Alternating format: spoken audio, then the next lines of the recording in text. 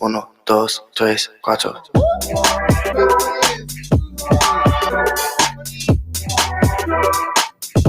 Tuesday, April 20, everyone. Welcome. We are doing something different today. It is the Kitsap Great Gift.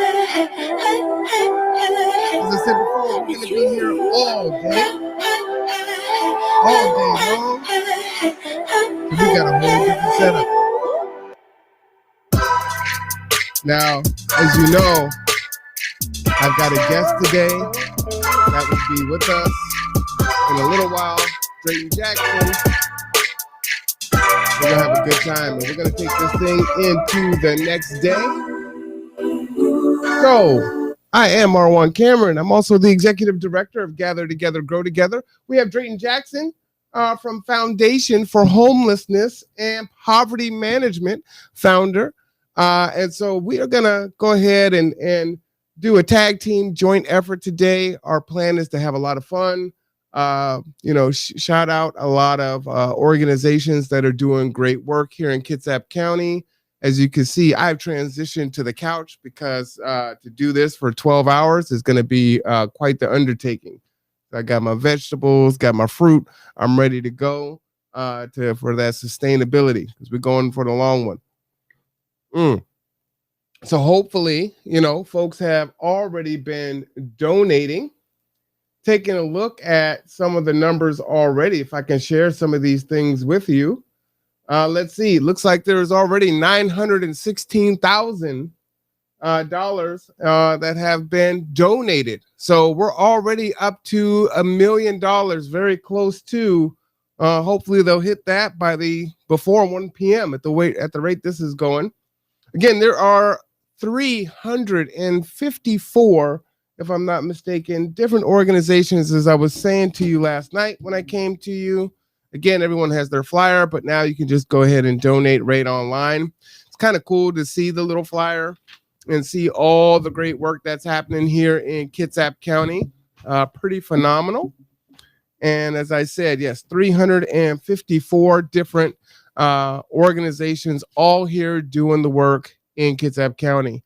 So true story is that there are a lot of good folks here in the county, a lot of passionate people, a lot of giving and caring folks that want to see their communities do better for themselves, for their families, and the people that live in it. So definitely, excited to live in this county. I remember when I first moved here back in 1997. Actually, I was a brick mason, as I was telling many of you. I went to brick mason school and to lay brick. I'm trying to say block and brick at the same time. I did both. And that was a lot of fun, right? I didn't know what a Bremerton was. And so, those jobs would take you everywhere. I've done an elevator shaft out at McCord Air Force Base. I've built a gym over there by the Roosevelt area in North Seattle. And then eventually ended up over here working to build the Safeway and the Walmart that's on Highway 303. So I had never heard of a Bremerton, even though I pretty much grew up in Seattle since the 3rd grade, right? So, I've been on a ferry to the San Juan Islands, to Vashon Island, and to different camps and things like that. But Bremerton, the Navy base, those things didn't mean anything to me. I literally had no idea that those things were here. And so I came, just because, hey, that's where the work brought me. I worked at the time. My family had relocated over here, but I wasn't living with my family at the time. And it's like, how do you find yourself into, in my mind, podunk, backwater Bremerton, right? Kitsap County. And, little did I know that, a few years later, I'd end up living here and raising my youngest daughter here and loving the place. So love Kitsap County. I remember first coming here and I would tell folks back in Seattle and other places like, man, I forgot to lock my car door. I left my wallet on the seat of my car. I don't do that on a regular basis, and I don't do it anymore. So uh, I don't want to get I don't want to tempt fate, if you will. But it was safe and it was laid back, and Seattle was so fast paced, and other big cities are just going. And so I like the feel of being able to slow down a bit. But if I want to speed up or get exposed to more cultural things, I'm just a ferry ride or a drive to Tacoma or to Seattle, right? So I could hit my Ezel's Chicken or my Catfish Corner, or some of the other stomping grounds that I had in the Seattle area. And it just grew on me. So and I think that's the story for a lot of folks in Kitsap County, as it's kind of a transient place. They should call it like the Kitsap Triangle. It's like the Bermuda Triangle. So many people come here from different places for different reasons, a lot for military, and then folks end up staying, right? So you hear that a lot of people aren't from here originally. They're here from somewhere else, and they they just ended up staying. And then for the folks that are, born and raised in Kitsap County, usually, their parents or grandparents, or, they're not too far separated from someone else that was here from the military or something else. So, the Kitsap County, Bremerton, it's a pretty unique area.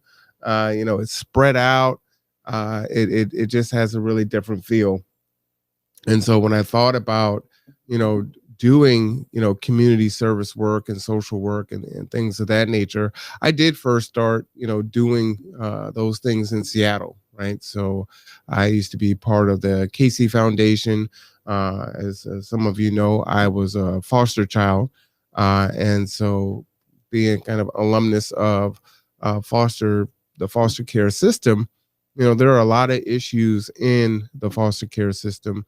I don't know how, if they're improving now, because I'm not a part of those things now, as I've gotten busy and can't do all things. But it's really important to me to try to be a voice of someone who lived in group homes and receiving homes and foster homes, and just shed light on the treatment or maltreatment that existed in those spaces, and try to ensure that children behind me would have a better experience going through the system, as of all the different challenges that kids have to go through. But and at some point we'll get on that. I'll tell you horror stories of coming through the foster care system and what that was like.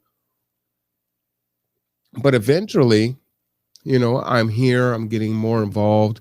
I'm working here. I started off obviously as a college student here at Olympic College, and then ended up down at the Navy College, working as an academic advisor down there. Well, academic advisor, a little bit of everything, performing SAT tests, getting, ships ready for deployment, for carriers, where they had instructors that actually go on deployment with the sailors, and would actually have classrooms out there, and just kind of doing all those things and whatnot.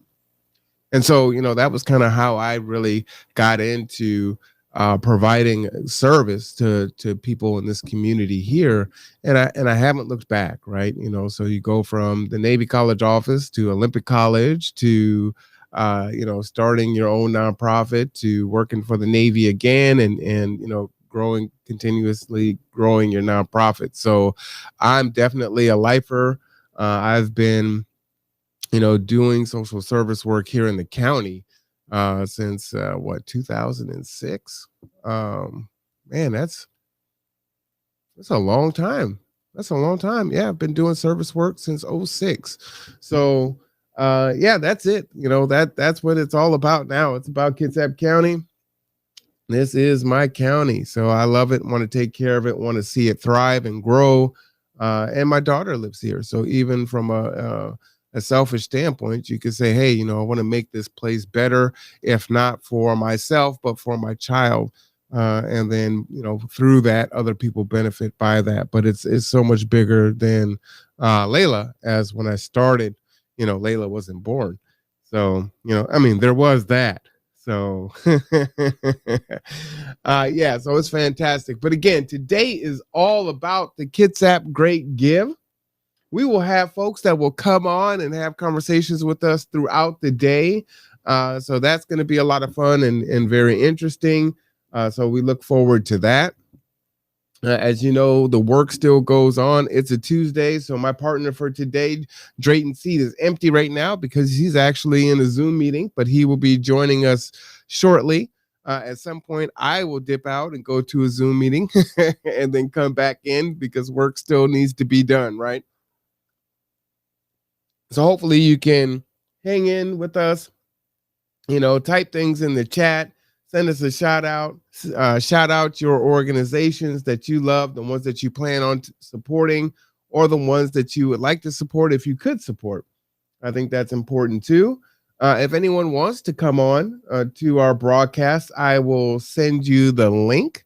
So all you need to do, actually, you know what? All I need to really do is just put the link in the chat, huh? I guess I could do that and just let people come on in and kind of have a conversation. So why don't I do that? That might just be the easiest thing to do. So I'm going to go ahead and type the link in the chat.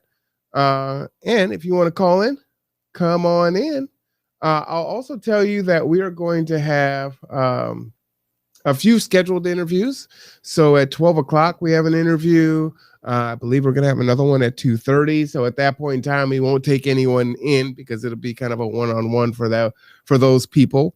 I think we may be hearing from New York and some other places. So we do intend on having a fantastic day. But the chat is there for you. We are broadcasting live right now to my Facebook, Gather Together, Grow Together's Facebook page.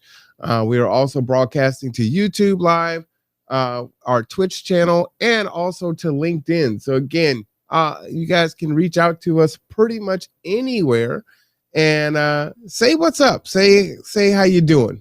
It's a beautiful day. As you know, what better day for the Great Give than a Tuesday, which means that it's Bow Tie Tuesday. And hey, if it's the Great Give and it's G2, it's got to be purple, right? All purple all day. So I'm wondering, do they make purple leather couches? I think that might be the way I need to go. It might be nice to get have access to some of the things in Prince's estate. So yeah, I love purple all day, every day, purple, purple, purple. All right, let's go ahead and check out, see where the donations are at right now. Looks like they're up another $9,000. So if you can see right here, about $926,878. So the money is steadily pouring in. Again, I believe they are matching so many dollars. So it's quite a bit. So this is a great way to boost your donation to your nonprofit. So if you're giving 10 and they're going to match it, then that's a great way to boost it. Gather Together's link is in the chat. So you can just click on there and do your donation right there. Can't wait to share with you again all the good stuff that's going to happen that we have planned for 2021 on into 2022. And as we share those things, if it's something that you would love to get involved with and help us to bring it to fruition, reach out to us. Let us know today while you're here. Like, yeah, I want to be a part of that. I think that'd be a lot of fun. And let us know so we can, get you on our list and start to figure out how we can collaborate and make this thing as big and as awesome as possible. So go big or go home. But the big thing is, just do it. Sometimes it is just a slogan, right? Just do it. Just do it. All right, let's see. So I'm hoping this is going to be comfortable for me. You know what? I could use some feedback too. What do you think of me broadcasting from my desk, or should I be in a more relaxed state and do it from the couch? I did it one other day. I think I was in Zoom meetings from 7:30 or 8:30, and the last meeting finished at I think 9:30 or 10, right? And they weren't all on Zoom, but they all pretty much kind of required me to be at my desk. And I I was actually telling Drayton, it's like, I literally cannot sit down. I cannot sit down. Like, it hurts to sit down. So I've got to get up and move around. And, I was like, well, maybe I could, scoop the couch up or, do something else. So I extended the keyboard and the mouse and, kind of, shifted things around. It's like, all right, let's try this. 12 hours is a really long time. So we can try it this way. But let me know what you think. Let me know if you think this works a little bit better and how that goes. Let's see. I'm getting messages through my cell phone, which, guys, you can go ahead and just reach out to me on the chat, because then I don't have to hold my phone and look down, so it makes it a little bit easier. But I've got I don't know if you guys can see this. Oh, where's the camera? But the chats are coming in through my messenger. So let me just read these really quick and kind of catch up to what's happening.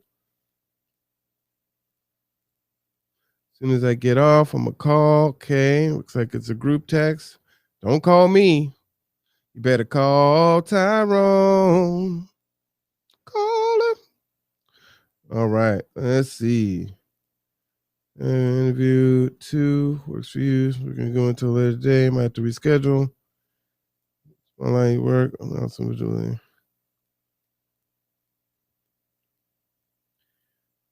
Okay. Okay. All right. So it looks like things are going well. And let me just check this one here. 200. Oh.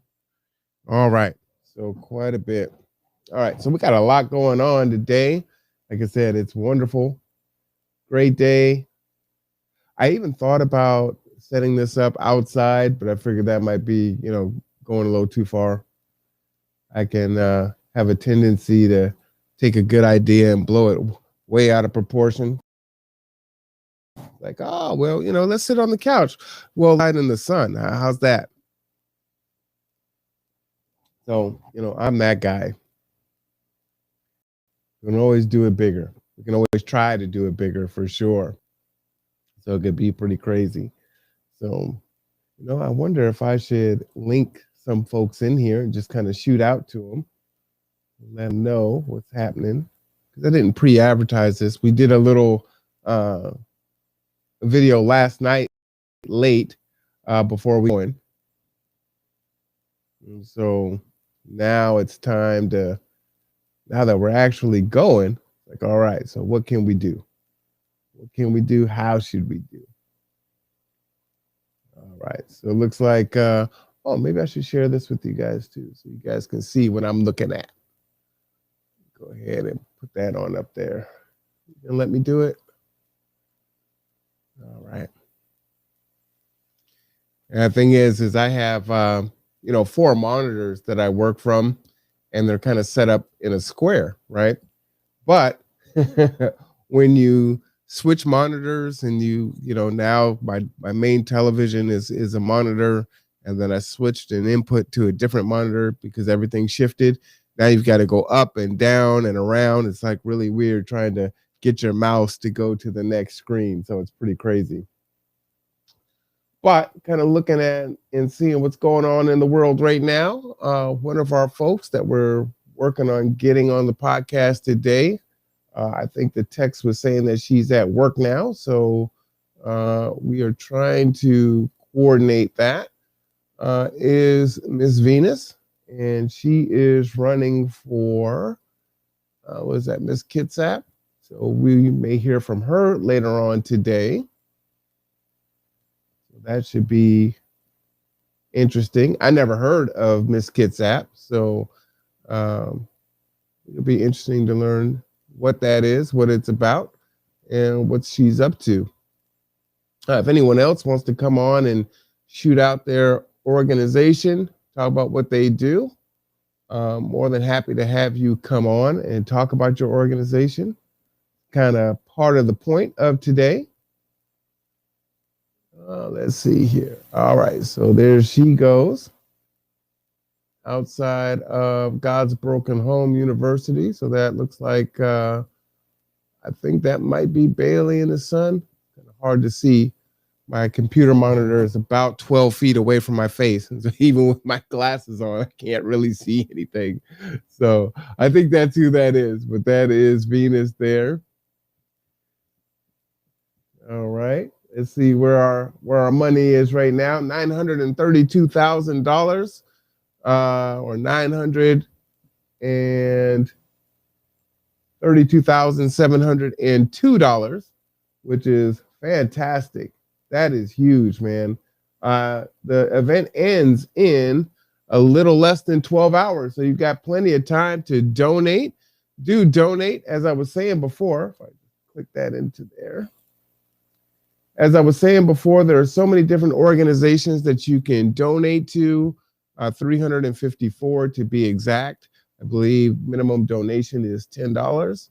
And so you can split your donations up. It can be really challenging to figure out who to donate to when there's so many good organizations out there. We were on Instagram earlier shouting out some of the organizations. So shout out to Salvation Army and the captains down there, especially Dawn Michelle and her crew, for their tireless work for our most vulnerable population, and to think about working through COVID, surviving COVID, living through COVID, and trying to take care of yourself, and then to have to. Well, not have to. She doesn't have to do it if she doesn't want to take on helping those that need the most help, right? That have multiple issues going on in their lives, and trying to keep yourself safe, keep your family safe, dealing with protocols, figuring out how to stay safe in this environment when you have so many people that have to be housed together, and that are coming and going constantly. I don't think we really think about that, right? There's programs out there as people can't pay their rent because they have to social distance, restaurants and other companies that have gone out of business and are not going to return, the people that have passed away, and the impact on their friends and their families. So all of those things are going on. And then you have an organization like the Salvation Army and Dawn Michelle, that are out here, giving of themselves, putting themselves at risk, for our most vulnerable population. So, shout out to Salvation Army. Shout out to Jeff Sanders and his crew out there at the Kitsap Rescue Mission. Same thing with them. The county really stepped up. So shout out to the county for making fairgrounds a viable place for the long-term homeless folks to have a space to be and to be able to spread out a little bit. And again, the rescue mission, Jeff Saunders and his team and all of his folks, all tirelessly working through COVID, and trying to take care of this population of folks. It's huge. It's huge. And working with them through the last year, and trying to support them. And when I say support, I mean our support is literally like, minuscule compared to, what they're doing. But just tremendously appreciative for their spirit, their love of community, and just the willingness to do that work. And it takes a special someone to do it, day in and day out. You have folks that are in, they're going through, oftentimes the worst times of their lives. And so, they can be angry and frustrated and take it out on the people that are actually trying to help them, and having to navigate that on everything else, right? So it can feel thankless. And when you reflect on, the type of person that it takes to do that, really, really phenomenal, really phenomenal. So, again, shout out to them. Just really a big deal. We need more people like them here in the community and everywhere. Let's see who's calling in. So hopefully they would give me a text because I have no idea who this is. And what's so weird is, once you get to connecting everything together, man, does it get connected together. So, um, I've got my ringer off and it's still ringing through. So, it's like, okay, it is what it is. You just gotta ride the wave.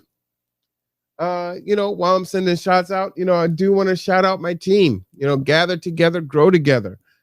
Each and every single one of you, from the board to our volunteers and, to our clients, to everyone. Again, we never closed our doors.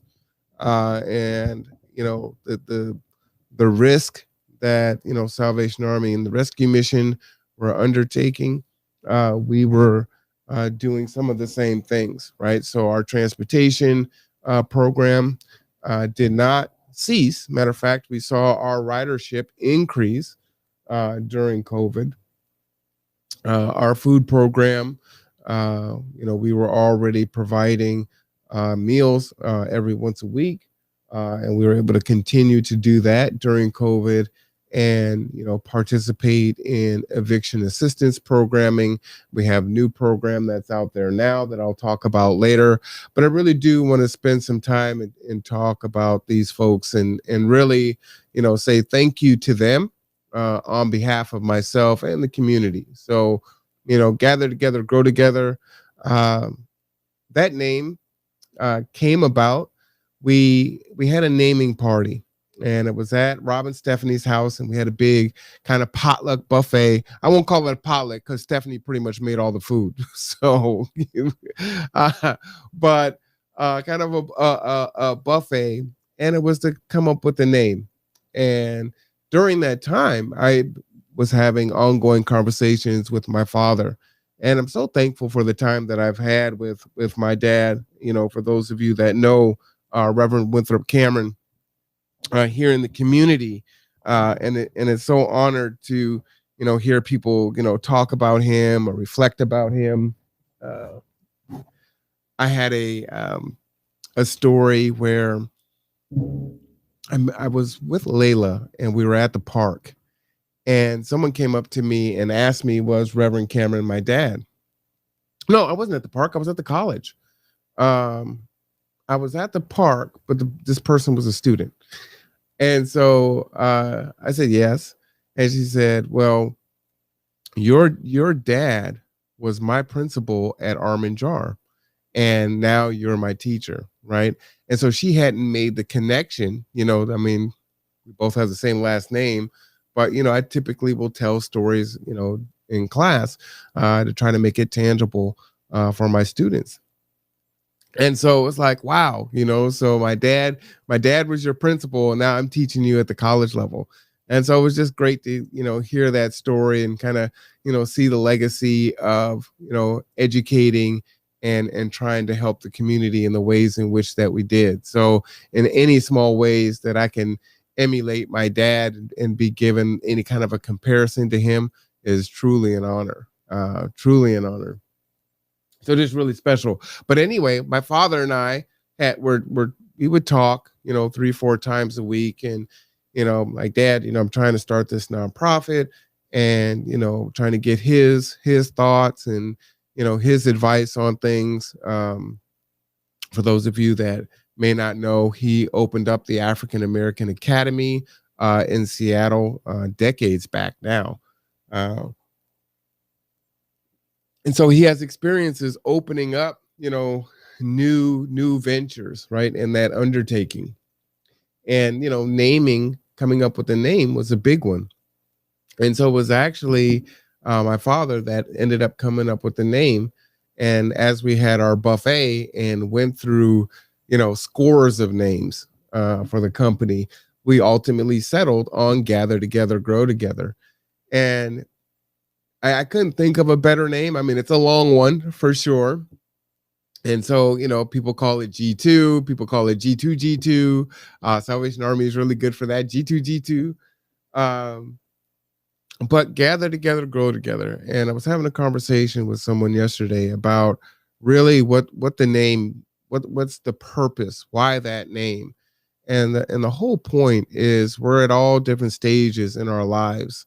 And the hope is as we are feeling like we need help, we need assistance, that we can gather together from wherever we're at, right? We have a saying all the time that says, you want to meet people where they're at, right? And that's not at G2. That's just kind of a general saying. G2 didn't make that up. But we want to gather together. We're meeting people where they're at, and we want to grow together, right? And the lessons may be similar or they may be vastly different, but we can learn those lessons together and have that kind of support. So maybe I'm working on time management, you're working on housing, right? You're working on some job skills, and I'm working on, personal development. In some way, form, or fashion. Maybe we're working on multiple things, right? I've got community service that I need to do. Whatever the case may be, we can find a way to do those things together, and be supported and serve as a support to each other.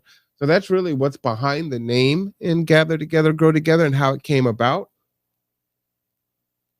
My thought on the logo is, it's a shield. And I was thinking family crest. I always wanted to, have a family crest. At some point in time, it might be fun to kind of work with the fam and design one. But I always thought that was really cool, right?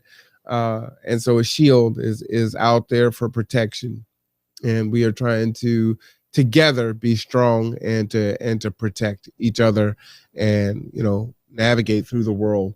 Um, you're stronger in numbers, as they say, right? So that's really about the name and the logo. And as I was saying, I really wanted to thank the folks that make up G2. As you know, we have quite a few board members, and many of you know a lot of them. So Rob Dent, you see Rob a lot, and his wife Stephanie. Rob is tireless. He is probably sleeps about the same amount that I do. He is a man who is very multifaceted. And one of the things that there's lots of things that I appreciate about Rob. One thing that I really appreciate about Rob is that he understands that he's not perfect, and that he's definitely rough, right? He is stereotypically the construction worker and the the Navy veteran, right? So he has he's a bit salty, if you will, right? And so he's very rough around the edges, but his compassion is unquestioned, right? It's just that he's rough, and so you have to get to know who Rob is, to understand that it's not a personal thing. It's just who he is, and he'll be the first to admit that. And what I appreciate about him is that he's willing to, one, acknowledge it, and then also try to learn about himself and to work on improving it. So whether you see the gains or not, the conversations are being had, and I see the gains. He sees the gains. He knows there's more to do, but he's not, just giving up, making excuses, just saying, well, that's who I am. It just is what it is. He is, and he's not, can't teach an old dog new tricks. And, this is who I've been for, 50 years. I'm not going to change now. He does want to be the best version of himself as he can be, right? And so Rob will jump behind the wheel and pick up a passenger and get them where they need to go. As you know, we have a construction company where Rob has more than 30 years of experience as a general contractor, and can build almost anything. Pretty phenomenal. He's our IT guy, so he just programmed, got our computer set up for New Horizons Baptist Church and the 2x2 studies, part of the G2 or the hashtag G2 Stimulus 2021. So we donated New Horizons Baptist Church a laptop. And so just kind of doing all those things, right? Helping Stephanie cook as the sous chef. So just, really working to do the things. And so again, people don't see that. They don't.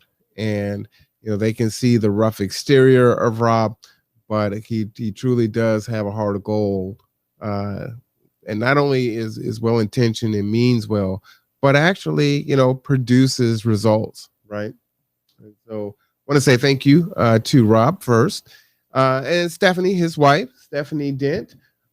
She is also tireless. She is our office manager. So you can find Stephanie in the office, 3 to 5 days a week when necessary, holding down the office. She has a tremendous creative mind. She actually sells, things that she makes on, I think it was at Pinterest and some other places. And she, as I said, her spirit. I mean, she has made vinyl signage, from her Cree cut. She's designed, digital media for us and thumbnails and flyers and, operating manuals and, just kind of doing all these different things. Stephanie is the one that, oversees our ERAP program and now the CASA program. Is it CASA? I knew I was going to get that one wrong, but it's the new rental assistance program that is out there now. So again, if you know someone, if not just yourself, are having a problem paying your rent, if you've been behind, there is help for you. Please contact us immediately so we can get you some of that money. $3.1 million came into the community last time toward the end of the year that these funds came around. And so, that's a tremendous amount of money into this county as folks are in need, right? The KEPA program, KEPA. I don't know. I was saying CASA house. That's probably why I was putting those things together. But now this new program has more money. And again, for us, especially in the low income community, in the Black community and some other communities, you may be, living on someone's couch paying rent, right? That's how you're getting by. There is assistance for you. There is assistance for you. The barrier is very, they've tried to remove as many barriers and make it as easy as possible to get money into your hands, to make sure that you can stay housed. Tremendously important, especially as we go into the moratorium on eviction ending. This is so critical, folks. So again, if you're having problems paying your rent, if you were behind, the new program can help pay for utilities now. I mean, this thing is phenomenal. Please reach out, whether you need it or not, and you want to just hear more about it and see if you can share the information with someone that right? Call us and we'll explain to you how the program works, right? Then you can share that information. But we want to see people stay in their homes. We want to see the relationships between homeowners and landlords and the tenant be as positive as possible. And as I said before, as that moratorium wears out, it's going to take some time for the economy to get back to, pre-COVID levels, if it can ever get back there, right? So please, please, please, please reach out. Again, if it's just for information and to see if it's something that you qualify for or someone else qualifies for, just, don't say no to yourself. It's worth a 5-minute phone call. You can reach us at 360-373-3000. And we have operators standing by to help you navigate through that process. The great thing is too, is you come on in.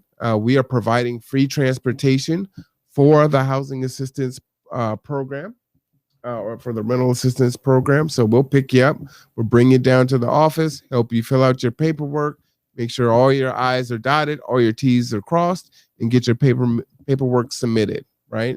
If you are a landlord and you have a tenant who is behind on their rent, this doesn't have to be just initiated on the tenant side. This can be initiated on your side. Give us a call. We can help you through the process, show you what you need to do, and then work through, getting the tenant on board and trying to make yourself whole also.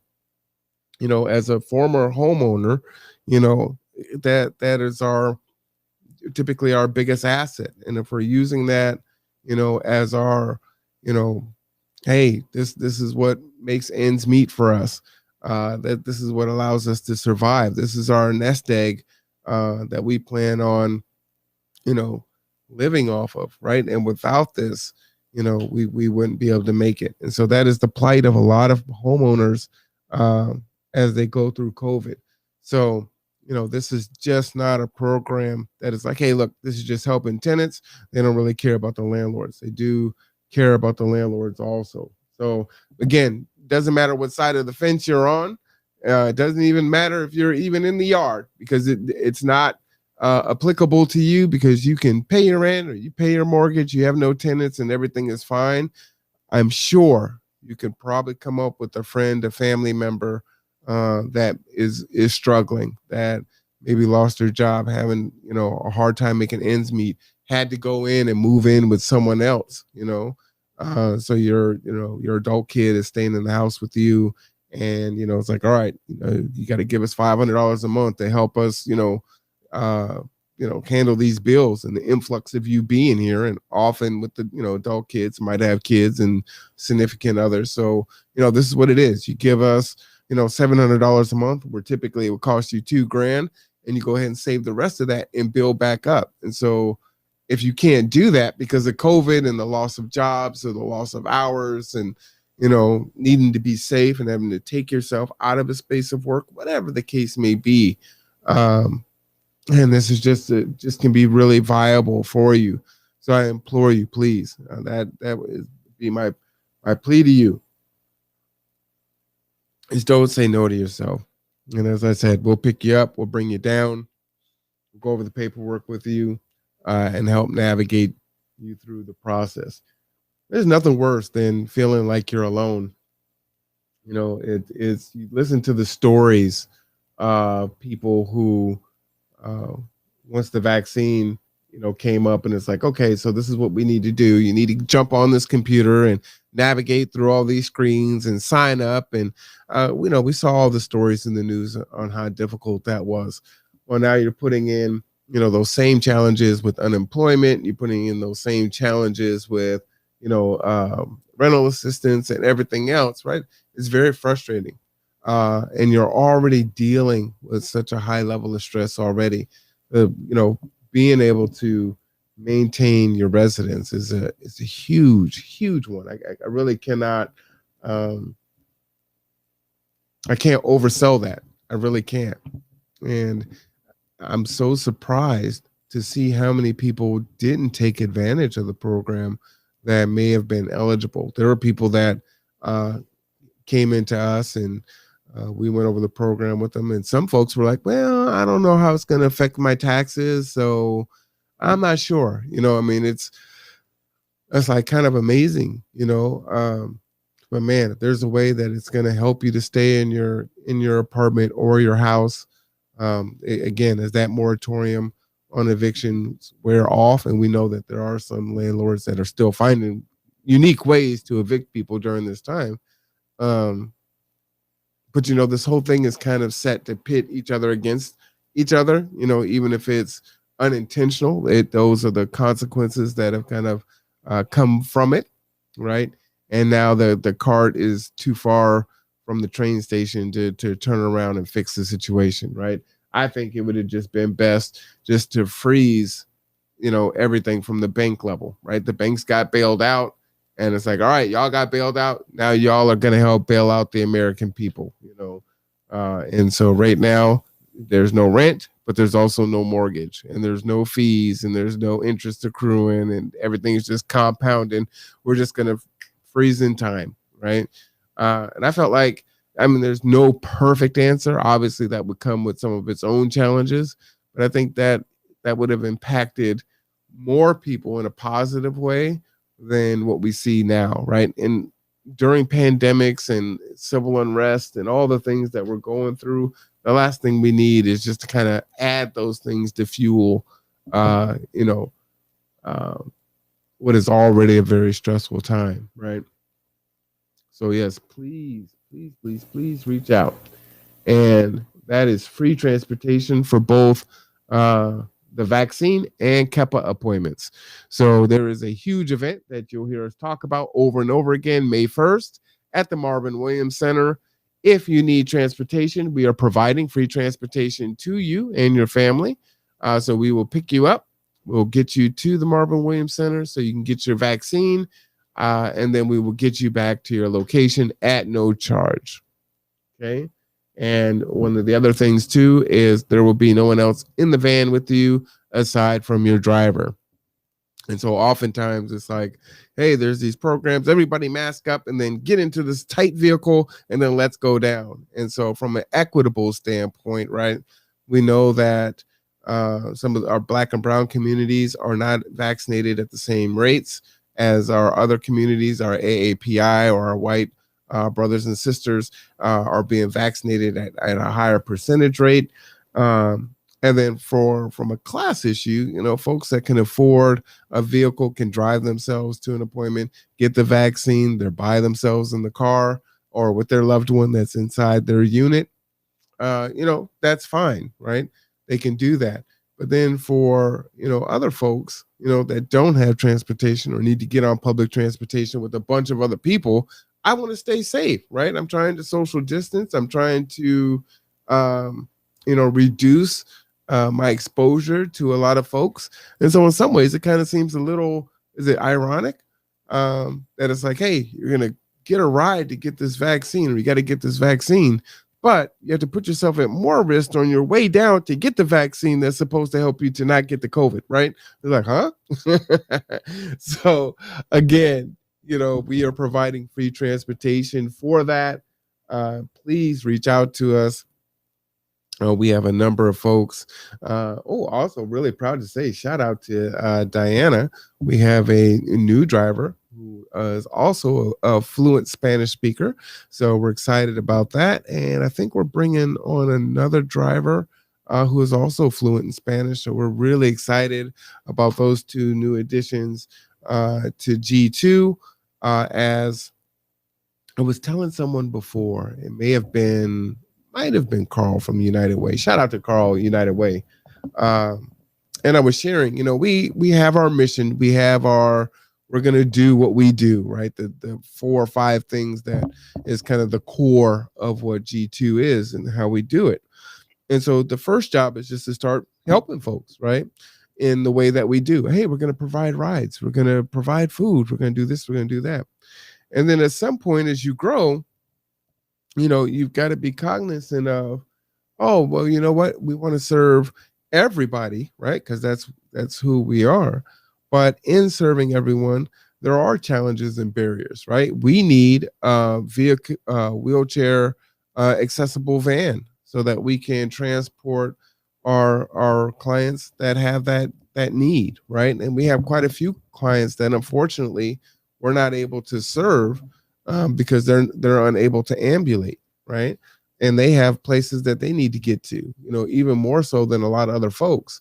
And, you know, think about what it's like when you are wheeling a wheelchair, either motorized or by your hands, and it's pouring down rain, and you're wheeling to a bus stop, and I mean, we just want to take that off of that burden off of people as much as we can and when we can. But yeah, so that, I mean, that's definitely a need. But we're looking at, okay, so how do we, you know, expand so that we can help more communities, right? So, you know, we need, you know, folks that are fluent in other languages so we can better serve those clients, those people, right? We need a wheelchair accessible van so that we can serve those clients. We need we need lots of stuff, but those are kind of those two main things that we're really trying to focus on and saying, okay, we're here. We had our third birthday in February. I don't have my buttons. I can't do my sound effects. So happy birthday to you. Happy birthday to you. But we had our birthday, but as we continue to thrive and grow, we want to be able to, expand our bandwidth on who we can help, right? And so those are the things that we need to do in order to do that. Anyway, I digress. So the one thing about trying to go 12 hours, I don't think that's going to be much of a problem for me. Once Drake gets in here, it'd be hard for me to get in a word edgewise. So I got to get it all out now before he walks through the door. So anyway, you are watching The Conduit with Marwan Cameron. It is Bow Tie Tuesday. It is the Kitsap Great Give. It is a wonderful day in Kitsap County, everyone. Let's check in and see where the donations are right now. Did we make it past 1 million yet? Oh, let's see. Scroll up here, take a look, get my mouse back over there if I can. I've lost the mouse somewhere out there. Somewhere out there. Something. That's from some kind of movie. All right, I can't see it. I know we were at $926,000 at one point in time, so we were getting there. Definitely making gains, which is fantastic, right? Let's see. Oh, man, it is now at $966,313, right? So we're getting closer. We're only about $34,000 away from $1 million. $1 million into Kitsap County, guys. Fantastic. And this is before 1 p.m. So just really wonderful. So again, go to their website. We have our link right in the chat. You can just click on and go ahead and donate right there. And they are matching funds. So it's a great way to extend it. Oh, shout out to you, Cynthia. Thank you. Happy birthday to you, too. Cynthia had a wonderful birthday that we were invited to, which was really awesome. Felt very special. And the food was delicious. I mean, they had everything at that birthday. And there was lumpia. There was catfish. There was baked fish. There was like 3 different types of chicken, I think. There was a potato salad that had crab in it. Now, I never had crab potato salad. So you know what went on the plate, right? They had regular potato salad and potato salad with the crab in it. Pinkies up. Now, how you doing? I had to go on in on that one. So they definitely had some really good food there, which was great. It was a good celebration. It was good to see her family and friends rally around her. And as I said in the podcast, I thought, her words were really profound and reflective for someone having a birthday party where they're, the honoree, and talking about forgiveness and asking for forgiveness and apologizing to folks.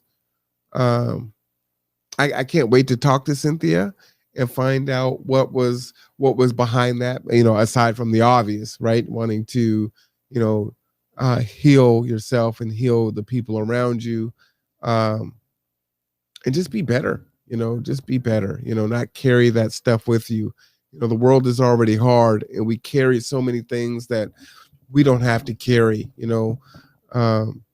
it's just interesting. We see all of these things in life and we've got these big knapsacks of burden that we must carry. And then we look around, it's like, yeah, you know what? I'm going to carry that too. And I'm going to carry this one. Ooh, that looks heavy. Let me go ahead and carry that one too. And now we're carrying all this burden.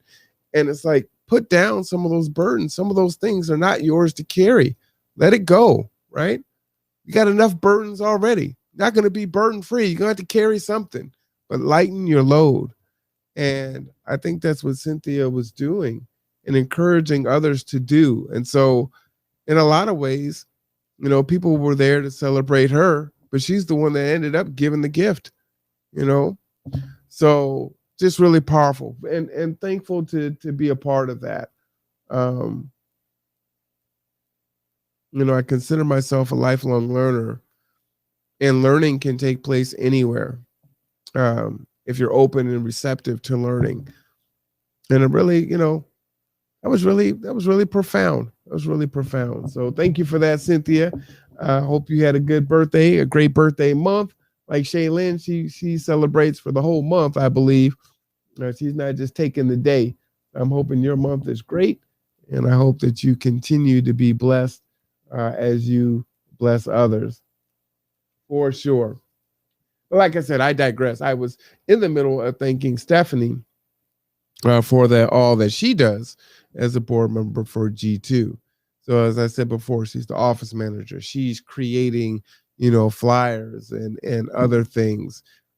She is our cook currently and making the meals for our construction folks when that happens, for feeding through our food program, for special events that we have, just kind of doing all those things, having the conversations and filling out the applications to do more in the community.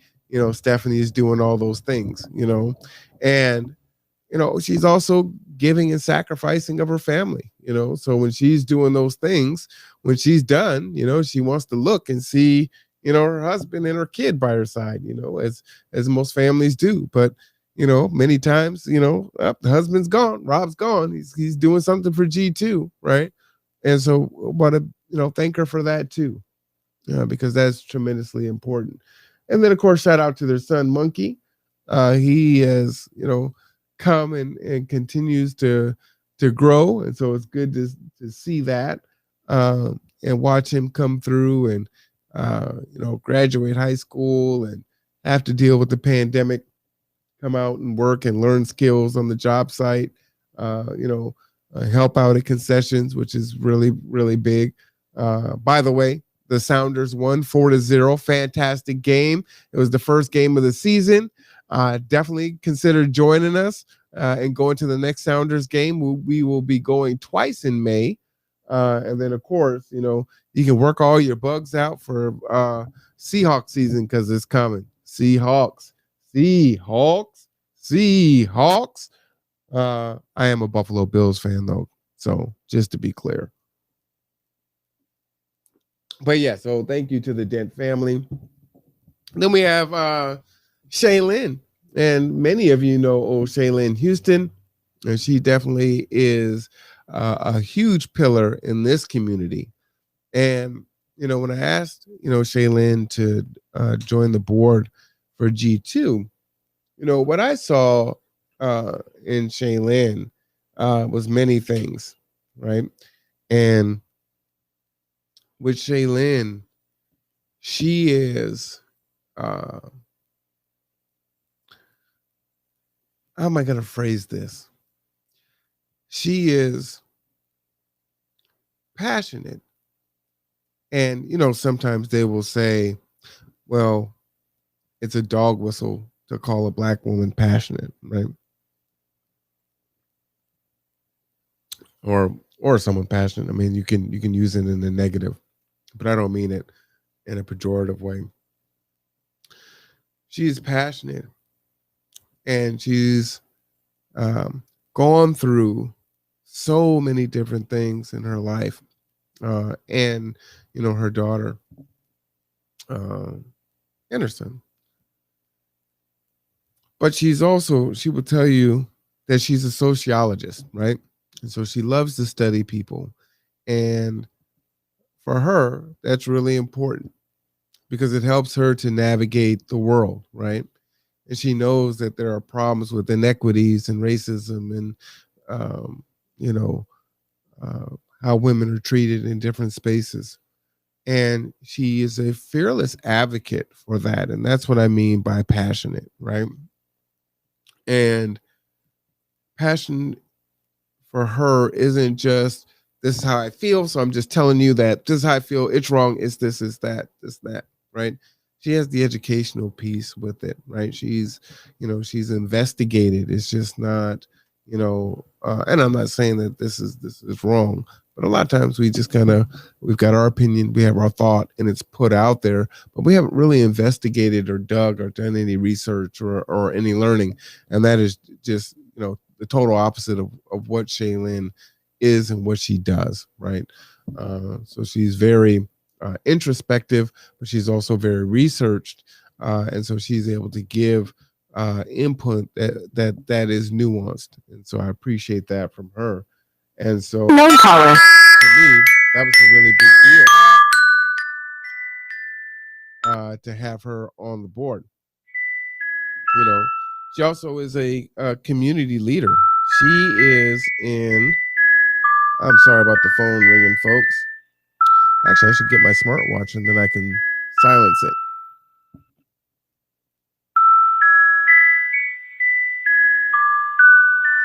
But she's very well known in the community because she gets to know the people in the community. And so she is a founding member and board member of Catalyst. You know about the good work that she does at Goodwill. And so she is in a tremendous amount of spaces. Her church with Pastor Coleman up there at Sinclair Baptist Church. She knows a lot of folks.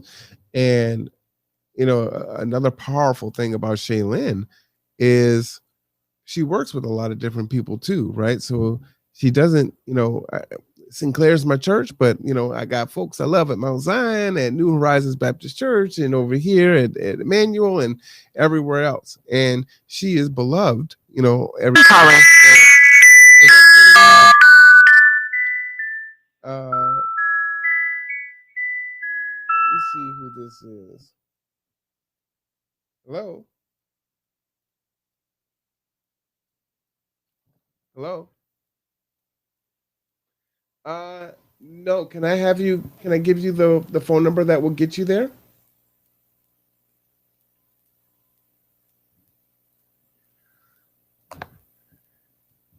All right. The phone number is 360 373 3000. And they're there to help you. Thank you. Bye-bye.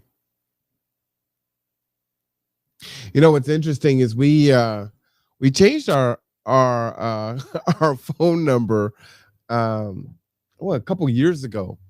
And when we first started G2, because again, it started out of my home, I gave up my cell phone number as the business number, right? And so as we transitioned over, my cell phone number isn't the business number anymore, but we have some old flyers, and we tried to replace our old flyers with new flyers, so they're trying to get people to learn to use the new numbers. But we get new folks, and they'll call the cell phone, and so that was someone calling for transportation. So and I haven't gotten one of those phone calls in a while. But it's like, okay, so they hung up and they called back. So we're good to get him into the right place of where he's trying to go. So we're happy about that. Anyway, I lost my thought. Oh, I was talking about Shaylin. So again, just her community relationships that she has, makes her a tremendous asset to G2. Also the fact that, again, she is very passionate and very nuanced about the experiences that people have to go through in their lives. And so she is a very important cog in our team. So thank you to Shaylin. We have Diana Sullivan, who is also a board member on our team, and we'll say thank you to her. As you know, Diana Sullivan is tremendously talented, and I think so much so that that's one of the people that are underrated, right? You see them or them, and it's like, yeah, that person is awesome. They're pretty cool, and it's like, yeah, but you don't really know how cool and what actually she can do and what she actually does. And so Diana has a superpower, and one of them is multitasking um, at a high level for people that have that need a lot of her bandwidth. So she sits on the board and is the director of.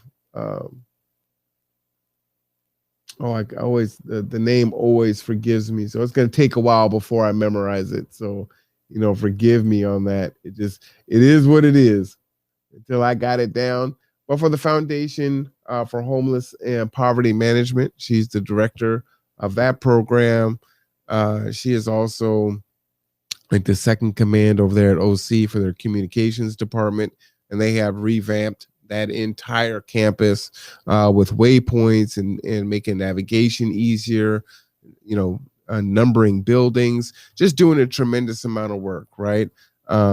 She's audio visual with media, and in our world you've got to wear multiple hats, but she wears some really big multiple hats, and so we're honored that she is on our board, providing those skills to us, and her expertise in all things that hit her realm, right? I mean, how awesome is it to have a board member who's a director of another program? I mean, I'm just saying. I dropped my mic, but you got to take care of things. That's why you can't have nice things, right? You're dropping the mic all the time. Don't drop the mic. Let's see. Naja Jackson also sits on our board. Naja is awesome. And, a few things about Naja. Naja she is so very, and not to say I haven't seen her angry, but it's been very, very, very, I mean, like leap year, you know what I mean?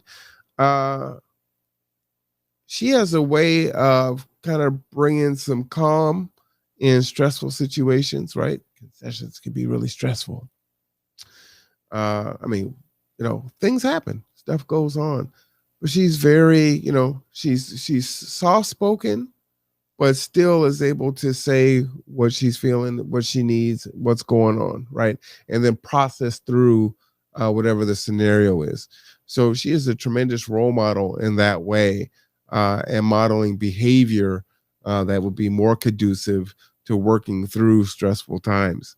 And she's also very congruent in that way, right? Naja is typically the same way all the time. What you see is what you get. And it's really powerful because, she's got a very calming demeanor about herself. What I love about, Naja also is that, she has her own thing, right? She's got her Diamond Studs, foundation, and doing work with the LGBT community, and a huge advocate for that. She was just featured in the Kitsap Sun a little bit earlier.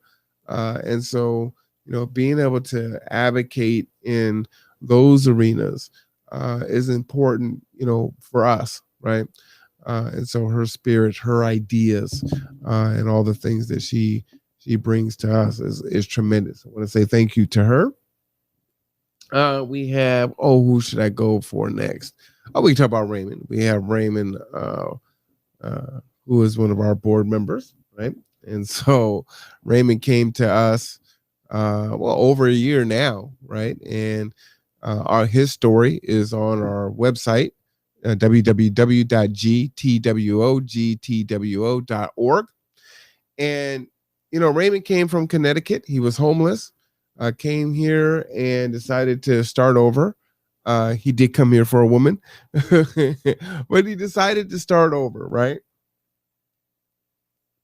And that is a serious, trip of faith. And so he comes here and he's staying down at the Salvation Army, but in his mind, who was homeless, he felt like he didn't want to take a bed from them. Now, again, he's homeless, but he didn't want to take a bed from who he he deemed as needing the bed more because they were older or health issues or all of the above, right? And so was giving up his bed that he had uh, to help. So when Raymond came to us, he was already helping people, right, in that way, whether they knew it or not. And, Raymond was looking for something. And, he'll tell you that, G2 was a big catalyst in helping him discover what it is that, he wanted or needed. And if you know, I actually intended on going live at about 10 a.m. this morning. But Raymond was having was experiencing a crisis. And so, he gave me a 911 text and said, I need to talk to you now. And so when we think about G2 and what G2 is, we often talk about what G2 does, right? We provide transportation, we feed the food insecure, we provide computer literacy courses, and we have job training or job readiness, right? Opportunities. That's kind of what we do, right? How we do it, the impact of what we do, why we do it. Those things aren't as practical when you're telling someone, oh, well, what's G2, right? G2, and we'll have Raymond on later on today, allowed Raymond the space to be receptive to counseling, right? Seeing a mental health professional. And that is tremendously difficult for a lot of people to do, especially for the African American population, especially for African American black male, right? Was that redundant? African American black male, African American male.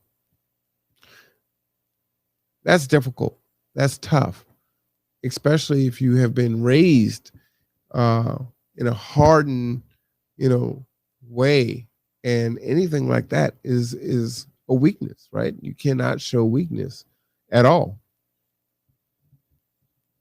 So what he will tell you is that G2 gave him the space to navigate through seeking help, getting help, and then changing it from this isn't a weakness, this is actually a strength, that I'm healing myself. I'm working through my traumas, right? And he is one of the oldest among us, right? I think he's 52.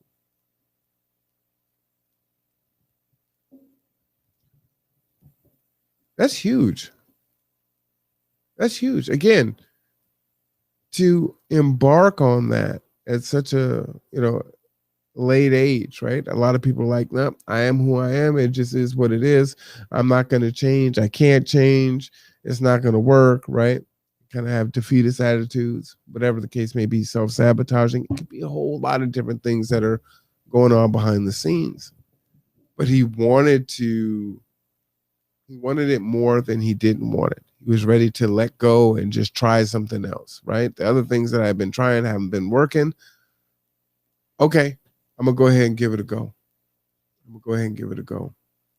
And for that, he has made tremendous gains. As you know, Raymond is the Zulu of the team. And, I would say he definitely embodies the spirit. And it helps us to recognize that and kind of rise up to that spirit of service and need. So I will talk about some of the other board members when we come back from our intermission, because we do need to have an intermission because we're going until midnight, y'all. We are going until midnight. Right now, it looks like there is, did we hit a million yet? 988,666. So we are now only 12,000 from 1 million, right? 3 minutes left. And they hit a million before 1 p.m. Tremendous. And there's still 11 hours left. So come on, guys, give to the Great Give. They are matching funds. Find your local charity or charities. You can donate to multiples. G2 is right there for you. Gather Together, Grow Together on your screen. If you happen to this screen here, we are the third row, the last one on that row. So please donate, donate, donate. 354 great organizations in this county trying to take care of each other. So as I said, right now we're going to go ahead and take a break. I wanted to share with you an interview that I conducted a couple weeks ago, and then we will be back after our intermission. For sure.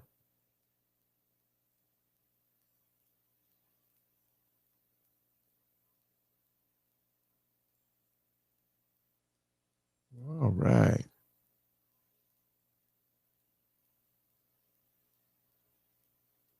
Let's see. Now I'm trying to get the volume here, guys, so we can hear that. So I'm a little surprised that I cannot hear it.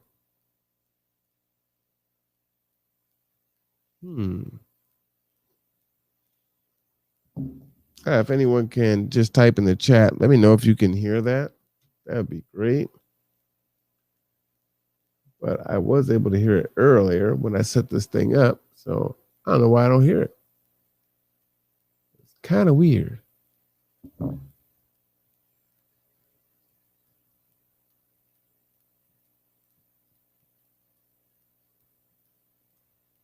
Let's see, volume's up all the way. Check this. Over. Let's see, that's the PC. Okay, so that should be working just fine.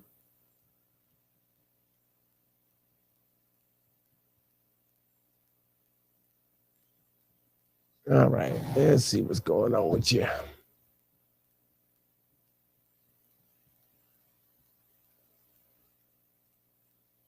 I'm definitely interested to know what charities people decided to give to. I haven't decided yet who we're going to give to this year.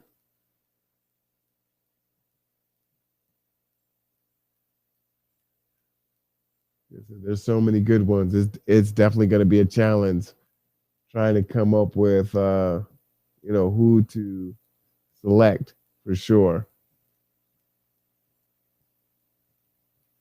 That is definitely going to be a challenge. All right, let's see. What do we got going on here? What do we have going on here? I'm not going to lie. I was looking forward to this break so I could get up and grab my chapstick. So we got the fan on, across the room, and then you're talking, and it's like, well, my lips are so dry. It's like I'm on at a ski resort, like the middle of winter.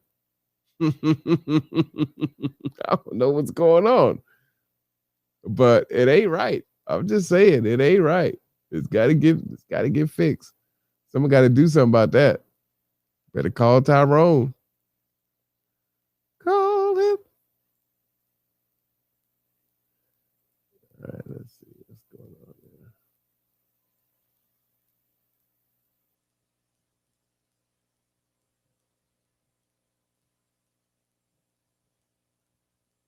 Actually, it's so tiny I can't even see it. There we go. I think it's the Justice Award. Tracy was a judicial candidate for Kitsap County District Court of 2014. She continues to serve as a pro tem judge in King County, and she received a Dean's Scholarship for the Seattle University School of Law LLM program and is a 2018 YWCA Woman of Achievement. Tracy has one brilliant daughter currently attending university out of state on a full academic scholarship. So again, pretty powerful bio there. Well, thank you for having me. Happy to be here in conversation with you. So a lot of people already know you in the community. And as I was saying earlier offline, I kind of talked about your bio that was on your website. But for what's not on there, will you tell people currently what you're doing and just a little bit, a personalized background of yourself? Well, I think most people know that I'm originally from Chicago, and the Navy brought me here. I think that what is a good connector to our community is the fact that I worked my way up through school. So I started college and needing to go into Navy because to pay for college. So I finished up my degree at Olympic College after starting it in Chicago with a couple of classes in my previous Naval Air Station, Beeville, Chasefield, and became a part of student government. And it's all started there in night classes, you know, in evening classes before I could move to the day classes. And I've been immersed into the community ever since, even with the old fast ferry before the new fancy ones that we have now. So I go back to the old fast ferry, you know, the original. And it was just great to be able to do that commute from Bremerton into Seattle, downtown through Pioneer Square up to the UW. So I can even remember the old, buses for Seattle, schedules before they got the C line and and all of those things. And just understanding what so many people are learning now about Kitsap County is that it's affordable. It's a great, Bremerton being a city, but that suburban feel, and you don't get the grit that you get in the city. And I also, being from Chicago, call kind of Seattle that suburban feel. Well, let me ask you two questions. Seattle's growing a lot. Let me ask you two questions. What was your rating in the Navy, and what made you stay in Bremerton? I was an MS. Okay. Which now they don't call them that anymore, but the mess specialists were the cooks, and then they taught you hotel motel management. Gotcha. You know, the barracks and all of those things. So you learned several skills within that one rating. And it was great. The people, just getting to know people, being around people, doing banquets, with the first Black Rear Admiral, being a part of his crew to serve within his home in those private settings. So do you still like cooking? I love cooking. It's just finding the time for it. My husband teases me and he says, you just make everything so pretty. Because the plate just has to be right. You know what's so funny about that is I have a lot of friends who are CSs, and now that they're out of the service, they're like, I'm not cooking for anyone. Don't ask me to cook. I'm done. Well, I had the pleasure of starting off in the management mode after serving in San Diego with the Black Rear Admiral there, and coming into Texas. The base was civilians, retired military that did all of kind of the cooking. So I got a chance to learn from the best of the best. Nice. So I could sit back in kind of management style, and then working around the officers down at Naval Air Station Chasefield, which is no longer there, was really neat. And then coming into Bangor, my last duty station, which became more of an awards, winning. So presentation, even there having civilians, but us military did the majority of the cooking, and then the civilians to serve around that and to assist in that area. So my experience, unlike those that were on the ships and at the main commands, was more of a prep for service related customer service within the hotel industry, within banquet planning. And I guess that's why I ended up being on so many banquet planning committees. So what made you not go back to Chicago? Not going back to Chicago was a real hard decision. I lost my mom to breast cancer, ended up bringing my younger sister out here, and she ended up at Bremerton High School and graduating from Bremerton High School. So it became a place where I knew it would be good to raise children, and the connections in the community and the opportunities allowed for that to happen. And I ended up purchasing my first home just a few blocks away from Bremerton High School. Oh, so wow. That kind of landed it, and something that was heartbreaking turned into a lifetime of here I am. Wow. So tell me what currently wasn't on your bio that you're doing, because there's so many things. I think it took me like 3 minutes to read that. Oh no. So Like, when I does she think sleep? the newest things are, of course, the working with Congressman Kilmer to bring in and to help with the renaming of the post office for John Henry Turpin, working closely with them with that, working on the Quincy Jones Square project that's happening downtown, and being a part of the Music Discovery Board, which is fairly new, and the website is up for that, and being newly elected to the Kitsap Community Resources Board as board president just last month. Oh, well, congratulations. That's real recent. So instead So, of 1 hour of sleep, you get 30 minutes now. Is that how no, I know. I cut into my 45 minutes downtown has been dwindled down to 15. So, but it's a wonderful organization. It does so much throughout Kitsap County, everything from your GED, business training, the things that are done with having the community resource lab, which is where they have the computers that have been open during the pandemic, filling that gap of where the Kitsap Regional Libraries being closed and so many people dependent on the libraries for that resource, that Kitsap Community Resources was able to fill that gap. So there's so many things that are done through the Kitsap Community Resources that include, housing, rental assistance, weatherization. There's so much there that it just kind of came together, the need, and I answered the call. So I have a bunch of questions for you, but I want to ask, because I think it's important for folks as they aspire to figure out who they are and how they're going to exist in this world and make an impact. What are your drivers? What motivates you? What are your intrinsic and extrinsic motivators that have you doing all these things? I had the pleasure of growing up in Chicago, and around me were people that looked like me every day. Growing up in middle school, my teachers looked like me. And I learned early on, to whom much is given, much is required. And being immersed in community, being immersed in my neighbors knew, you get out the street, you were family, you were a family unit. We took care of each other. When my mom had to be at work, Miss Holmes was there. Corner house, you go there after school and you can get, and her son, Mark, helping me with my drafting. So for me, those relationships, while you look at Chicago and it being a major, major city, there was always the West Side versus the South Side, things. But at the end of the day, no matter where you go, if you're from Chicago, you understand the grit, the grind.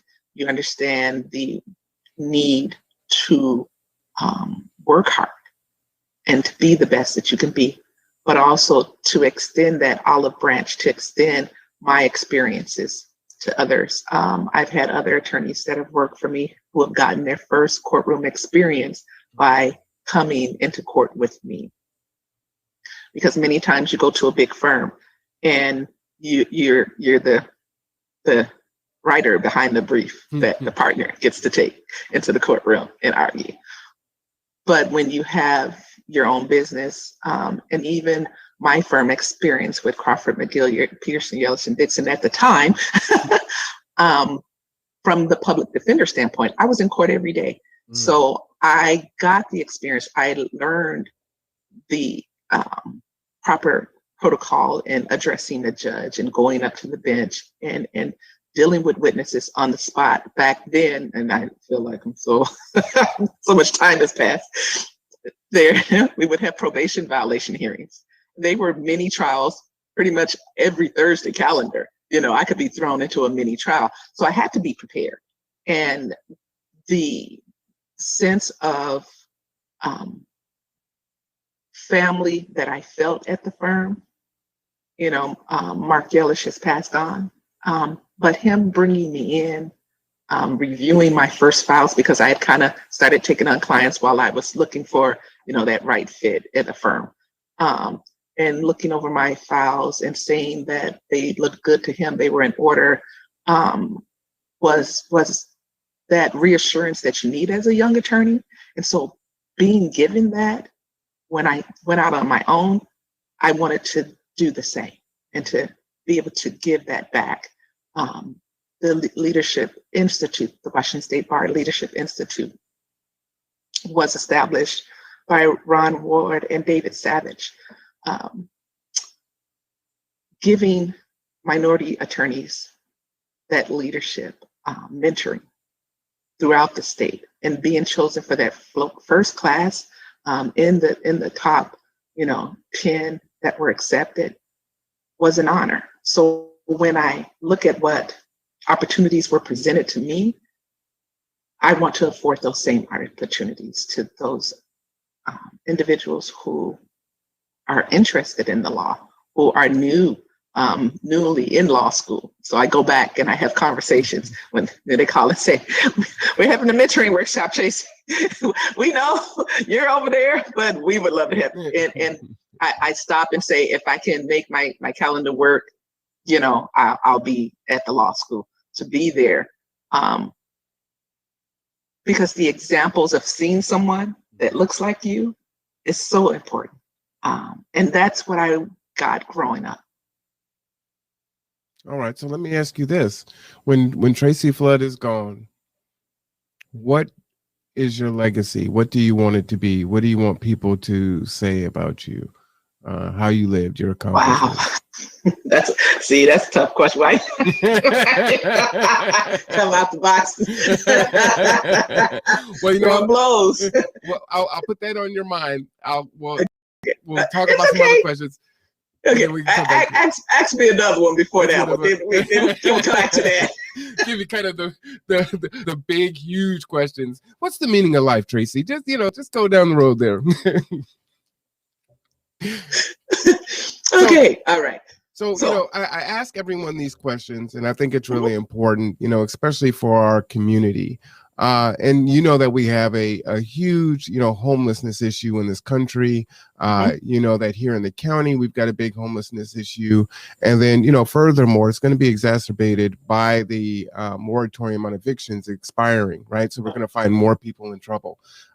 So what are some things that you think that we can do or should be doing to address the homelessness issue?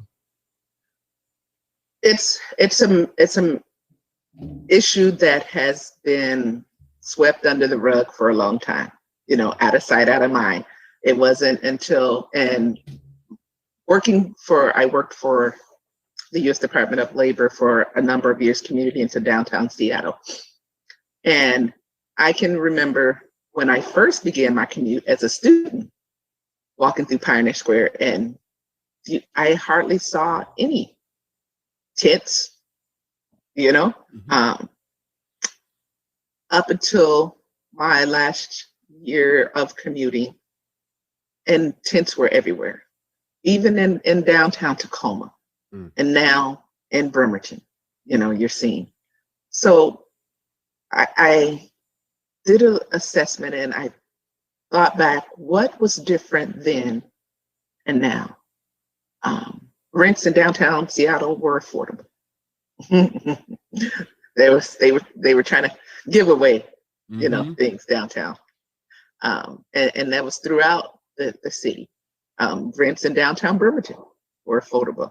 I parked, my office is now on 4th Street. I parked on 5th just a couple of weeks ago, and the apartment building that I usually had parked in front of is now being torn down. That was an affordable apartment building. Wow. So, and then I look at the things that I see, and even in Pierce County, and look downtown and say, what happened? Apartments, homes torn down for condos. You say, if the difference is affordable things have now been taken away. But not only that, you look at things that happen in the legislature with healthcare, with assistance, and how much of those budgets have been cut, things have been taken away. How many of these residents and individuals have mental health issues and were basically displaced because of these things. And if your normal has been living at this residence for 10 years and that's taken away from you, and you have mental health issues, that compounds it, and it just spirals out of control. So there is no normal anymore. But what I would say is we've got to do better as a community to support those individuals in need of assistance, our most vulnerable populations. And I created the Vital Communications group for the NAACP to address those issues of individuals who, now that we went to this like overnight virtual world, right, were cut off. They were cut off. And there was nothing to say, how do we help them? So we picked up that mantle. And my vision was to be able to communicate with them resources through a non-virtual world, not requiring access to Wi-Fi. So we produced that Vital Communications card, and especially the census was going on. It's like, come on, this is such an important part of U.S. history. The census comes around every 10 years. How do we deal with this? How do we make sure that people respond? Not only that, how do we make sure that people understand social distancing, what it looks like, the resources that are in the community? And so we partnered with Kitsap Community Foundation. We partnered with the Kitsap Regional Library. We partnered with United Way, Kitsap Community Resources to get this card produced. One in postcard form to put into the free lunch program that we had last summer. Nice. And that's kind of still going on. Meals on Wheels, YWCA. Then we did a mailer of another 10,000. Then we produced it in Spanish. So you have to continue to build and grow and reach those populations that we need to reach. And housing, homelessness, okay. If the library's closed, how are they gonna, that's one of the places that they would go for resources. Right. So we had to be able to get that information out, hand it out. We gave it to the church, so handing that information out is the way to be able to reach them, to let them know there's housing assistance. Okay. The shelters being set up, this is where you can go for help. Food is still available here because pretty much everything closed. Just closed. And it was like, okay, what's going to happen in these other areas? And kids have mental health. And the Bremerton Housing Authority has the new Pendleton Place that's going to address some of the housing for mental health and homelessness. It's not a treatment housing, but it's a housing that will have resources and staff on site to get people to where they need to be. Nice. So more housing programs like that, more from the city of Bremerton to be able to address the needs of affordable housing, more from our county commissioners, affordable housing throughout the county, and to be able to say to the builders, I think there's a couple of building projects that are going to be going on in East Bremerton, over where the state has moved into where the old Kmart used to be, right. So all of that development going on. you don't go Kmart. Yep. So one of the challenges is as these developers come in and they build these new developments, let's say they've got 100 units and they get all these incentives to build, but then they say, okay, well, 20 of these units are going to be, or 20% are going to be affordable. And people don't realize, well, that's 20 units, right? And our issues are so vast, that it really doesn't address the issue. And then you've got new construction You got, inflated, housing prices, and we're in a unique spot because you've got Seattleites that are like, hey, look, I got a 30-minute ferry and I can decrease Fast my ferries cost. here. Yep.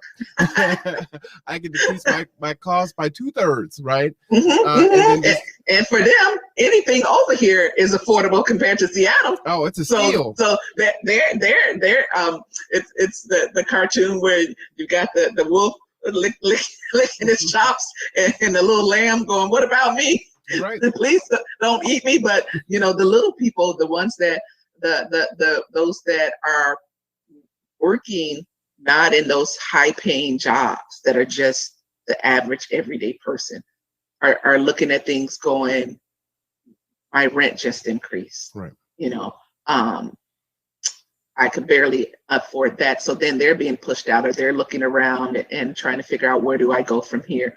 And the options are very small.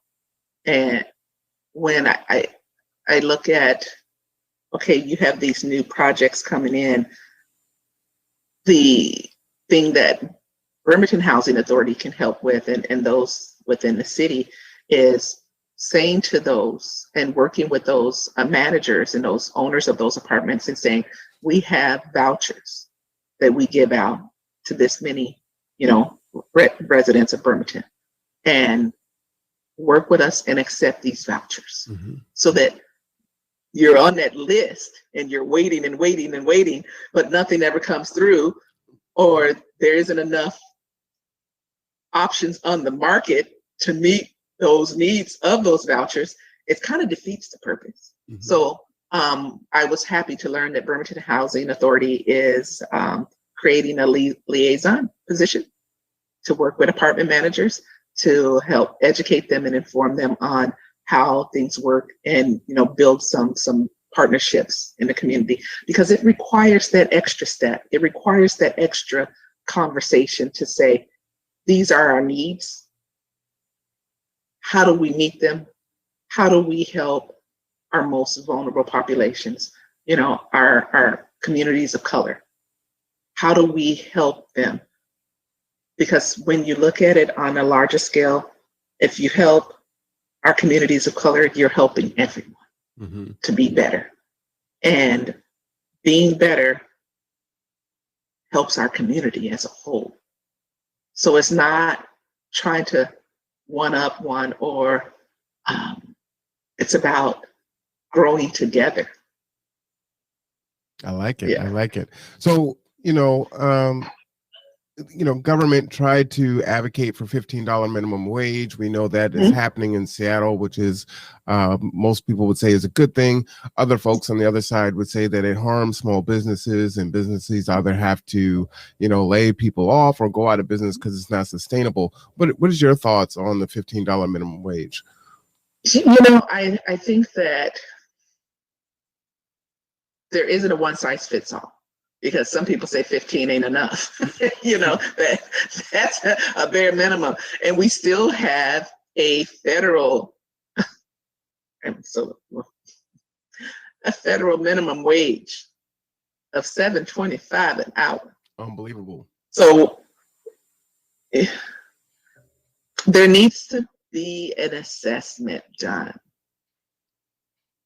And a lot of states have moved to increasing over a period of time, so that you see a lot of actions being taken outside of the federal government. But I think that it starts there, because if you're still saying the federal government is at $7.25 and you're balking at the state saying, well, what's wrong with you? Yeah, there's no afford. How many people work for the federal government? But and then you think, okay, we're here in the Great Northwest. We're very blessed. We're lucky, because there's a lot of high paying opportunities here. But it's about us as a whole. If you go to Alabama and an individual is still making $7.25, $8 an hour, well, because people, we pay a little bit above minimum wage. Okay, $8.25. Okay, and if you really look at that and you say, okay, 40 hours a week at $8.25, Does that not equal living in your car? Mm-hmm. And you don't know another person's situation if you don't take the time to get to know your neighbors, if you don't engage in conversation. And there's the TV show, Undercover Boss. Love that show. Love that show, because when you take yourself out of the big corporate office and you go down and you talk to those that are working for you and you get to know what's really happening, reality check. I think that that's missing in so many areas. You know, I would say also is that when we kind of talk about these issues, we kind of speak about it in general terms, right? You know, there are folks that say through different studies, you know, with cost of living, true minimum wage would be really at about $28 an hour. Exactly. But people don't really do the math on that. So you say, okay, it's $15 an hour for 40 hours a week. That's $600 a week. You times that by 2, that's $1,200. You times it by 4 weeks, you're talking about $2,400. You multiply that by 0.8 because you're going to pay about 20% in taxes and everything else. Exactly. You're going to take home about $1,960 a month, right? And a 1-bedroom or a 2-bedroom here in Kitsap County is about $1,100. So now you got $800 left. You need food, you need, you know, utilities, you need toiletries and everything else. You may have student loans, you may have child support, you may have, you know, where are you saving all the kinds 15 of, or 20%? all kinds of issues. And you got that, what, 800 left to try to make all that meet. And if you look at the Department of Health and Social Services, they tell you if you have this many kids, you need at least 200 to 300 to feed each child on a monthly basis. Right. So you then see why people have to choose between rent, food, utilities. Okay, I pay my rent. Now I got to decide how much I can feed my family on. And by the end of the month, why I don't have money for groceries, or I missed that utility bill. And there's so many facets to that. Right. And I just think when people speak in those general terms, they're not looking at what it's like to actually make that amount of money. And remember, it's not even that $15 an hour. Most places are below that. So I'm using that on, we're getting to 15. Just trying to get there. We just try to get to 15. That's the request, is that you do $15 an hour. And even doing $15 an hour, and I think that a lot for me, I remember when I was commuting to the UW, and one of the ladies that I met had been working part-time at restaurant like Famous Days. And this was a time when I think it was maybe $8 an hour, $9 an hour. And it wasn't the minimum wage, it was the tips that got it through. And she would say that the tips get me through. And she couldn't let go of that. It helped pay for books, things that financial aid didn't pay for. And so you look at the pandemic and those individuals who worked in restaurants who were relying on tips to support and supplement that extra income, gone. I think that the unemployment benefits that were put in place helped, but that's temporary. You know, that's a temporary Band-Aid solution. Well, let me ask Tracy, if I may, sorry for cutting you off there. Oh, it's okay. Just kind of thinking about it, right? Whether $15 comes into play or not, it was going to be phased in years regardless, which is still not going to be enough. There has been some conversations about UBI, you know, universal basic income. What are your thoughts on that, as far as could that be a supplement to someone's income, whatever, Social Security, TANF, or whatever, to try to fill that gap in? I think when we look at things like that, you think supplement.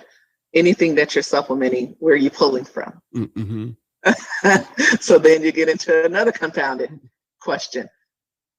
My thought on how do we deal with everyday needs, affordable housing, affordable earnings, You know, even the earnings gap between men and women, Black women and everybody else. When you look at all of those streams, there is an issue. There is an issue that has existed, and it's only become more of a conversation because of actually social media and media outlets to bring more attention to those things. But that has to be fixed, because you can't take one without the other. You can't say affordable wage without saying affordable housing. We gotta we gotta deal with them together, because by the time you phase in, as you said, the $15 an hour, or inflation, the rents rose, so one is not keeping up with the other. Even when we look at what's happening with product shortages in the grocery store, where we were looked at as having options, so things were more affordable in the U.S. When you go up to Canada, we're right here on Vancouver. In a while, we ain't Canada, They said, no, can't come in. But when you went up, you saw the value of the dollar, but you also saw the value in the limited product selection that you would have, right, versus the product selections that we have here in the U.S. But that landscape is changing as well. You're beginning to see more and more things aren't available. We unfortunately we saw that with the whole tissue thing, and paper goods. So things that you would have never in a million years thought would be an issue. Really, going to the store, I'll just need And what are you doing with it now? There's plenty of it now. So would you just got a spare bedroom full of toilet paper, huh? Exactly. You're trying to sell it on eBay or whatever. You're trying to sell it now. So when everything is so intertwined, and until we can see that and stop trying to piecemeal things together, because we need effective government to work together to be able to look at this entire picture and to say,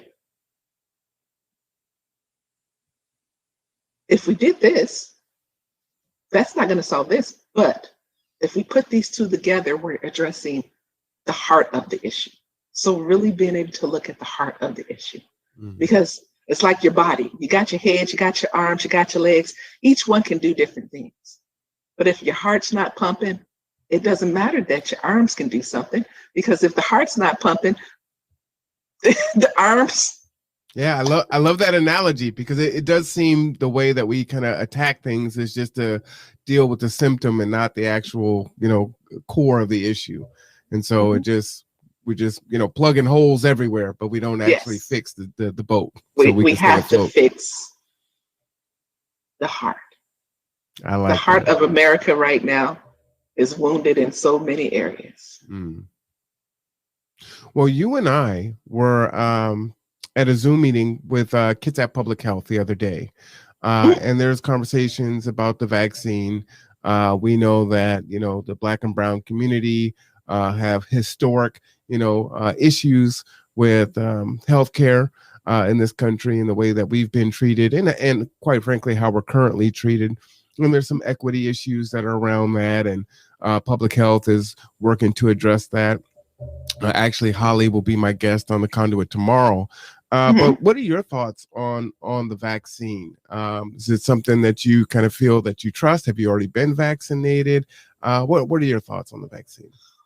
Well, I am a veteran, and I actually had got my first vaccine at the VA Seattle. They set it up. So I feel fortunate to be a part and to have served and to have my medical care in one where it's not perfect,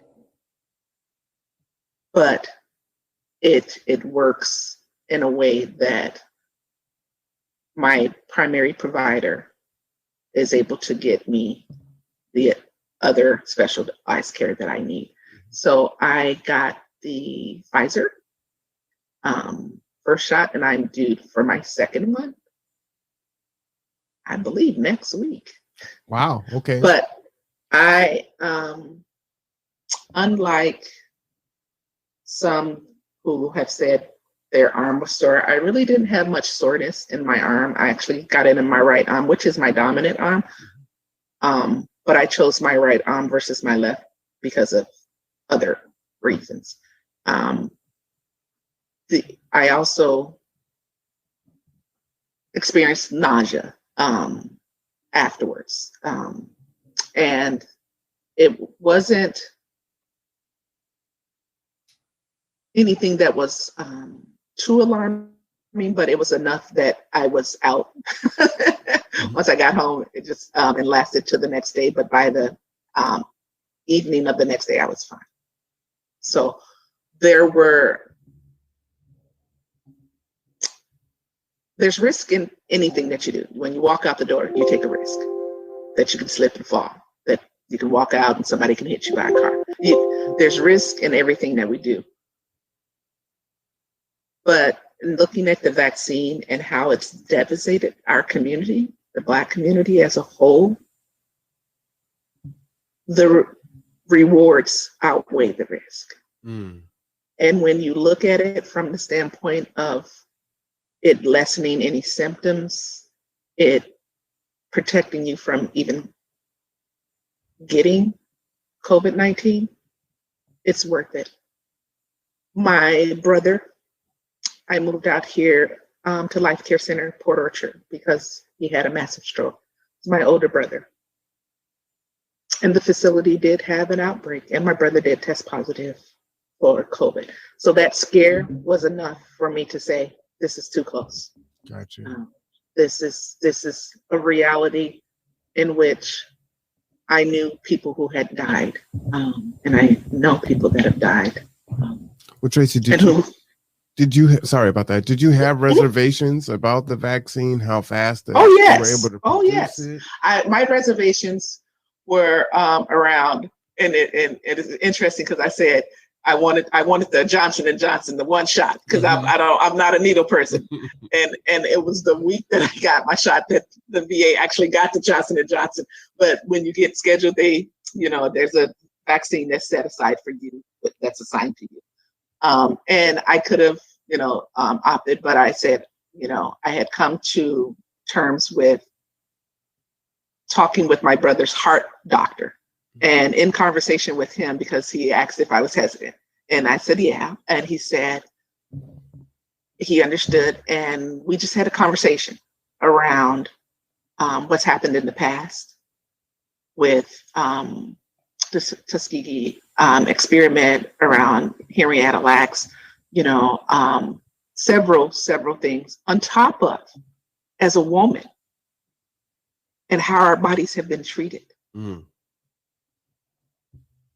The increased issues around childbirth in Black women, and the issues, just the medical profession as a whole, trusting the institution. And I do say institution, because having to advocate for yourself and being able to advocate for yourself and having a voice in your doctor's office to say that I have these symptoms, you will not ignore them. That alone creates the dynamic of the lack of trust. Right. But having the conversation with him, Dr. Lillian, and them having the upcoming vaccine clinic this weekend is great, because you want to be able to ask the questions. You want to be able to feel safe in that environment where you're not being judged. So that helped me get over my anxiety. There's still anxiety because I still have that second dose to go. But again, the benefits outweigh the risk. So is that what you would say to those of us that still have those apprehensions? Yes. I could have gotten the vaccine earlier because I have some comorbidities, and just all the reasons that you stated, right? I'm just want to wait and see. You whip this up so fast, it makes me wonder if why isn't that cure for cancer here and some of these other things? If y'all can whip this stuff out so quick, and what are gonna what are gonna be the symptoms further down the road. So what would you say to those of us that are still kind of hesitant and just non-trusting? You know, I will say that vaccines are one in which we've seen them throughout history. The difference in producing this vaccine that isn't related to others is there were key African-American doctors involved in helping creating these vaccines. We haven't seen that in the past.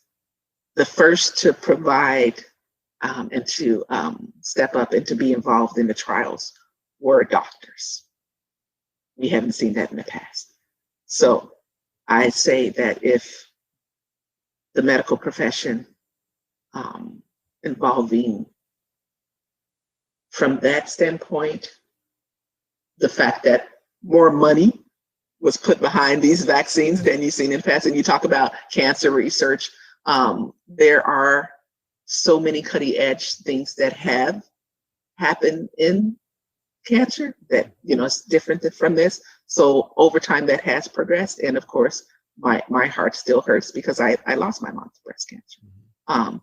But the technology behind that, the data and the research, and even the looking at how they've created the isolation of the, I want to call it isolating the gene analysis that have been done behind cancer. That's all because of funding, you know, being able to do that in those studies. So when you can take government money and put it behind it, this is what you get. So here's a blank check, fix it now. Right, exactly. Well, so and because when you look at it on not only a US level, and that this research being here right at the University of Washington, where I've received medical care, and the research, you know, the tools that they have available to them is like no other. So that gave me a sense of comfort as well. And looking at that this isn't a US problem, it's a global problem. And so not only was there money being put behind it here in the US, there was money being put behind it on a global scale. And the number of and the amount of testing done over a period of time was and is sufficient. And testing is still going on for the younger groups. Right. So I think that with that, again. All right. So that is Tracy Flood. Tracy is running to become the next judge here in Kitsap County. We interviewed her a few weeks ago. Fantastic interview. You can catch the rest of that interview on our YouTube channel. Just type in my name, Marwan Cameron, or it's easier to find that way than looking for the Conduit. But if you type in my name, you will find the Conduit there, and all of our interviews and other posts are there, right? The Layla and Daddy podcast is there, all kinds of good stuff. So, please check out our website. You can read a little bit more about Tracy Flood. Definitely, as I was saying before, just a tremendous amount of accomplished people here in this community. I mean, it's pretty phenomenal that there are so many folks for sure doing the work. And her bio is like, boy, I mean, it literally took me several minutes to read her bio. It was that, that involved. I mean, she's really done a lot, and she is currently doing, quite a bit. So pretty amazing individual. But as you know, again, this is the Kitsap Great Give. Today is going on. So this is your time to make your donations to the nonprofit or profits or organizations that you want to help out. And there are 354 of them. So definitely should be able to find some folks that resonate with you. You know, you could donate to as many as you want. And it's a good opportunity to allow some of the smaller organizations to get kind of a little bit of a spotlight. We know of the really big institutions that do the work here in the county and everywhere else, but it's a little bit more challenging to know. I tell you right now, when G2 started and we got into this, of course you don't know what you don't know. But we joined Kitsap strong, right? And so that already was an eye opener for us. We're like, oh, wow, there's all these, organizations out here doing all this work. That's pretty cool.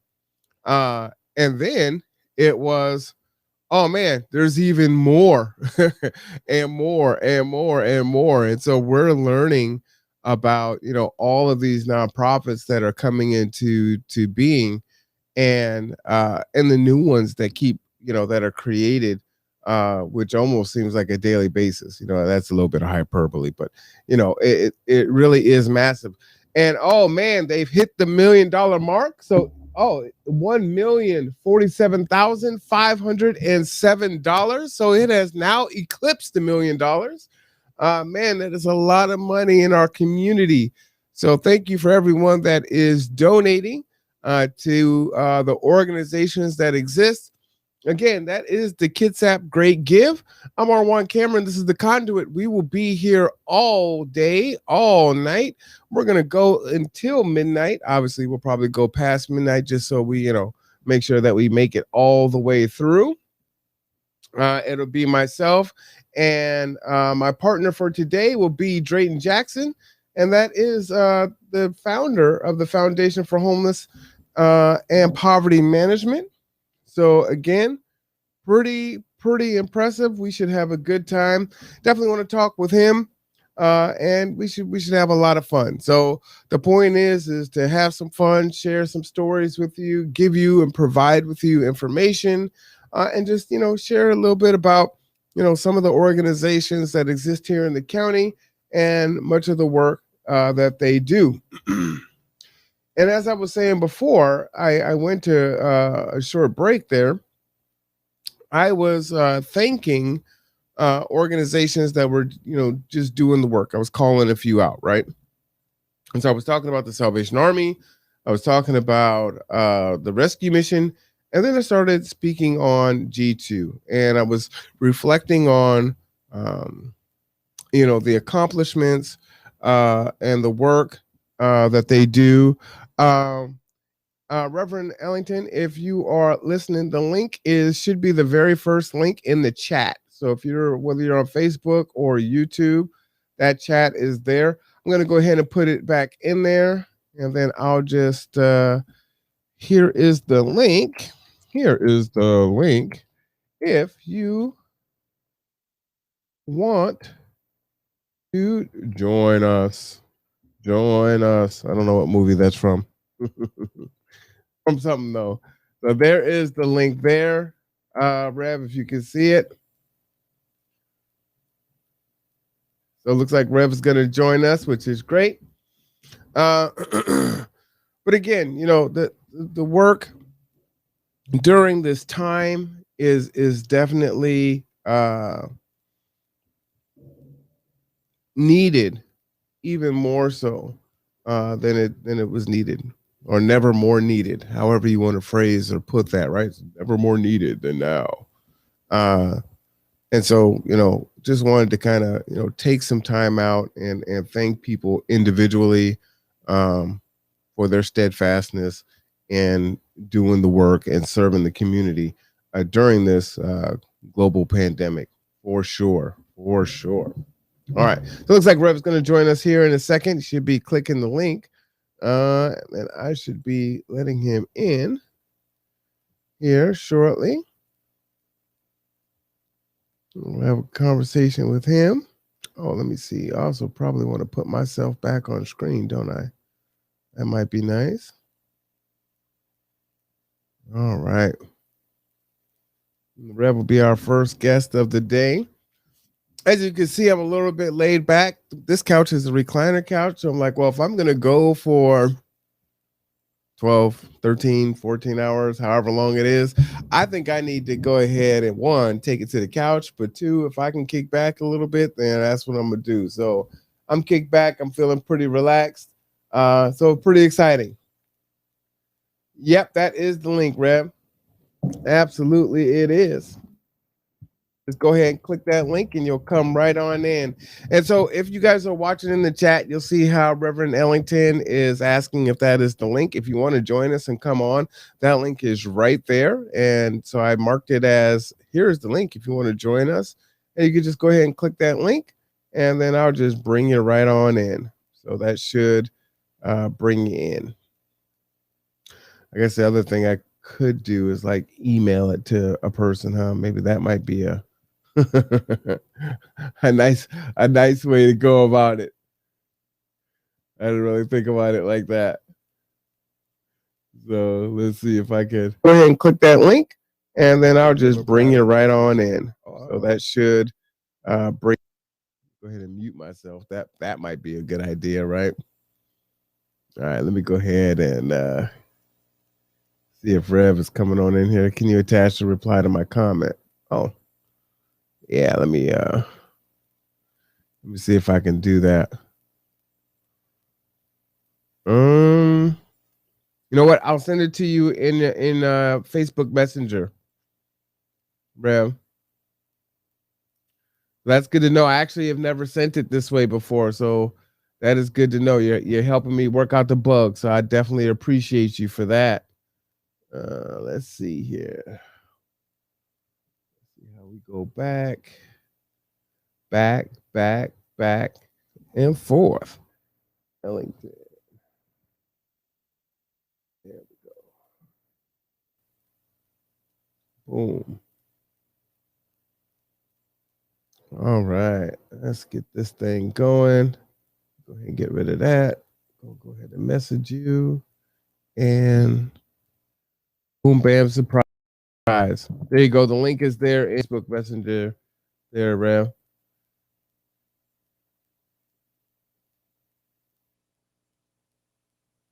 Let's see if that works out for him here. Go ahead. I got an amen. So you know that's definitely probably a man of the cloth. Hey Rev, how you doing?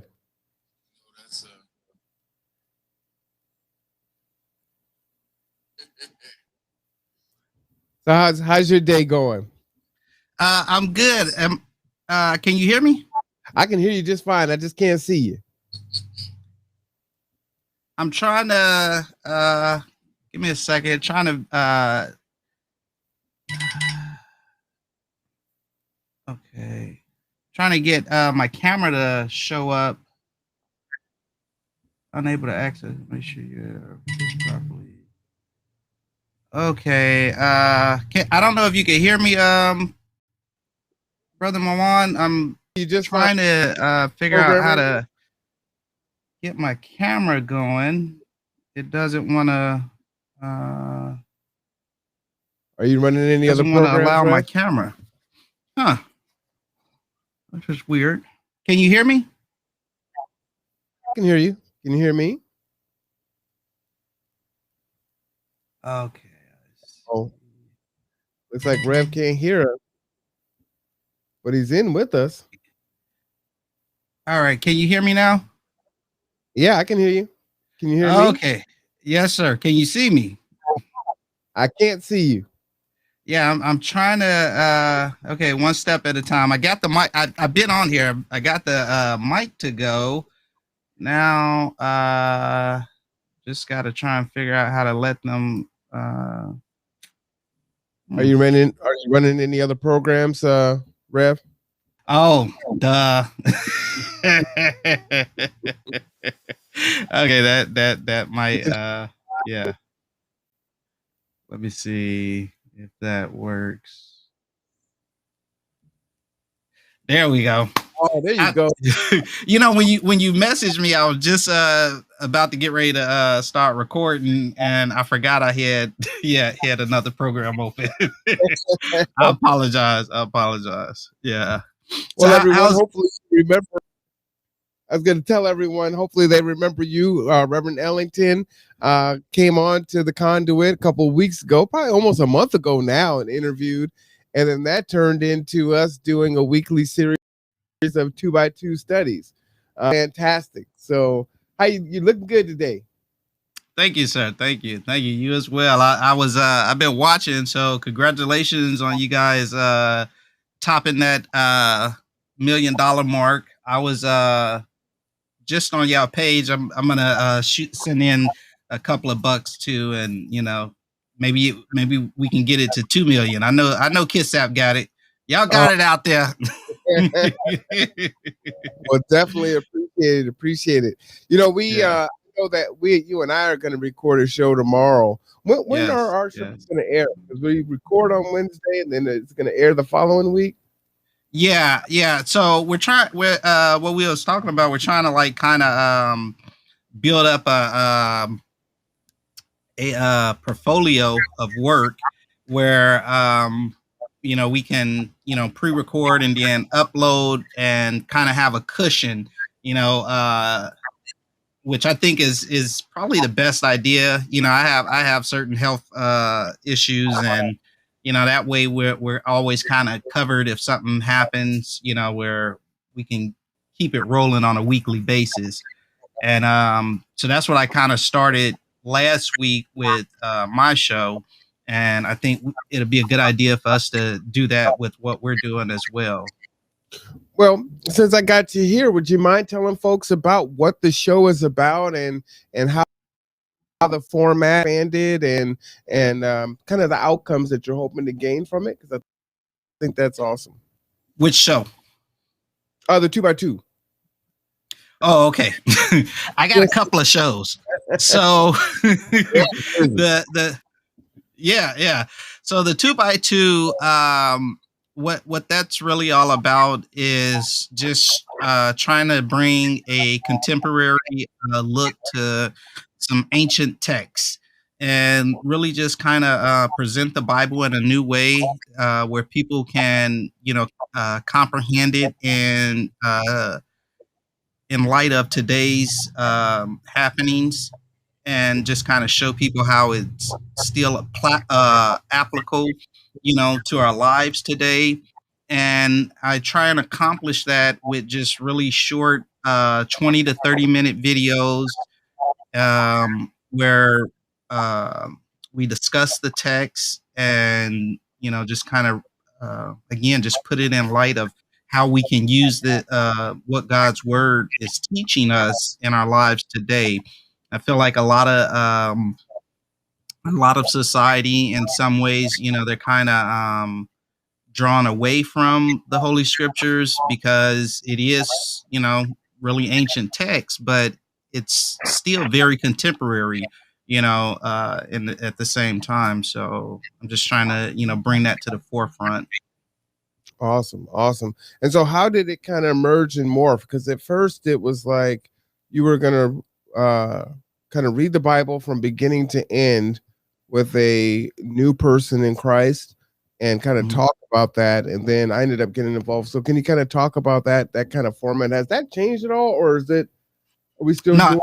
Okay. No, that still hasn't changed. So I'm still doing the chronological study under the 2x2 studies format, that 20 to 30 minutes. And so I'm still working with, a new believer, and we're, just kind of working through the Bible chronologically and dealing with that. But also outside of that, I'm doing a topical approach to the Bible with one of my deacons here, and we're approaching it from a topical sense. And I think with as far as your second part to how it kind of transitioned with you and I is when I did the interview on your show, you kind of was cognitive of my spiritual approach to a lot of what we discuss. And I think we kind of, you suggested like, hey, it'd be good to kind of, tackle various issues, with you offering um, uh, and a pseudo secular, approach, not, that you don't have any spirituality to you, and it's not that like your secular approach is false either. So, kind of take that in quotes, you guys. But you bring more of a secular approach and I bring more of a spiritual approach. And we just, tackle different topics, things that some hot topics that's kind of current for today. Some of the things we may discuss may just be like relevant, news and so forth. And so we're doing that show also. And then I also have a podcast that I'm getting up and off of the ground, and it's kind of similar to what you and I do, but there's no secular part to it. It's just, a spiritual part to that one. And I got another part that I'm working with. I'm going to be trying to work with Sister Candace Chapman. And every Friday, she's been going live, doing doing words of encouragement and singing and, things like that. And so I'm going to try and work with her to, bring that onto the 2x2 studies. She'll still be, of course, live on her page or whatever, but just also I'm going to cross post that because the 2x2 studies, it's more than just about studying the Bible. It's about Christians, a place for Christians to gather, encourage one another, share, just relevant information that may be uplifting or whatever else. Just a positive place for Christians to gather. I personally, I kind of was drawn away from Facebook many years ago. I still maintain a personal page because like you need it for so many things, but I'm not active on the personal site because I got turned off with all the foolishness. And so I think God kind of, was dropping all this in my soul, like, hey, do this. And I'm just going to create a positive space for Christians to get together and communicate. The group is open to anybody. There's no like requirements to join the group or anything. It's just you cannot like bring foolishness on there. It has to stay positive and encouraging. So yeah. Well, I think that's fantastic. And the first off, I was smiling when you were making up new vocabulary. I don't think pseudo secularism is a thing. It's not. That's what I say in quotes. Oh, I love it. But I'm smiling because I'm thinking about being young and my dad calling me a heathen and telling me that my feet stink and I don't love my Jesus. He would say that. And so just kept saying it, just kept making me smile. So I've been thinking about Dad a lot today. But no, I think that's really awesome. And, one thing that I think is important for the church, especially if we are in this digital age, and I think the church lags a little bit on this, or some churches, maybe smaller churches, not the bigger mega churches, but, the whole job is to reach out into the community and, spread the word, right? And so this is a way for you to be able to do that and extend an arm of knowledge and for people to inquire and question and learn where it's not really being beat over the head or for lack of a better word, a safe space to explore Christianity and God. And so I appreciate that you're doing something in a way that's inviting, that can start conversation, right? Kind of show how you, myself, and uh, Chuck were having a conversation yesterday, Coach Chuck, about different ways to reach people, and then just kind of looking at how the Bible can relate to kind of more of the pseudo secular world, and how you can use those stories and parables to navigate your life easier. So I just think it's powerful, and we got to find ways to collaborate and innovate to bring people together and start dialogue and move forward.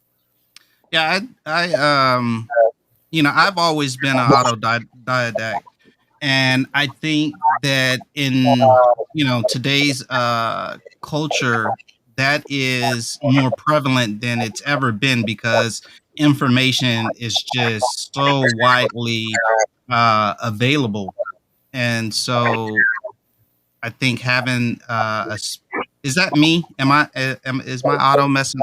Uh, No. I'm gonna ask you one big question, okay, um, and then let you talk for like 2 minutes, if you okay, would. yeah, no problem. What is the biggest issue that you see? I'm asking you two. What are Okay. the biggest issues that you see that needs to be addressed here in the county? And then two, can you just reflect on the trial that's going on today? I mean, we're waiting. I haven't been watching the news. So I don't know if there's been a verdict or anything like that, but just what your thoughts are for that. I know I just asked you a loaded one. Look at that.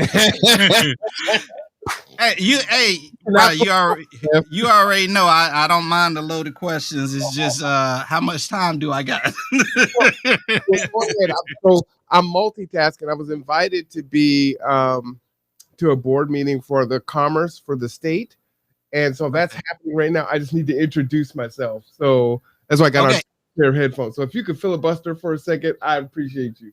All right, I got you. So let's talk about Kitsap County, some issues that we are facing. I personally, when I look around Kitsap County, it's filled with great people. I mean, just phenomenal, people.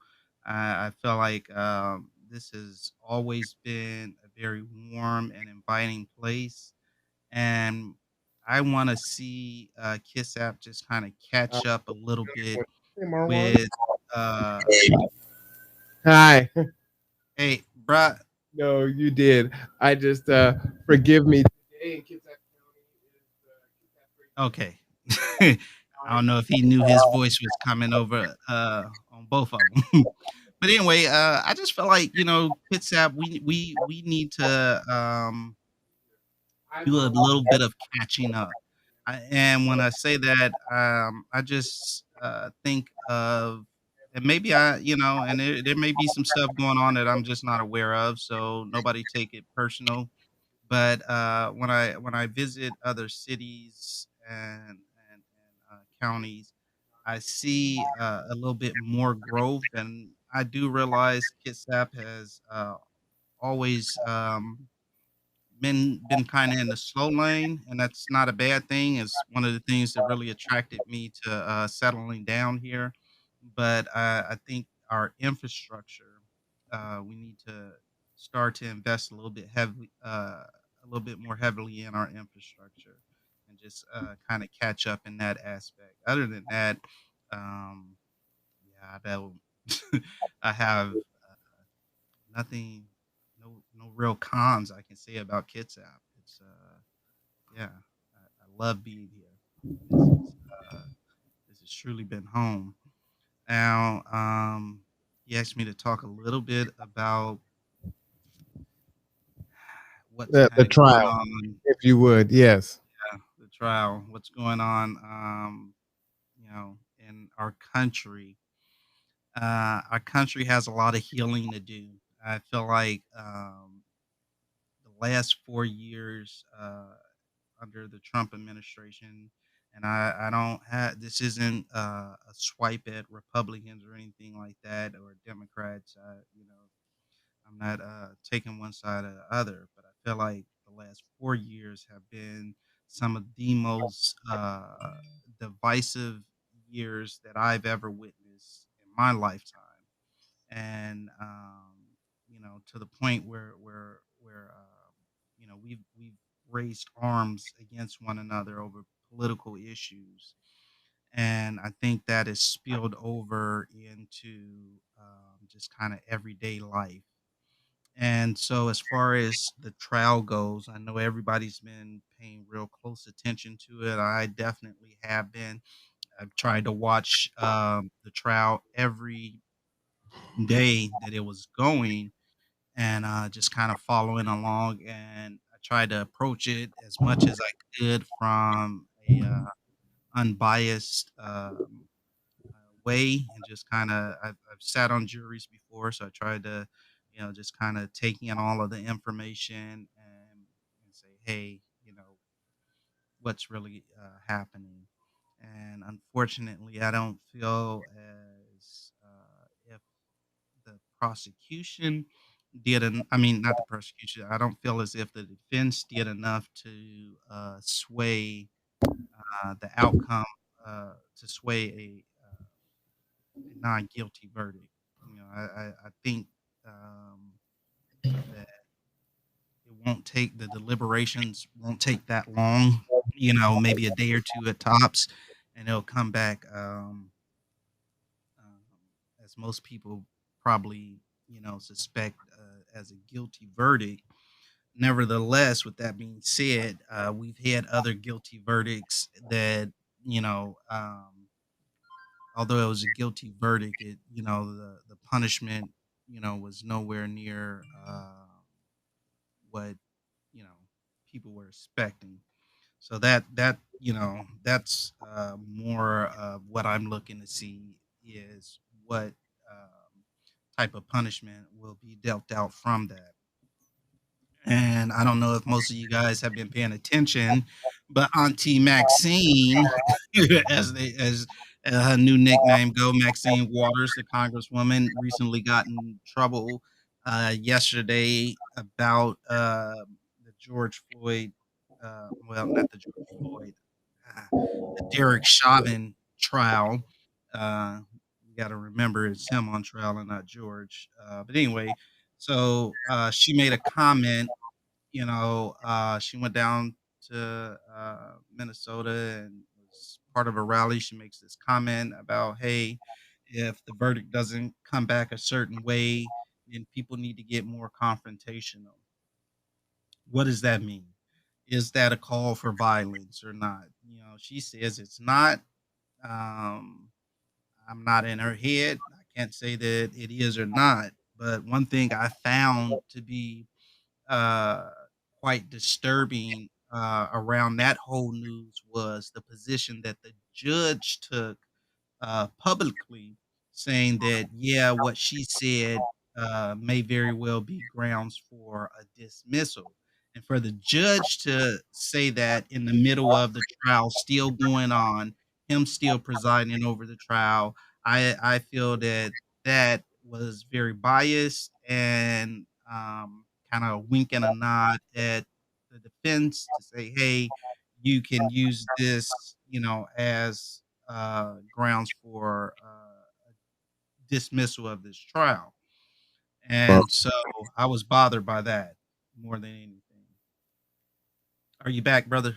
yeah, I'm back. So what I wanted to ask you, um, obviously, no matter how the verdict comes, you know, people in this country are definitely torn and they're split, right?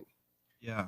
And even you can even be split, even if you feel one way or another, right? You can have empathy and compassion, just for on both sides.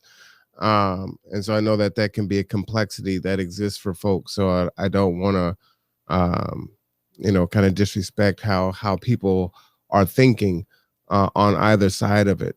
Uh, but at the end of it, the trial is going to come to an end. This obviously won't be the last trial. There are things that continuously are happening here. As a man of the cloth, and kind of going forward, what would you say, to the county and to the rest of the country? How do we move forward? How do we start to um, make changes, maybe in our personal lives, and in our own small communities, while we wait on the larger macro United States to make some changes? What would be your kind of Christian word on how to go forward? Well,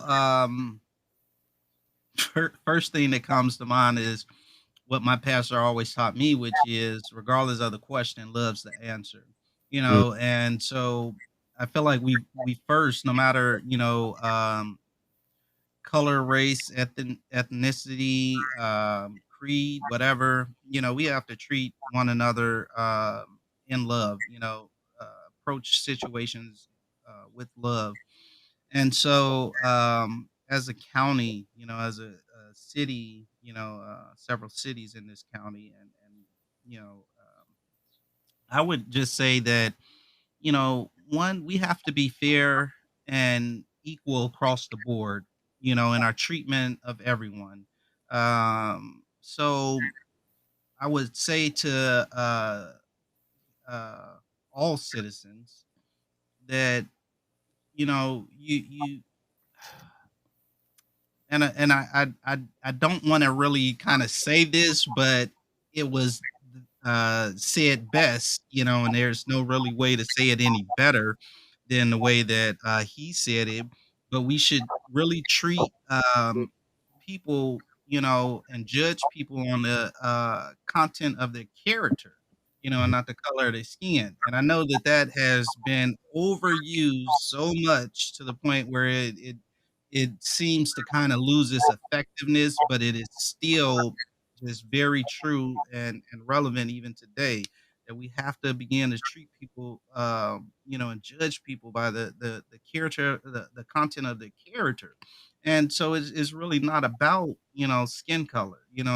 You have criminals in every single race. You got criminals in every single country on every single continent. So it's not about color. Some people are they have spouts where they're lost, and they may commit crimes or whatever else. And I don't believe holding that against somebody. That's a whole nother different question you didn't ask, but so I won't get off into that rant. mhm. But Stay um tuned. It'll come up in the show.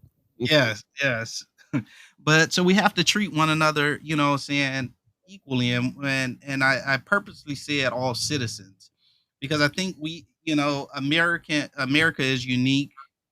Well, I won't say unique. I haven't traveled outside of our country yet, but I think that one thing I noticed with America is that we tend to, categorize people, some people, by their occupations. And so we'll say, a officer, or a police officer, did X, Y, and Z. So in light of the Derek Chauvin trial, when this first happened, it was, oh, an officer kneeled on, a guy's neck for 8 minutes 26 seconds. We later find out it's 9:29. Nevertheless, my thing is, no, this is a person, this is a citizen. And some citizens seem to um, have the law apply to them in a different way than other citizens, which I don't think is fair. If you're a citizen of this country, the law should be equally applied, no matter what your profession is, no matter what your job is.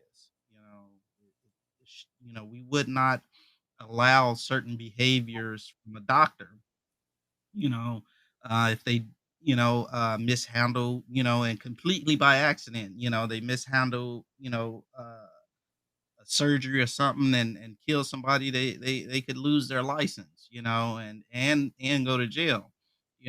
Nevertheless, we seem to, you know, uh, hyperinflate um, the employment of people who, hyperinflate the position of an officer in our society, when it's simply nothing more than another occupation.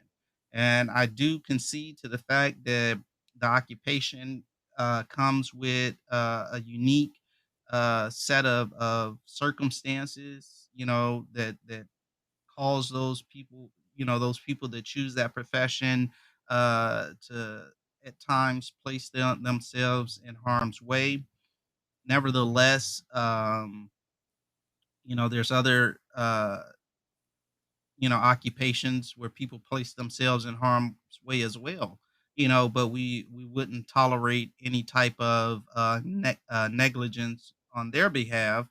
And so I just feel that it's high time, that we stop. Um, the word loses me, but it's time that we stop, like, kind of giving police this special treatment that we won't give to any other citizens in America just because of a job that they hold. And it's like I don't think that that's right, at Yeah, all. but I hear you for sure. I was saying earlier in the day, Kitsap County is not a large county. And, today's Kitsap Great Give.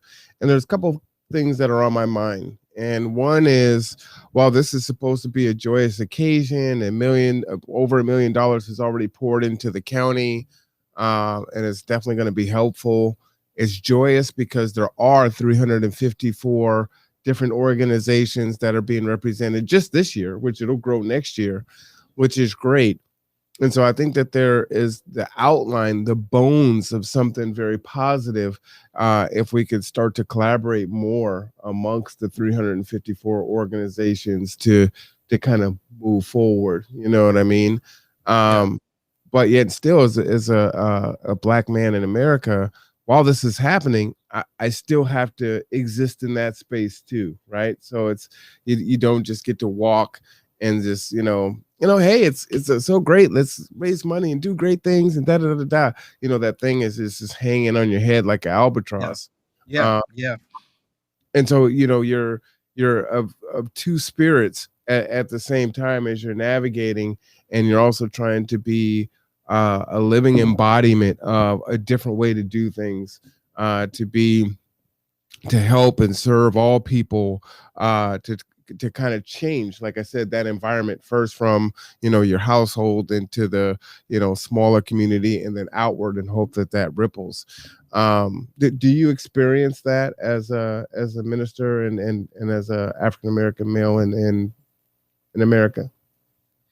Yeah, bro. I'm look, I'm at the end of the day, I'm still black too. Look, I'm gonna keep it real with you. Like, look, I get in my car, and yeah, I'm not doing nothing illegal. I don't drink, I don't smoke, I don't do drugs. Look, I ain't got nothing going on. But I get behind the wheel of my car, and I notice a cop behind me. I'm instantly like 10 and 2, 10 stuff, like, okay, just making sure everything is right, because I don't want to risk the chance, and it should not be that way, but I feel like there's two parts to that too, brother Marwan. One part of it is what we're constantly witnessing. Even in the midst of this being one of the most, watched trials globally, not just in America. This is, a global phenomenon, what happened, with George Floyd, and the eye, the eyes of the world are on America right now.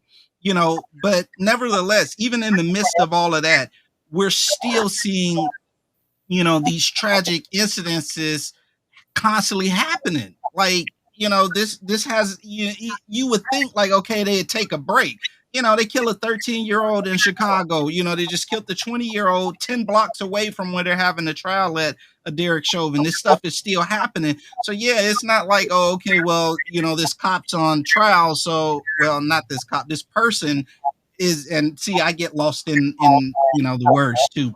But this person's on trial. You think they take a break, but no. So I feel like, let me break it down to you like this, bro. There, I'm afraid because of what I constantly see happening, right? Mm-hmm. But at the same time, there's no space for healing and growth because the only time, you know what I'm saying, our communities typically interact with police officers is when something bad is happening, or like there's a special event like the Great Give. If it's outdoors, you know, they may have a presence there and you talk or whatever. I feel like we need to take a pause and say, hey, we got to get back to some community policing. Get out of your police cars, start walking around the neighborhoods on a regular basis and say, you know, get to meet, you know what I'm saying, the people you're patrolling, you know, and there needs to be you know, a gathering of the two, you know, and I understand that these people that are employed as police officers, you know, they're a part of a community on some level too, because they got to have somewhere to live as well. And it's like, all right, do they even know, you know, and maybe they do know the people that, you know, patrol their areas, but we have to like, you know, break down whatever it is that's, you know, separating the two, because it's like, you know, when you're young and your parents come and cut the light out and you think it's a boogeyman under your bed, but it's not, you know. And I don't think people should be afraid of the police, and the police shouldn't be afraid of the people that, you know, they that they have sworn to, you know, serve and protect. There shouldn't be fear there. You know, I mean, how many people would actually get up and go to the dentist if they was afraid of their dentist? Like, you know, like we'd be walking around raggedy mouth. It's like, no, I'm scared of him. And the dentist, you know, would probably be like jabbing us with the little silver thing or whatever, like if he was scared of us, you know. There has to be a relationship, you know, and I know they got to stay professional, but you know, just the same way I have a relationship with my doctor, my dentist, and anybody else, you know, my lawyer, I should be able to have a relationship with the people that police our community. And so I feel like that wall has to get broken down, and not just here in Kitsap, but across the country. And once that starts to happen, I think that you know, some healing can start to take place, but then we'll start to see some change in the way you know, policing is done. And but okay, I'm gonna stop right there for right now. Oh no, you're okay. Well, you know, and the reason why I asked that question is, you know, when these things happen, and there's so many ills of the world, right? It's overwhelming. It can be suffocating, and you can feel hopeless, right? Like, what's the point? There's nothing we can do. It's never going to change, and that's why I always like to bring it down to a more micro level, right? And look at it, you know, from a more smaller community. Like, okay, so what am I going to do, me and my family? What is my church going to do? What is the organization that I partner with? What are we going to do together? If I have any influence at my job or any other, you know, programs or community things, what can we do? And maybe it may take time for other cities or other states to catch up, and then ultimately the nation, but we're starting to kind of change that bubble within, right? I mean, we still have, you know, two, you know, representatives that we send on and up to Washington and whatnot. And so you've got to start somewhere. So I want to make people feel, you know, empowered and not just so defeated, regardless of what the outcome is, right? Because, you know, at the end of the day, there still has to be a pathway forward. And so it's up to us what direction we're going to take in that and how we're going to use that energy. You know what I mean? So Yeah. I think it's hard. We're hurt. We're devastated. We're destroyed. But, you know, Lord willing, we're going to wake up tomorrow. And then what? So, and then what? And then what? So, you know, that's what I wanted to ask you, kind of from, you know, a man of the cloth point of view. You know, what is that? And, you know, from your thought, and then are there any words that you can impart on the community, you know, to encourage us to move forward? Yeah, so and I would, and you know, sitting here having this conversation, I'm kind of, you know, flooding myself with ideas, you know, in that aspect. And I guess, you know, I have kind of a lot of irons in the fire right now, but I think I could make room for one more. um, Talking before you say what that arm is, that's why talking is so important, and we don't do enough of it as a community. You know what I mean? We talk yeah, about it in our pockets and our circles, but we never have kind of these cross pockets where it's like, you know what? Sometimes let's just get in a room and talk. Let's yeah. just, and through that conversation, oh man, I didn't know you were a Bulls fan. Oh, I didn't know this. I didn't know that. Okay, what are we talking about? Yes, it's hard. We're gonna have to navigate it, but we're not just coming at it just automatically from an adversarial aspect. You know what I'm saying? But go ahead, tell us about the other arm that you might throw in the fire. Well, you know, like I said, sitting there talking is just like, yeah. Um, I feel like um, something that I know has been done before, and is a great starting place. Is just sitting down with our mayor, our chief of police, and saying, "Hey, let's put something together where we get out and reach, the community, and just start to greet our community. On a larger level, um, I'll have that conversation with you behind closed doors because not everything is meant to be said on public airwaves.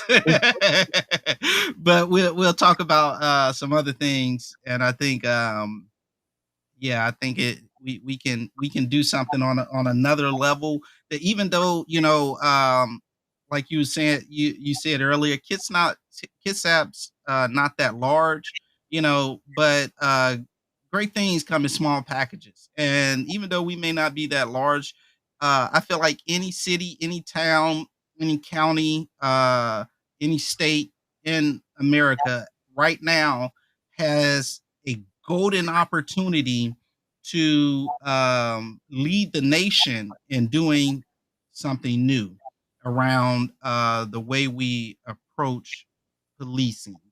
And I know there's been a lot of pushback on the defund the police, and a lot of misconceptions around that. So I'm not going to necessarily get into that debate because that's a whole nother conversation as well.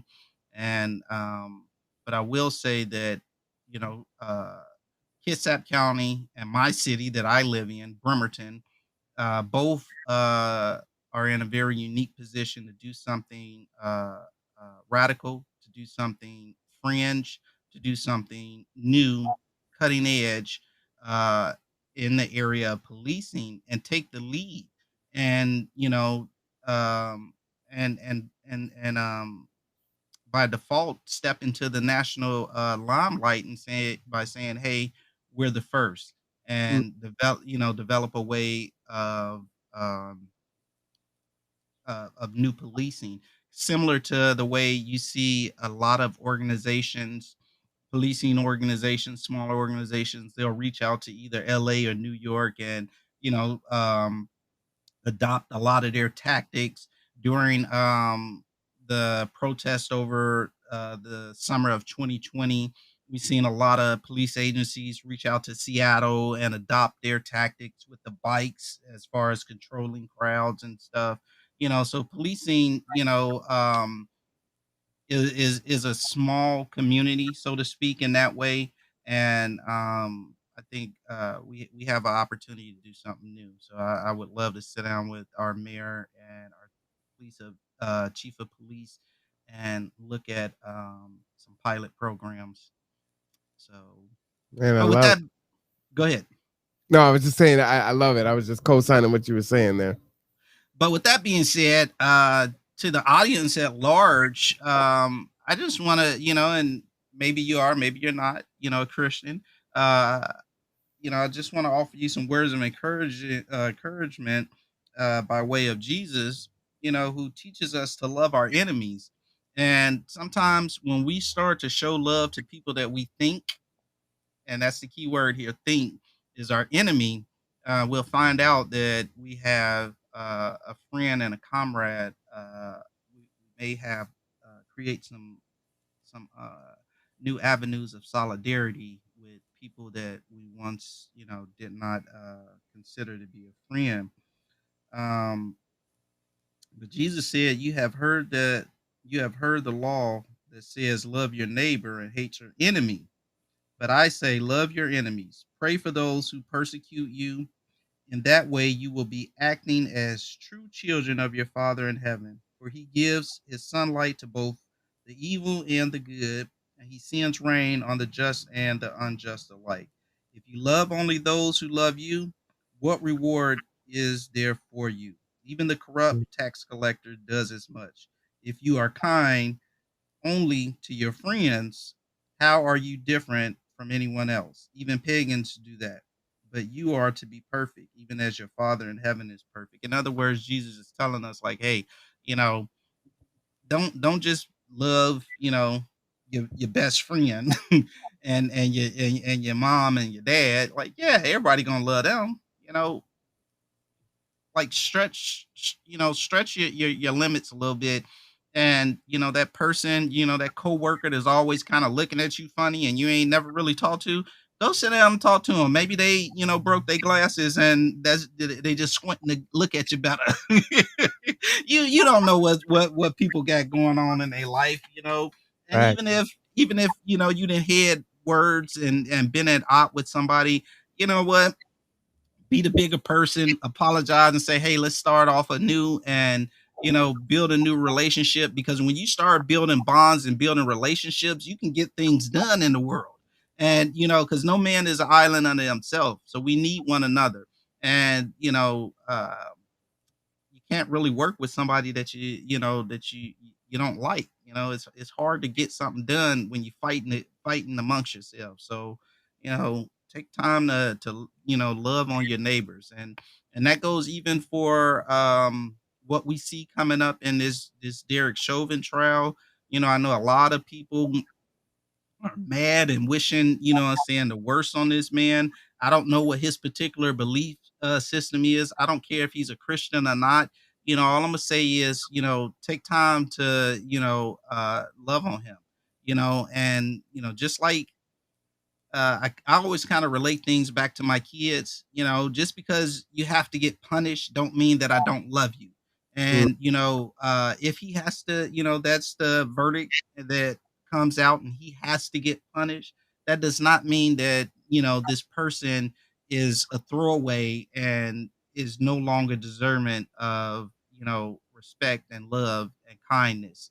So don't hold any hatred in your heart towards Derek Chauvin.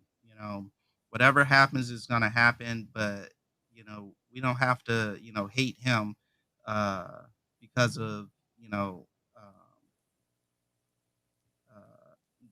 the passing of George Floyd. Yeah. Whatever part he may have played in that legally, under the Absolutely. legal definition. Yeah.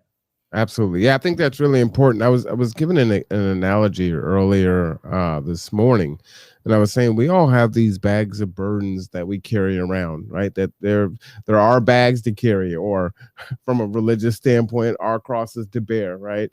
But oftentimes we see all these other bags of burdens laying on the ground, and it's like, well, I'll pick that bag up, and that one looks heavy. Let me go ahead and take that bag, and we pick up all these extra bags that we don't need to carry, right? And it's not that we're not championing things that we believe in, but there's, we've got to lay some of those burdens down in order to move about it, effectively and efficiently, and so that we can make the change on the things that we may want to pick up. So I think that's, eh, tremendously important. And I see a lot of folks that just kind of seem overwhelmed from just having the bags, that they can't even begin to open the bag, look in it, and start to sort through it and get rid of the burden. You know what I mean? So I just got this thing and I don't even know when I'm gonna look at it, but I'm holding it. And it's like, well, why are you holding it? I don't know. I don't even remember why I picked it up. So it's like, let the burdens go. Let the old, those old beefs and the anger go. Most times people ain't even thinking about you, and you holding on to this thing in your heart causing you stress, and it's mental and physical because it manifests itself in the physical body too, carrying Yes. stress. Yes. And it's like, let that go. let that go. And for me, I came on Friday. I was really angry. I was on with brother Daryl Riley from Up From Slavery Initiative. And, I was venting and he was speaking, and, he's a fiery brother. And I actually thought that he was going to be more fiery than I was. And he was more the voice of, you know what I'm saying? But that's good too, because, you kind of need that, and again, it's cliche to say, I hear it in almost every circle now, iron sharpens iron, but there's some truth in it. You do need to talk through and process it, and it's okay to get it out and have the emotions and the feelings and have a full expression, especially as a man. You're angry, be angry. It's okay to be angry. We don't need to hide our anger. I mean, there's healthy ways to express it. We don't want to become physical or do any of those other things, but it is, we have a right to be angry when we're angry. But then after we're done expressing that anger, it's, what are you going to do with it? What are you going to do with those feelings? What are you going to do with those emotions? Bruh, and I think that maybe, I got to get my notepad and I'm gonna write that one down. But that's another conversation we're gonna have for our, I think, being free to be angry. I tell people all the time that tomorrow's not guaranteed to none of us, and you don't want to waste time, being angry, because I've witnessed witnessed, people that, are just in turmoil because a loved one passed while they were in the middle of an argument, and that there, people, don't understand the hurt on top of that you didn't have an opportunity to reconcile, and we don't know if we're going to have an opportunity to reconcile, when you're carrying around a grudge, for 5, 6, 7 years, 10 years, 20 years, 30 years. Look, 10 seconds is long enough. I have I learned this thing, and I try and, I don't know if it'll work for everybody, but what I do is, when I'm upset, I express why I'm upset. And once I've expressed it, to whoever it is I express it to whoever it is that upset me. And once I've expressed that, I'm done being mad about it. Like, it's over with.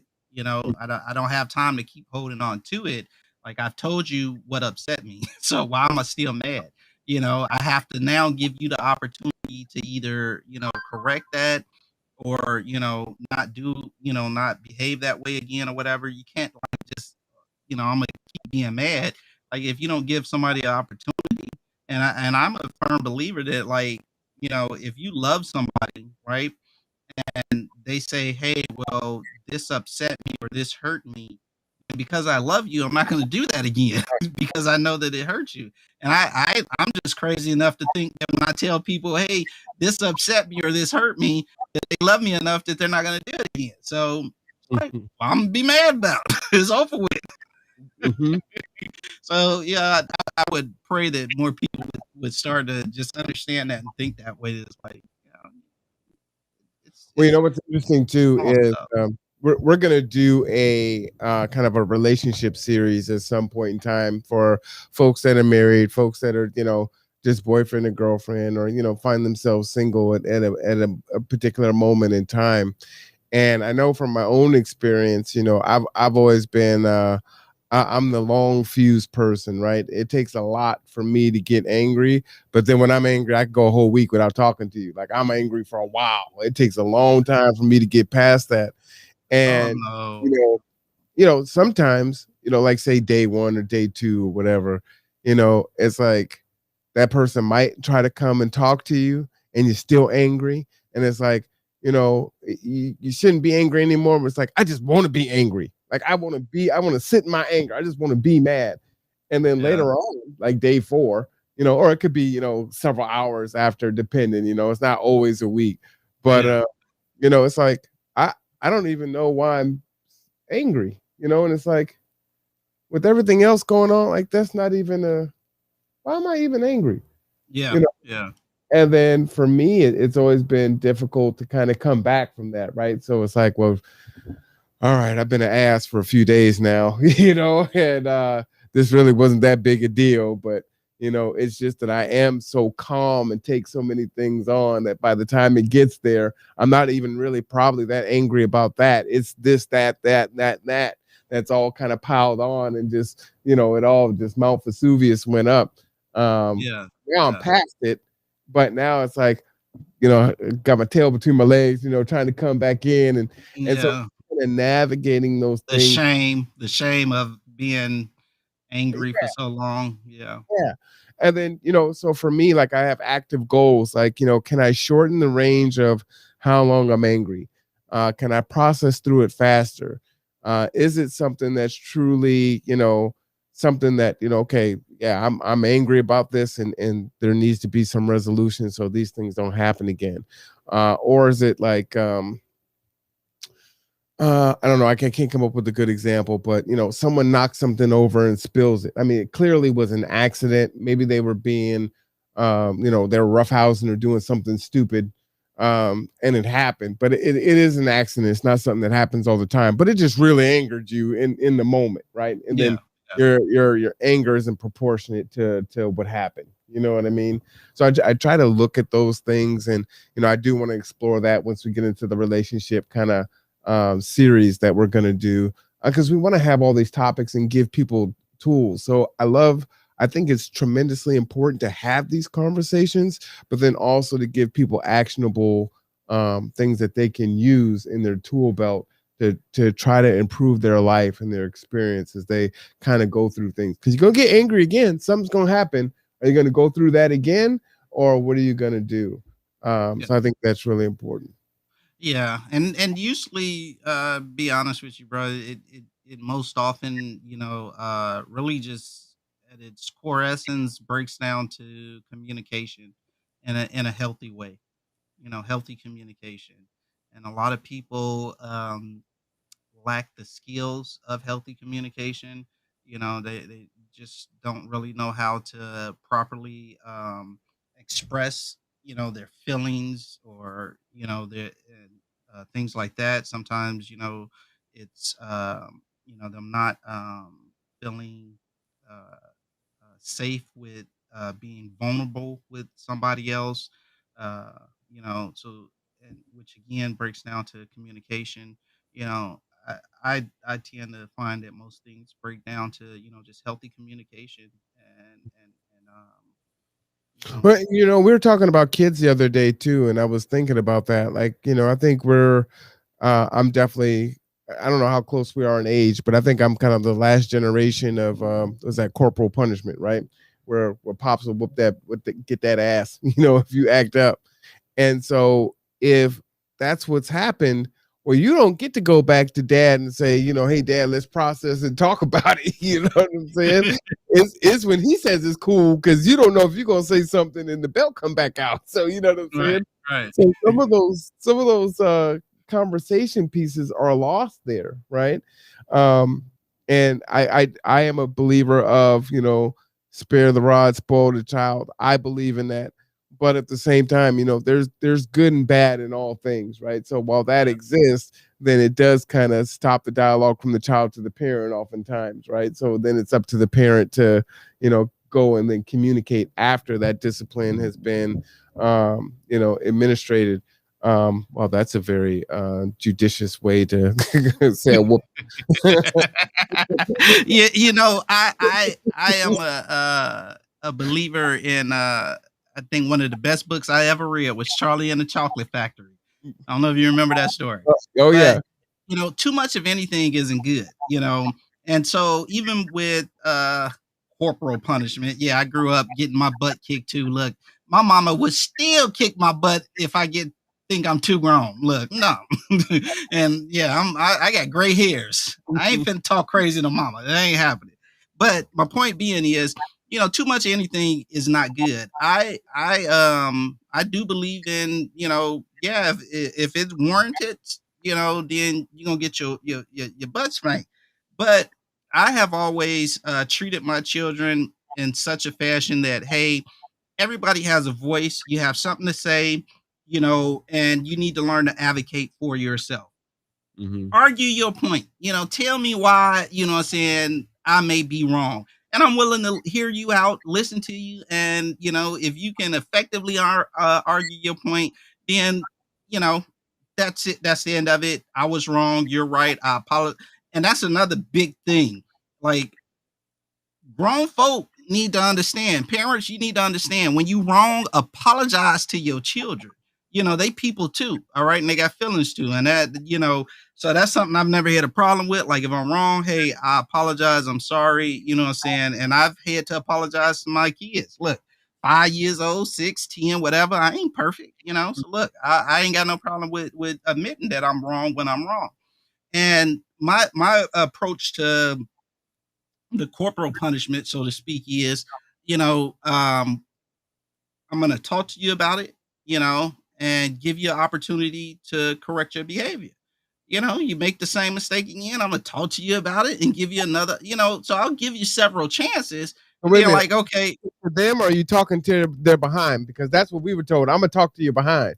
No. I speak like verbally, verbal. We're gonna have a conversation. I mean, that was literally a phrase. Like, yeah. You hear me, so I'm gonna have to talk to you behind. yeah. I've had those conversations, but no, I verbally communicate with my kids, and I'll give them several opportunities, and because I know they're they're people. One, they have their own views, outlooks, or whatever, and they're able to communicate, their thoughts and intentions on certain things or whatever. And, I may just be misseeing the situation. So it's like, hey, let me have a conversation, one, what I'm saying, to get a better understanding, and give them an opportunity to explain themselves, and an opportunity to correct the behavior. Now, 4 or 5 times down the line, you still ain't getting it. Now I may have to have a conversation with your backside and like, hey, but I think we have to give our children a little bit more credit than what we were given, growing up, and to understand that they can effectively communicate their thoughts and their intentions, and they're more than able to create self correct their behavior if just simply articulate it in a way that they can understand. And so I try and do that. To kind of circle around too, in the Black community, it's also cultural, right? For us, we were told, we're doing this because it's better me than the police, right? And that's no more viscerally real than what we're going through currently, right? And that really was it. It's like, look, it's important to, like you might have lost thread there. Let me go ahead and bring him back in. I'm still here. All right. I know your camera just went down for a second. Oh, you're back now. But that was it, right? And that was the reason. I'm not gonna say justification, but that was the reason. It was like, look, we've got to make sure that you know how to carry yourself in the world that doesn't love you, because we don't want you to end up dead. We don't want you to end up beat. And what's interesting is when you juxtapose coming through the civil rights era, right? And parents spank their kids, whip their kids, whatever you want to call it, right? And in the hopes to protect them from the cops. And then here it is, 2021, and we're still having that. We're not spanking our kids really now. Most parents have kind of adopted the cultural norms that's not something that you do now, and it's still happening, and it actually seems to be increasing. You know what I mean? So that's scary, because now it's like, well, we've tried it both ways.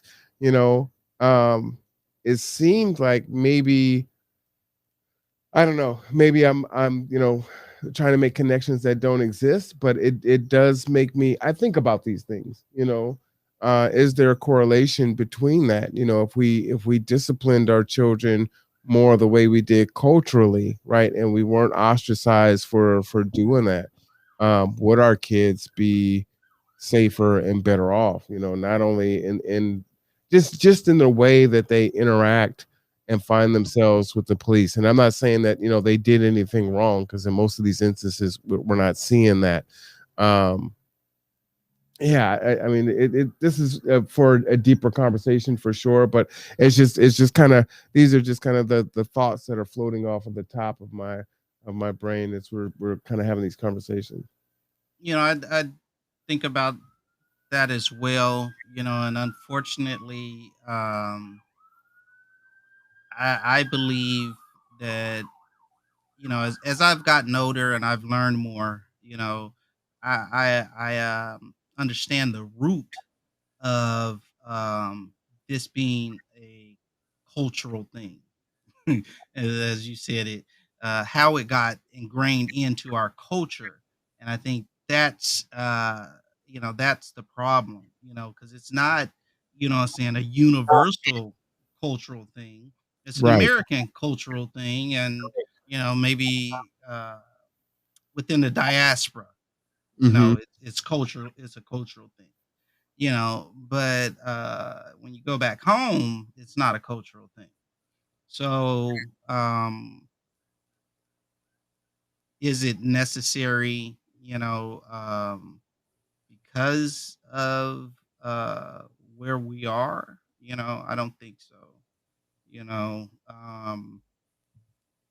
I think again, we can, you know, our kids are smart, you know, and we can, you know, reach them, you know, on a mental level, and get them to understand, you know, the inherent dangers that we face, you know, just simply through communication. And it's, you know, unfortunately, I think our, you know, previous generations, you know, we were not as woke as we are today. And I think that, you know, the diaspora is waking up, and that's going to lead to a whole set of changes that, Let me give you an update in real time there, Rev. Derek Chauvin was found guilty in murder of George Floyd. So that is 4 minutes ago. okay. I'm looking at it now. So um, what that means, what he's going to be sentenced to, because there were a few different charges out there, will, you know, wait to be seen. But Yeah. um, That's what I was going to ask you. What which charges did they found him guilty on, you said? I didn't. Let me get into the article here. Let's see. The former Minneapolis police who kneeled on George Floyd night was found guilty Tuesday of all three charges Oh, in okay. one of the most consequential trials in Black Lives Matter era. He was convicted on the charges of second degree unintentional murder, third degree murder, and second degree manslaughter. The jury deliberated for more than 10 hours over 2 days, coming to the decision. So he was found guilty on all three counts. Hmm. Okay. Okay. So Well, I don't well, I don't know what to say about that. Yeah, it's like I said, you know, um the conviction is one thing, but the sentencing, that's a whole nother thing. You know, I often we don't get personally this far, right? say that again. I said often it doesn't get this far. Yeah, yeah, you know, and it's only here of late that we're starting to see this happen, and that's why I was finna reflect back on the Amber Geiger trial and conviction and her sentencing. Even though I understand that Texas is a creature of its own, you know, and the way they sentence is a lot different, I think, than most places. I was very, very disappointed by the conviction that they handed down in that particular case. And again, you know, for a person, you know, I believe was afforded certain privileges that most any other citizen would not have received, was I found to be very disturbing, and I think that bled over into the trial. I think this time it didn't bleed over as much, but it still bled over. And so, yeah, I'm interested to see what the sentencing is going to be, and is it going to be proportional to what um, any other citizen would receive, Mm. for like circumstances.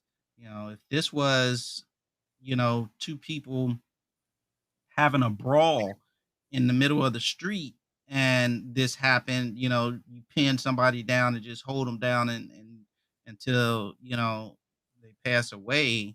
Uh, what, how would the law react, in that situation? And I find it to be, very similar in that I think it was a very similar circumstance. Well, would you mind, Rev, just recapping, in light that we know that there is a guilty verdict now and on all three counts, not just one. So there should be, um, well, the time that is allotted might be insignificant, but in light of the fact that it was found guilty on all three charges, can you just recap on what we can do as Kitsap County citizens to move forward? Well, one, just accept the verdict, as what it is, and understand that this, is, like I said, Derek Chauvin is just another citizen of the United States. We have murder trials, unfortunately, are not an uncommon thing. I don't think anybody should get, bent out of shape one way or the other.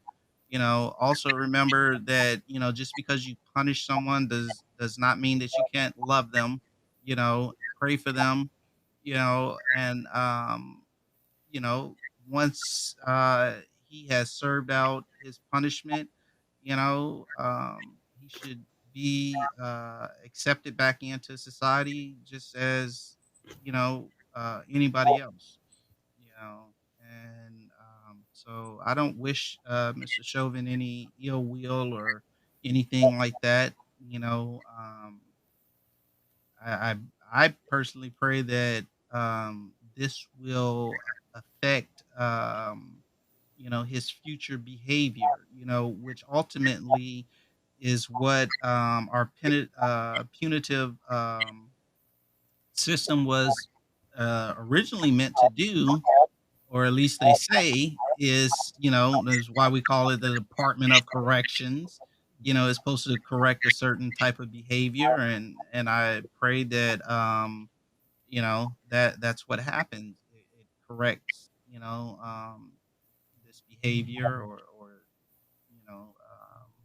thinking pattern, if that may have had any influence. But yeah, so as a community, I think we just accept the verdict, and try again, as I said, to build better relationships with the men and women that serve as our peace enforcers within our community, our law enforcement in our community.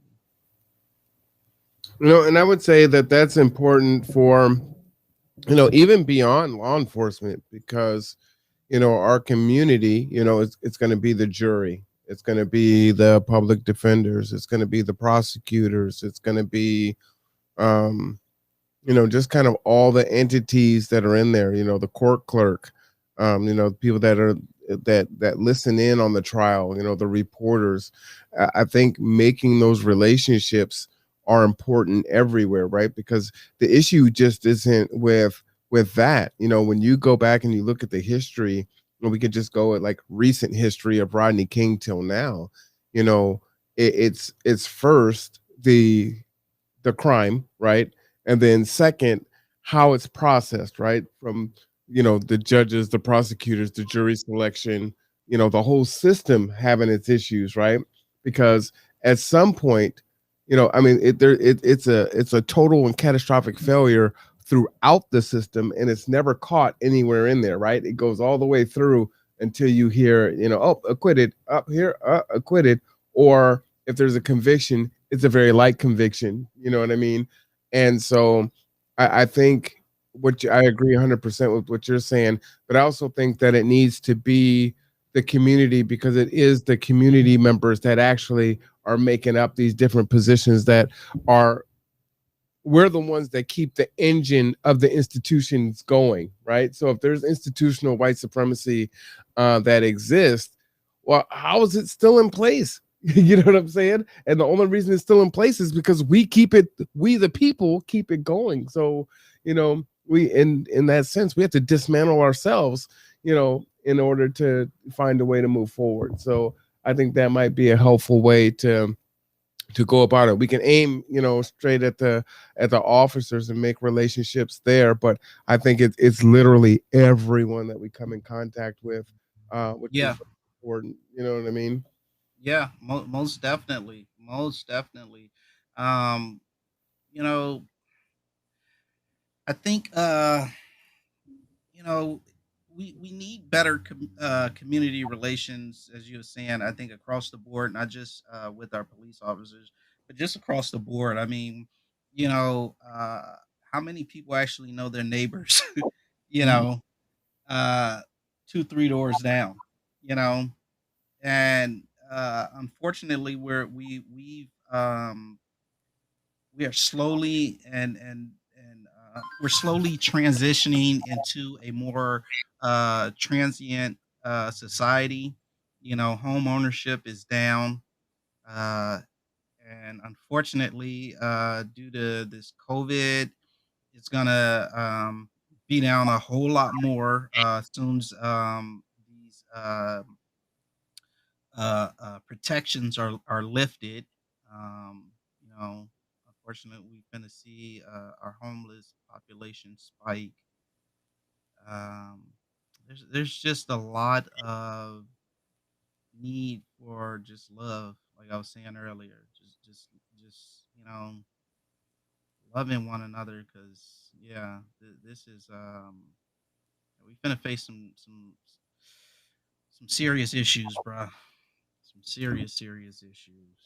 Well, what I want to do is I want to leave it on a high note, which I think is about as high as we can get. All things considered, it is the Kitsap Great Give today. It is April 20, 2021. I'm Marwan Cameron. This is Conduit. This is Reverend Ellington. Unknown caller. Church. As you can see, you have their phone number on the bottom there, or their phone number 360-649-7858. And they're on 1003 5th Street, Bremerton. And that's downtown, right off of Warren Avenue. So, come and check them out. It's an awesome church, powerful message. Definitely has a family atmosphere to it.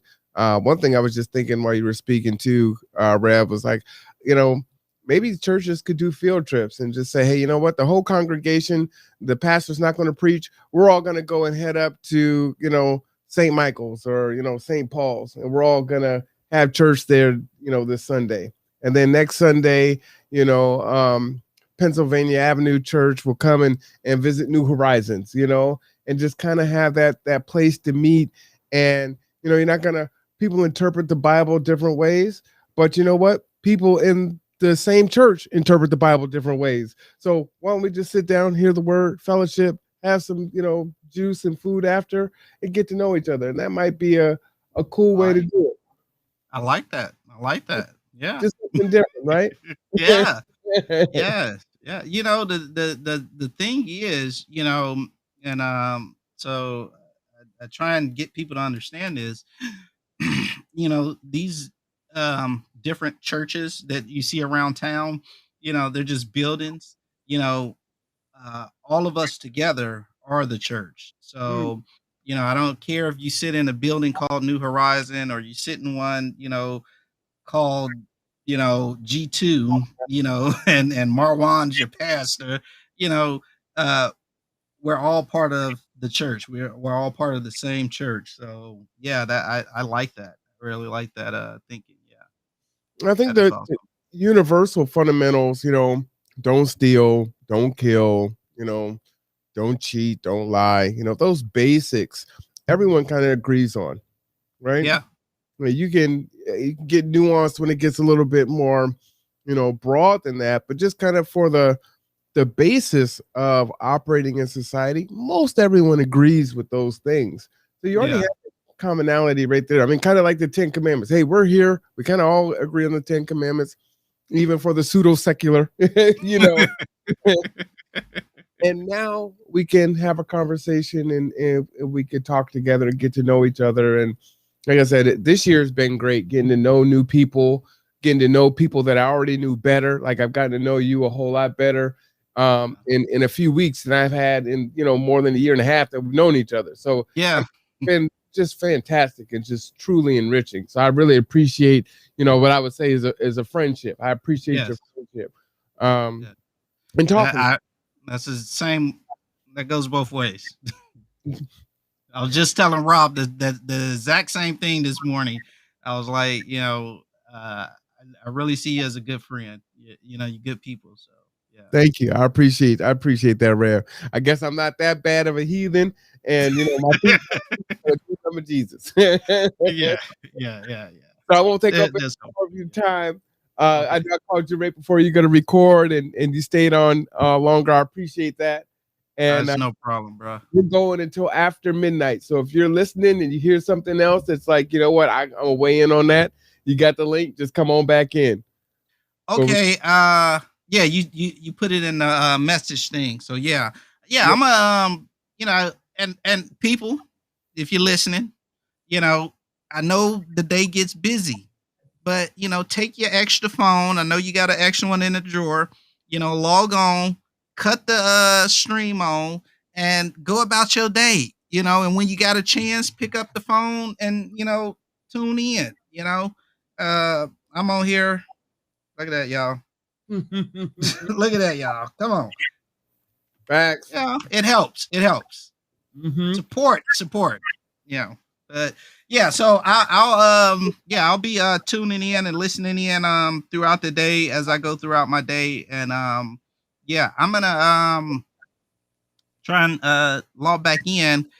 I was hoping to get out of here before 3:00 today, but I won't. I won't. It's okay. When I make it home, I'll have AJ give you a call, maybe, or maybe you can. I know you got his number. You can reach out to him. Yeah. While we were talking, he sent me a picture of the flyer. So it came. Yeah, I'm gonna text him later on and see if he can come on and talk about it, because we're gonna have Coach on later also. Okay. Yeah. Right. When you was calling me, he was calling me while I was texting you and trying to figure it out. He was calling me and showing it to me, and so yeah. But okay, brother. Man, I wish you all the best. And I am so elated to hear that the drive is off to a good start. So to everybody out there, thank you. Even though I'm not doing it, but I still thank you for having good hearts to help nonprofit organizations. So Absolutely. Yeah, and I'm gonna once I switch over, I'm gonna go and send in my donation, and I just pray everybody does the same. Thank you, Rev. I appreciate you. That is Reverend Michael Ellington, everyone. Fantastic time. So, again, we're going to be here until midnight. We are going. This is what it's like. Like I said, I'm very thankful to be more intentional about making these relationships and cultivate it. When I started the interview series and I had the questions that I was asking people, you would hear me talk about your circle of support and your circle of influence, right? And you've got to be willing to do the things that you're advising other people to do, right? And I can tell you from taking my own advice, it's been tremendously powerful for me. It's energizing and it's needed, especially during the light of what we're going through, COVID, police brutality, yada, yada, yada. And there's all kinds of things that are happening. And so to keep, perspective. You're affected. You got to make change. You're trying to push for change. But super, super important. But yeah, really powerful. So what we're going to do is we're going to take a quick break. Got another video for you. This is from Commissioner Gelder. Again, it's all of these things are on our YouTube channel. Just type in Marwan Cameron. You can get them there. Love to hear from you, hear what you're thinking. If you want to come on to the Conduit and interview, just go ahead and reach out to me in any of the thousands of ways that you can get a hold of me, and we will have you on the Conduit for sure. So again, we're going to go ahead and play a little bit of this for you, and then we'll be back after a short break. And, that's, again, if I can get my mouse to do what it's supposed to do. To kind of get involved and try to give back. And I really think while politics is the means by which you actually get the job, I truly believe that it's about public service. And I'm hopefully a public servant. And I think it's kind of an extension of being mission driven, part of a mission driven organization. Instead of serving just a few thousand, you're serving, over 250,000. So, that's kind of really the focus, and hopefully I have something to give back and something of value for the community. Well, awesome. We appreciate your dedication to that. We have a pretty wide audience as far as age of folks, and part of the purpose of the Conduit is education. And so for folks that may not know, what does a commissioner do? Well, that's a great question, because you're right. There is a huge amount of mystery sometimes when it comes to local government, and especially if you live in a city, it's sort of, well, what's this county animal, and how does it work, and why should I care? Like a city has different branches of government, right? So you have your executive and your legislative, and they separate that. The council is your legislative body, and the executive is the mayor, depending on your form of city government. There are a couple different forms of county government, and we are under more of the constitutional form, which is a board of 3 county commissioners, and we serve as both the legislative and the executive branches together. Okay. So we are the ones that kind of create, change, amend, repeal local ordinances or laws, but we're also charged with implementing them. So we kind of say, okay, from this perspective, we're going to do X, Y, or Z, but on this, wearing this other hat, we work with the departments that report to us to actually implement them. And so that is really kind of what's unique. And then is another form of county government, actually a new one as of a couple of years ago, for populations over 400,000, which is Spokane County. That triggers the creation of a board of 5 county commissioners by district. And then there is also a charter form. So if you're familiar with Pierce, King, Snohomish, and a few other counties, they've created a separation. So they actually have a county executive and a county council. So they've separated that executive and the legislative branch apart. Oh, awesome. Okay. It's definitely a lot involved. Has it been pretty rewarding? I mean, you're here for a decade, so it sounds like it must be.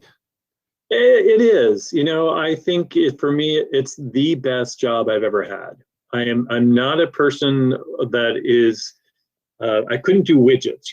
I couldn't be doing just one thing all the time. That's not the way my mind works. And this has probably been the job where I've had the most diversity of topics and issues day in and day out. And so every half hour or an hour, you're switching gears and going to a different topic.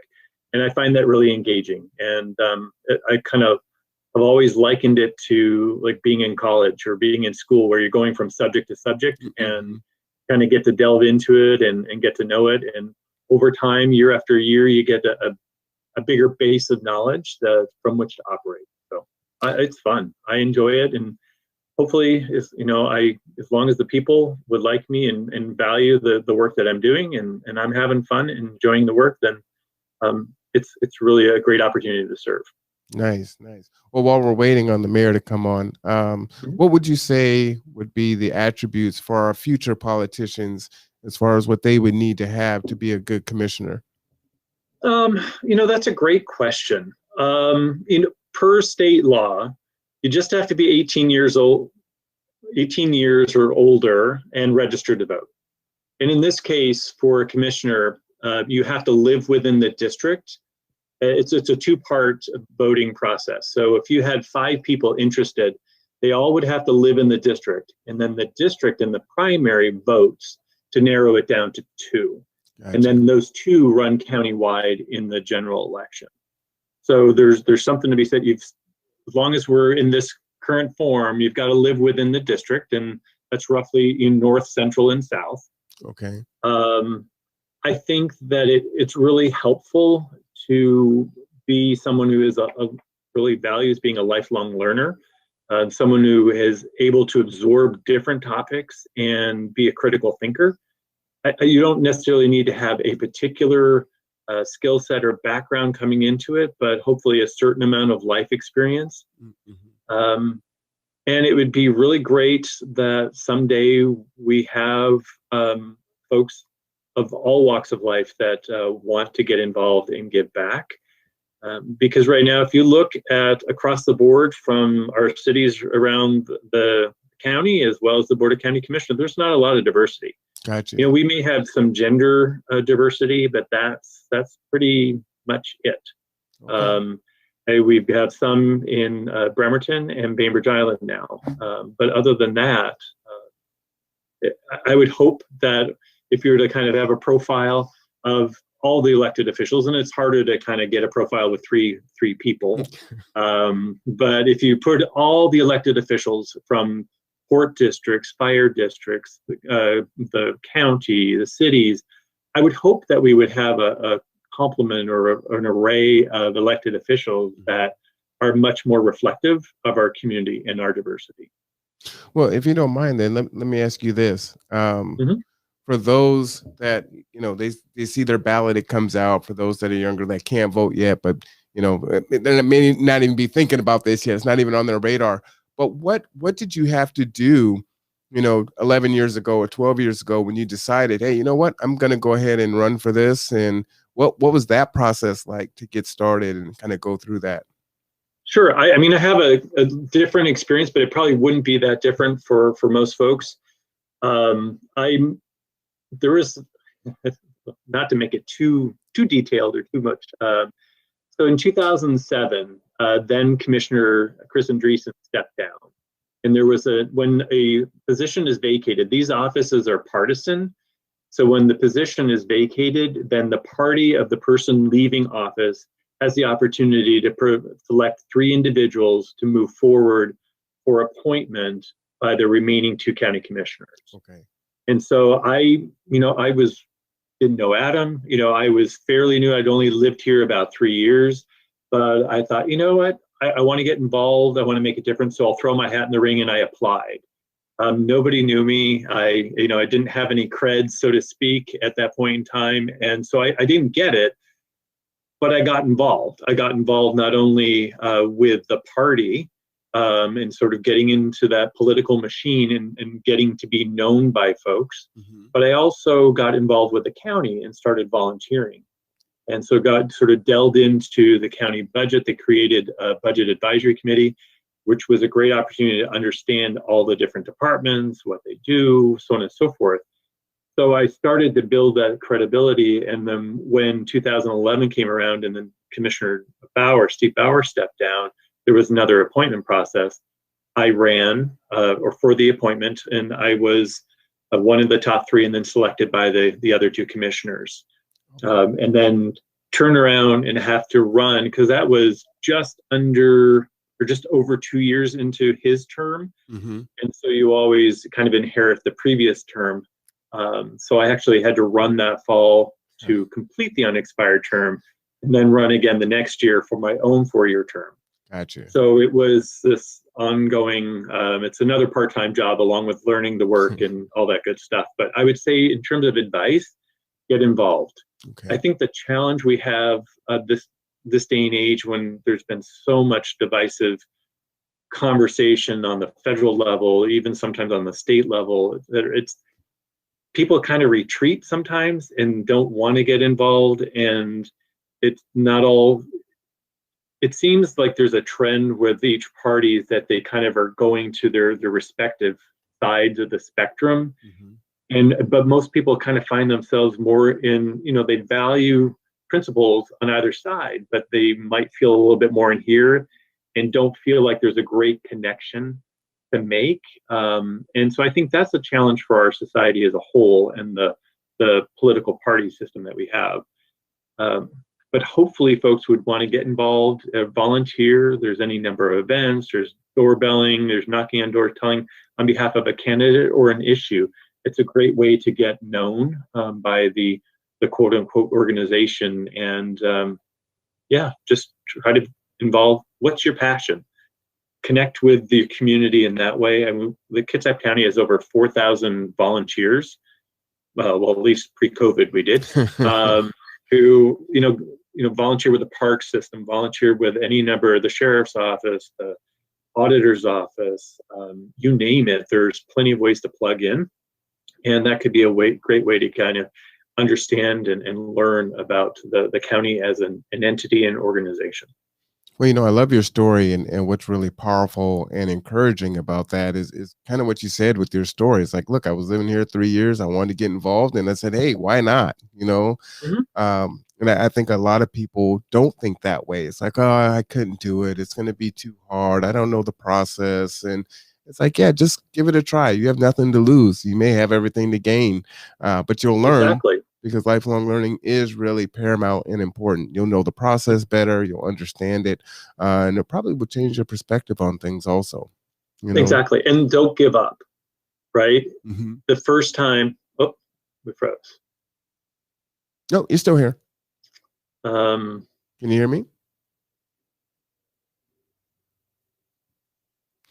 All right. Well, while he is trying to come back online, I'm R1 Cameron. This is the Conduit. We are here with Commissioner Robert Gelder from District 1. His computer is frozen right now, but he should be back momentarily. And he is telling a great story on, maybe I'm the one that froze here. So let's see what's going on. But if we are still going as we try to fix this tech situation, I really love what the commissioner was saying about just getting in there and trying, right?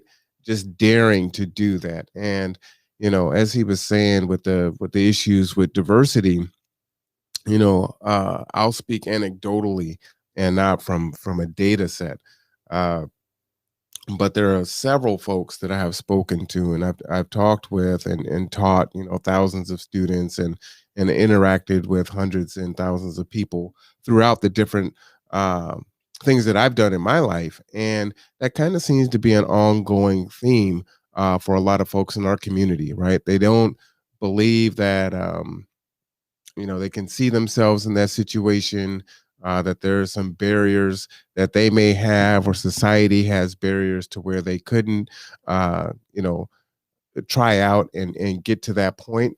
And I think it's really encouraging to, do just as the commissioner was saying, and go ahead and give it a try because you don't have anything to lose and you do have everything to gain there.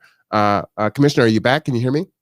I am. Sorry, I wasn't sure if it was me or you because you froze, and then I usually get kicked out of the meeting when I don't have enough internet.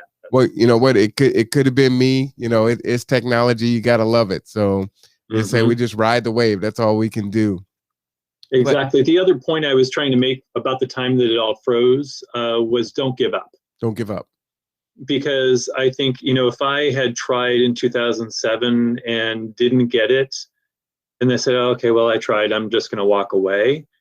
No, I mean, that doesn't change anything. You've got to have the perseverance and say, okay, well, what can I do to make myself better?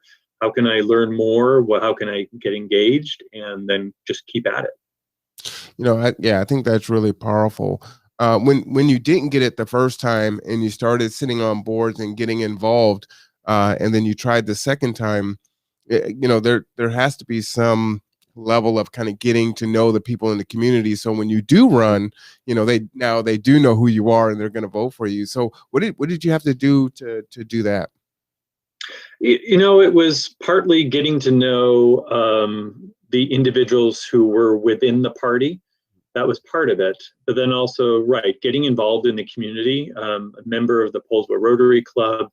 I, at that point in time, was serving on the Poulsbo Historical Society board, had been involved with Jewel Box. So just, plugging into the community and trying to just get to have an opportunity to pursue your passions, but at the same time, get to know other folks. And it's still really about making connections in this day that is so digitally focused. People and relationships still make a difference. So somebody, they will then tell somebody about you. And so there's that whole, from a political standpoint, they call it endorsement, right? Or trying to have that connection with someone, because if you can't reach everybody, not everyone can know you, but if you know someone who they know, then it's like, and they support you, then the chances are they say, well, if you believe in them, then I'll believe in them too, or give them a chance, right? Absolutely. And so that personal relationship building is crucial. Would you say it's fair to say that in the interim, while you are sitting on boards and different committees, that you actually can start steering and making change by letting your voice be heard while you're starting to learn? So a lot of folks kind of have that viewpoint of, well, I can't make any change unless I'm sitting in this position. But by getting involved at lower levels, a lot of change actually goes from the bottom up and not from the top down. Is that accurate? Oh, totally. You can really affect a lot of change just as an individual. One, your vote matters, right? And the ballot, exercise your voice there. But when you get involved in the community, you are, whether it's on a nonprofit board, you help, the universe might be different, right? Depending on how you're getting involved. So you may only shape the future of that organization you're involved with, or in some other capacity. We have all kinds of boards and commissions and advisory groups on the county level that inform how we invest dollars into the community. What programs do we support? What approach do we take to land use decisions? Whether that's the planning commission, we have the parks board. That what do we do? What's our vision of how do we make investments in open space or other different I was just going to say, amenities for the community, and how do we continue to advise and provide that conduit and that feedback to county departments. Tiny organization, but it's a just, lot of this work you can shape ends up being collateral duty for us, and make a change in your local community just by being involved and we get sharing your opinion. Well, thank you for that. I think that's really important for folks to hear, and to hear from people that are in the position, and really kind of drill it down and take away all the mystery of it, and say, it's not as hard as you think it is of getting involved. It's just get involved. Just start doing something, and you'll learn, you'll meet people. Oftentimes your interests aren't being even heard if you're not at the table to say what your interests are. So it's really important to do that. Yeah, what they say, the old adage, if you're not at the table, you're on the menu. But it's true. I mean, every elected official has an email. So even if you aren't connected on one of those groups or a board or a commission, but you have a concern in your community, it's just, reach out, because that's how we learn. There's no way, the government has the ability to really, have their finger on the pulse of everything. Every street, every pothole, every concern that's out there. So if we don't hear from folks, it's a partnership, really. We are in this together. Our government exists to be able to provide services that you can't provide for yourself or your family or your neighborhood, right? So how do we need to know and hear from you in order to make that the best experience possible. Absolutely. Well, thank you so much. Well, why don't we dive right into our questions? And Sure. the first one is, what does Black History Month mean to you, or Black History period? Yeah, Black history. I think, I would challenge us to say it's not just about history. It shouldn't be just about Have a looking good to the day. past. And looking to the past is making sure that we take the time to honor all the achievements and everything else in the history and the culture and you name it. But we also have to look to the future. I think for me, it's carving out, and it should be every day, right? It shouldn't be just a month, but we actually take the opportunity to figure out, well, how are we moving forward? How are we building upon the past so that we can continue to move into the future? So my hope is that it's more than a month. It's just it's a state of mind, right? That we have an opportunity to learn from each other. There's gobs of history that we don't necessarily all know. We're not the best. Sometimes when we're at school and we should be paying attention, we either didn't get all the information or we didn't let it sink in. So we need to constantly get better and challenge ourselves. As again, back to that lifelong learning, let's challenge ourselves and make sure that we have a chance to make better decisions, move together, along together, and keep celebrating regardless of the month. Yeah, I totally agree with that. And one of the things I was doing with the podcast is just kind of sharing some of the, Black inventors and just some of the stories that have happened from our past. And I didn't have that experience. I hated history when I was in school, first off. So worst subject ever. But then those things weren't taught either, except for kind of the staples, right? Frederick Douglass, Rosa Parks, such and such. And so, just hearing some of the stories and the inventors and how it came to be was just really illuminating. And being older now and just in a different space, now it's interesting, right? But there's even fun stuff for kids, like there was a Black man inventing the super soaker, squirt gun. And so, I didn't know that, but- kind of Sounds like cool. fun. Yeah. Yeah. So there's like little fun things too. And, it's just great for all ages and just appropriate. One of the questions And that I think I would also challenge us to think, though, it's not just, there's always going to be those handful or a couple handful of individuals who achieve accomplishments in life and such that their names go down in the quote unquote history book. But each and every one of us are, as long as we're engaged in our community and striving to make a difference, we are creating history, and our efforts should be, celebrated as well. Absolutely. I was just discussing that in an interview a little while ago. To that end, are there any contemporary folks that you kind of say, hey, you know what, that's pretty awesome in regards to Black history right now? Oh gosh.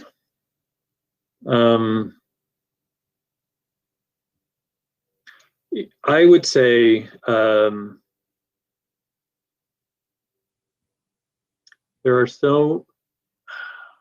we are blessed in our community, whether you have folks like Karen Vargas and the contributions that she's making in our community, and there's just so many that I think we're blessed, and I unfortunately feel that I don't get as much of an opportunity to work with folks on a day in and day out basis. It's probably partly my fault, but partly the nature of the work that I do. There isn't always that give and take, I should say. But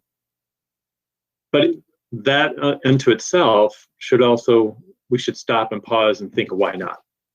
And so the part of the work that the county is going to be doing in the next few months is actually setting up a new, diversity, equity, and inclusion council committee or something along that line that will actually help us and challenge us in terms of making sure that we are inclusive in our processes and our programs.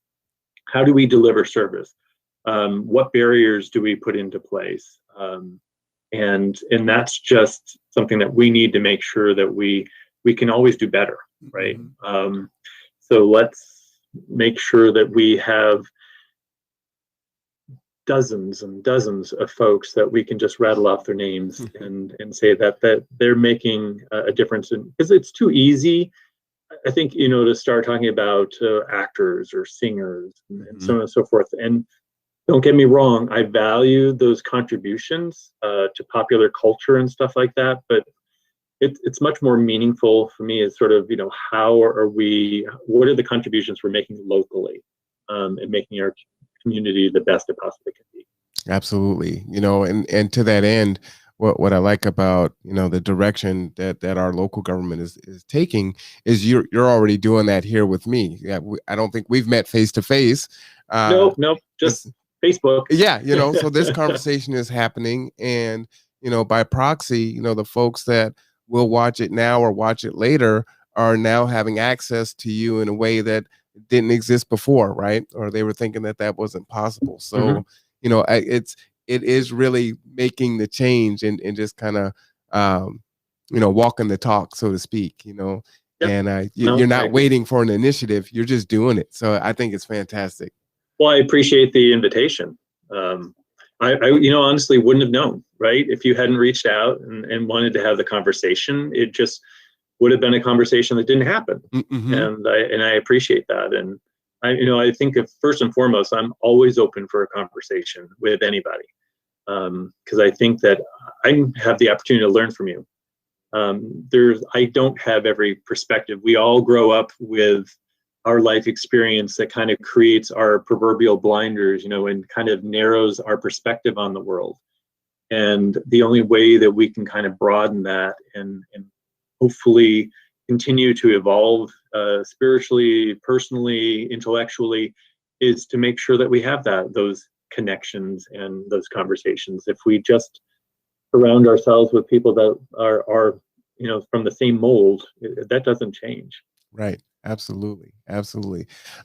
You are watching The Conduit with Marwan Cameron. Our guest is Commissioner Robert Gelder, District 1, and we are asking questions. And our next question is, what can be done to reduce homelessness, either nationwide or here locally? Because it's a huge issue.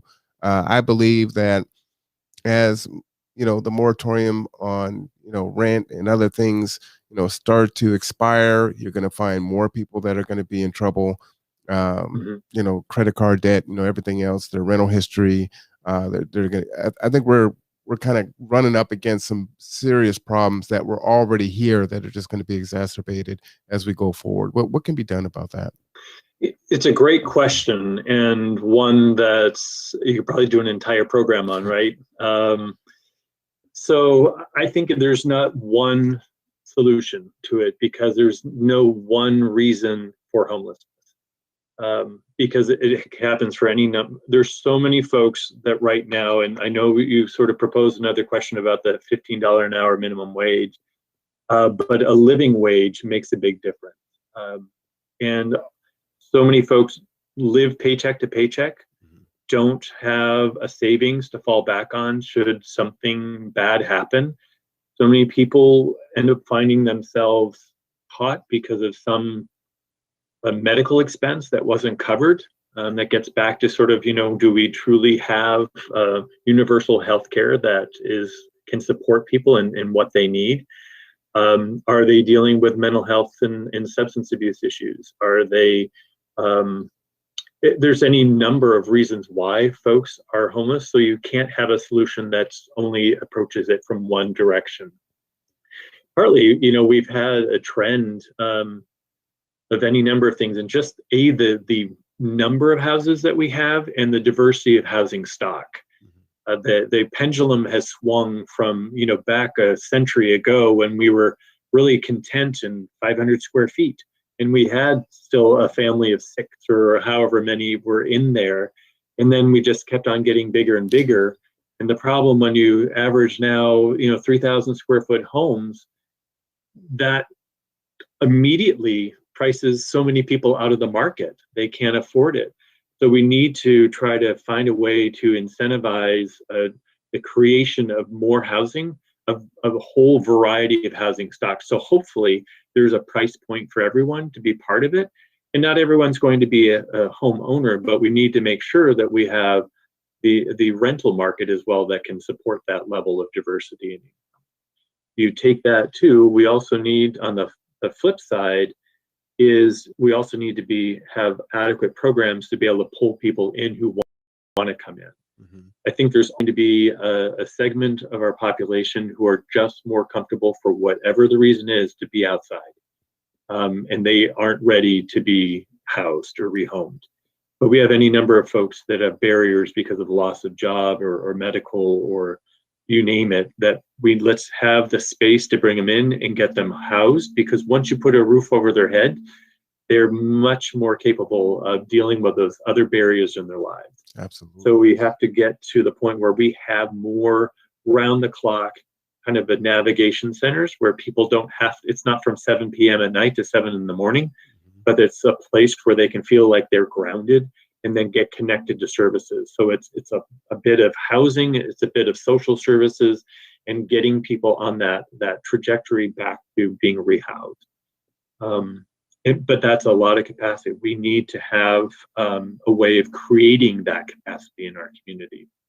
So the private market we can help incentivize them to develop and build that spectrum of housing, but it's really not going to be the private market that's going to create the other piece of it. It's really kind of falling to the public sector, the governments to do that. The challenge is the funding to make it happen. Got you. So one of the conversations I hope that our community has in the next year or so, that I get that it's a regressive tax, but there is an opportunity for a sales tax upon the vote of the people that would actually create an annual stream for the creation of affordable housing. And that would also be for shelters and ultimately the entire spectrum. I think that's a conversation we have to have, because without some means of funding it, there's no way of creating it. Right. Because we can plan till the day's well gone, and the cow jumps over the moon, or whatever you want to say. We can plan and plan for planning's sake, but unless we have the resources to do it, we're not going to bend that needle at all. So with and I get what you're saying, needing the resources. So in the interim, are you able to speak to what the county is currently doing to try to make inroads currently? Certainly. A couple of fronts. One, last year when we had the CARES Act funding, we actually pushed out money for rental assistance. And there were some programs at that point in time that allowed for mortgage assistance. We are continuing that. We just received from the program of the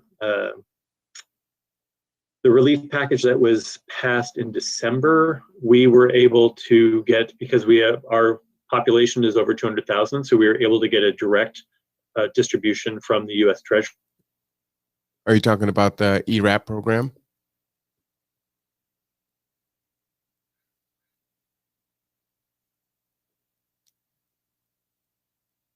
I kind of lost you there for a second. Hopefully we still have Commissioner with us.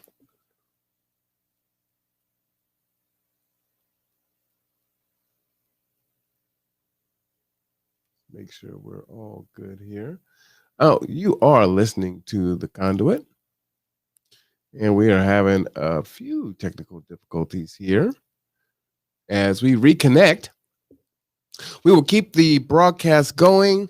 Right now, this is Commissioner Robert Gelder, District 1 in Bremerton, discussing what is currently going on in Bremerton and in our county. The funds that he is talking about, I believe, are the ERAP funds, which Gather Together, Grow Together actually participate in helping get the word out to our disadvantaged populations, especially our Black community, that these funds were available, because they weren't getting, they weren't penetrating into the disadvantaged populations at the rate that they should. And so, the government tapped on some of the organizations to help get that word out. And so I believe that is what the commissioner is referring to, which I think is awesome. And to hear that those funds are coming back, I think is great. So I'm looking forward to hearing exactly, what funds, how many funds, when those funds may be available. So I'm going to ask all of those questions as it comes in. And we are reconnecting now with Commissioner, and he will be coming back online here very shortly. All right. So I do hope that this has been informative to you thus far as we continue on with our interview with Commissioner Robert Gelder. Again, really good stuff here. Tremendously important. Sorry there, I think we lost you again. Let me go ahead and unmute myself. Sorry about that, Commissioner. Seems like we lost you again. I don't know which end it's happening on, but it just we just got to ride the wave, that's exactly. it. So you just grin and bear and smile through it. The funds you were talking about, was that part of the ERAP, the eviction rental assistance program? Yes, there's any number of different buckets, so to speak. Sort of what we recently received is not the ERAP. That's this is kind of the next. They come up with too many acronyms for it, but it's another version of it, right? Oh, okay. And so but the flexibility that it's allowing this time around is to allow for landlords to plug in on behalf of their tenants. Oh, fantastic. As well as dealing with some utility assistance as well. Fantastic. Yeah, so we'll be working with Kitsap Community Resources again, because they're pretty much all set up to do that. And they'll be able to assist with both the utility as well as the rental piece of it, and then Housing Kitsap as well. Yeah, so at least if we were one of the minority nonprofit organizations that they tapped on to help get the word out and help folks process their ERAP. So very excited to hear that this is coming back in a different form. Can you state again how much money is coming into the county? $8.2 million has been received by us. So we're now ready to get it pushed out into the community. So we're finalizing contracts with the organization to get. Yes. That's fantastic news. Yes. And that's great. And there will probably be some additional. So that was direct to the county, but there will most likely be some other dollars that will come through the state, through the Department of Commerce to the local community as well for the same purpose. And then we have the opportunity. Who knows what's going to happen with Congress and the upcoming vote on the next package. The House, I think, is set to vote on Saturday, and then it will go to the Senate. But there may be some additional resources that come to the community that will be able to assist with that, and also small business relief, you name it. So that's hopefully some more flexibility. Awesome. So yeah, that's really important. I'm glad that the money's already here, because we were wondering. It's like, okay, we had up until December 31st, and you got to kind of wait for the year to click over, and it's like, all right, what's going to happen? When's going to happen? So that's a great windfall for the county, and that's going to be tremendous for homeowners and renters alike, because both sides are impacted. Well, it won't do mortgage assistance, unfortunately. The Treasury has sort of said no, that's not what it's for. So it's just rental. Gotcha. Unfortunately, so if we can come up with other funding that would provide mortgage relief, then love to pursue that as well. Gotcha. Okay. Well, at least it will help the homeowners that are renting their space out and can kind of be made somewhat whole that way. So that's good, because those folks are impacted too, and so oftentimes when there's a crisis that's going on, it's naturally to pit people against each other, and it's like, no, we're actually all in this together, and everyone is impacted. So let's be a little open-minded about it. And well, there's dominoes, right? One sort of, it's all interconnected, and it's to have multiple points of contact is a lot more effective than just one. Right, absolutely. So, the next question was talking about the $15 minimum wage, and what I wanted to present to you was, you had spoke about, livable wages, affordable housing, and what that looks like, and even if the minimum wage was $15 an hour, and someone was, lucky enough to have 40 hours a week, that's $600 a week. Times 2 is $1,200. Times 4 weeks is $2,400. And you take out 20% for taxes and everything else, they're going to take home about $1,900. And a one bedroom here is like $1,000 to $1,100. And once you take into account the electricity and the water and their cell phone and their trash and transportation, you know, folks are not only they're not saving money, but they're not making it from month to month in the first place. So Yeah. what can be done one, I guess, two part, you know, what do you think about the $15 minimum wage here in this county? And then two, how will that work for our citizens and our residents as far as still being being able to maintain even if we approach that? Yeah, I mean that's a challenging one because when you think about it, minimum wage is not necessarily the same thing as a living wage, right? I think back to it's really the $15 in many ways is just adjusting for inflation. And going back to when I first started my, a job during high school where I was getting $2.83 an hour or something like that. I was living with my parents. That didn't, it didn't equate to a whole bunch of stuff, and it wasn't going to provide me the means of, providing my own housing or utilities or food or anything like that. Definitely not paying my college loans or you name it.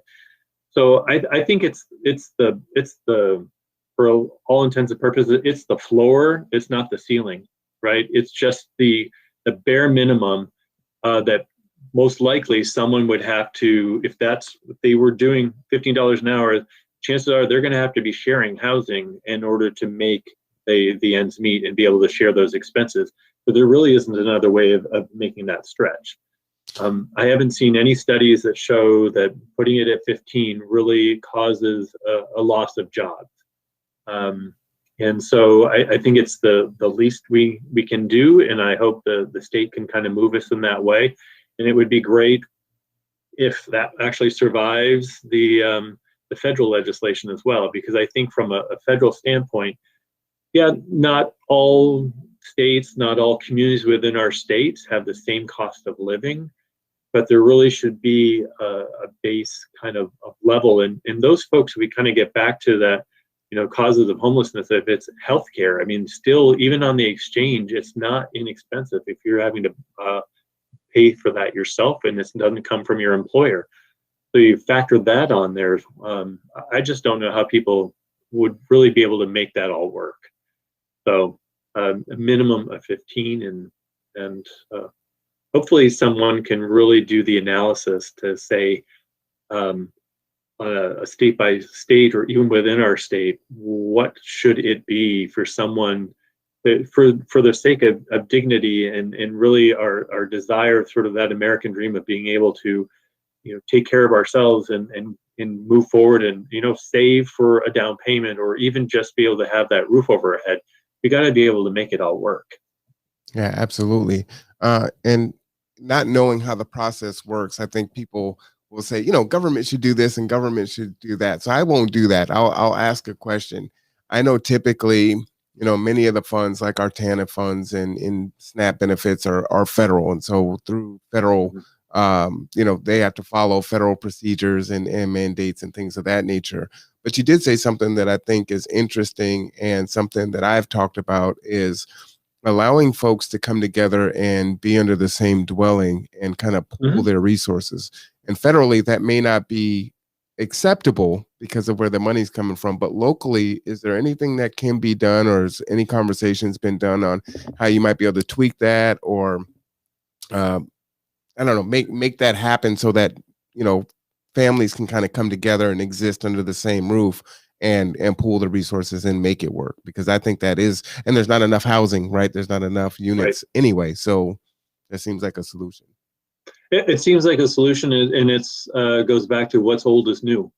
Back in the day, even when I was growing up, having multi-generational, multifamily households, it was probably a lot more common, especially multi-generational. There's nothing that can be done on the local level to clear those hurdles if there is a funding issue with the federal funds or even the state. we can advocate for changes on the state or federal level, but we don't have the authority as a county. Counties are a subdivision of the state, so we only have the ability to put something into statute or local ordinance that we have been given permission to do. Gotcha. So unfortunately, we're not all powerful. I don't actually even have any authority unto myself. It's bestowed upon a board of county commissioners. So it's 3 people that have the authority and the power. So yeah, it's be more of an advocacy thing, and I would love to learn more. Potentially another time to sort of, what are those barriers to that cohabitation? Because I know from our codes allow, upwards of, 6 different non-related individuals to cohabitate. So, okay. I mean, from that standpoint, the barrier from a local level would be removed. But if there's a reason from a funding standpoint, that's something altogether different. Right. But I mean, maybe education through, landlords on, saying, hey, this may be a new model of living, and what do we have to do to get folks into these spaces, and that they know they'll get their rent, and the property will be taken care of, and you're housing several people. So yeah, I think that probably is going to have to be some unique thinking and problem solving on that side, because you are butted up against federal restrictions on how those funds can be used. Well, and even I can't remember the program name, but North Kitsap Fish Line was spearheading a pilot project that was looking to find a match people that were actually and pairing them up with someone that was looking for housing, but it was going to be affordable. They could pay $500 a month for a room in access to the rest of the house. But, I think we could do a lot more to kind of fostering that organic type of connection. It's probably tricky because it's almost like dating. You want to make sure that you have some good synergy with the person you're cohabitating with. But I've done it. I did it in college. I did it after college. You share, and sometimes it works, sometimes it doesn't. But the funding, or the source of our funding, really shouldn't be a barrier to that. And there have been a lot of examples of, like, even in college, a college student staying with an older family, or an elderly couple, and they love having a younger person in the house, and they have someone to cook for, and there's some life in there, and they're able to study and supplement the fixed income of the elderly couple that's in there. And so there are some synergies that can be created. Like you said, it is like dating, but folks can probably find that way, and it's conflict resolution, setting really good boundaries and ground rules, and just kind of mix and match. And we got to do something. So why not that? And I think as a byproduct, it might actually bring more folks together, kind of as a community also. So yeah, I think that'd be cool. There's even I think recently, it was probably about 2-3 years ago, we amended the county code to sort of allow for quote unquote boarding homes again as another tool. Again, that sort of allowing for non-related individuals to come together, and that's kind of where that magic number of 6 unrelated folks in one house, so that you can actually have a larger home of 5 bedrooms or however many, but I'll make that as an opportunity for folks that can't do the apartment on their own, but collectively can come together and say, let's make it work. And you're right, laying the ground rules early on leads to some success. I think it's powerful for folks to hear too that the government is thinking about these things, that it's not not ideas that haven't come across your mind and haven't been discussed at that level. So oftentimes we can have this viewpoint of government as being up here and out of touch, and no, we actually do think about these things, and there are some things that we can do, some things that we can't. The process is slow, but like you said, advocation is really going to be the way. The more voices that kind of join in and kind of participate and being solution oriented and problem solving the problems, that's really the way to go. And that said, government doesn't know everything. So, I mean, if there are great ideas out there, share the ideas. You never know what might be able to happen. Absolutely.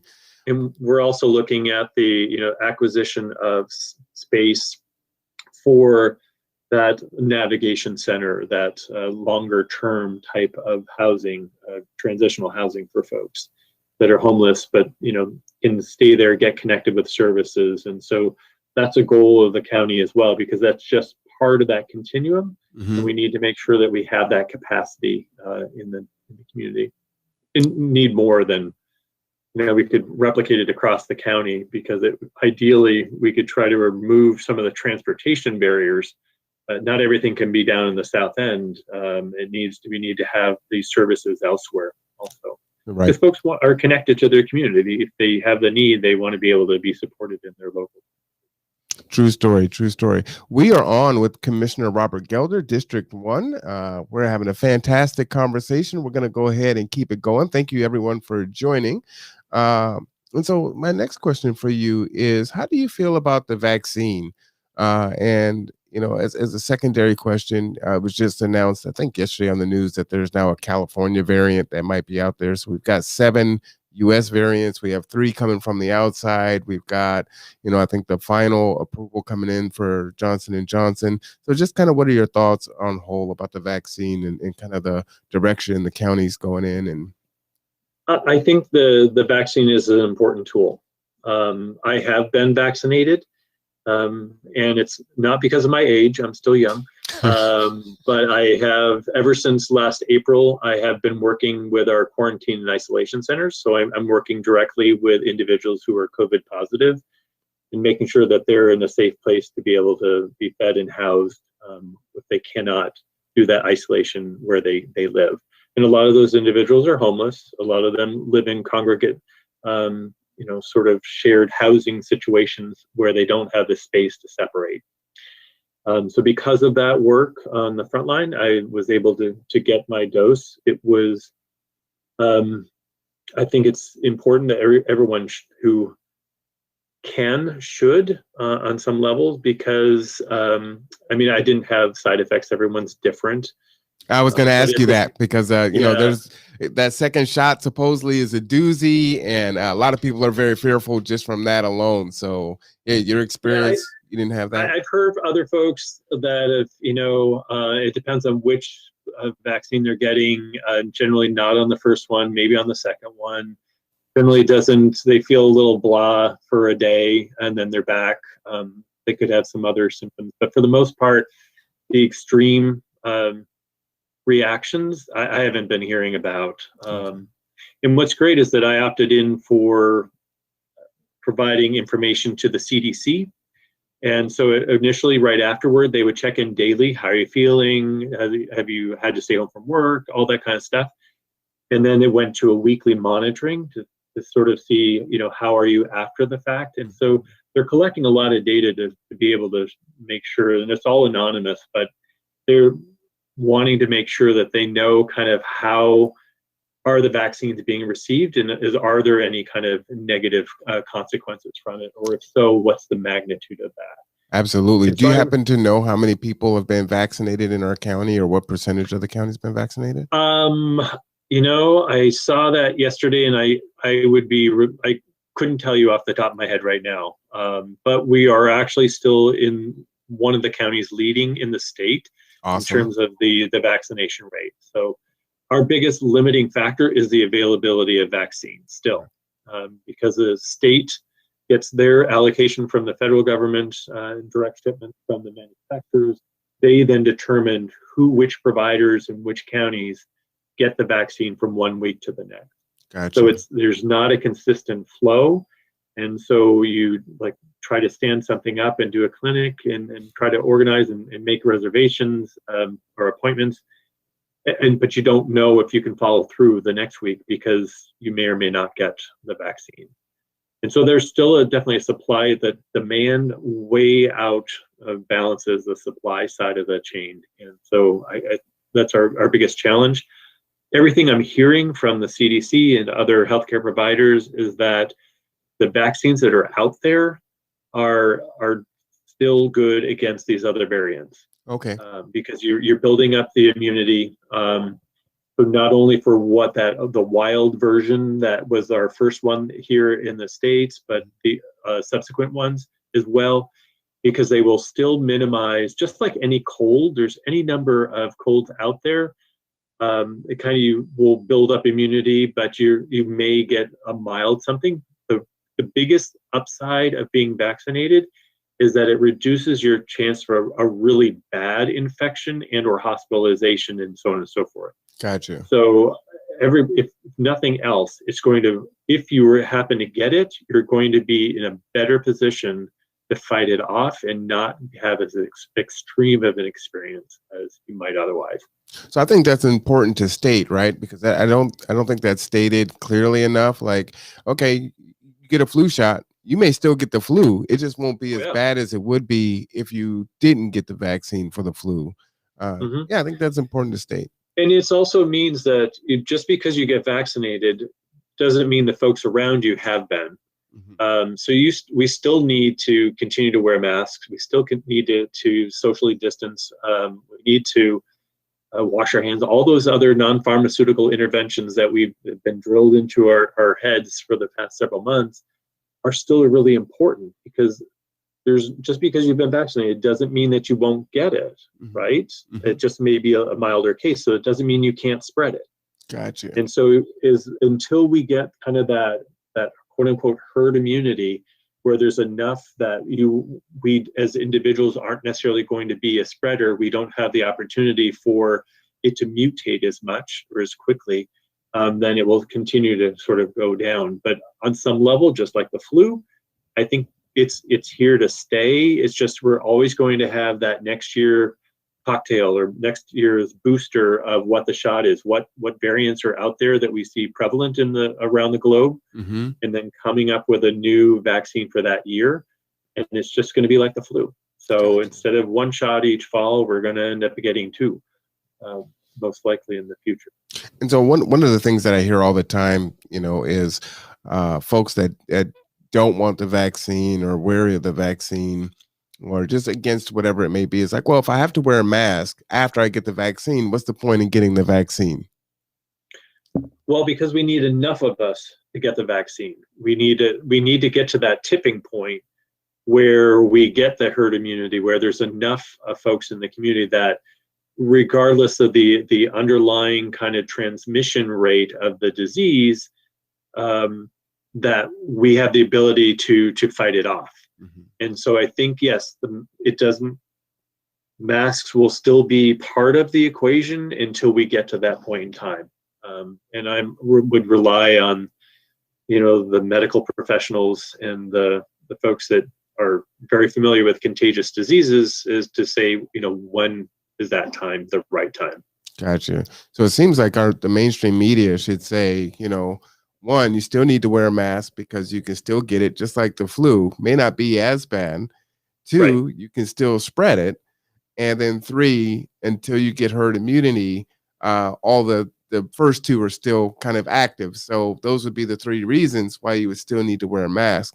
It seems really simple when it's explained that way. But I know it's a hard thing, and there's a lot of distrust in government and history and everything else. And there's so many different information out there.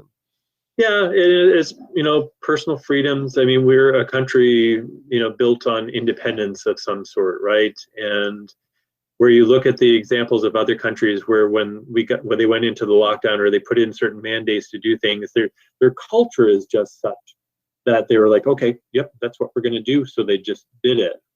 So a lot more, easy compliance, so to speak. But we're a country of very independent thinkers and free thinking, and sometimes we just say, hey, I don't know about that. I'm gonna think for myself. But you got to take a step back and say, okay, it's not just about me. And I have plenty of time in my home where I don't have to wear my mask. So I have that balance. And the times that I'm out and I'm close to other people, it's a pretty small fraction of my day. Yeah, absolutely. Well, let me ask you a fun question. How do you define friendship? What's a good friend? How do you identify that? What are the qualities? A good friend is someone who is there regardless, right? They're not a conditional acquaintance that it kind of comes in and out of your life on an infrequent basis. And I also think for me, some of my most special friendships are those ones that I've had for years. And there's just that way, when you pick up the phone and you haven't talked in a long time, it just feels like you talked yesterday. Mm-hmm. There's just something about this connection that you have that makes it really special. And I have to say there's probably that handful of that type of relationship I have in my life. And those are really the ones that I value, those really deeply grounded, deeply seated types of relationships, because I think we have any number of acquaintances in our lives. But it's those folks that who can you really open up to and share with, and that don't judge you, and that you can be that in kind of informal counselors for each other. I think that's we need that. And I think if nothing else, the past many months have illustrated that all the more. It's not about the volume or the number of friends we have, it's the quality of friends we have. Mm-hmm. So how would one go about gaining friends? What could they do? What would be a strategy for them as they go? Men and women that are out there just trying to figure it out and survive, and this can be the end result. And so it's important for them to hear those stories, because they just see the finished product and they don't see themselves in you or in me or whatever the case may be. So sharing those stories are powerful. So thank you so much for that. We're just going to go ahead and get ourselves back on to Facebook really quick, and then we will continue on. Okay. Diane West says, come back. So it looks like we are back on Facebook. So go ahead and pick up where you were, Pastor. You were saying. Yeah, and I was 23 years old. I was 23 years old, and we started a Bible study group, and that Bible study grew. And so we acquired a building. We bought a building on National and Madrona. Matter of fact, the same building that I was able to purchase was the same building that Bishop Lawrence Robinson owned when he started. Oh, really? I don't know if anybody know that. Bishop Lawrence Robinson, who pastored, the Emmanuel Apostolic Church, he started in the same building that I started in. Or I started after he did. And so, and that's on National and Madrona. So that building, he was in that building and acquired that building in fact, I pastored that church for 14 years. And then because we had a group of everybody in there, man. We had, multiracial groups. We had every race you can think of. And matter of fact, your dad used to come over and play the piano sometime for us. And then from there, I pastored that church 16 years. But when I was 23 years old, my wife, who's my wife now, she used to play the piano at the Sinclair Baptist Church. That's how I met my wife. I met my wife because the pastor at the time, he used to invite me to come over and preach for them. And I was 23. Mm-hmm. And so the pastor introduced me to my wife. And so that's how I met Eileen. And so after a while, man, we didn't even date long. We must have went together about, 6-8 months, and we got married. That was it. 6-8 months, man. We've been married 35 years coming up in May. Wow. And so after about serving at the church on National Madrona after 14 years, the very same pastor that introduced me to my wife, he had passed away and the church had become vacant. And of course, then the church asked me to come over to Sinclair. So that's how I ended up at Sinclair. Gotcha. Okay. I used to go over there and preach when I was younger, when I was 23, man. I'm getting ready to make 60. Woo. So did that tell you how long I've been around here? Yeah, for sure. How long I've been around here.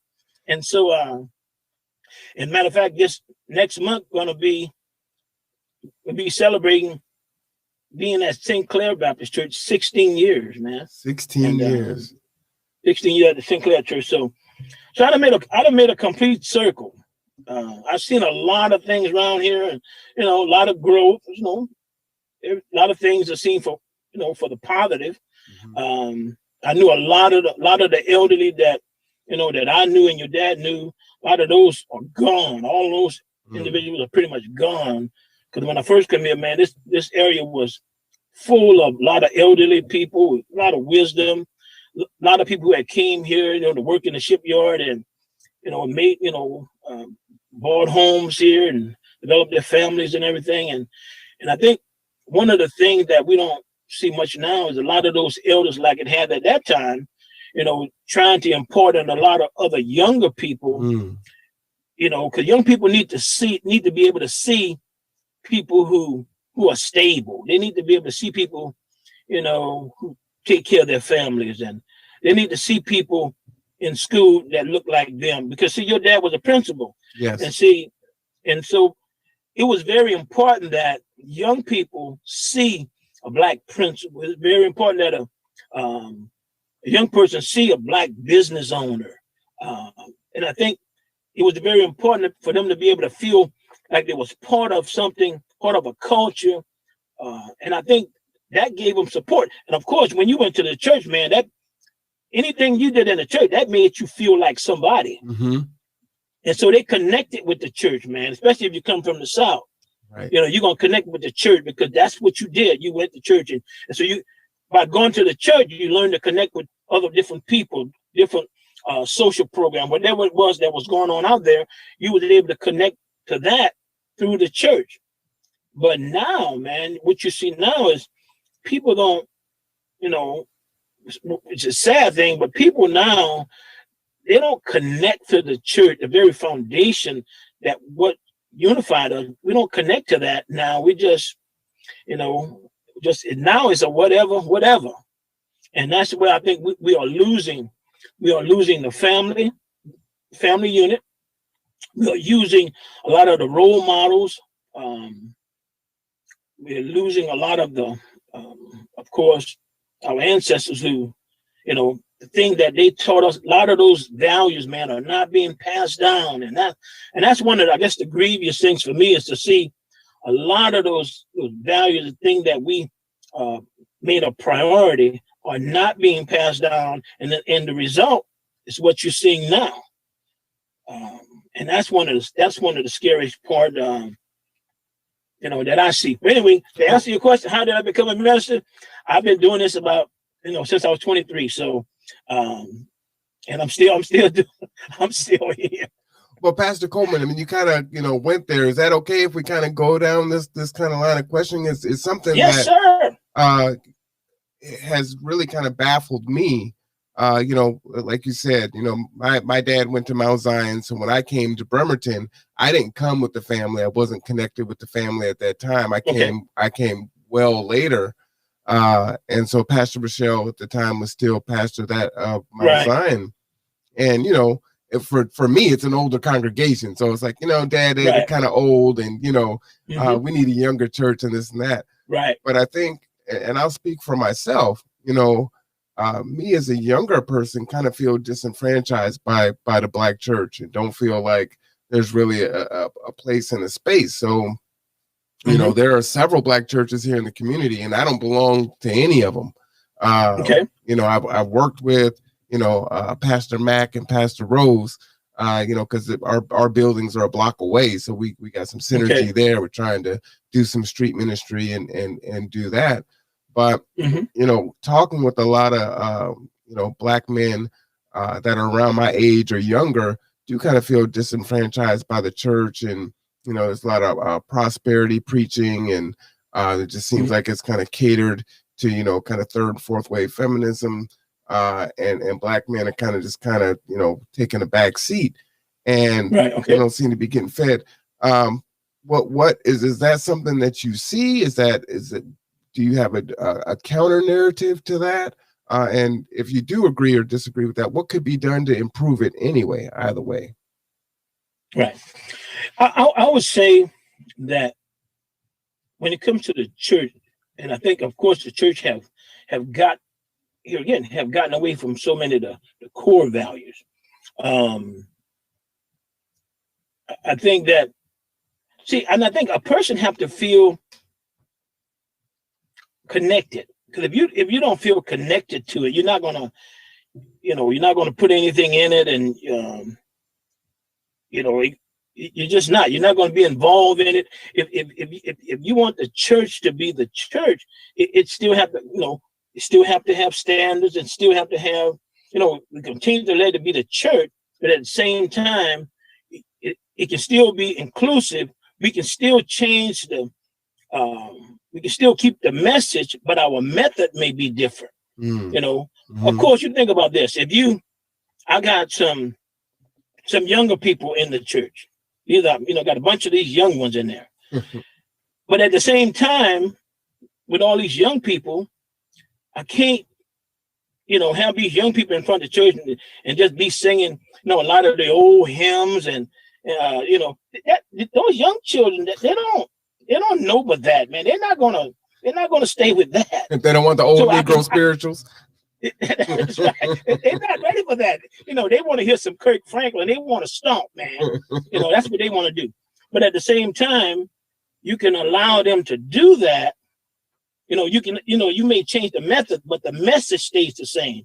And I think when you want the church to be the church, we're not going to change the message, but I think some things where you make people feel included, no matter who a person may be, no matter what color they are, no matter what their background may be, you're still a part of the church. You're still a part of what Christ died for. Lloyd Marlon Marshall, or one other. I think when we lose that, and then the focus then be on more of the pastor's personality, and people flock to the pastor's personality rather than focusing on the church. Right. I think when we keep the main thing, and but when we lose that, it get lost in so many, things. Like matter of fact, it'll get lost into the pastor personality, and folks will get more attached to the pastor. And then when they get mad at the pastor, and then they disconnect from the church, they don't give to the church. But if I'm connected to the church, if I'm connected to that, let that be my main thing. If I keep that focus, and so what we try to do is we try to gear things to trying to cater to,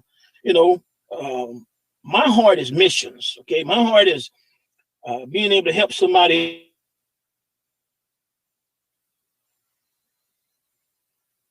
A mission to Haiti. We have a ministry that do that.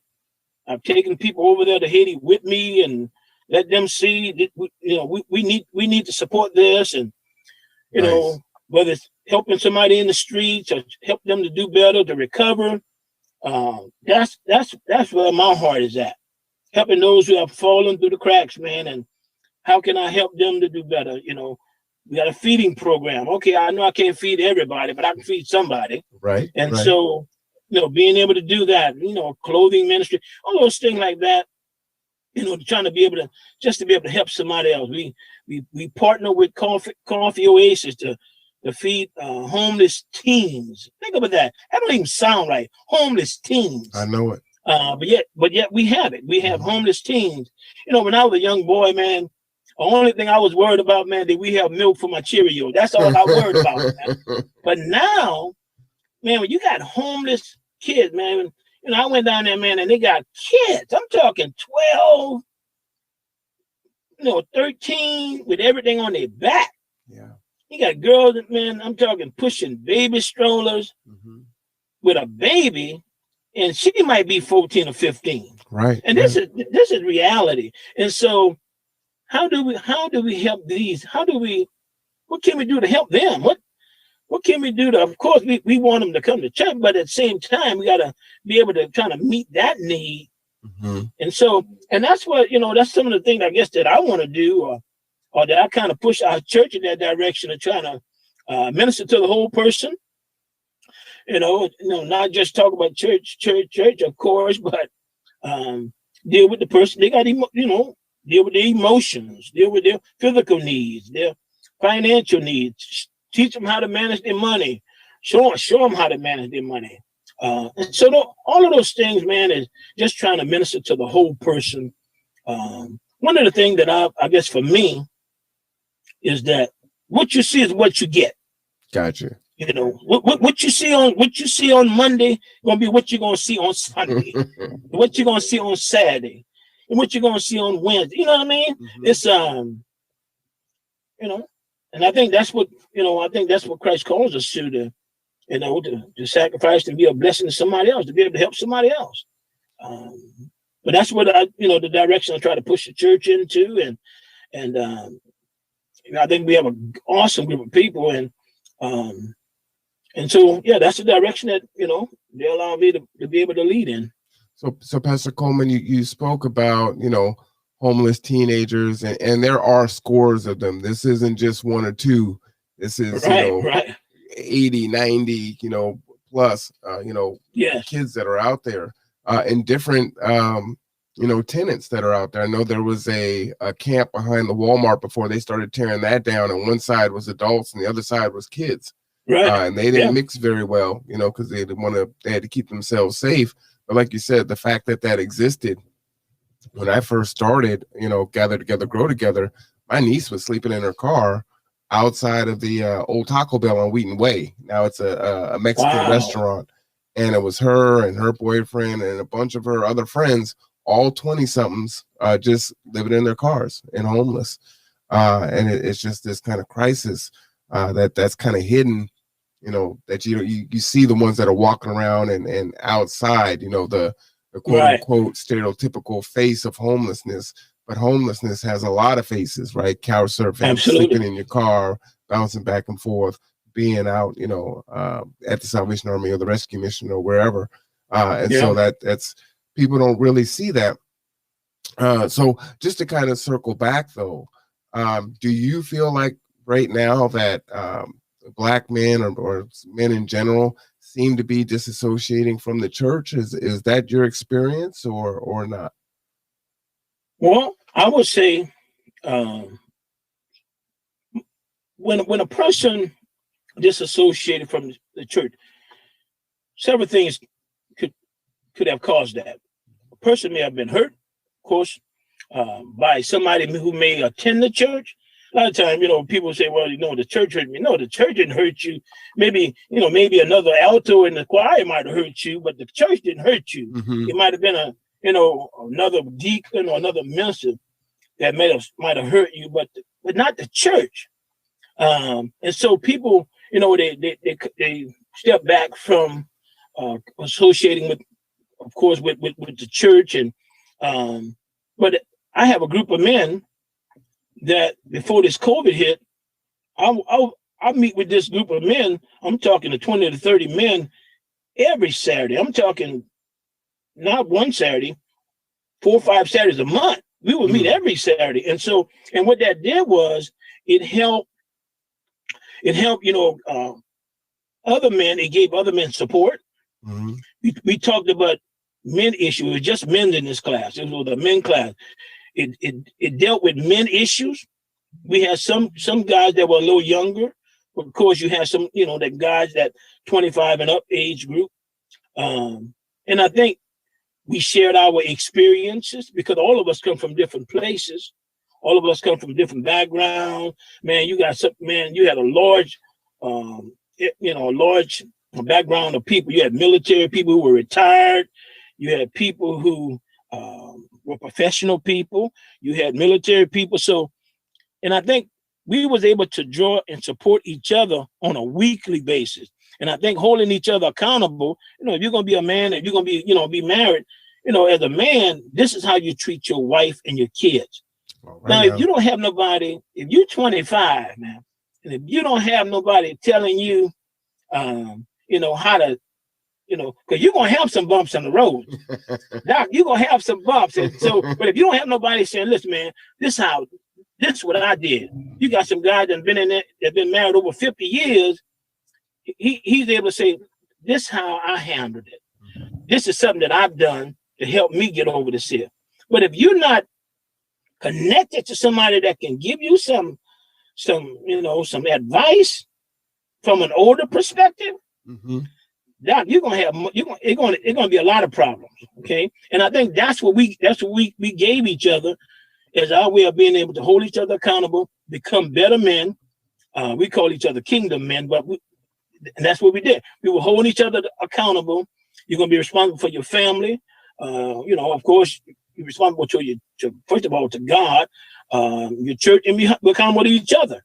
And so I think one scripture comes to mind and say, as iron sharpens iron, so do one man sharpens another. And so we need that, man. Sure. I think when I stepped back from the church, I think I hurt myself, really. That's just me. I think I hurt myself. And of course, you don't want to, you want to use the stuff that's available to you. And so I do think sometimes people step back from the church because of being hurt, or whatever may have transpired. They just kind of sometimes just step away.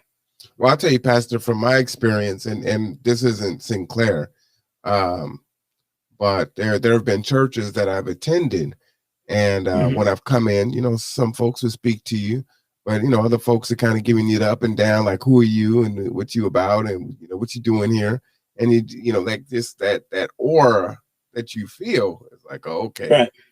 Or you come into the church and they are welcoming, but immediately it's like, well, what can you do for the church? And they immediately want you to start doing stuff for the church, and it's like, I'm just trying to figure out if this is a place that I can come and worship on a consistent basis and figure it out. I'm a busy person. And so, whatever discretionary time I have left, I don't necessarily want to feel obligated that now I have to give it up in that way. And so you kind of come in a guarded position. Does that make sense? Right. Yeah, absolutely. It does. It absolutely makes sense. And, one of the things that I've learned is that many times, the church, and it's something that you can think about, many times, sometimes the church takes the personality of their pastor. And sometimes, not all the time, because remember, they're hearing him talk all the time. And so if the pastor's, mean and authoritative, the people are gonna be aggressive, kind of headstrong, and and I think, because I've seen it. Let me tell you something. And just like you say, sometimes you may feel you walk in a church and people look at you like, what do you want? Or.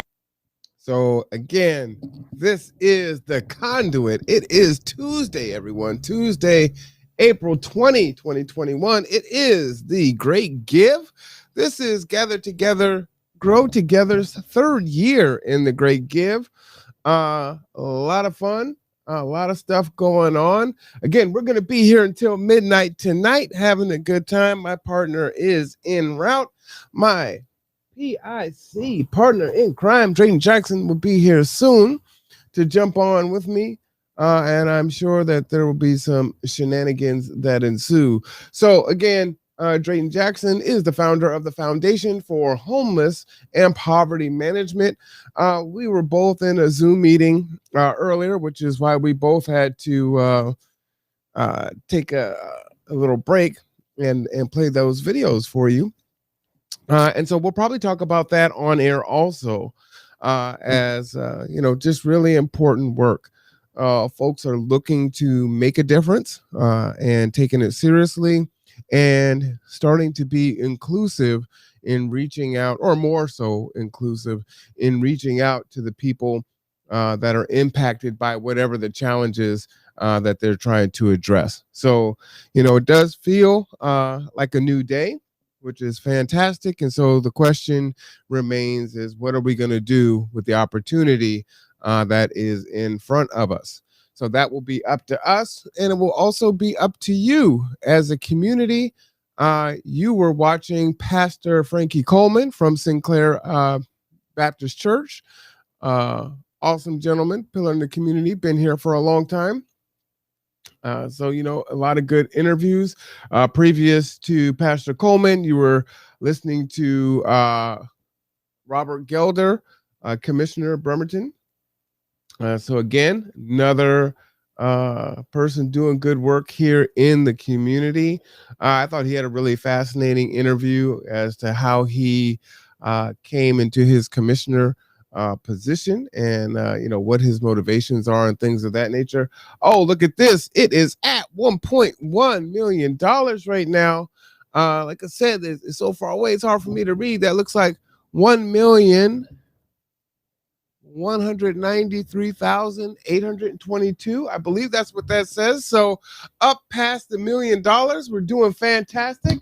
Applause for all the donations that you are providing into Kitsap County. It is vital for nonprofits to continue to do their work here in the community, and everything that has been going on with the economy and the pandemic for sure is definitely needed to truly make a difference. So just really important stuff. So kudos to you for everyone that is donating. Again, that will be open until midnight, and we're not going anywhere until midnight. So we will be here. We have a number of folks that will be jumping on as they start getting home from work. So this should be quite exciting as we go further and further and further. So yeah, stay tuned and participate. Like I said before, the link is actually in the chat. So if you want to jump on in, just kind of scroll to the link. I'll put it back in there also in just a second, so that you can just kind of click on in. Can you jump onto for a few minutes? I would like to have Drayton ask you a few questions. Bam. All right. So again, we'll be here until midnight. We've got a lot of folks coming on. We are going to venture outside of not only the county, but outside of the state. So there are other folks that want to kind of weigh in and have conversations with us. So we're going to go ahead and bring them in. So, stay tuned for that. Like I said, a lot of fun. Jump on in here and participate. It is a beautiful Tuesday in the great Kitsap County. It is 4:44 p.m. Do you ever look at your clock or watch and see synchronicity, or do you see do I want to become famous? No, I don't want to become famous and buy viewers. Thank you, but no. Like 444 or 124. I see my birthday a lot. I see 1221. So it's interesting. And so is it a coincidence? Does it just happen to be that per your habits, that's when you happen to be in front of a computer? Could be. So just wondering about that, if you kind of had any of those shared experiences like that. And then if you do, what are your numbers? What are the numbers that you see? I typically see 333. Of course, when I was working at the Navy or with the Navy, I was getting off at 3:30. So 3:33, I would kind of glance down at my watch and I would see that. 4:44, same thing. The 5 o'clock hour is coming upon us. It's about 15 minutes before it's time to transition into something else. And so I would see that. As far as 124 or 1221, I got nothing on that.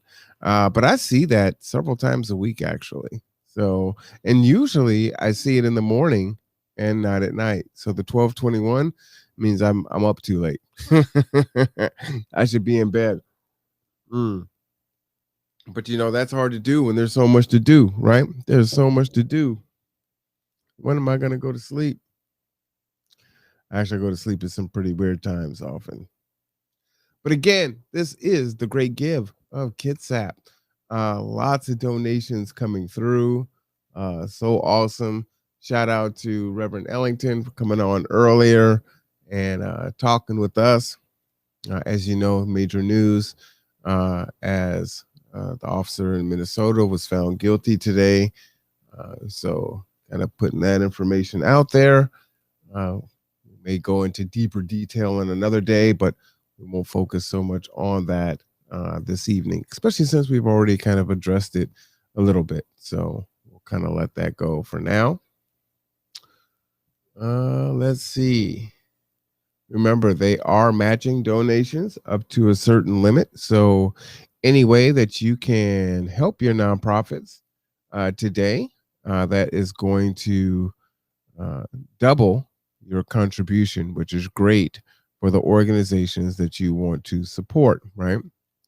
And again, you can donate to multiple organizations, and you can give as much as you want. I think 10 is like it has to be a minimum of $10, but beyond that, you can give as much as you want. And I'm saying as much as you want because, well, I mean, you could give $1 million if that's what you so wanted to do. And with 354 nonprofits and organizations out there, whoo, that's a lot of organizations, and thinking about it, as I say it over and over and over again, maybe I need to rethink, my statement of, hey, this is a small community, because maybe it's not that small, maybe it's a little bit bigger than what we think. It's just, I don't know. That's a lot of organizations. That's a lot of organizations. But yeah, I think it's pretty cool. I should send these fine folks a message. Let me see if they are actually part of the Great Give. I actually did not see if CARE was part of the Great Give this year. As you know, we had the ladies, some of the ladies from CARE on, and they were talking about their experiences.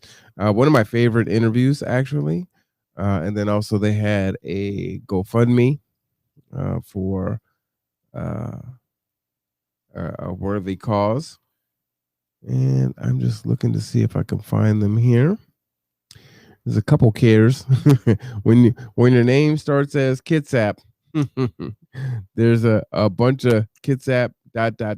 Kitsap ... So it's going to take me a while to find them here. There's a lot of Kitsap ... Wow. Okay. Well, I don't see it. It just seems like that would be weird for them not to be in here. Maybe.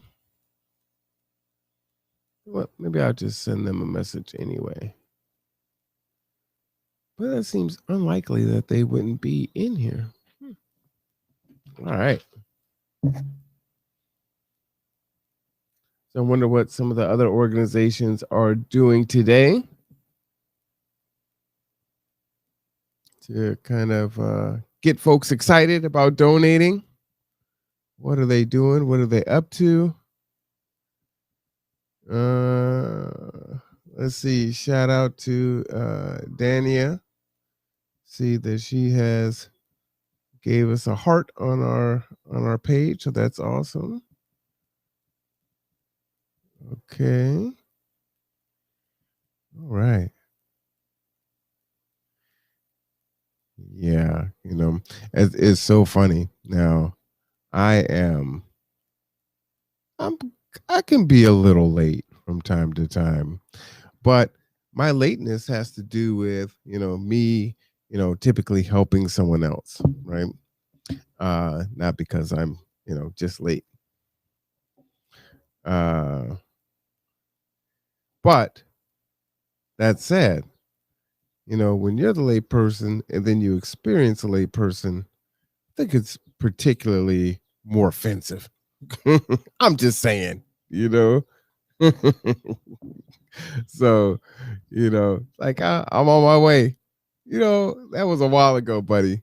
You better get on up in here, you know. So pretty funny. And I'm sure he is en route here and will be on shortly. And for those of you that know Drayton, you know that he is a tornado. So it definitely is gonna get a little bit more lively when he comes in. On your phone, responding to folks that are wanting to check in with us. And I want to answer. Okay. On your phone. Okay. Okay, good deal. All right. Yeah, so we're working in the background, trying to get our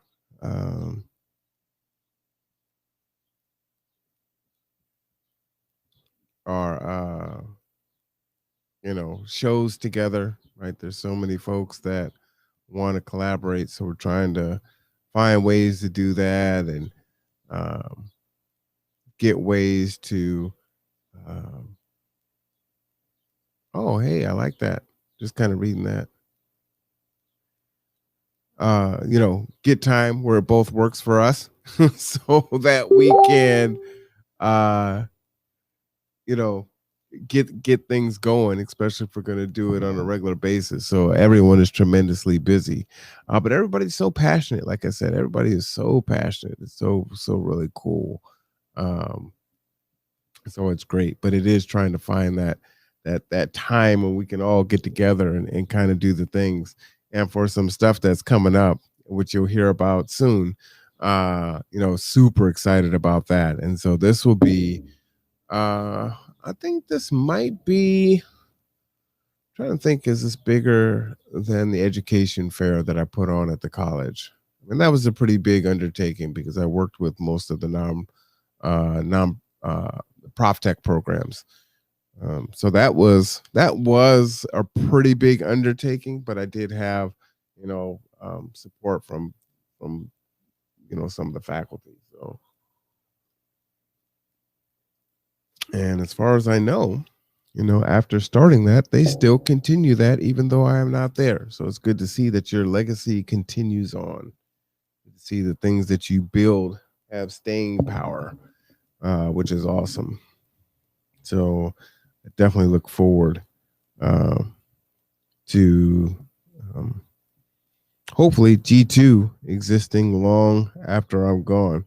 Whether or not it's a building, at least it can live on in the spirit of folks. And when people meet them, and if they knew what G2 was, they would be able to,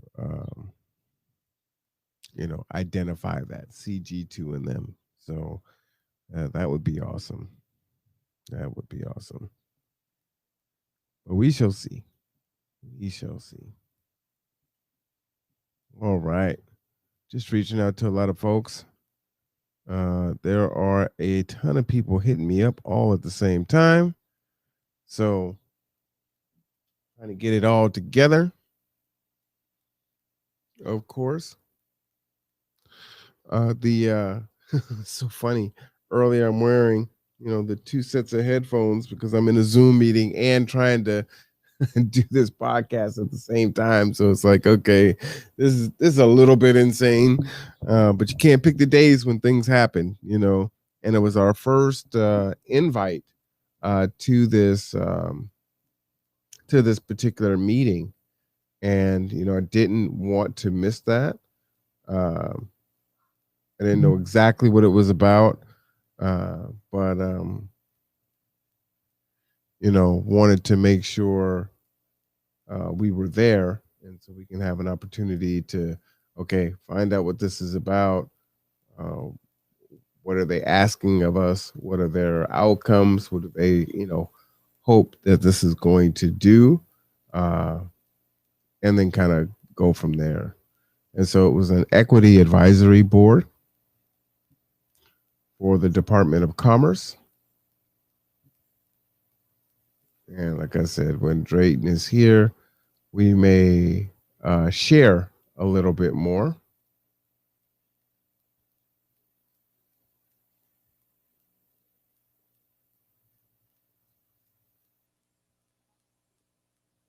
So that'll be cool. Oh, I was looking at an old email and it was like, congratulations. You need to, you have until 5 o'clock today to submit this letter. I'm like, what? It's like 4:57. I'm not going to be able to, how did I miss that thing? But I was doing a search. And so it pulled up something that was old. So I was like, my heart started going, boo, boo, boo, boo, boo. Like, oh man, did I miss something big? But I didn't. So I'm definitely, happy about that. So that is cool. All right. Administrative. Okay. That was Friday. Conduit. Oh man. I can see what it's like when I watch some YouTube channels and their chats going crazy. You know, and you've got people emailing you, sending you texts in Facebook, in the chat. It's like, all right, I can't follow everybody. I'm trying my best to keep up, guys. I am. All right, how's that looking? Okay, that's looking pretty good. All right, so I see, and like I said before, looking in the chat, I'm coming, 1640. So what was that, like 18 minutes ago? I see Zulu is in the house.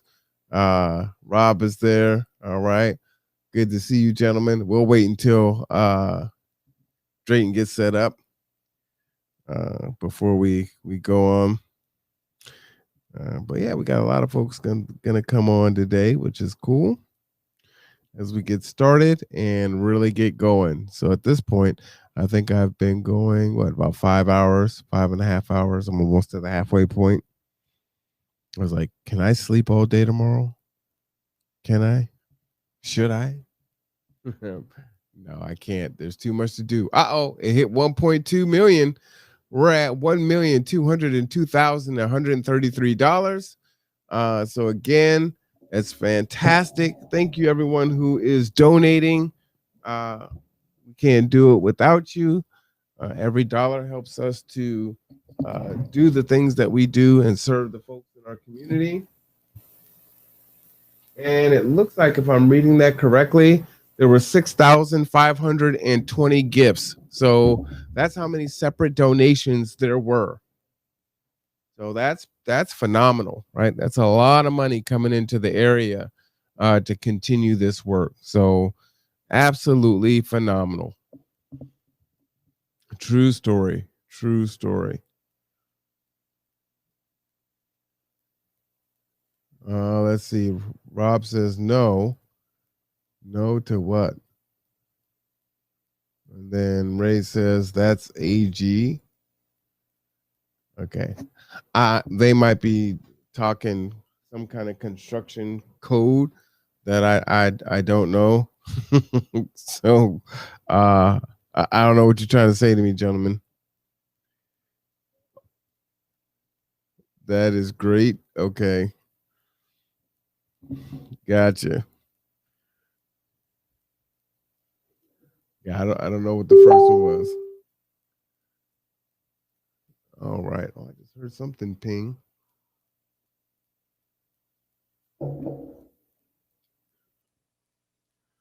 Let's see. That's great. Sleep. No to sleep. What? Okay, guys. You'll be on soon, and then you can speak in complete sentences, because I have no idea what's going on right now. I'm just getting more confused as it goes. It's just getting just a little bit more crazy. So, the shenanigans can't start until Drayton gets here. So right now we got to be calm, slow. Oh, the no was for you sleeping in tomorrow. Yeah, I know. It is what it is. You know, what's the saying? You can sleep when you're dead, get all the sleep you want, right? and you'll sleep like a rock and you won't even turn over. So that's probably what's going to be. But that's fine. Actually, I'm doing the 2x2 podcast tomorrow. And so I think we either record at 9 or 10. I can't remember. So yeah, no, I won't be sleeping in tomorrow because I gotta record a podcast tomorrow. And so that'll be I think it's gonna be an interesting one. Because I'll talk about myself. I'll talk about, what it is that we do, gentlemen. That's easier to talk about. But if folks want you to, kind of celebrate what you've done and your accomplishments, it's a little bit harder to do. It's one of the reasons why I think sometimes projecting yourself, your challenges onto others can be a good thing, as long as you're looking at it through the right lens. But and what I mean by that is one of the things that I would do with my students is have them,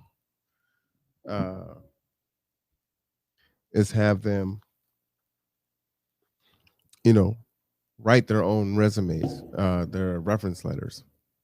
And so, and that was for several different reasons, right? One, once you get going and you get some time behind you as an instructor, you're going to have a lot of folks asking for letters of recommendation, and it just is nonstop. And you will be inundated with writing these letters, right? And then if you don't want a cookie cutter letter, then that means it's going to take time. And, typically someone asks you for a letter of reference when? The day before, 2 days before, the weekend before, they need it Sunday night, that's usually when it comes. And, it's like, okay, one, it's not sustainable for me to write all these reference letters. Two, I wanted to be equitable. So, the times that I say yes, and I want to write a really well thought and well written reference letter. And then for other people, because I'm against the clock, I just kind of write these, quick general, yep, they were there. They did a great job. They were good. I recommend them, I recommend this person for whatever position you have them for, just the standard blah, blah, blah. So I would make folks write their own reference letters, right, in my voice. And, it served a lot of purposes. One, a lot of people don't like to brag about themselves. They find it really difficult to do. And so they can maybe, a challenge or not to, annotate what they've done as far as their work history and things like that. And it's, they can get over the hurdle of writing a cover letter and a resume. But the interview and the letters of recommendation, when they're in that interview, really, that's just kind of the written narrative of, who you are and what you've accomplished and why this person is speaking on your behalf. And so if you're putting that down as your history or whatever, then, it is good to have that person there. And so the question is do you know what someone would say about you? Do you have any idea if you ask them for a letter of reference and you're never going to see that letter, what are they going to say about you? Would it be cookie cutter? Would it be the opposite? Would they, kind of tear you down? No, I wouldn't hire this person. They were horrible, non-dependable, bad attitude, yada, yada, yada, right? That can happen. And that has happened in the past and people didn't know about it.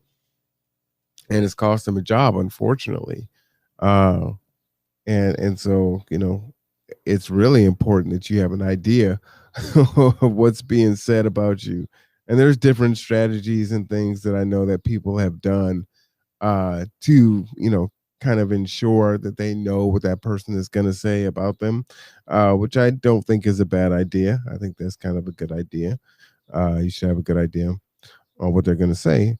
But at the same time, having to write your own reference letter in the voice of the person that's writing it for you makes you now have to think about what would that person say? Why would they say that? to what degree did I do these particular tasks? How dependable was I? Oh, I'm dependable. I'm on time. I'm a team player. Like, what does that mean? That's so general. What made you a good team player? What was that thing that, really stood out, that they can speak to? Are you just is it just a generic reference letter? Yeah, Jill Scott, she was awesome. She came to school on time. Her grades were fine. And I recommend her for whatever you're going to hire her for. Like, okay, well, she could have been the quiet person that was in the middle of class and never raised her hand and, just kind of, got C's all the way through, nothing noteworthy either way, as someone who is, having difficulties or someone that's high achieving, right? So by doing that, it allows you to really get yourself into that frame of mind, right? It also helps that person who is writing all of these reference letters for folks, oftentimes, awesome, Raymond, that's good. I'll set a time here in a little bit because we've got one coming right up at 6, and I'm not sure when Drayton is going to walk in and get set up. So we'll have Mr. White come on, maybe 8. I'm thinking 7:30. We'll see, but he'll definitely come on. But if you were my student or if you worked for me 5 years ago, I may not remember what it is you did specifically. I might remember you in general, but it's a good way to really get you thinking about what that person, you hope that person saw in you, and then as you share that letter with that person, that may jog their memory, like, oh yeah, you did do this, or you did accomplish that. You were a phenomenal team player because you were able to get these folks that don't typically collaborate together to work together, or you were able to, increase productivity by this many percentage points, or, whatever the case may be, right? You reduce shrink by 15%. Because you were such a great team player and people were able to be more accountable for, products and watching out for, the merchandise, whatever the case may be, right? And so, those things are really important. And so what I would do is once they wrote the letter, then I would read it and then I would give them feedback on it. Yes, I observed this. I agree. No, I didn't see this at all. I don't know where you got this from. And then, tell me more, and then I'll also talk about how, okay, that sounds good. This is a good start. Let's make it sound a little bit better by saying this. And then once they have kind of gone back and made their edits, now they've come out with this nice, document. That's a good, good brag about them. And it also gives them some language to use while they're in the interview, right? Because it's often the scariest time, as I started this story, to kind of brag on yourself. Well, what did you do? How well did you do it? Who would speak to it? What did you accomplish? What are the outcomes? How did you measure the outcomes? All those things, right? And so that gets really stressful for folks, especially when you're looking for multiple positions that have variance. So now you're writing to different things, right, to make sure that there's some relevance there. So just a lot there that's to it. But I would say for folks that are looking to have someone speak on their behalf in regards to a reference letter, don't wait. You may not be looking for a position now, but you may be looking for one, in a little while.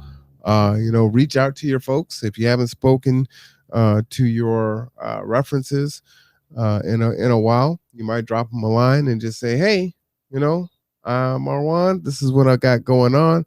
Everything's going pretty good. Just wanted to check in with you and just tell you thank you. Talk soon, and that's it. So that kind of keeps those folks front of mind. And again, it's important to cultivate those relationships, if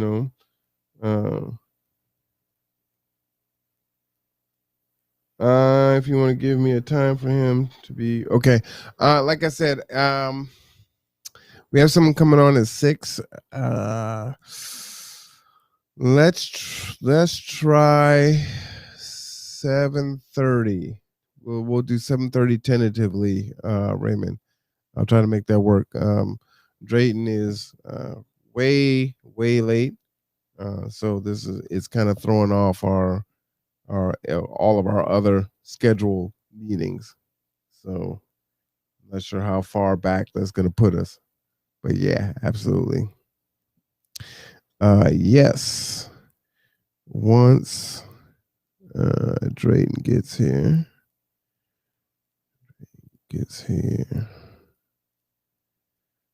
you got a whole bunch of people waiting on him now, and I hope he's listening. So yeah, do reach out, check in with the people that write your references for you, see how they're doing, give them an update, right? And just so you always have it at the ready. Just makes it easier. And when you go and you ask someone for a reference, try to give them ample enough time to write a quality reference letter for you if they're going to write it themselves, right? Because if you give it to someone at a short notice, you may get what you get, if you do that. Hey, I didn't have a whole bunch of time. You sprung it on me in the 11th hour, and I happen to be going to a wedding, or I've got this or that going on or whatever. So that's what it is. And it's just the most generic reference letter ever written, and your reference letters are important. They are important. So yes, I definitely encourage you to, be proactive in that and rework those, if you have some time, add some new ones.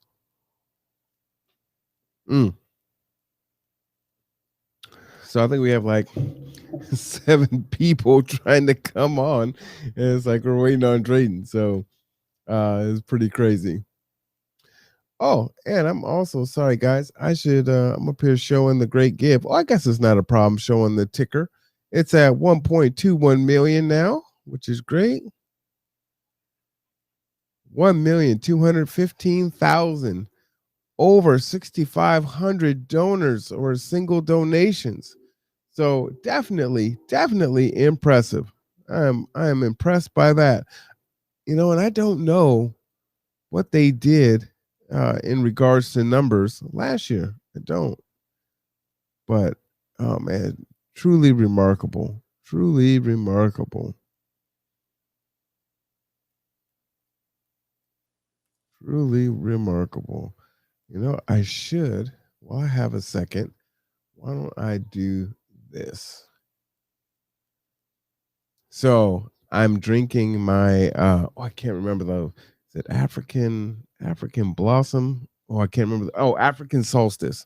So this tea that Layla got me for Christmas is it is my favorite tea. So I am a Jean-Luc Picard Earl Grey tea drinker, right?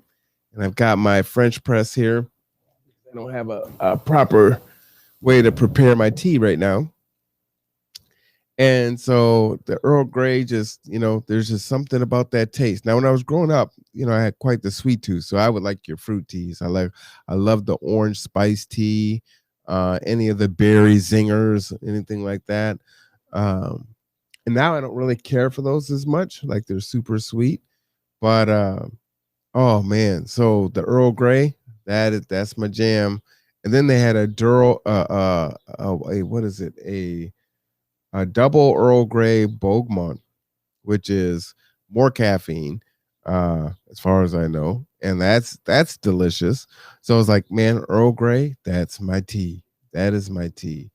And Layla bought me a sampler for Christmas, and so I was like, okay, sweetie, which tea should I try? So I'll read them off and read some of the ingredients, in the tea. Oh yeah, try that one, Daddy. White peach, grape, something, yada yada yada. Flower blossom, da da da da da. And most of it, they're pretty good. And then it got to the African solstice, and I mean, I did a triple take. I was like, this is fantastic. This tea is ridiculous. I mean, seriously, African solstice is really good. There's no caffeine in it. Womp womp. That's sad. But the flavor of this tea is wonderful. It is my favorite tea. And I can't find it anywhere. So I literally have to order it off of Amazon in loose, it comes loose. And then brew my tea that way. But it is delicious. So I encourage you to try some of that African solstice. It's fantastic. If you're a tea drinker, that is the way to go. Now I haven't tried it like they do across the pond, as they say, and put milk or cream in my tea. It just seems strange. I'm not a big fan of milk in my coffee. Like I'd actually rather have real creamer. Real. I would like to have my artificial sweetener, my vanilla creamer. So I do prefer that, but I don't know. The milk in it just seems weird. But this, oh man, the African solstice with a little stevia in there. I mean, it's just a treat. So if you notice when I do the podcast, I drink tea. I don't drink coffee. However, since we are going, since I've been on air for about 6 hours now, and I still have another 6 hours to go. Oh, that's 6.5 hours to go. Yeah, I'm gonna need some coffee, and I have some Death Wish that I brewed this morning, and I'm gonna go ahead and fix me a cup of Charles Bronson. Let's see. All right. It looks like Terry's going to come on to the podcast. Got all kinds of people saying they want to jump on here today. So, fantastic. That is awesome. Really awesome. Super excited for everyone. And it's really cool to, hear the stories and check in on, G2 folks that have moved on. And see how they're being productive and taking care of themselves and their families, and it's all definitely a good, awesome feeling. So I love that. I truly do. Makes it easy to get up in the morning. That does. I tell you what, I keep losing this mouse. Maybe if I say it out loud, then I'll know where to go. I go over. Where did you go? That's the thing when you're across the room from your TVs and you can't see. Oh, wow. It was already up there. That was weird. Huh. Well, don't complain. Oh, yeah. Let's go with this one here. And house prices, that's kind of thrown a hitch into everything over there. You're not going to be able to really analyze you're not going to be able to pull that COVID variable out of the $15 wage going down the road. So it's complicated. That's kind of how I feel about it. It's just a step, not a solution. A step I would support, but yeah.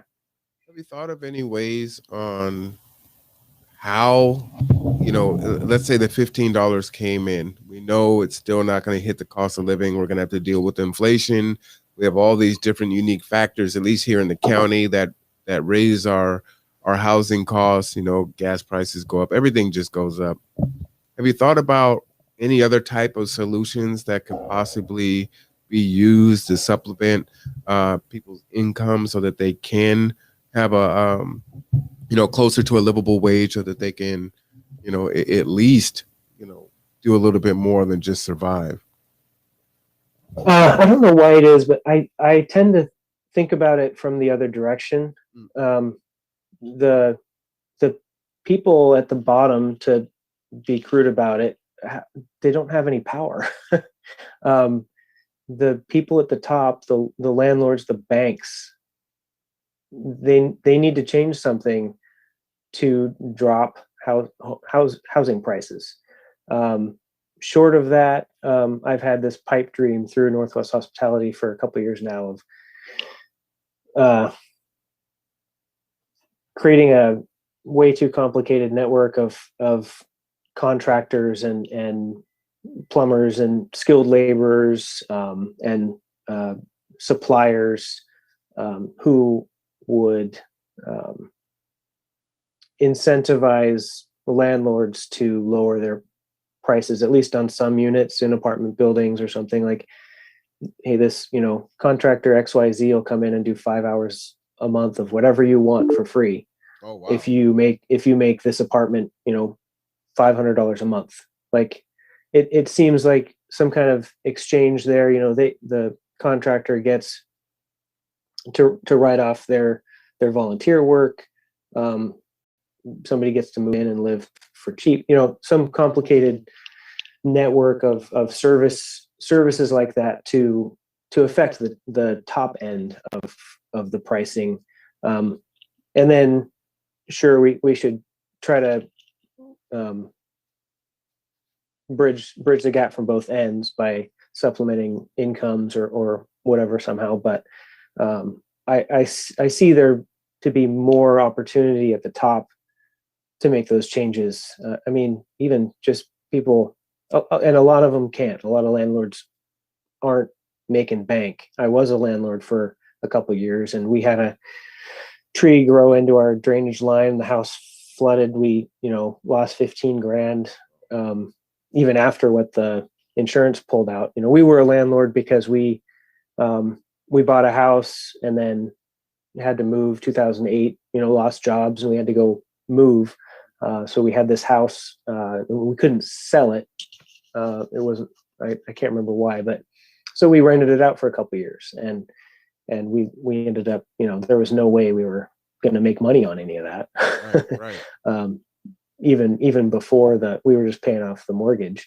But even before the root grew into the drainage line, so a lot of landlords can't, sacrifice some of their fabulous wealthy income to make more affordable housing. But the ones who can, maybe you should think about it. So kind of almost like the big corporate tax that they talk about, and so yeah. for those that are way up there that can do it, then tax it or create some subsidies that way.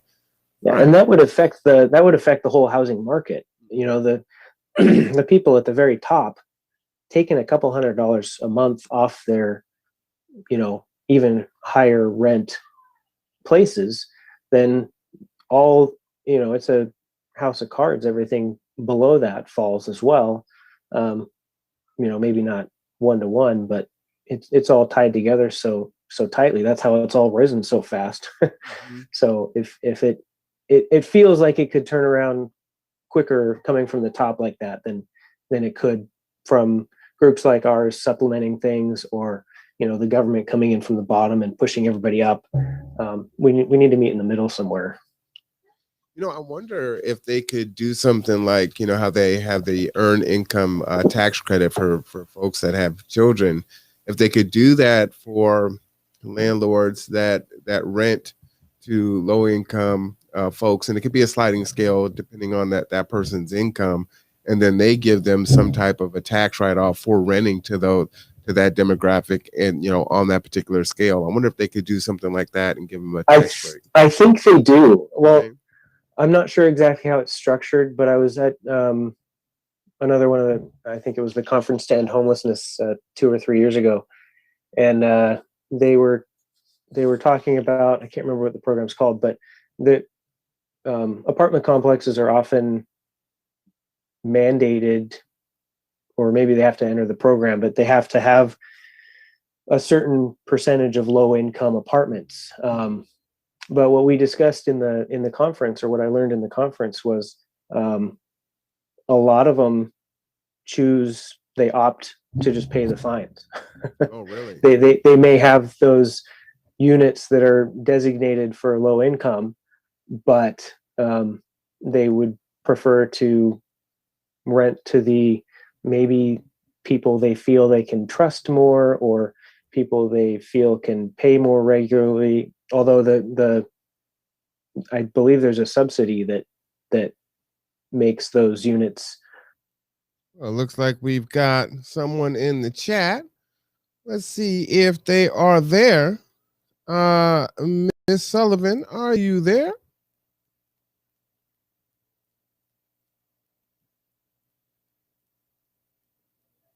Are you there?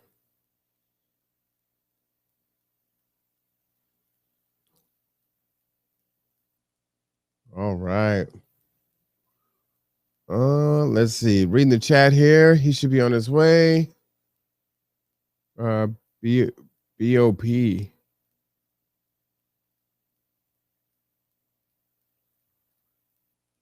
Daryl White, if you pop up on the conduit, you know you're in the right place. Okay. All right. So people are coming into the chat. I've got my death wish, so I'm ready.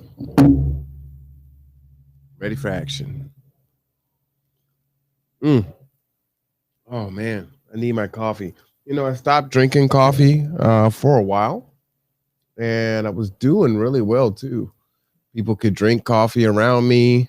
I wasn't getting headaches anymore because I stopped drinking it, and was doing really good. Even had a cup, you know, every now and then I'd have a cup. Not a problem, no biggie. And then one day, I just was drinking coffee again.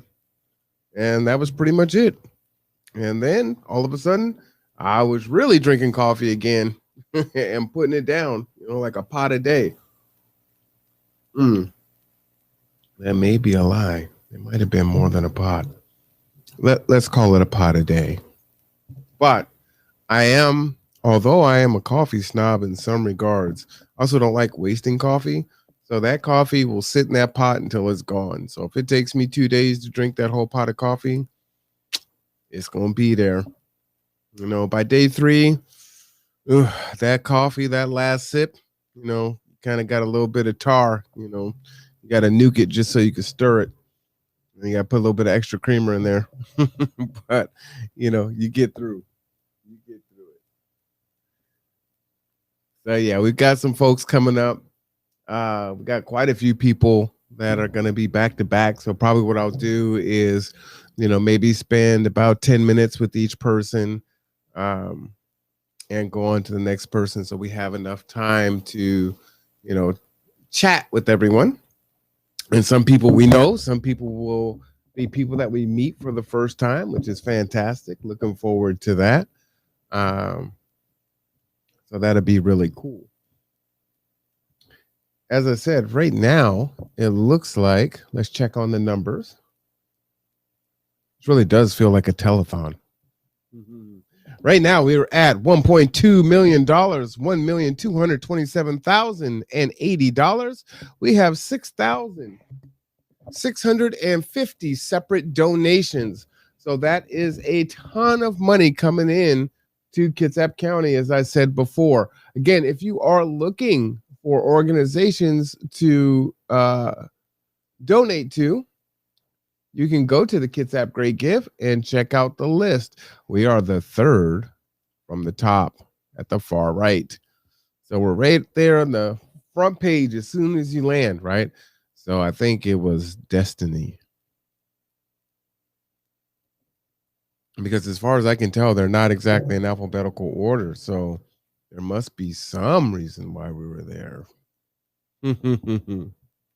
So donate, folks, to your favorite charities.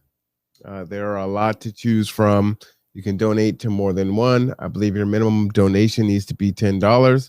But beyond that, you can donate to as many as you would like. And they do match the donation up to a certain dollar amount. So there is plenty for you to donate to.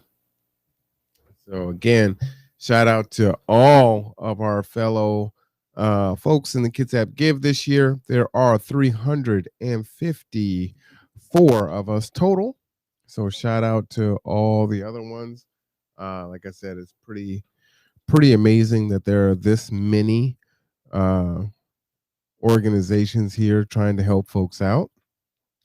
And to me, from what I've heard, right, is I've worked with a lot of folks that have come from other states, especially from down south. And one of the things that they have um, shared is that, um, the resources here in Washington state are just far superior than many other states, right? And so I know that there are people that don't have family up here and come here because our resources are so much better than other states, right?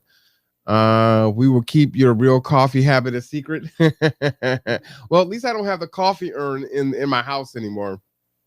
So, we do events, and we had a really big coffee urn, and so I think this thing brewed like 40 cups of coffee, and I would have that in my house, and I would brew that thing, and it might take me 2.5 days to drink that. But it's like, if it's there, then it encourages you to drink it because it's there, and then it just stays hot in that tin. So you stand up for whatever reason, that means you might as well go ahead and get you another cup of coffee. I might as well just put my head underneath the spigot and just took it to the dome. I mean, in all honesty. All right. So I heard some kind of an alert. I'm still learning how to use this program, but this is a pretty cool program. I actually do like it. Oh, I think it was Diana leaving the chat. So we had someone join and then leave. I think Diana came on just to chat to tell me that Drayton was on his way. So he shall be here shortly.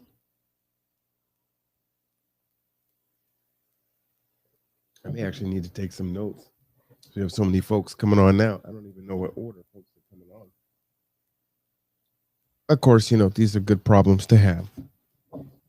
Not complaining at all. It is a beautiful sunny Tuesday, April 19th in Kitsap County. I got to tell you, man, the weather has been absolutely just beautiful. Just beautiful. Had a really good time going to Evergreen Park on Saturday with Layla. We both couldn't wait to get to the park. We've been waiting for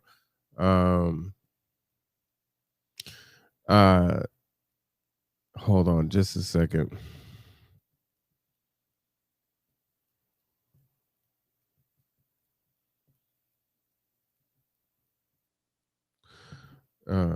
Waiting for the weather to get better, right?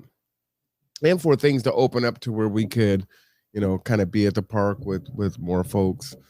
And man, there were so many people at Evergreen. It was like, oh, we're free. They had a good time. Kids were running around, doing their thing, and most of the kids had their mask on, which was good. It was good to see. Everybody didn't have their mask on. Some of the adults didn't have their mask on, so that was, not good. I was like, well, come on, guys, don't ruin it for others. We want to be able to be out here. We don't want to have the park closed because we don't have our mask on. So, but we had a good time. And now she's like, oh, I want to go fishing next week. So it's like, all right, well, we'll have to see if we can make that happen, sweetie. But it's like, it's time to get out of the house. She is ready to go.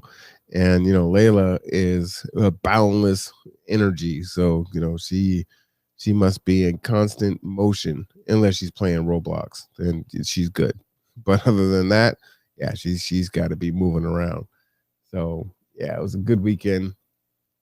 Being able to get out. The other thing that we really love doing is going to the arcade, which is around the corner from C Films. That's our spot. So we can go in there and, it's not as crazy as Chuck E. Cheese is. And they still have, enough selection of games and little prizes and whatnot. And so we'll go in there. And so as you know, I like video games. So it's fun for us to go in there and play.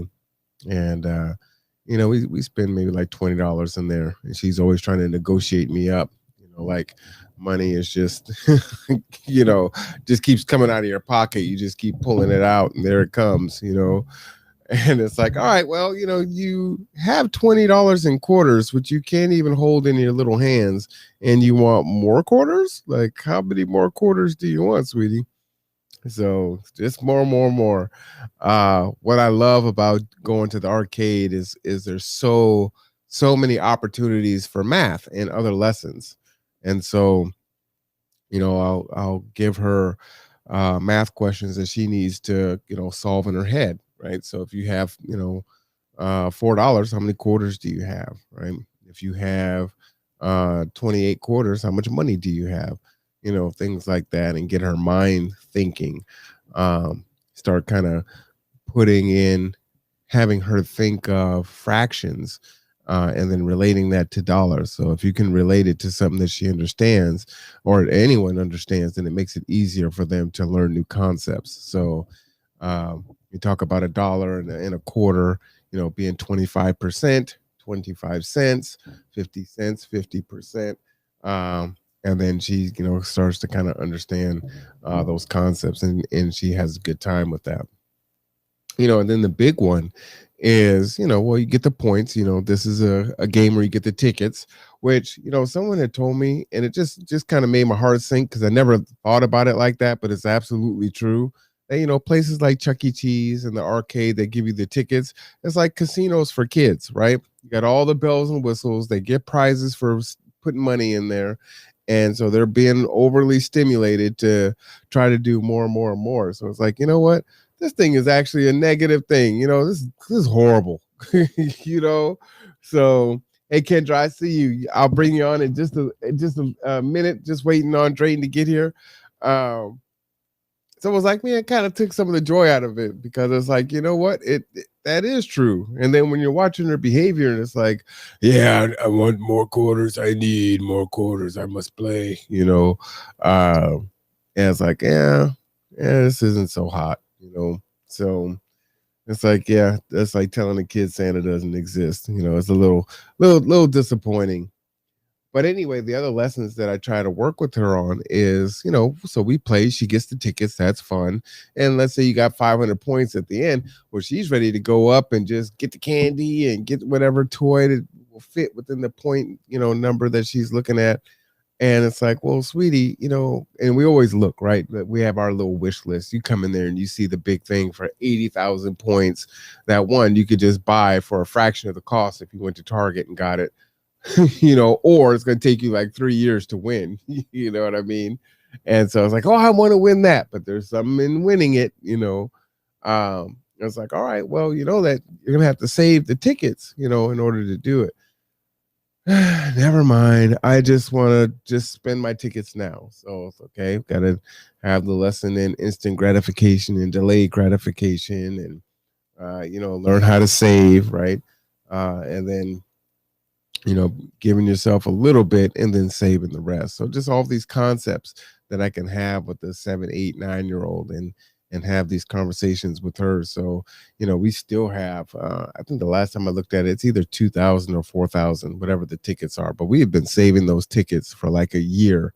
So it'll definitely crush me if I lose that strip. It will crush her too. It's like, Dad, where's the receipt for all of our tickets? But so, and it's fun, we get to play together, and, I don't take it easy on her.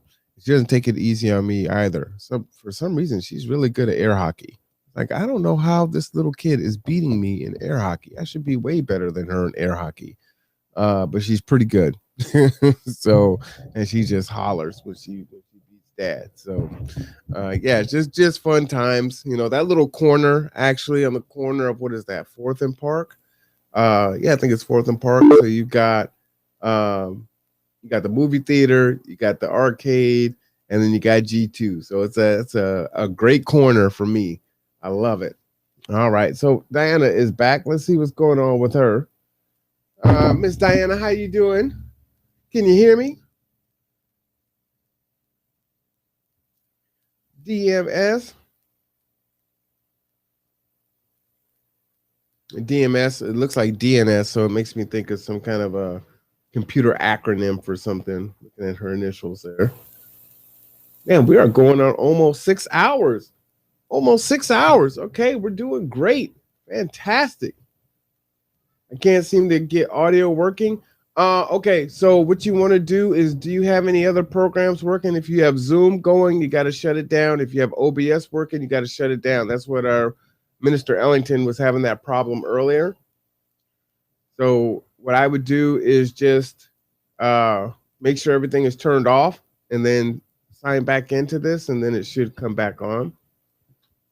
Or go into your like I need to tell you, I was just bragging about you being the AV person. Go under volume and then change it. If you can even hear me now. All right, back she comes. Let's see. A 1, a 2, a 1, 2, 3, and let's see if that works. So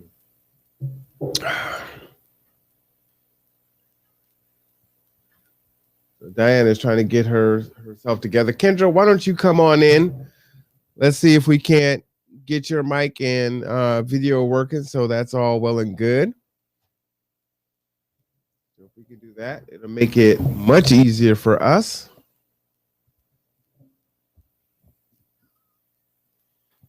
And you know what? That would be the same for Rob and Raymond. We could do the same with you guys too. Because I'll be able to put you backstage and then just bring you on, but at least we'll know that your camera and your microphone is working. So Raymond, Rob, Diana's working on hers. Kendra, come on in. Let's go ahead and get it worked out. And then we should be GTG. Had to think about that. In the meanwhile, this is the Kitsap Great Give Day. G2 has decided that we're going to do something pretty different. And we're like, okay, how about myself and Drayton Foundation for Homeless and Poverty Management go ahead and jump on together and do a live broadcast for the rest of the time of the Great Give. So 12 plus hours.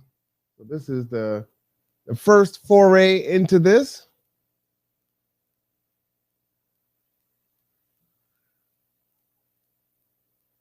And I gotta say, it's pretty interesting. I'm way more comfortable sitting on my couch, that's for sure. So I'm glad that I decided to alter my studio so that I could be in a position where I would not be suffering.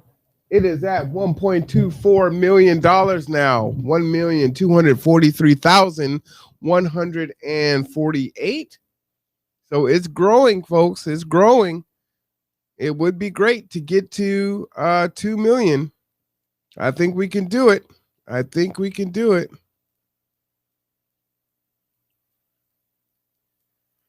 Is in live. Check the chat. All right.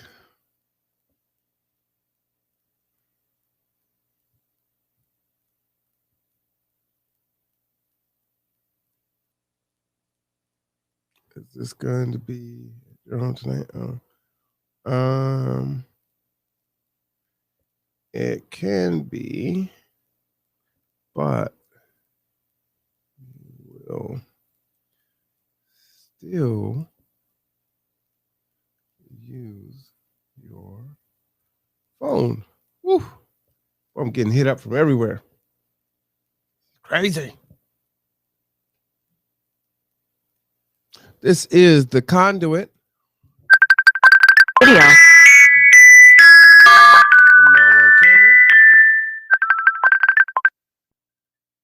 Hey, Kendra, you're on live. So there's a link in the chat. Go ahead and click on that link, okay? So you'll see it. If you're looking through the chat, it is, you know what? I'll put it back on there since so many people chatted. Oh, wow, I'm getting so many different rings. All right, I'm gonna hang up with you, and then I'm gonna put it in the chat now. You can just come on in, just like you did now. Okay. All right. Good to see you. By the way, see you again here in a second.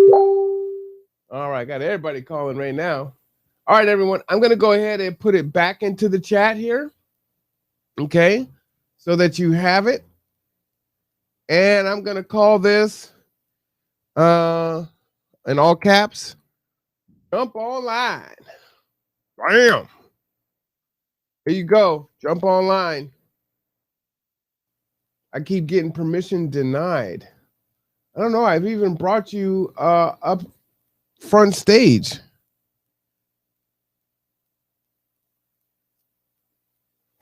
Okay. All right. Let's do boom, boom, boom, boom, boom, boom. 7:30. He is late. All right.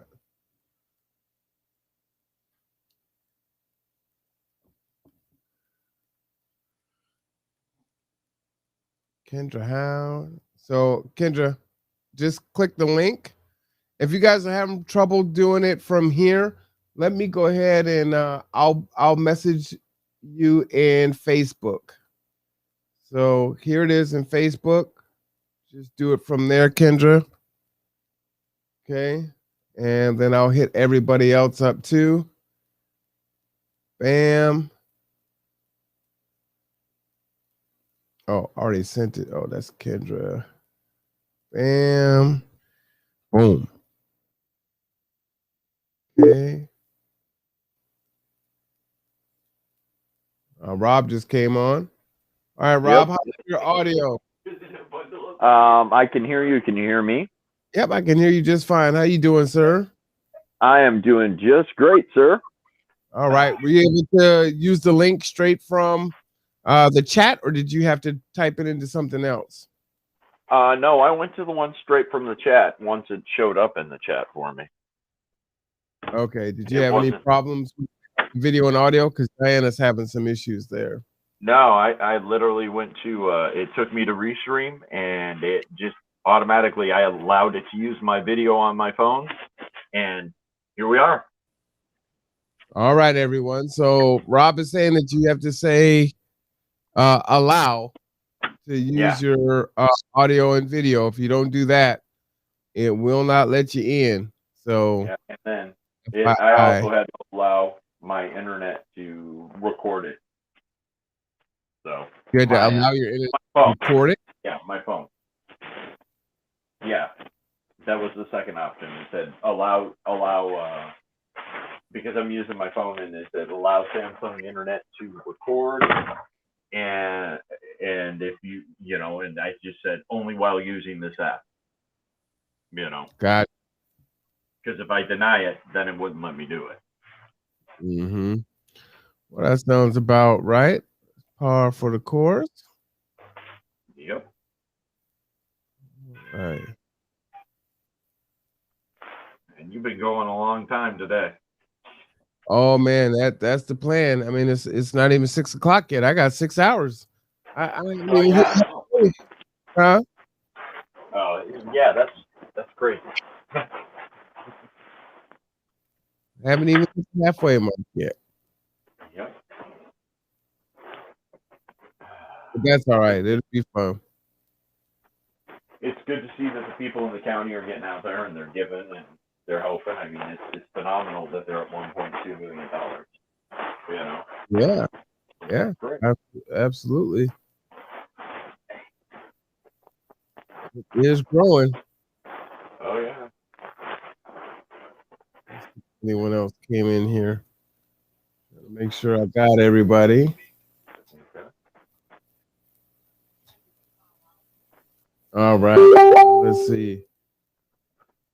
Is that notification Kendra sent to my email?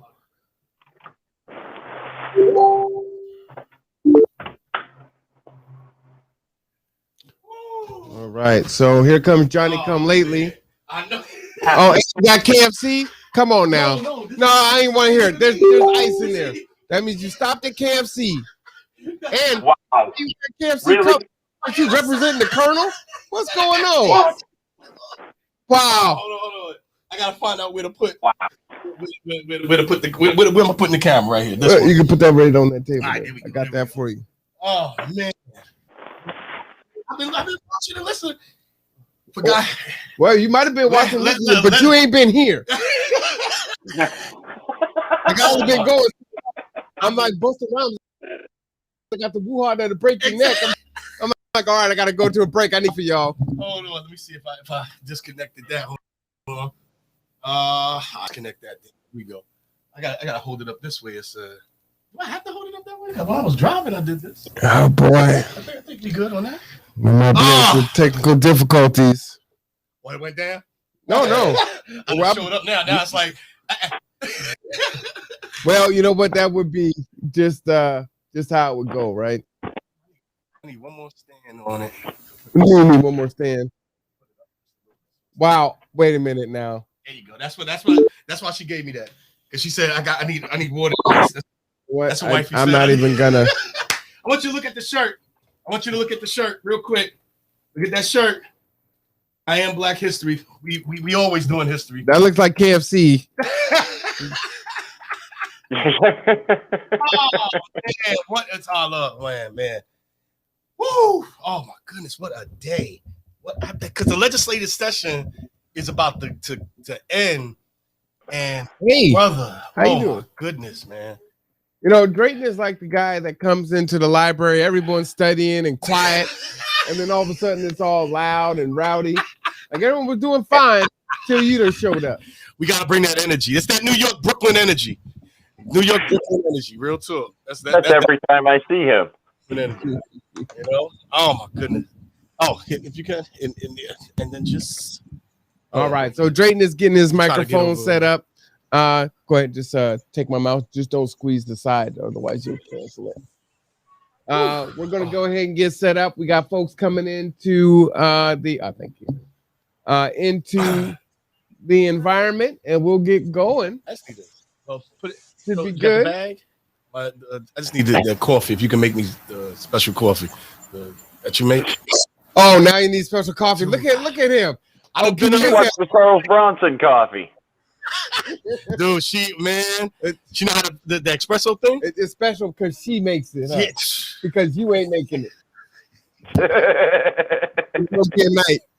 Oh man, we're not going. Let me tell you.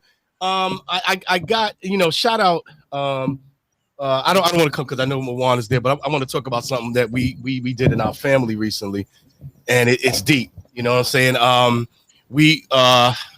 My wife was like, Naja was like, yo, look, we talk all of this supporting Black businesses and stuff and all that, but why we don't do it? And when she asked the question, I was like, yo, I said, you're right. Why we don't do it? So what we doing now is, we're thinking, huh? Yeah, that's it. We're thinking of, Black first. I would just say it that way, So before we do anything, we think is there a company, a minority company, a person of color that does this, and we've been doing that from Ciroc to what's his name? What's the other thing that we Uncle Nestor, which is a Black woman's company that owns whiskey. It's here tonight. There's a 2 hours later.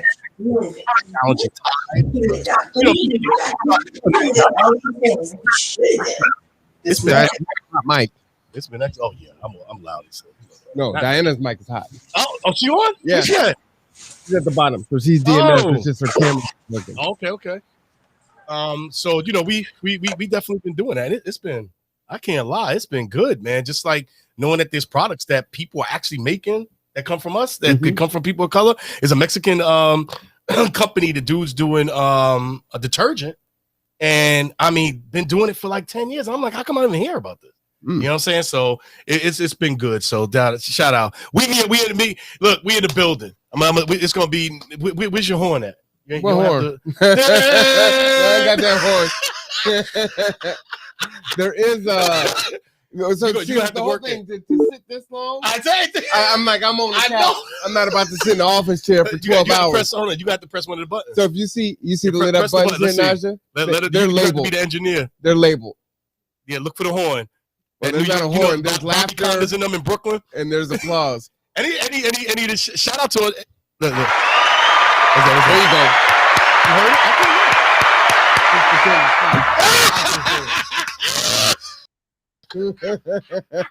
In your head.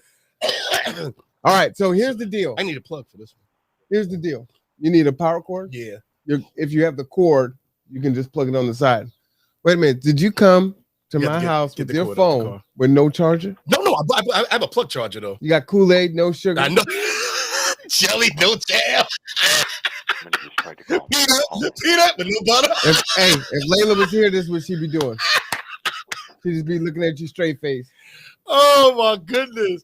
Real talk, man. Let me tell you this. We're gonna have fun, man. I'm praying that my daughter would get on. She did reach out. We'll see. Like I said, my goal for her is to try to get her to 50,000. Wait, hold on. Can I see that? Yeah. First off, what kind of power cord for a cell phone is this? What, you trying to power a phone from the space shuttle? Why is it this big? This is for a cell phone? That special stuff right there. Wow. That's that special. Look at that. That's that special stuff. Well, I guess you can't lose it. We make sure. Look. I never lose this one because it's there. Yeah, I gotta remember it for it. Wow. Hold on. So I'm gonna go try to make the coffee on it. You want to set up who we got? Because I know we running. So here's the thing, behind. we're running way behind. Your first interview starts in 2 minutes. You're gonna interview Kendra, then you're gonna interview Rob, then you're gonna interview Raymond, and we've got like 7 back to back. We good. Who wanted to go to sleep? I kept saying somebody. That was me tomorrow. Oh, I was looking on that. I was like, who's trying to go to sleep, man? You know what I'm saying? So, all right, give me 2 minutes. I'm gonna go grab the coffee on it. You can't. You don't have no music. You don't have music. No, play. Look, anything we can play anything from Mozart because it's not licensed. It's that old. So anything from that era before 1950, we could play. See how you get someone in here talking about what you can do. Real talk, right? Yeah, real talk. No cap. All right, we'll be right back with it for me. And thank you guys for waiting. I apologize. Being a little late. It's funny, right? Because I walked in the supermarket and it seems like black people are superstars right now because of the verdict. I had like 5-6 white people coming to me in the store and saying, we got one today, and I'm like, and you were still late. They were like, we got one today, didn't we? We got a victory, and I'm looking at them like, yeah, I guess so. That's what you think. Naja, will you turn my knob, which is knob number 2. All right, hold on. Grab my coffee and set it up. Knob number 2. Turn it all the way up. Oh, the other way. Yeah. There we go. Yep, keep going. Will it go more? Perfect. All right. So they're going to go ahead and get themselves some coffee, and then we're going to go ahead and get going in our first interview, like I said, which is Kendra. And turn down. I did turn it down once. I'm going to go and turn it down some more. I don't know why he's that loud. I started with his mic low. Seriously. I really did. Really? You started it low? His mic was already like half of mine. Oh no, you have to bring it down to 2. Drayton, hey, before you go, your mic 1 in the pink, pull your mic down. Drayton. I had to have Naja turn my headphones up because I can't even hear myself anymore. Yeah, no. Yeah, pull that down about halfway. All right, now talk in your mic. Oh, you might need to pull it down even more than that. Yeah, that was Diana. Ask Diana. That was her biggest issue with me when we was doing the podcast. Oh no, you might. He gets too close to the microphone. Engineer, come on now. No, bring the mic down because he gets too close to the microphone. Wow. Multitasking is the way, man. Multitasking is the way. Chaos. No, that's just related. Drayton, talking to Mike. Yes. You gotta get your levels right. Yes. 1, 2. Still too high. 1, 2. Turn the treble down. Make sure it's not. Is it loud out? I don't even hear it. I The don't. headphones was low though. I'm thinking that your brain is going really big. So you can't hear what it sounds like. Give us up on the sound out there. Oh wow, you can see everybody. Hi. Right. Yes, sir. This is the way it's gonna be like all day. Right here. Right here. There you go. It's less scratchy. Less scratchy. You want it lower? Yeah, he got. No, it's fine. It's fine. Okay. Who that Diana? This is it? Yeah. Oh yeah, she the engineer. Drayton, do it 1, 2. Drayton, do it 1, 2. She said. Talking to you. No, he's not ignoring me. Do it 1, 2. Can you hear her? I can hear her. Oh, okay. Okay. All right, Kendra, go ahead and log in. Oh, Kendra. Yeah, Kendra's your first interview. In the building. Kendra, go ahead and hit the link and log in. You're the first one. As soon as you get in, we're going. Oh man. I'm gonna be messing with y'all on the side of it. Yeah, where we at? Wow, a lot. I didn't understand that.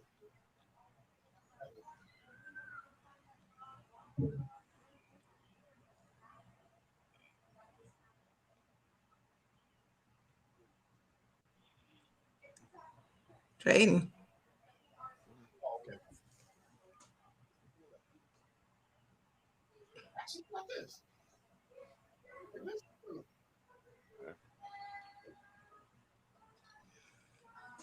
Oh man. So, it is. Yep. It is. Thank you. We gonna make it work. We gonna make it work. We gonna put it together. You should see. So, hopefully we'll talk about it later. But I was in the music. I used to be an engineer in the music industry. And looking at Mawan's thing right now, if any of my people was in the music industry in New York City, Steve Eck used to be. He's the guy that taught me. Right now, the way Mawan's studio look, I'll be getting screamed.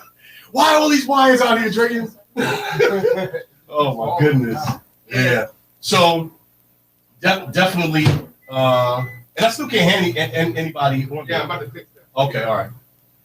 So we on the can we please in the comments, please give a shout out to Mawan for holding it down. There's not too many people that can do that. Just give a hand clap or something in there. G2, gather together, grow together. He's been holding it down. All just in the comment section, just put that in there. Give that hand clap, in the comment section, man.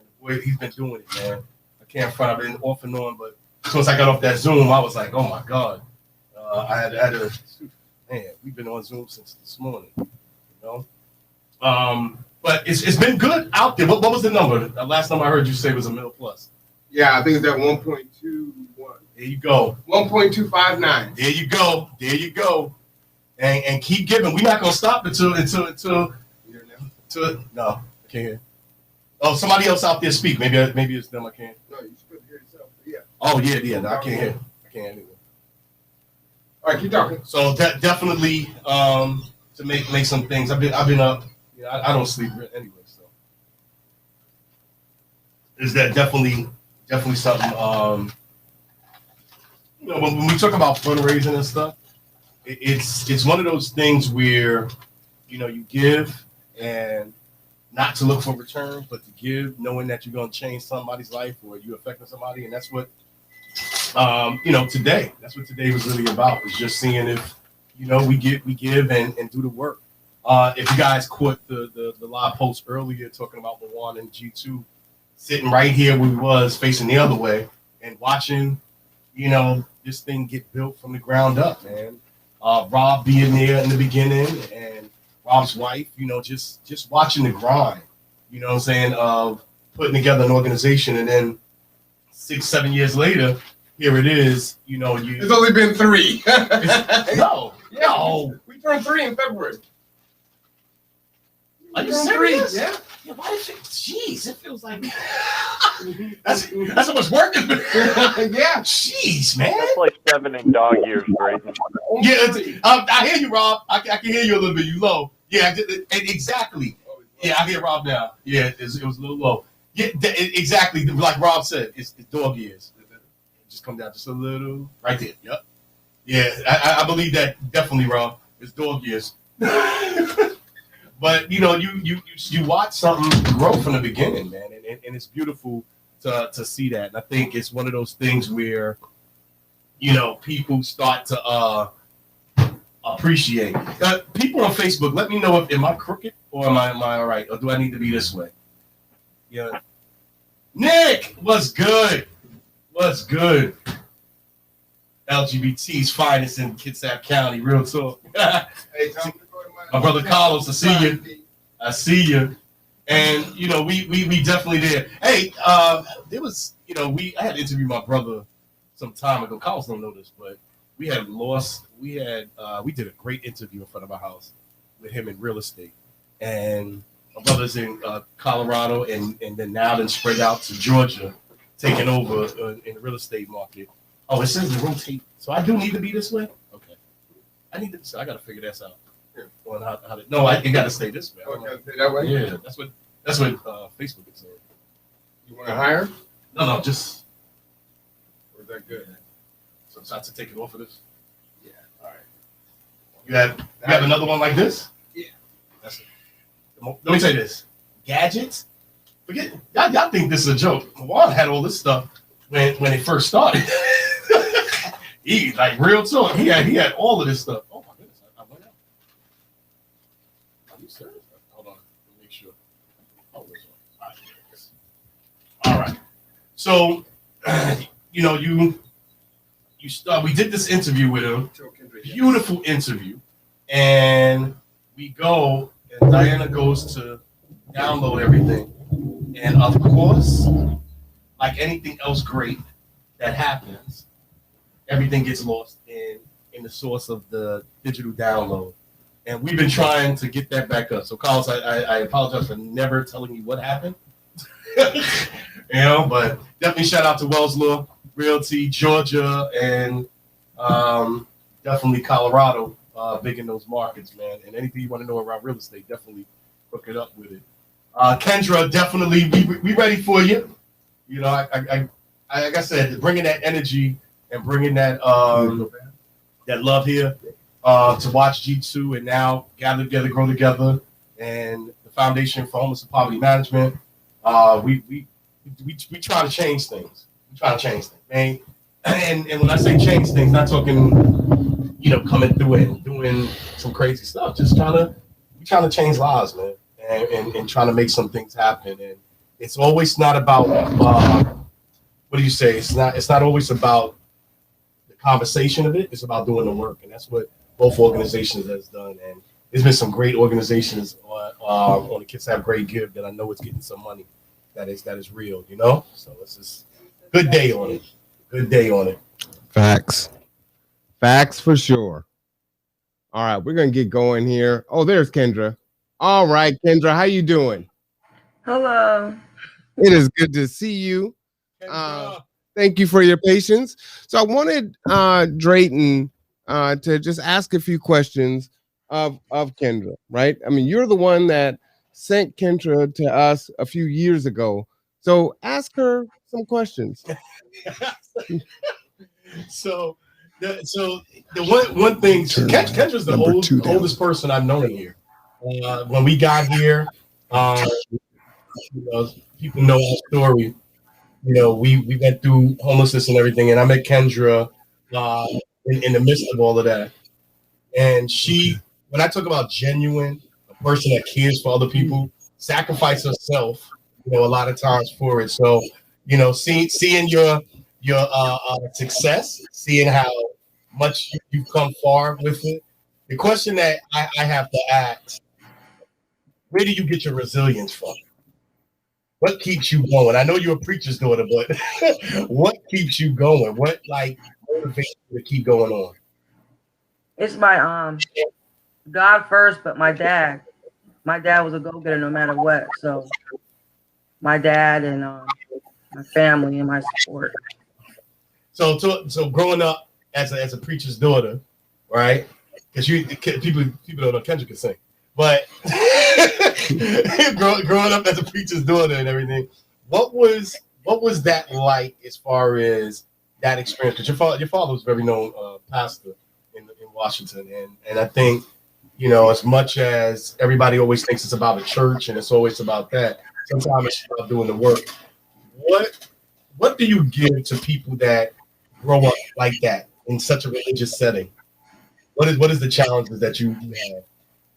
Me and my family been through a lot. We used to live in, I was born in Tacoma and Hilltop, and so a lot of drive-bys, a lot of gangs, and went to Lincoln High School. And my dad was still working at UW and VA hospital. So he was a phlebotomist. So he worked 2 jobs. So he worked his behind off to make sure that we'll be good, and you just kept going and going and going, persevering.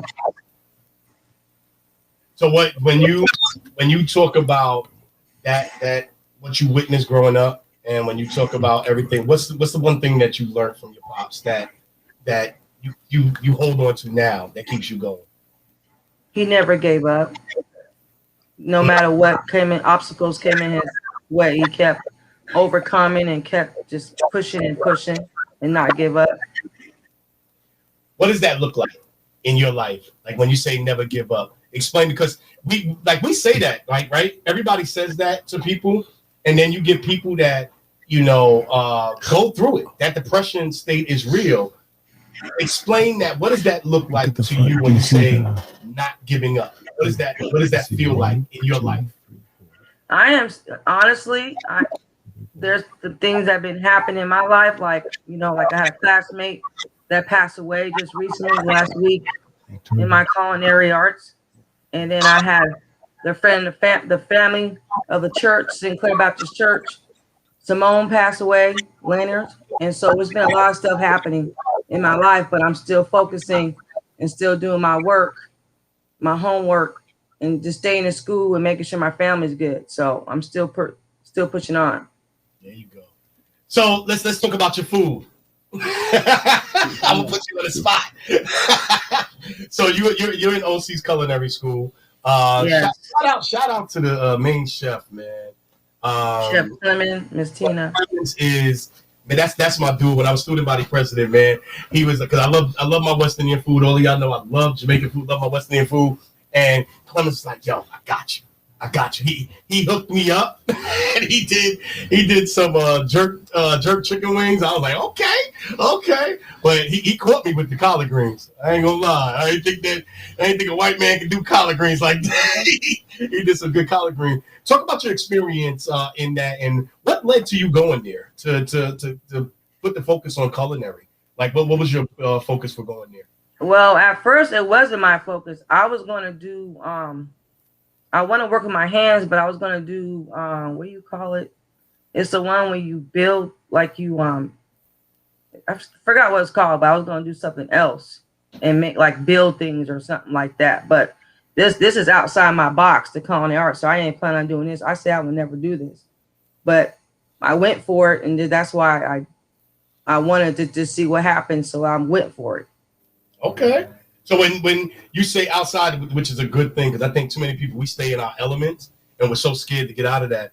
Going into that, when you say it's outside of that box that you were used to, what made you come over that fear to say, hey, you know what, I'm gonna try this?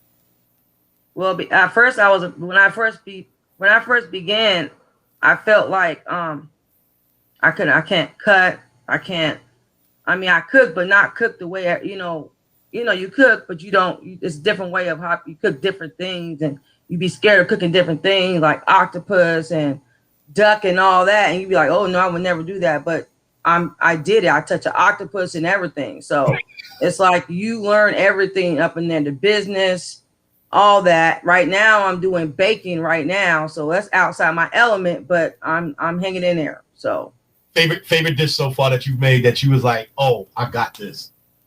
When I made the parrotfish, we got to cut the fish and the scales and all that. So what that fish? Was parrotfish.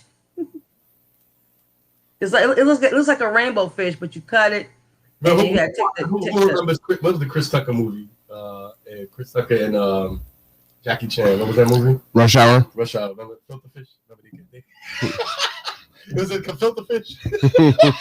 And nothing but buttercream touches the skin. Buttercream.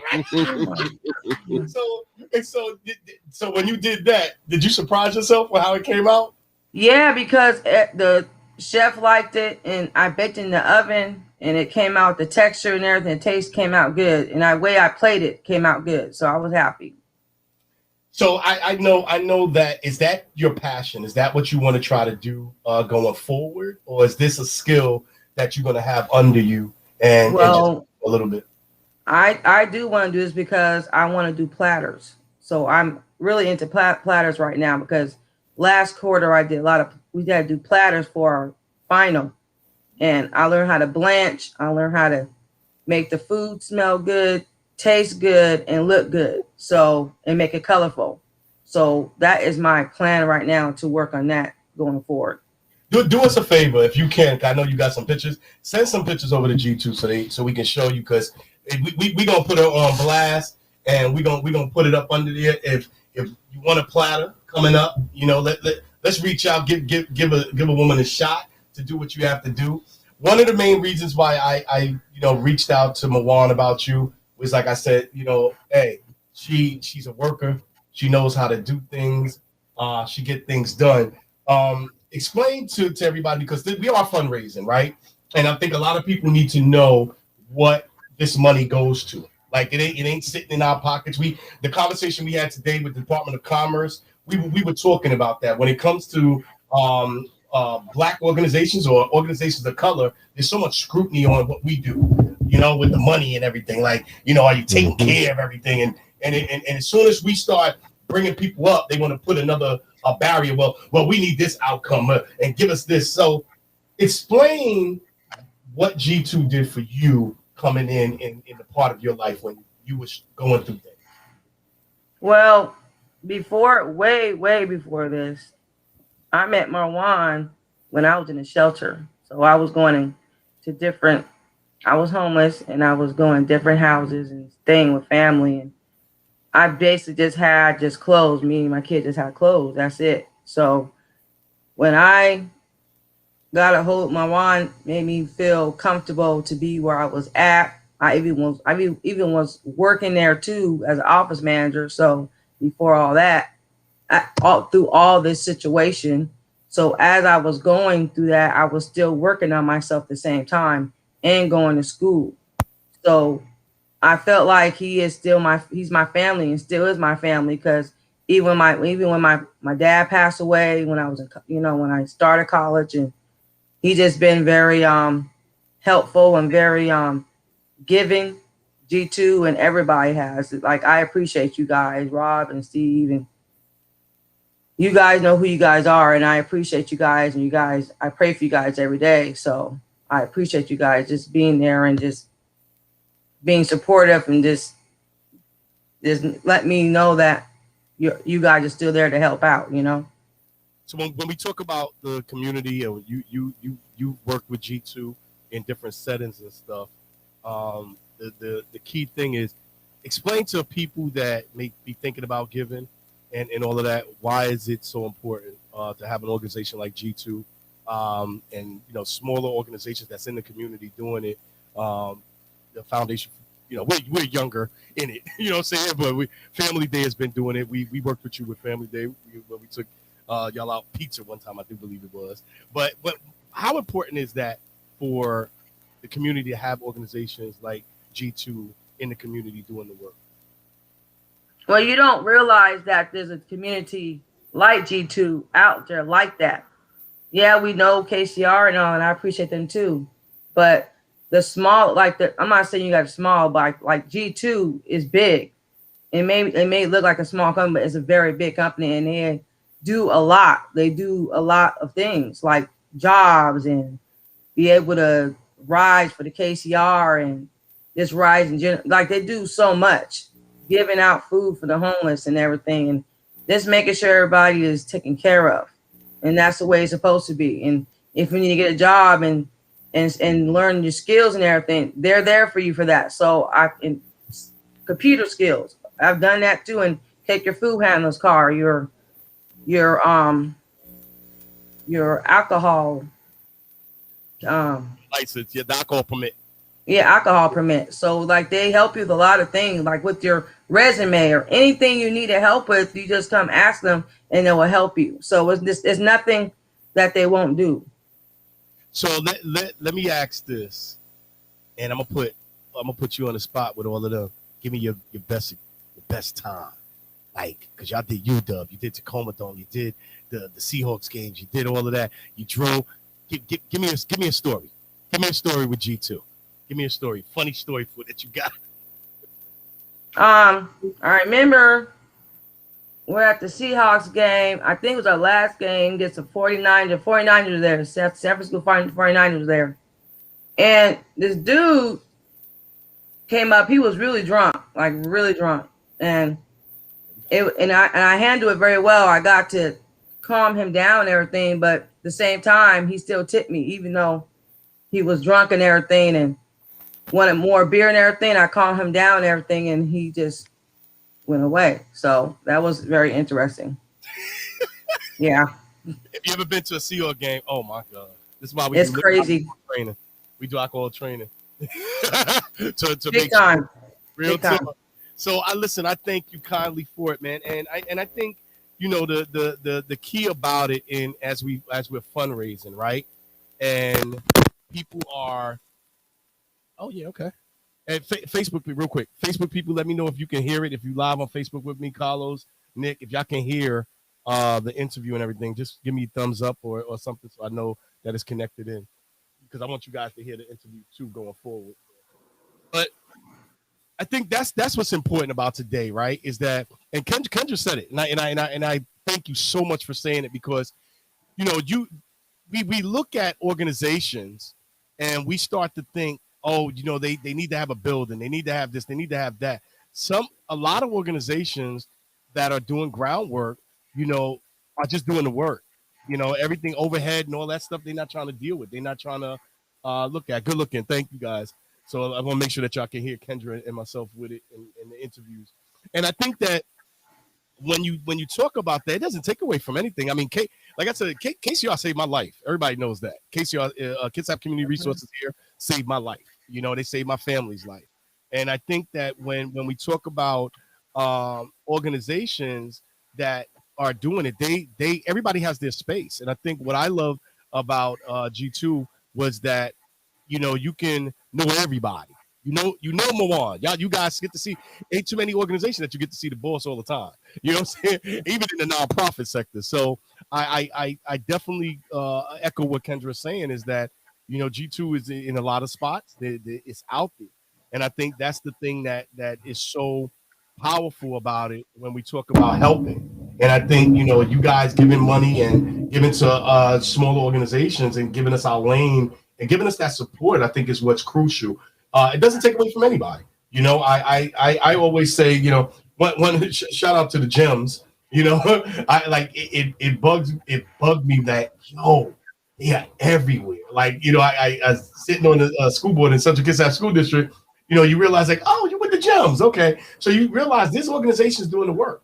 There's people out there doing the grunt work and really putting it down. And it's not about the fame. It's not about the raising your hand and saying, look what I did. It's about, hey, the testimonies, like Kendra said and Kendra did for it. So we're looking out for those pictures. So make sure you send those pictures to Mawar so we can put them up on so people can see the platters. Because you did some that platter that you did, man. I saw that picture. I was like, wow.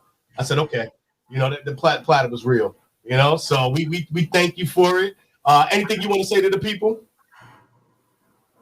This is very nervous being up in here. Oh my!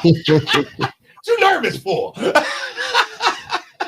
I know. I'm just like I do appreciate. I love you, Mawar. I love you, Rob, and love you too, Kendra.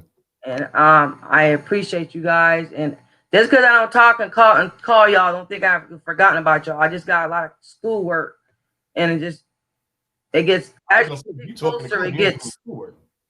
It gets a lot more work. So I found out next year of winter I'll be graduating. So all right.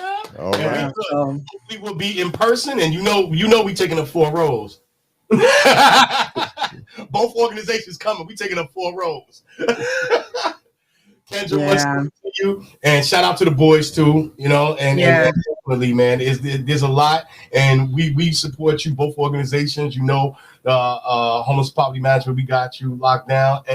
Anything that needs to be done, anything that you need, you already know. That's just a phone call away. All right. All right. All right. Much love. God bless you all. All right, Kendra. All right. See the work, man. Like that. What's that? About a year ago, 2 years ago. 2 years ago. Yeah, and already getting ready to graduate. Well, and you know, when we talk about later about what G2 does and how we do it, you know, one of the unique things that we were able to do and why we wanted to start the nonprofit ourselves is so that we could do things that normal big organizations couldn't do. Right. So when she started off in Pathways at OC, that's right. Yeah. You know, yeah. Keyshawn and Matthew didn't have anywhere to go.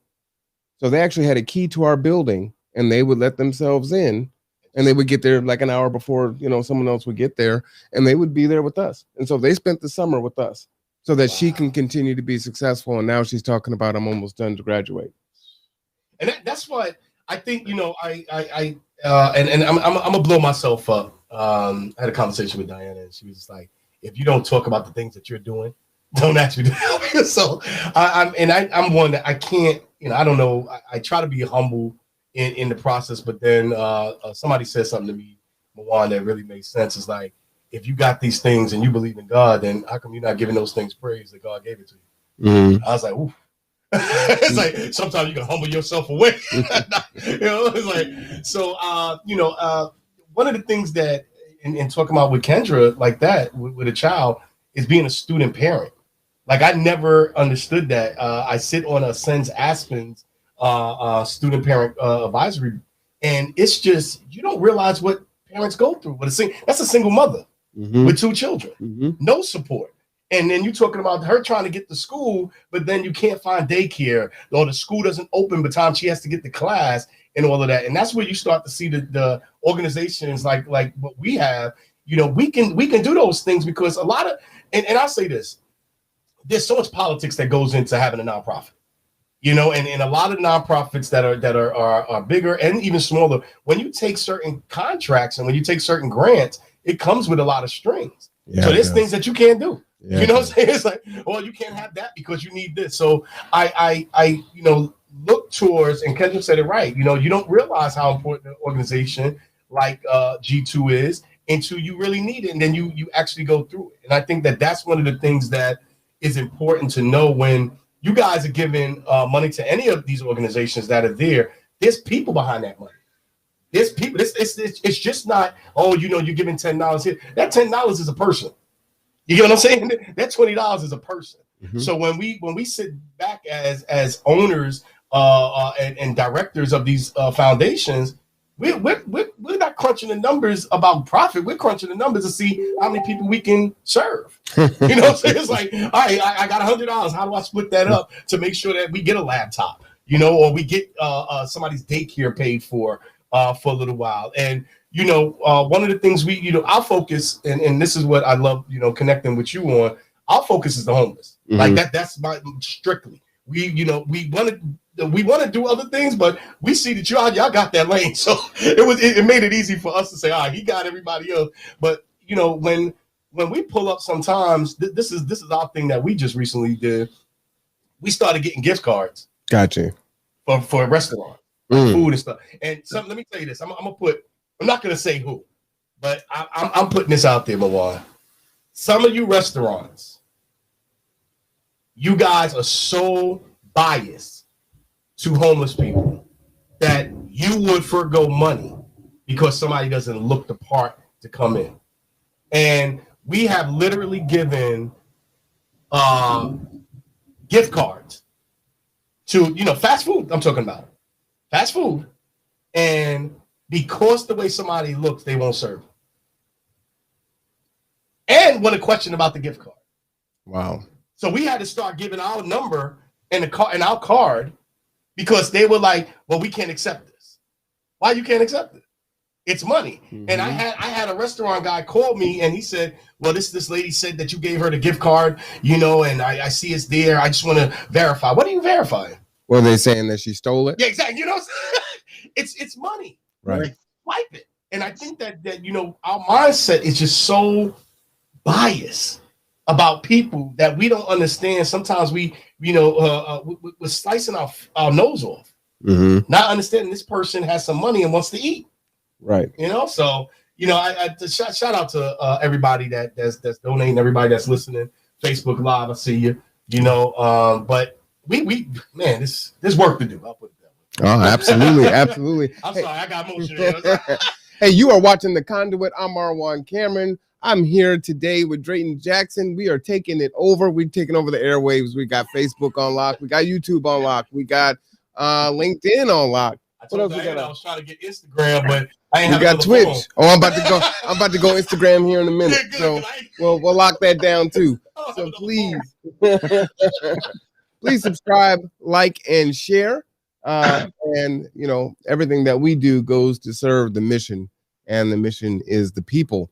So we've got Cherry Duncan coming up next. She's going to come in, and then we will interview Rob. Cherry just got off work. Another G2 member. Okay. And yeah, I think she's got a fantastic story. Definitely want to hear from her. Let's see how we're doing with the Great Give there. The Great Give is now at $1.3 million. 7,008 people have contributed. So, you know, hopefully this is part of it. Listen, it's a write-off. For those of you that need let me put this on blast. Go ahead. You do know next year, like your COVID, like a lot of people are not working right now. You're getting unemployment. They just redid the unemployment. But however, some of y'all still need some write-offs. Some of y'all still need some write-offs. So this is a good way. This is a good way to do that. You know what I'm saying? And you know, I'm pretty sure the Kitsap Great Give is gonna do the receipts and whatever it needs to be done. But this is a good write-off. It's a good write-off, and it's going to something that is there. Like I said, there's so many organizations that are out there that's doing so good that, you know, take your pick. What's your desire for it? You know what I'm saying? All right. So we got Cherry coming in. We're going to go ahead and let her in a second. As you can see, everyone on the screen, G2 is at $440. Let's see if we can get that up to 1,000 before the night is over. So you see 1.3 million and we're at 440. Like I said, you know, there's a lot of good nonprofits out there, but let's see if we can get that number up. All right. So we got Cherry Duncan coming. I mean, you just can't bring some folks anywhere. You know what I'm saying? Now, if you look at the first 6 hours of the stream versus the first hour that Drayton has been here, chaos, shenanigans, the octaves are up like 15 decibels, right? It's just ridiculous. That's what I'm saying. Brooklyn is in the building. That's why. Brooklyn. Yeah, well, ask Mike Tyson. How you doing, Miss Cherry? How's it going? Good. I'm doing well. Sorry, I'm not too tech savvy. Oh no, you're perfect. You're just fine. It's good to see you. It's nice to see you guys as well. Yeah, absolutely. Well, you know, I don't know if you know, but I've been doing a podcast since February. Okay, of this year? Yeah. So it's called The Conduit. You know, my the studio is my living room now, so it's pretty crazy. There's monitors and microphones and everything else. So it's a house. Well, it never really was a house, right? I mean, I moved here because it was mixed use, right? Business and residence. I mean, that was strategic. He said, when I first met Walker came on, he said, "Yo, come to my house." I walked in, there was a big screen with I was like, is this a house or an office? I'm confused, dude. And then the whole thing is, you go in his bedroom, it's almost the same thing. He don't stop the business. It's just all the screens and everything there too. Okay, all right. You might be being a little bit hyperbolic there. I mean, there's a big screen TV in there, but I do sleep. 3 o'clock in the morning, me and Marwan talking about things. Trust me. Oh, that is true. So I don't know, Drayton, have you ever met Cherry? No, I have not. Cherry, this is Drayton. And Drayton was one of the founding board members of G2. He has now moved on as he is, I never move on from G2. He's in politics now, you know. He done got Sadiddy with his KFC outfit on. Yeah, you know. Yeah, there's KFC. Red, I got red, you. white. That's Red- right. We'll start calling you the Colonel. You even got the beard too. Oh, you needed some chops and a hat. And a bow tie. Oh, you can take my bow tie. There you go. Oh, there you go to the Black Colonel. Oh, What you got? You got that extra crispy. Hold on, Louis. Oh, man. You got that extra crispy with the spicy, huh?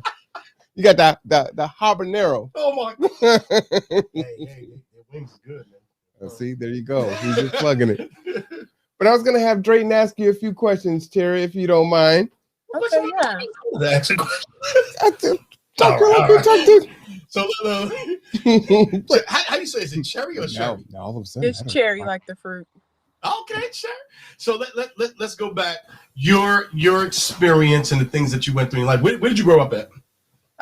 Originally California, and when I was 11, we ended up moving down south with my mother and her husband. She married, and we went to stay with his family. Okay. What part of down south? Biloxi area, Hattiesburg. Oh, You know Biloxi. that? Yeah. Oh my goodness. Oh wow. Yeah, you experience racism? Yeah, that's what you think when you say Biloxi? Dude, Biloxi's. Yeah, but it wasn't as bad. Honestly, it's more like Mississippi is like a retirement state, so it's they're a lot slower out there. It's not too much of the racism. I didn't experience a lot in Mississippi. In Texas, a lot more than Mississippi. And so when that's a change. Jeez, that's worse than me coming from New York to here. So when you talk about right, exactly. So, but that transition here. What was one of the things that surprised you coming out to Kitsap and Bremerton? As far as just the culture? Yeah. Well, I guess I would say how much help there was, especially the nonprofit organizations. That seems like a big foundation of Washington, helping getting the community together, getting everyone on their feet. Down south, it's not as easy to be a part of something, especially as far as like the community wise. Everything is more so corporate. So I was just surprised how much help and how liberal this state was, honestly. Let's talk about that. That's a good analogy because I think a lot of people have that. Oh, when you go down south, it's everybody talks about how homey it is and everybody knows everybody in the town, but the support is not there, right? Yeah. You're not able to just get that resources that you need for it. Why do you think? And from your experience, why do you think now that you have both sides of it, meaning being down here and then when you didn't get support down there, and then being here where you got support? What do you think is missing? What do you think the lack is? The lack, I guess I would say funds. There's a lot of funds here. There's a lot of financing here. This is where a lot of this is where a lot of our funds are going. It's up north. You know what I'm saying? It's up north, for a lack of better words. It just wasn't a lot of funding down south. It wasn't a lot of attention brung down there. It's a lot of stereotypes, Oh, sorry. Did you get that piece of mail that was out there? Yeah, I did. I took it over across the way. Okay, I ain't know who. Yeah, it wasn't nobody over here, so I just took it down that way. All right. Sorry, I'm so sorry. It's my neighbor. But no, that's life's happening. Don't worry about it. Yeah. No, you should be sorry.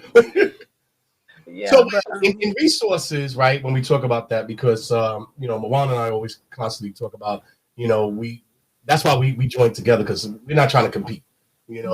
Today, what would you tell funders? When I say funders, like philanthropists, rich people, the city, the state, the county, when they're giving money, how important is it for organizations like G2, Foundation for Poverty Homeless Management?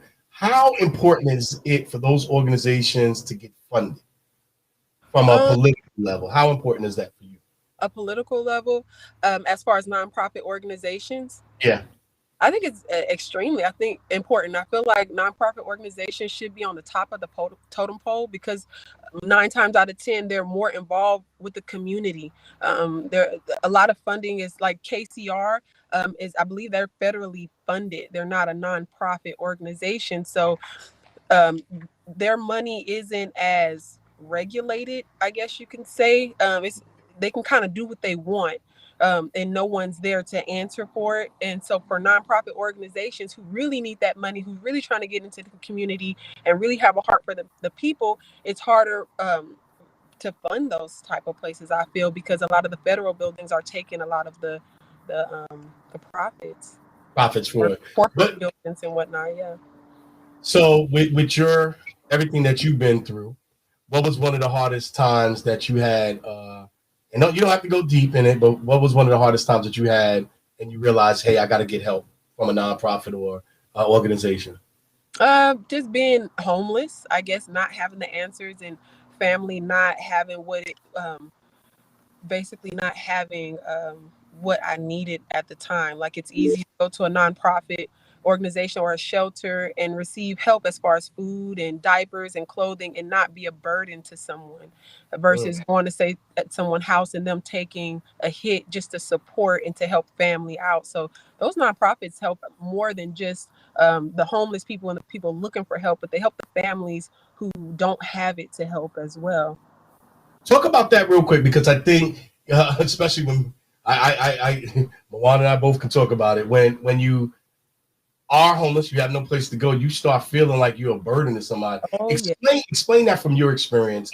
Like, you know you need the help, but then at the same time, you don't want to be that burden. Explain that experience to people that may not understand that. Yeah. First off, I'm grown. I am 30. Just made 30 a couple days ago. Happy birthday.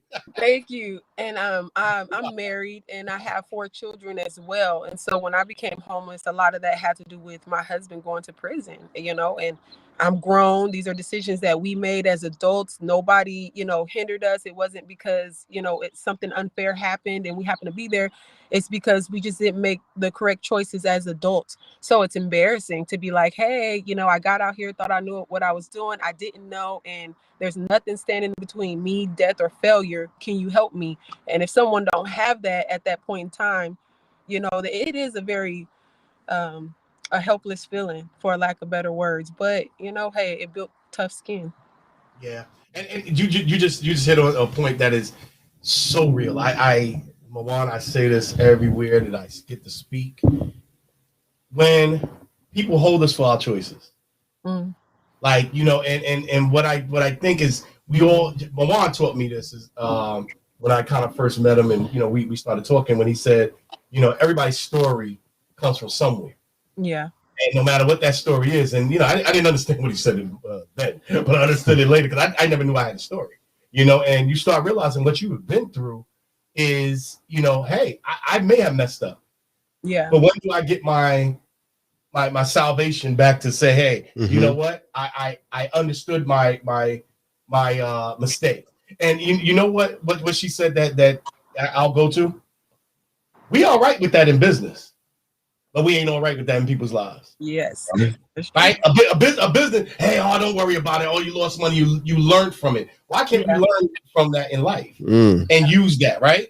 So I think a lot of times you just hit it. I mean, I thank you for saying that, because that is so real that we get so put down for, you should have made better decisions. You know what I'm saying? It's like, and then especially a lot of people of color, we wasn't given the directions. A lot of us didn't have mothers and fathers that was in our lives, and if they were, they wasn't there constantly. They didn't give us the guidance, and when they did, it was on a short fuse. But you said something that I think is just so important: is even though it was a choice and it turned out bad, hey, people do that in investment all the time, right? Yeah. You ain't firing somebody, or hey, you're an idiot. You should never be in the business again. And I think that we give more credit to everything else except human beings to make that mistake, right? And I think that that's what you hit on. So talk about that when you knew that you was getting out of it. Like you knew, all right, you know what, I can breathe now. Well, I guess once I started working and kind of got on my feet and was able to make sense of everything going on, I kind of was able to breathe. We're still kind of a little bit in that situation, so we're not out the clear just yet. But it's hard to say because, even though Washington and Bremerton itself is very generous, you got to put the footwork in. There's no handouts. There's none. at all. And no matter what they say as far as equal opportunity as people of color, we got to be a couple steps ahead in our mind, which means either we got to, kiss a little ass or turn a blind eye, or just to get to the self-sufficiency part, and then we can start talking shit. Right, exactly. Excuse my language. Sorry. Keep it real, guys. We keep it real here. But yeah. So talk about what brought you to G2. So because what brought me to G2 is a work program. Yeah, it was a work program through KCR actually, and they spoke so highly of Mr. Marwan and the program he was doing and how well he was working with the community, and so I was excited. I just knew I wanted to be a part of it, especially when I found out he was a man of color. I'm like, yep, that's where I want to be. I really stand strong on being a Black woman and supporting, the Black community within itself. Of course, all lives matter. No disrespect, right. but when it comes to a Black community, actually sticking together and making a difference, I'm all about that. So it was really exciting to be a part of it. So when we talk about people giving, like I just said recently, that the dollar has a face behind it. Yeah. The money needs a face behind it. Explain some of the things that G2 did to get you where you got to get to. Well, first off, G2 provided me with opportunities to sharpen my skills. Mr. Marwan had a food program that he allowed me to participate in, and it allowed me to do a lot of research because I'm personally into vegan eating and veganism. So even though I was doing work, even though I was doing work, I was also educating myself because we eat healthy to kind of regulate my son's sickle cell, which he was born with, and it's been doing pretty well for him. So Mr. Marwan really afforded me an opportunity to expand my skills and find some I didn't really know that I had. So I'm grateful. Yeah, there you go. And you know what? We also, I hired her personally after she left G2 to prepare meals for me. Yeah, and so when I stopped eating meat, she was instrumental in helping me with that transition. Yes, yeah. Got my son mad at me. I robbed my son of all his food, all his vegan food, and Xavier was looking at me like, "Where you going with my food?" Uncle Marwan wants a little bit, so I definitely, your story is what this is all about. You know what I'm saying? And when we talk about nonprofit, and I am happy that you say that, because a lot of times people don't understand that Black nonprofits go through struggles. Mm. Yeah. Nonprofits of color go through struggles. Yeah. And we don't get the big piece of the pie. We get the what's the outer part called? The crust? The crust. Yeah. we don't even get the pie. Well, let me tell you a secret. Ask me how much my salary is. How much? 0.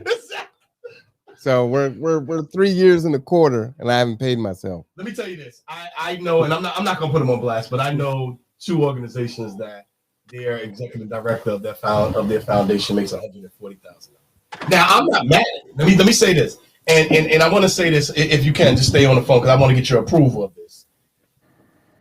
I get upset and pissed off when I hear people talk about, and I'm not gonna throw the pastors into this one. I'm just going to keep it nonprofits. When we're doing this type of work, it is a grinding work to help people. Yeah. I know people that don't do a damn thing, ain't creating, and let me tell you, they create, but they doing something that ain't changing people's lives and their families' lives and their children and grandchildren's lives. And we do it. We are the ones that don't get paid enough. Yeah. You know what I'm saying? And I say that about, and I know I'm gonna catch some flack for this. As an elected official sitting on a school board, we are we are the biggest elected officials, right, in the state, throughout the country, period. And we literally do it for nothing. But the amount of work, the amount of hate, the amount of everything that we get, it's just there. And I want the reason why I'm bringing this up, because I want people's mindsets to change and stop thinking that people that are doing the work, that are grinding, that are helping people to get somewhere, why shouldn't we have that? Why shouldn't we have the success? Everybody getting on homegirl from Black Lives Matter for living in a big house and all of that stuff, but you don't want to get on the CEO that hates you, that already gave money to go against you, who doesn't care about the community, but you want to sit there and clown somebody that's actually putting in the work. Whether you believe in it or not, you can't stop what somebody wants to have to make their life comfortable. You know what I'm saying? And I think that we have to get out of that. Like Mawan said, he hasn't been paid. I definitely don't get paid. You know what I'm saying? And I'm pretty sure we can put you on here with about 4 or 5 executive directors, and they'll tell you straight up, you don't get paid. You know, and the reason why is because we're doing the work. Yeah. But when we do get paid, if you see a new car, you'll be upset about it, right?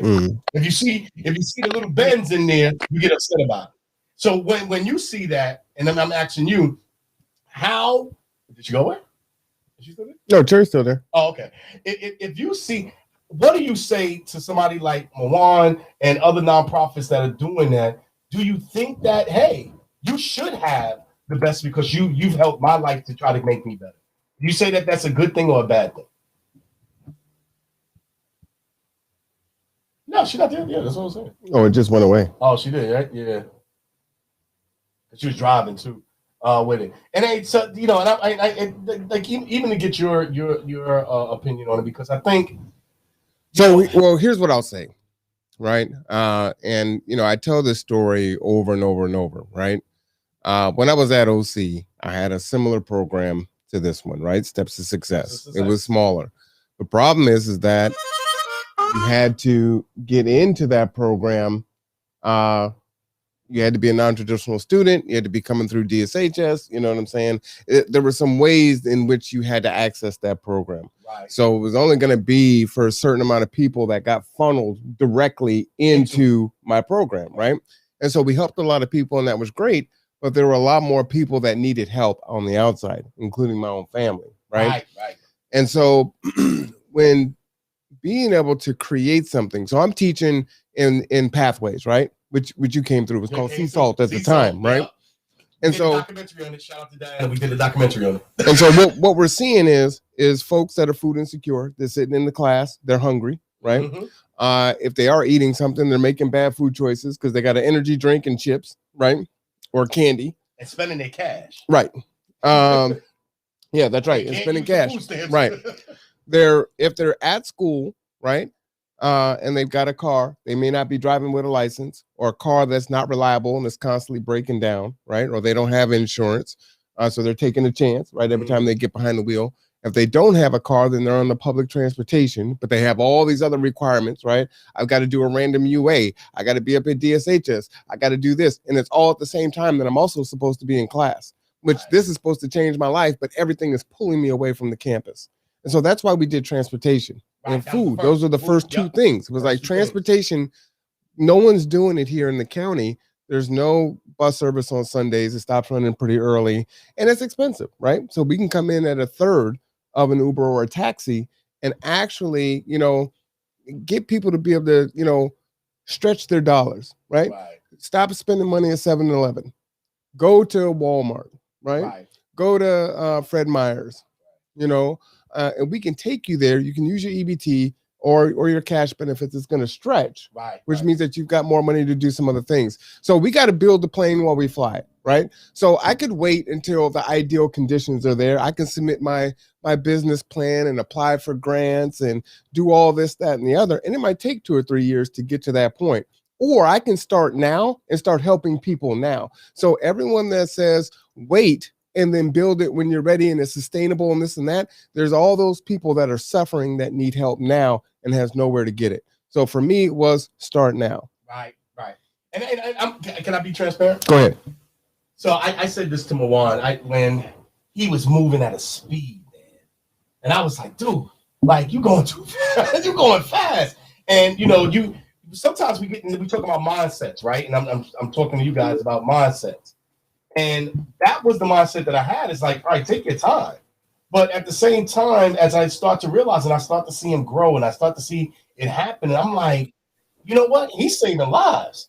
He can't wait. You get what I'm saying? People need help now. And I think that's what, for me, became one of the things of watching you guys grow, and which was an inspiration to it, you know, because we have Family Day Foundation for almost, we're 7 years in.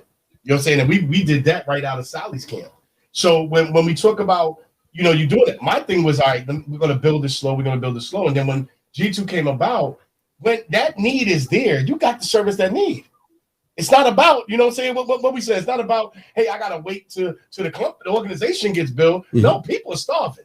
Right. And when you started the Pinto boxes and when you did all of that, I'm sitting there as a board member like, this dude is just like, he don't get it, man. Like, dude, you going too fast. But look at it now. And that's why I talk about the mindset, right? Mm-hmm. That was my mindset of listening to people that said, hey, you know, you got to take it slow, study, build it. But you see how, and I'm going to get spiritual on you, see how God blessed you. And now you look at G2 almost, and I'm going to say, because he don't know the numbers. I keep the numbers. I'm sorry. I do. I'm pretty sure Mawan and Robin them because they do the work so much they don't know. You're talking about over 250 people have been helped through G2. Right? I know that because I keep up. I keep up. I had it. So when you talk about that, and I think the number may be higher now because I don't know the construction stuff. Wow. The construction stuff is new to me. You need to add a couple zeros. Yeah, we're up. You talk about people that Shaylin knows, you know, when you start to see you have a mission in life, and it's for anybody, you got to act on that mission. You can't hold back on that mission, and because the reason why is people, you don't know who's dependent on you for that mission. And I think what G2 showed a lot of people and those that support it is what? Yeah, I'm here to help people. I don't care about anything else that's going on. This is where I'm looking. I got tunnel vision, and that tunnel vision is to help as many people as possible. And between the Pinto boxes and the transportation, there's people I ran into that, you know, like I told you, you know, I'm on the website, right? So I'll get a call. I didn't know you was with G2. And they get that call, and then they were like, "Yo, you know, they helped a client of mine get to court." And you start to hear those stories, and you start to see that, okay, that's important. You know what I'm saying? And I think that that's what, you know, we're finding in the growth of it. Shaylin, what is good? Hey, y'all. It's good to see you two sitting together having a conversation. You know how I feel about y'all. Listen, you're inspiration. I go back, 3 years when she got the house? Man, I you know, y'all don't know this, but when she got her house, we went by the house and got to see it, got to be there a little bit with her moving in and see it. I cried because I know that was your goal. Yes. She had said that. Now, Shaylin, next to Kendra, Shaylin was probably the second person I met at KCR. Yes. My behind is sitting there I'm coming out of, now mind you, I'm in Sally's camp, which is an indoor tent city camp. Mm. And every day I wanted, because understand this, my family was living in a tent. Understand that now. Right? Shout out to my wife for making the living room in the tent. Hey, Miss Jackson, what? Dude, had the TV. Dude, she had the tablet, and she got. I didn't know what Netflix. I ain't gonna lie, I didn't know what Netflix was at the time. And she said, "No, we gonna watch TV." I'm like, "What's TV? What the hell are you talking?" And she wasn't playing. We binge watch now that I know it's been watching. We sitting in the tent, and that's the struggle, right? That's reality. But I had to I needed my resume done. And let me tell you this, and Shaylin will tell you, I'm up at KCR. Ain't nobody else in there except me and Shaylin. Mm-hmm. Like, Shaylin, can you help me with? I didn't know how to do none of this stuff anymore. And my first resume that I made that got me my Aramark job at UW came from Shaylin. Yes. What a lot of people don't know is she was up there, and KCR had it open, and people would not take advantage of it. Exactly. And then she had people that came through. I remember I had to be in I'm gonna say it. There was a white guy in there. I didn't feel safe with leaving her. Yes. So I literally stayed there until, because it was creepy. Yeah. And I wasn't scared, but you were concerned for me. Oh, I was like, right? Because I had all kind of people coming through there. And remember, you would even start to bring your boys. And I'm like, yeah, you can bring your kids. Let me print them out some color and alphabet sheets. They can be right up in here. Exactly. Right? And so because of me and the stats that I took, I basically made that a public computer lab where there wasn't a public computer lab. You know what I mean? And you didn't have to be a KCR participant. You didn't have to be involved or, or partnering. It was just you had a need. I worked with work released. And so the CO could call and check in. I mean, I had that space bumping. And by keeping those stats, Eugenie was then able to write a grant to get all new computers and a video camera. So when I couldn't be there or when I left, that space could still be used. And it's still not being used at the full capacity. But that's okay. And that's the thing that, like what Shaylin taught me, and you talk about it now with resume writing and stuff, is hey, every experience you have, put it in there. Yep. When she said that, I was like, what? And she was like, everything.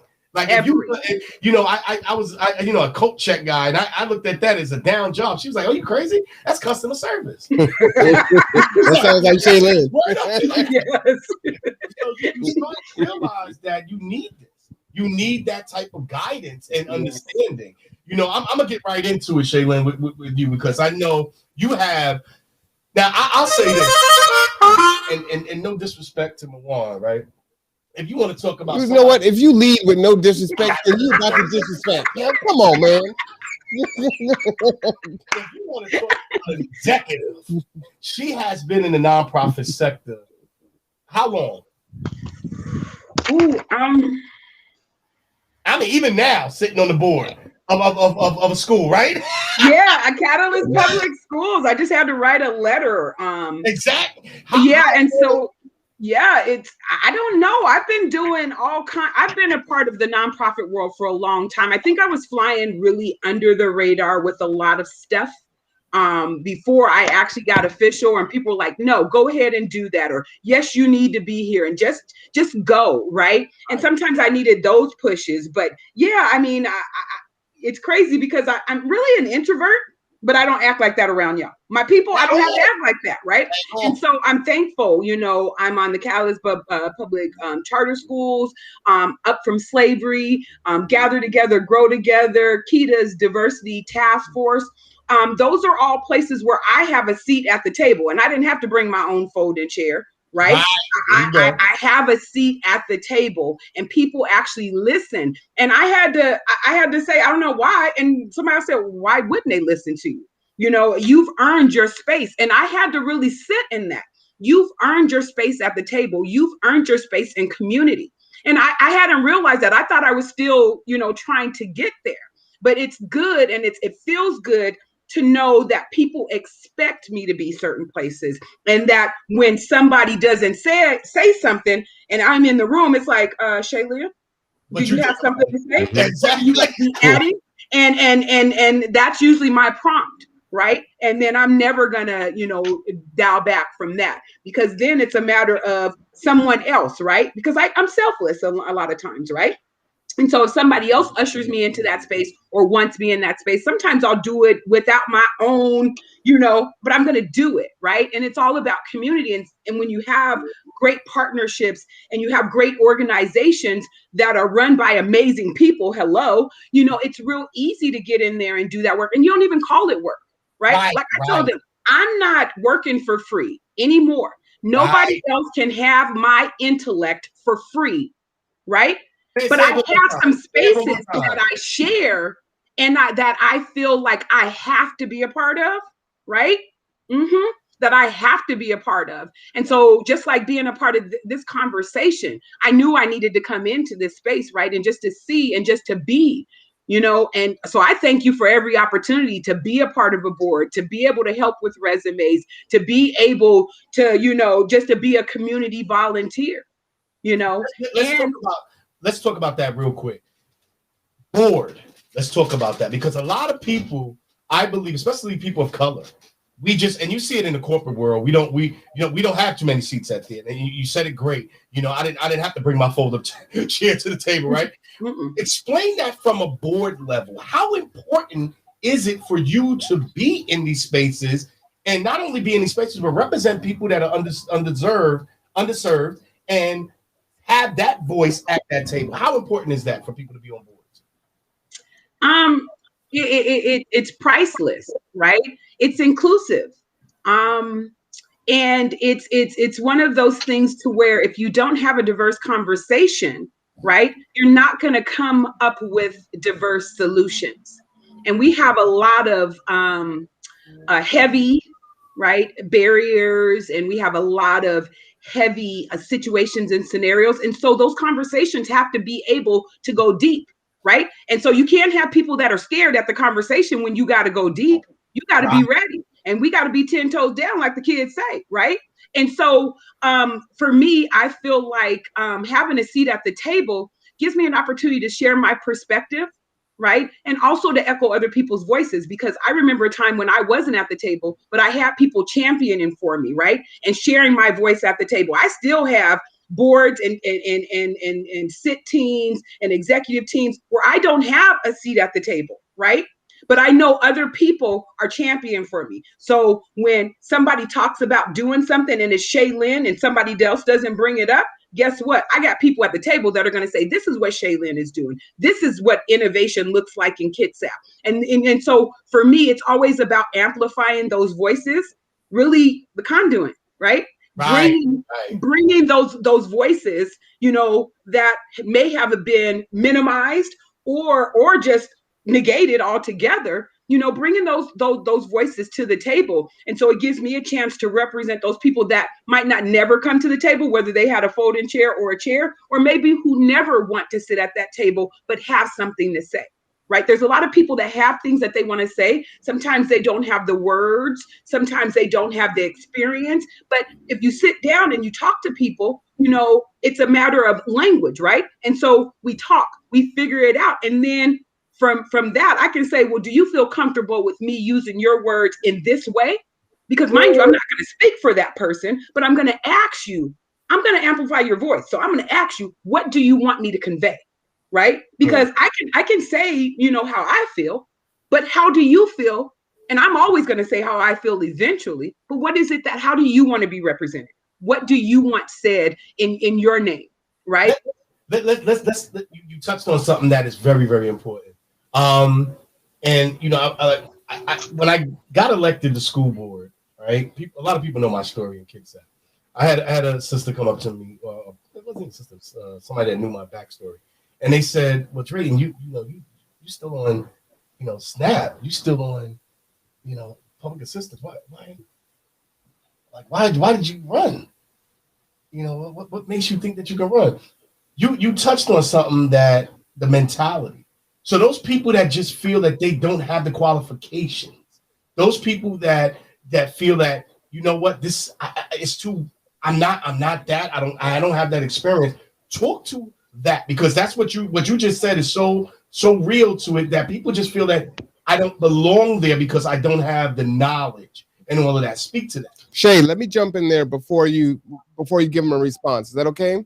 Yes. All right. So one of the tenets of G2, and I'm glad that you brought this up, is what we see, right? There are 354 organizations in the Kitsap Great Give, all great organizations, right? But many of the organizations, the way that they are set up, they're set up to where you come in, you get the service, right? And then you go away.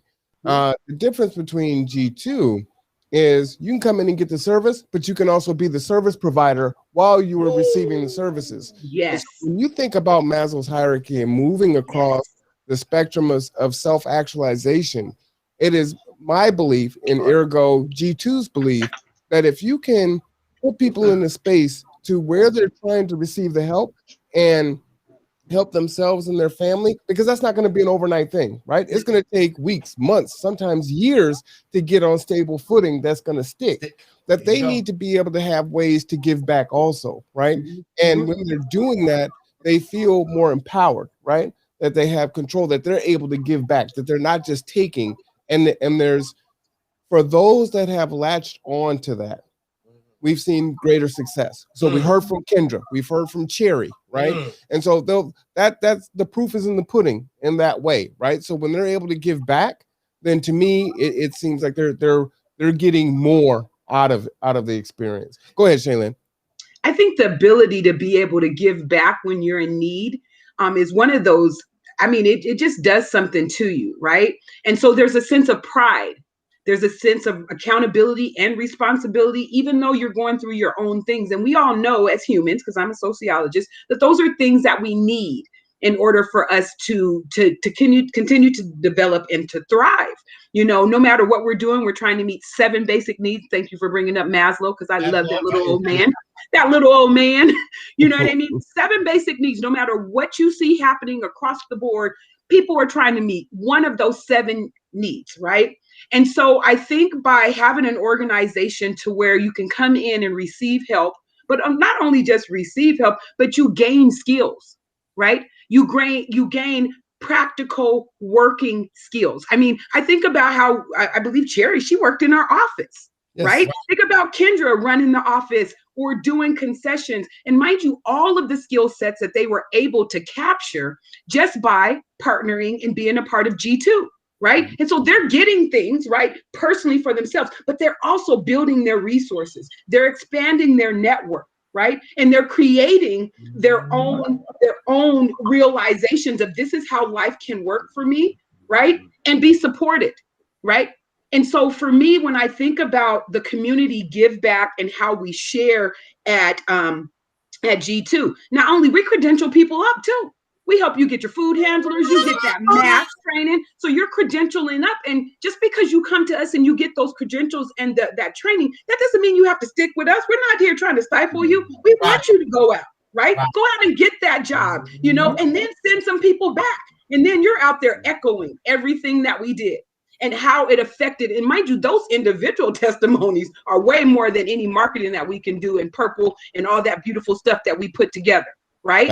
And so we have to think about what we're doing when we take somebody in, and it doesn't matter who you are. That's what I love. There's somebody that we can always partner you up with. It's almost like a little buddy system, you know, but it's a homie. It's a buddy. It's somebody that you can actually help, that can help you navigate life and wants to help you. You know, and just doesn't want to help you be successful in one part of your life. We want to have you be self-sufficient and do that whole wraparound. So how can we support you? And that's how that really looks like, you know what I mean, to the young people and to the folks that come through G2. And so even then, you know, how do you think we got some of our board members? How do you think, you know, we came up with some of the things that we were doing, right? Because of the diverse populations that we serve. There's constantly an idea. There's constantly a new need. And if we're going to continue to be the heartbeat of the community, like we've been labeled by Kitsap Strong, the heartbeat of the community, that's pretty cool. And what we talked about in our first meeting with Kitsap Strong, and we've just gone on ahead and we've just blown it up more and more. We talked about, and we actually drew a heart. And we said, it's not our job to decide what the community needs. It's the community's job to decide that. But it's our job to go out and ask the questions and pose them in a way that is understandable so that we can get that information back. Then it's our job, go back, G2, whatever meetings, we figure out what that is and how we help, right? Gather some resources, go out and make that happen. And then while we're making it happen, we're checking in with them same people. Right. Wow. Then, you know, so it's almost like that heart, that blood cell. It gets oxygenated in the heart. It goes out, spreads out everything, you know, does what it needs to do, checks with your toes, checks with your kneecap, whatever it got to do. Right.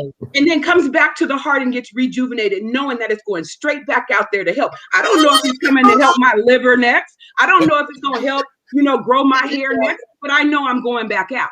And I know I have good work to do, and I know I've been energized. And that's another thing about G2 is that we keep, there's this constant keeping of taking care of one another so that we can be selfless out in the community, so that we can take care of other people. And so, I mean, from the conversations about just, you know, just being there and supporting one another, that's a beautiful thing, but it also creates for other people to see this is how a board can work. This is how an organization can work. And it doesn't all have to be one thing, because look at G2. Like you said, we started off with some bento boxes and some ideas, and look at you, we tearing apart and replacing roofs and doing all kinds of stuff, right? And those young folks are leveling up and they're credentialing up with skills.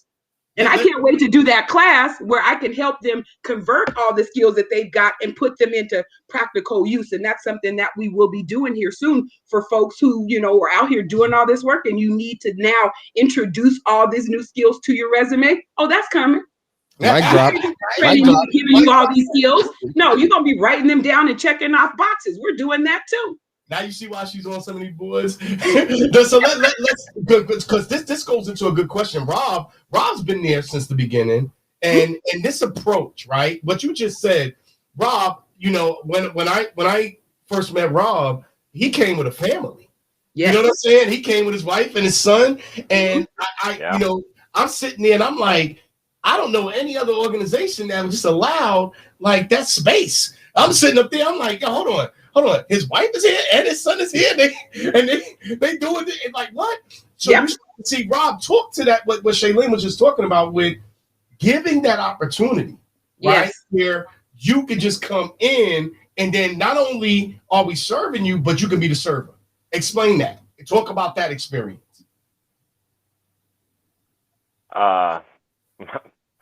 Well, I mean, when I met Marwan, we were over at the school, and he was doing steps to success, and I came through pathways. You know, I am the non-traditional learner. I showed up at 46, 45 years old, and had absolutely no clue what I was, you know, if I could even survive going back to school. And that's where I met Marwan. So he met me as I was reinventing myself. And when I finished Pathways, I got the chance to become part of Steps to Success. And he allowed me to bring Stephanie in there, which allowed me to get my wife out of the house, which helped her in numerous ways. Yep. And then we just wanted to help more. We wanted to do more. And that's how you get to, you know, gather together, grow together. You know, and it's a way to give back. I guess if that answers your question, Drayton. Yeah. And I think that what Shailene said is, let me explain this, and I want you guys to hear this. Let me tell you this. We're not here. It's like I said, this is not a competition. This is why we both got together, you know, and shout out to that great give, and shout out to everybody that's donated. You know, we do appreciate it. Every dollar has a face to it. Every dollar has somebody that's going to be helped to it. But what Shailene said is right. When you go to organizations, there's no, hey, come in, and then not only come in, but hey, why don't you come in and then let's put you to right to work. And I think it doesn't take away from anything. We're not calling anybody out saying you're doing it wrong. We're just saying that the approach that G2 have, we like for the Foundation for Poverty and Homeless Management, that's the same thing that we like for our board. We have 3 homeless people on our board. You get what I'm saying? Mm-hmm. And that's homeless now. You know what I'm saying? The other 2, I don't like to be on things, but the advice that they give when we hold our board meetings, they're like, yo, no, this is what's going on, trainers. So you start realizing that voice is needed. I don't need to wait for that voice. I don't just need to give you stuff. I need to know, hey, how can I even help you more? Because my experience is different from somebody else's experience. But what Shailene said and what Rob is getting to is that needs to be the way. In Ascend Aspens, the Aspen Institute, we say this, right? Pay the experts, right? And I'm not knocking any organization or a company that's out there making money off of consulting. But if you put 5 poor people in a room, you're gonna get some good information. Oh yes. Oh definitely. Oh yeah. Oh yeah. Yeah, oh, yeah. You will. So I think that what G2 has done, and it's a model that I can't lie that, you know, we said we're in our organization, we're taking up. We're gonna give that space. And I learned it from G2 was, hey, you know what? What do you say about it? And not only that, here, why don't you sit here and then do some work and let me see what you need to do that to get better. And what people don't understand, see, you and Shailene, I'm sorry to put you on blast. That's okay. Go ahead. Go ahead. Go ahead. Don't you say that, you're gonna say it. Go ahead. The Shailene you see now is not the Shailene I met in the beginning now. Nope. That confidence, that how you see her knowing who she is comes from being given the opportunity to have her voice heard. Exactly. And a lot of times what we don't do as organizations, as companies, we don't give, and I want to say this, the quote unquote worker, right? But we don't give people a chance to speak up.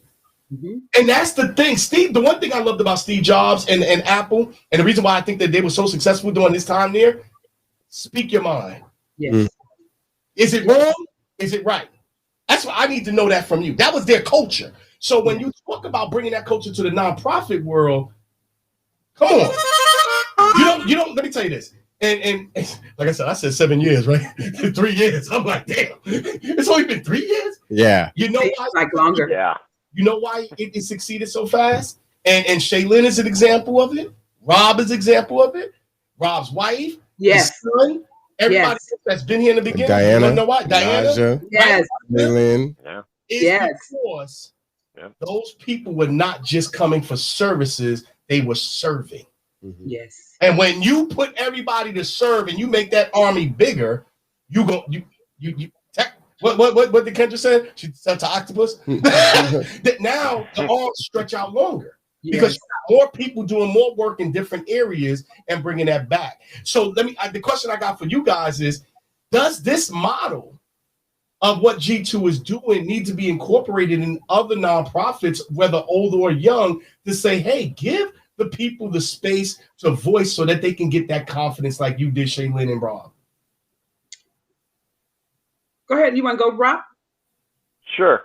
I would say yes, it does need to be incorporated because we've seen, a lot of good things from it. The more people you help and you give them an opportunity, I think that, it builds skills, as Shaylin was saying, which go on resumes, but it also, it builds confidence. It builds the ability that companies actually listen to you, that you have a voice, and that, and just that little bit is enough to, make people propel themselves to go forward. I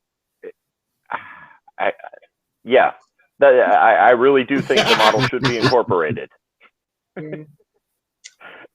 I think people need to be innovative and they need to say what they mean and mean what they say. And G2 is that, right? So you say you want to serve people, you need to be serving people, right? What does that take? And you need to get out of your own way. And mind you, you may not understand what needs to be done because it's not for you. And that's the problem, is that a lot of times people are trying to build things based off their own experience when you have this whole world out here that you can learn and glean from, right? So why would you stay within this siloed, and a lot of people are it's like a safe place, I can do me, and I have the passion and, and then I can then, I can then share that out how I want to. But if it's not working, if it's not your mission or your vision statement, right? It's not doing it's not serving the people that you said it was, then you need to do something different. I don't understand. I mean, that is the definition of insanity. We all know that you're going to keep on doing the same thing and expect a different result. Where they do that at? Where that work at? I ain't never found that work. You know what I'm saying? The military. To be innovative, right? Yeah, but America, period. Yeah, but Rob is a veteran, so that's where that came. Yeah, and I respect the veterans, so I can't even say nothing bad about that. But they're trying, right?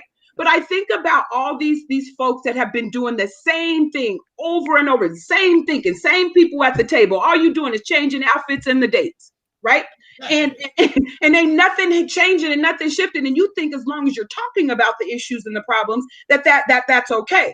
And like a student said today, we can't be just keeping on talking about these issues. If you're that's all you want to do is talk about it, then I don't even want to be a part of it, right? If that's all you're going to do, unless you're willing to get down and do the work, then, and that's what all of us, we're all, as a board member, you're a working board member, you know what I'm saying? And mind you, all of us were, could possibly be in a certain, need, right? We could all have needs and have basic needs that we need to be met, right? But we still were able to find a way to look outside of our own circumstances and know that this was the goal, right? And that our blessings are going to come, when they come and how they come. And we don't have to be worried about that, right? Our goal is to do this, and our goal is to do it for other people. And so I think about Stephanie, Rob's wife, an amazing, beautiful woman, and she still doesn't see it. We tell her, "You're beautiful, smile, Stephanie, take the picture." She tried to cover up her face, you know what I mean? But those are the types of people that you can wake up, because the mere fact she has a loving husband and a family, right?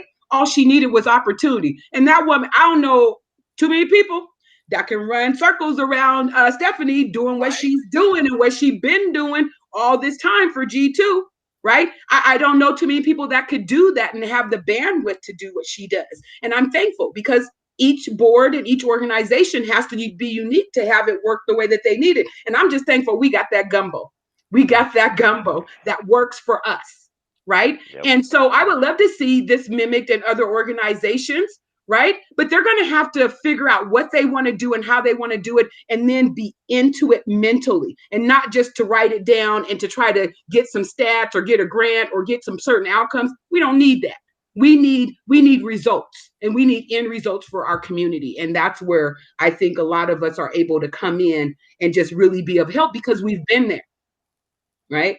Yeah. What you're saying, I'm listening to you. I'm just trying to figure out how to go IG live, because I got people hit me up like, "Can you get on IG real quick?" So I gotta do it. So but you see, and this is the thing that both of you are saying that I think, you know, our country has come to the grip of this, right? I had a feisty conversation with somebody, and you know, you start to understand the slave mentality. When I say slave mentality doesn't always mean black and white. It doesn't always mean slavery back in the day picking cotton. It means how you treat somebody, and how you treat somebody as the person that you respect or you want under you, right? Oh. So are you giving them that valuable space? This is for the dudes that be wearing the top with the Nike shorts. Y'all can't hear that, right? I didn't hear that, right? Yeah, they can hear that. They can? Oh, jeez.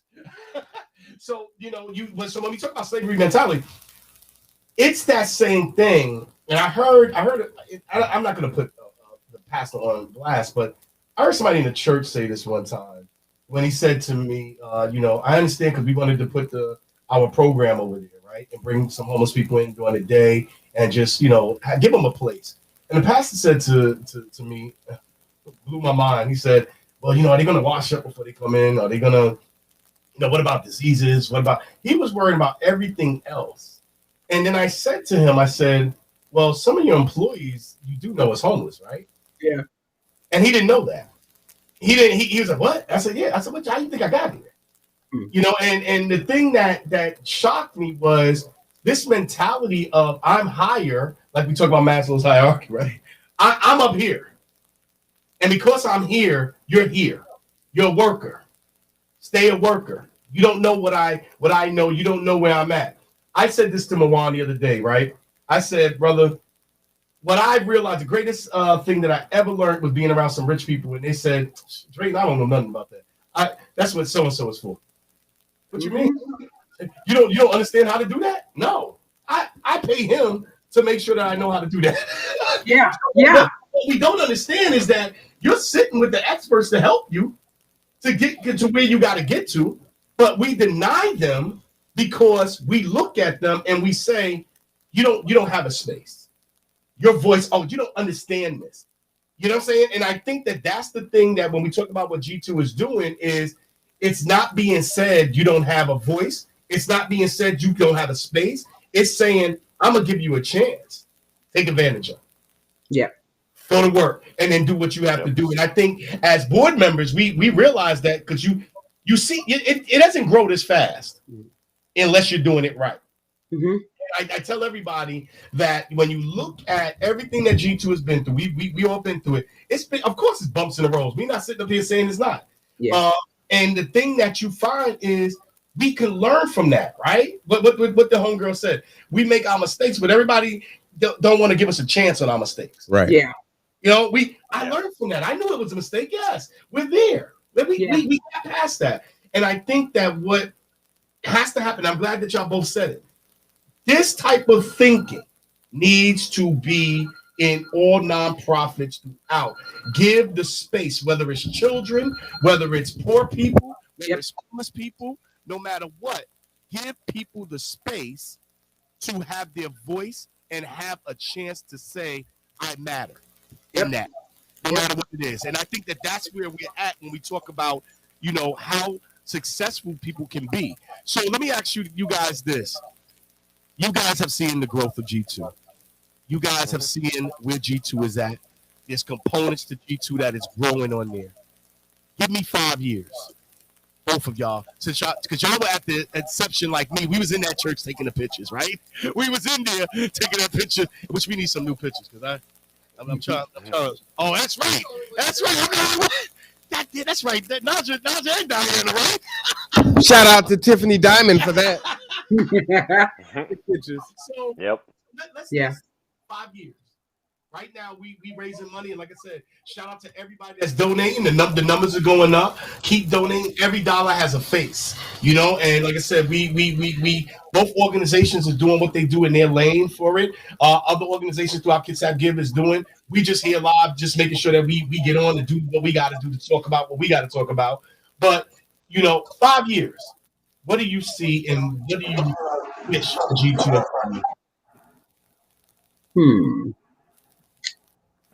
I done messed them up with that one. You know that, right? Yeah, because my thing is it's good to have goals, but we don't know what the summer is going to bring, and we're going to be ready, right? And we're going to be ready to shift and move with the people. And so it's good to have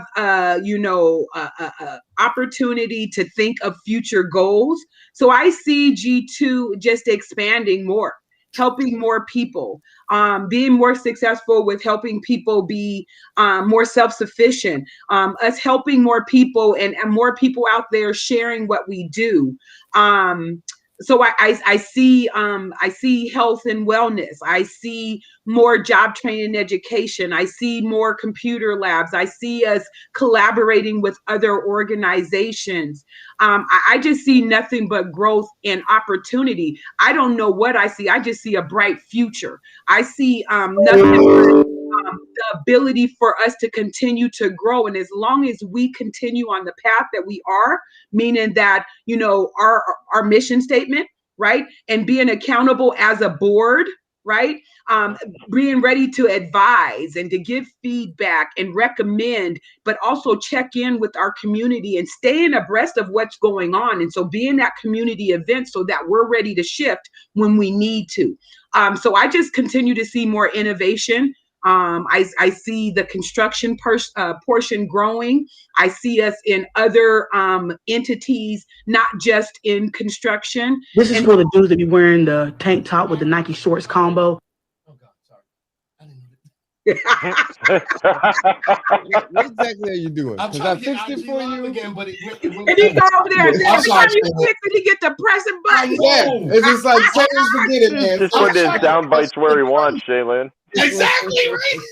I apologize, but go ahead, Shaylin. I'm sorry. Yeah, I just see continued growth. And because the board is growing and expanding, right? And we're all working on individual things that, these are things that we get a chance to bring to G2, right? Because we get a chance to then celebrate more of the things that we're successful, at doing personally, but also bringing them to community and through a great organization. So I can only imagine what Steph's going to do next. I can only imagine what I'm going to do next, or Diana, or Naja, you know what I'm saying? Because we're all off doing so many different amazing things outside of the give back where we're giving to, G2 and other organizations. I just see that innovation, continuing to happen. And I would love, I know when we get a chance to do our next board retreat, we will be talking about, because you always have to be planning for the future. We're taking care of what we're taking care of now. We're honoring what we've done in the past and continuing, but we do have to take time and be those think tanks, right? And figure out, what initiatives and what things are we really going to work towards? So is it more grant money? Is it making sure that we expand transportation? Like right now we're doing what Keep Up, you know what I mean? And some of those things. And so, what opportunity will be next to expand? Like over the winter, we got to working with the county, right? And so they call us up anytime that temperature is going to be 32, we're the transportation. G2, like Raymond said, G2, that's just what we do, right? And so we have to think about, we're going to be prepared for what happens next. And so that's a constantly being ready. And what the kids say, if you're ready, you don't have to get ready. If you stay ready, you don't have to get ready. And so I feel really good about G2. Marwan helps keep us planted in, vision, right? And so we're constantly bringing these things, and he's helping us build more of our vision as we help collaborate with the visions that he comes with. And so I just see the continual collaboration and being visionaries on how we can best help people here in Kitsap. And Bob, go ahead. But you got to go. I agree with Shaylin. I mean, I see nothing but bright things for our future. Where we are in 5 years, well, I mean, when we started this, I would have thought we'd have been at this point at a 5-year mark. And well, here we are at 3, and it's moving like a rocket ship. So I really can't put a finger on where we are in 5 years.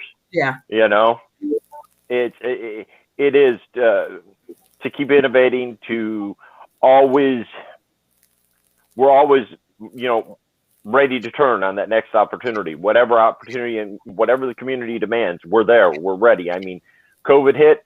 Okay, let's make masks and let's make hand sanitizer. Yep. Do what we can do. It's that kind of thing. It's that kind of thinking and that kind of leadership from Marwan, frankly, that has kept us ahead of the game. Or I guess ahead of the game is probably not the right term, but it's kept us going and growing. No. Yeah. That's it. Yeah. That's it. Okay. And I think, one of the things that I wanted to ask you guys, as board members, what's the thing that you learned? And Shaylin, you sit on a number of boards, and Rob, I think this is how many boards you sit on, Rob? I sit on this one. That's it. Yeah. And look, and let me tell you this: stay there. Shaylin, tell the truth, right? This ain't what you want, Rob. Yep. You might get a point that it's back to back. And so what I really wanted to ask you guys on that was, as board members for G2, and Shaylin, you could answer this basically across, and I'm not trying to put it on the spot. What have you learned being on G2's board that other boards, and Shaylin, I'm not trying to get you in trouble, but that wow, this is different. Well, he's loading this your way, Shay. Well, why does every question led that way? Well, I just want to say that, bud. I want to do this, bud. Because we're in a lot of conversations where you kind of have to say that so you don't hurt nobody's feelings. You know what I mean? Or at least just give them a little preemptive, like, hey, I'm calling you to the table, right? I'm calling you into this conversation. Is you ready? Yeah, but he can at least kick you under the table and say, hey, it's coming. Not just me. Maybe here comes the bus. Look, I'm 9 years old in Brownsville, Brooklyn, and the dude, bully in my neighborhood, he came up to me. He was like, I'm going to punch you in your face real quick, all right? Like, oh, okay, I'm signing up for that. Yeah. It did help because I was able to, like, you gave me a chance. I'm like, pew, I'm gone. That's where that come from a lot. But yeah, so you're definitely an optimist. He punched me in the face, but it did help. Wow. I really needed that black eye. Damage was done. So explain that experience. What have you learned from being on the G2 board, which you guys experienced? You want to go first, Rob, or you? No, go ahead, Shaylin. Yeah, why don't you let Raymond answer that first? Yeah, there we go, because Raymond's a new board member. Yeah, let's bring Raymond in. Yeah. I'm bring Raymond in a minute. Can he even hear us? I got you. Don't worry, because you went off. I was getting ready to bring you in, but you guys answer that real quick as founders, as coming in from the beginning. Then I got you, Raymond. I got you. I've learned a great deal of responsibility. Being a board member is not just something that you just go and you talk. You really have to bring your whole self. And it's taught me to humble myself. And I've always had a level of understanding, but G2 has made me really want to listen more. When you come to a point in your life when you're case management, you do sociology and things like that, and you just, you get numb to the stories, right? And you can have case management burnout and some of those other things. I can say with G2 and the people that we serve, I've never wanted to disengage. I've never wanted to not. I never needed to really know the whys. And that's one of the things that G2 has taught me is that, there's so many different whys to why people end up in situations and how they end up in life. Right. And so it humbled me that more and more I say this, and I have been saying it before, I don't need to know the whys to help you. We're not DSHS. You do not have to unpack your whole life and everything that you've done or been a part of in order to receive services. And I've wanted to always give services that way, and G2 has allowed me to see that that is a beautiful thing. Meeting people right where they are. We talk about meeting people right where they are, right? And there's a beauty with helping people in a way that is instantaneous, meaning that we're instant people, we're popcorn, we like reaction, right? And when we're able to do something like taking somebody to work, you know, at a stadium and giving them $50, you know what I'm saying? Or they're able to stop by and pick up some bread, right? Or they're able to drop off some bread to a family member or an apartment complex, or where they know there's groups of people that need it, right? And so the empowering that we give ourselves and that we give other people is just a beautiful thing to watch. And I can only take this as a gracious space, that it's an honor to be a board member. And I look forward to continuing to learn and grow from the people that we serve and the people that I serve with. And so that's a big thing for me, is making sure that I stay in a mindset that I can continue to do this work because it means so much. And I don't care what hour of the day, if I'm available, then I'm going to be here, you know. And it's that whole piece of, you feel like you're definitely in something bigger than yourself. Right. So I learned that I can be a part of something that's bigger than me, but I don't have to shrink myself in that space. Right? I don't have to shrink myself. I come in, I'm Shaylin, I bring everything with me. I'm never too much. You know what I'm saying? You know what I mean? Not in a sense to where people are like, oh, she's too much. She needs, you know, and I've actually had that. People say that before, you know, you're a little bit too much. You come in, you demand space. No, I didn't. That was you maybe shrinking and cowering in your space, right? But when I come in, I'm a presence. I'm sorry, but I am. I'm noticed, you know, and because I think I have done enough to be able to speak at these tables willingly and not having to be nudged all the time, that that has empowered me to be a stronger individual, right? And so, yes, if it were not being for board membership, I wouldn't be the person that I am today. More confident in my face, losing 75 pounds and feeling confident, you know, no matter what I had going on. You know, G2 having my back, bringing me food and items when my house had COVID, always respecting and being willing, coming by and singing happy birthday in front of my house. On my birthday? Yeah. Are you serious? For real. You know what I'm saying? So y'all getting me warm now. My anxiety's kicking in. Oh my God. Got me over here smelting. But that's the thing, right? Yeah. You have given me space, and I will never take that space for granted. I will never abuse that space, and I will give until I have nothing left to this space. That's what G2 board membership has taught me. And it's also given me the skills to be on other boards, right? And take my whole self into those spaces, because sometimes, you know, as a Black woman, you only take a certain amount of you into that space, you know, and your passion can be labeled for different things, or when you get excited or when you joy, if you're not smiling, then it's problematic, right? And so that's why I'm known as Smiling Shay. I love to smile, but it also clears the air that, you know, what you're doing and how you may be doing doesn't necessarily affect me in the way that you think, but I'm taking from it, right? And I'm going to grow, and I'm going to do extra amazing things outside of this space too. So you might want to get involved while I'm here, have some good conversations, because next thing you know, I might be saying your name or your organization in a whole nother space that you never expected. Exactly. Right? And so now, look at that. Now, you do anything for clout. You know what I mean? That's a whole song. I don't know if y'all know that. You know what I'm saying? And so board membership has given me the capacity to be able to do more things and to continue to expand myself professionally. And I owe great gratitude to Marwan, the board, and G2 for allowing me to grow in this way. And I'm not done. I got some more stuff, and I can't wait. Right? For real. Yeah.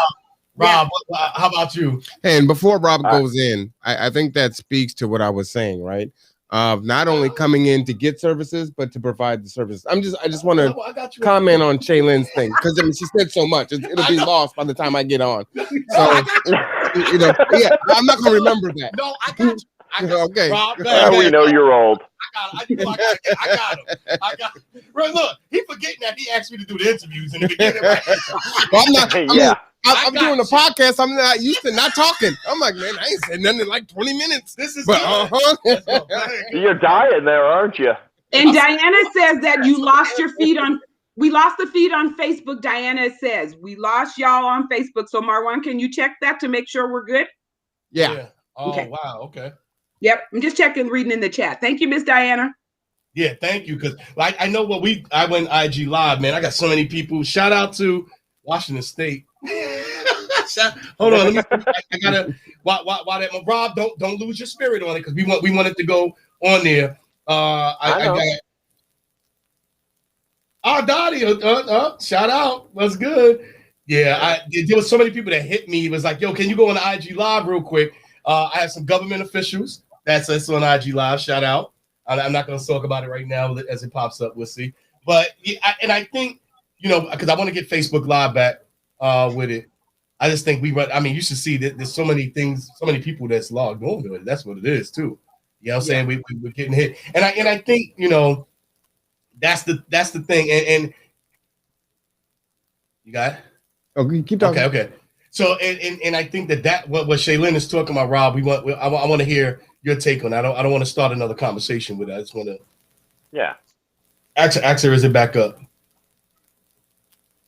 No, I haven't done anything. Just keep the conversation going. Okay. So Rob, go ahead and talk about your experience and what you learned from the board. All right. Well, I mean, before joining this board, I had never been a part of a board, so it's all been an education. It's a good education. I've learned a ton of things. I've learned to value myself as part of a whole and not just as a me. I've learned that, you know, I like you said, Shaylin, you can be yourself in your space. You know what I mean? Right. And G2's given me that. I mean, I know that my opinion's valued. I know that when we sit and we speak as a board, and it's, you know, that not just my voice is heard, but, you know, I mean, also my wife's voice is heard because frankly, she's a board member also, you know, and so it's taught me that. It's taught me that any idea that we brought to the table, good, bad, or indifferent, is always heard, you know, and always, you know, everybody comes back with feedback, again, good, bad, or indifferent, but it's heard, you know. I mean, you're not just like, oh, I can't say anything here, because it is a good space. And I would speak to the other things that I've experienced, things that I'm an intensely private person at times.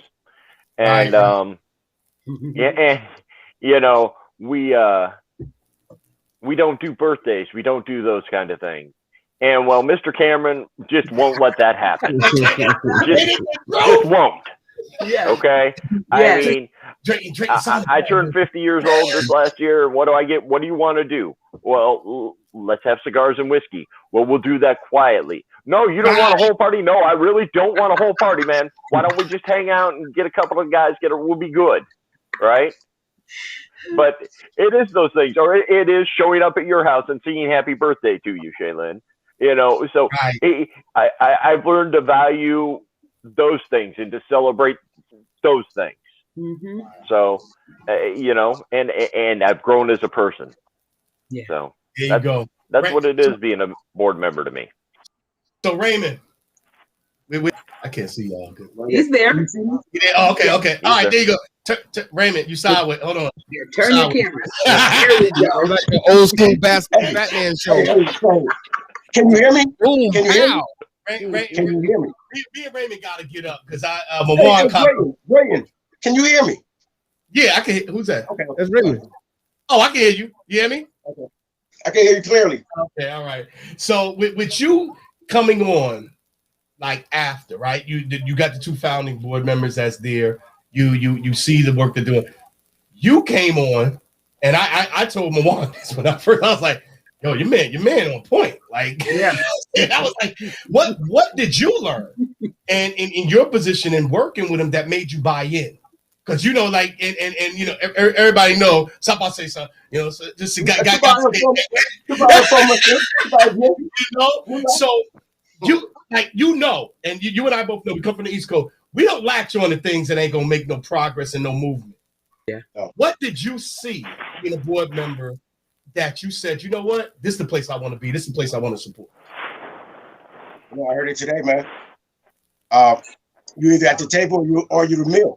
So basically what happened was G2 showed me something that I haven't seen in the East Coast. And that was just pure loyalty. A lot of people in the East Coast talk about loyalty, but it's just all words. And then when the problem comes and it's in your face, most of them are gone all the time.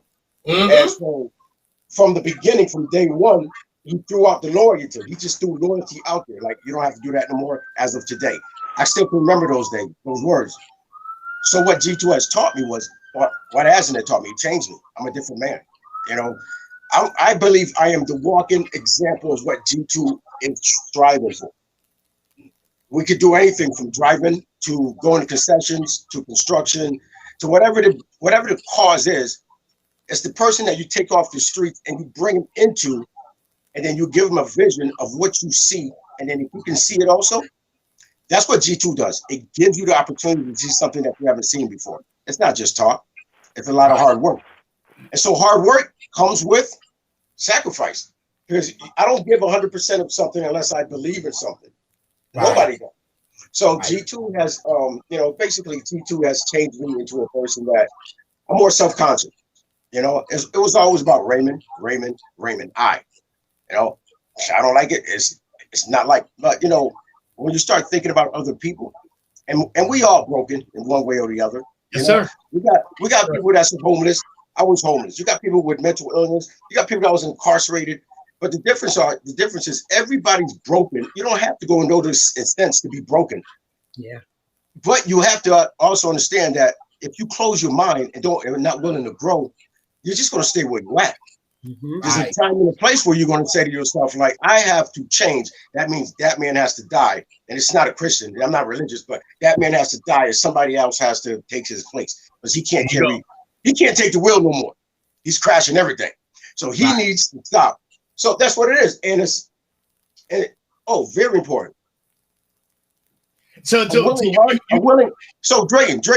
heart is what you're looking for. But there you go. He was thinking where I was gonna talk about that. Listen, brother, listen. A willing heart is good.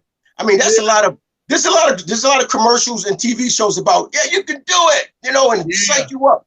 The hard work and to continue falling and thinking you could change, going back your own direction and stay in the path. Now that's the real work, because you got to constantly think about killing that other guy and going towards what they think is what you see that we can be. And it's not even about me. It's about somebody else. My whole goal is to teach and to give an example that whatever your difficulties are or whatever your shortcomings are, it's not an excuse. All you need is the right people in your team, the right attitude, and just go do it. And we all do it. Even the homeless guy. I say to myself, the homeless person in the street is working harder than I am every day. That's hard work. That's real. You gotta eat, you gotta sleep, you gotta on the floor, you gotta get up, you gotta get away. It's constantly moving. I don't want you here constantly moving. And when you rest, you're resting on concrete to get back up, do that again. That's a Rottweiler. That's a soldier. You take that mind and you switch it to something that he respects and he has passion for. It's a different person. I want you to understand what he's saying. And Rob can speak to this, and I know this, and don't go anywhere. I ain't saying nothing. I got you. So understand, and Rob knows this, right? All of my military people that's listening in Kitsap County, you know this. The military beats it out of you. Think about what he just said and what everybody just said on here. It was done with compassion. It was done with loyalty. How do you get to that unless it's real, right? And let's stay right here. What makes you say, you know what? I'm gonna follow that without being forced to follow? I could answer that. We all have that inside of us. Everybody wants to find something they can believe in. Religion, military, martial arts, politics, whatever feathers or whatever side you want to put it in. Somebody wants to believe in something. We all want to believe in something. Even some people want to believe in that they don't want to believe in nothing. They believe that. And they're going to go all the way not believing in belief. That's still a belief. I don't want to be a part of the system as a belief. You have to work for that. So it's whatever you do, you believe in something, you see it, and that's what you want to be, and you go after it. And some people take it some high levels, some take it to the low levels, but they all believe something. So what do you believe in? And if you believe in something even close to what the organization of G2 could bring to the table, or the board members are talking about, then you got a chance. All you got to do is think about it. Like, I want to help people. Now you got a chance. Oh, I want to better myself. The door is open. Those beliefs can open the door for other individuals, like the board members, with different techniques, different education grounds, different ways of attacking the people that's wrong. And then we got them. And we got them. Rob, what'd you say?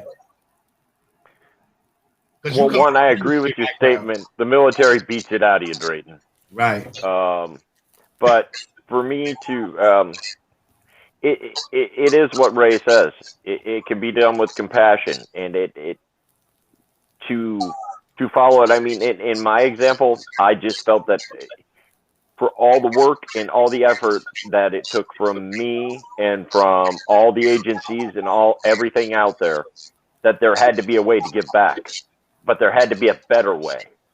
There had to be something more. It couldn't, it's not a, here's your service, there's the door. No, it's let me help you and help you with every facet that we can, to try to make you a better person. And if you're accepting of that and you want to be a better person, we are always there for you. Even if, because you can't drag a horse to water. Right? Yes. You can drag it to water, you just can't make it drink. Exactly. But if I can offer you all those tools and I can offer you all those things, take advantage. It is getting them to take that advantage. And Drayton, also just to intervene, that mentality goes in every aspect that we do.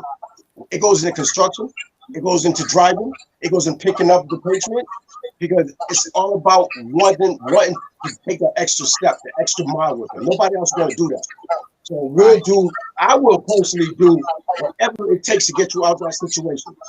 And because we know we know exactly how it feels like to be unwanted and not look gratefully like. So now we sitting here 3 years. Now you said 3 years ago. I didn't know it was 3.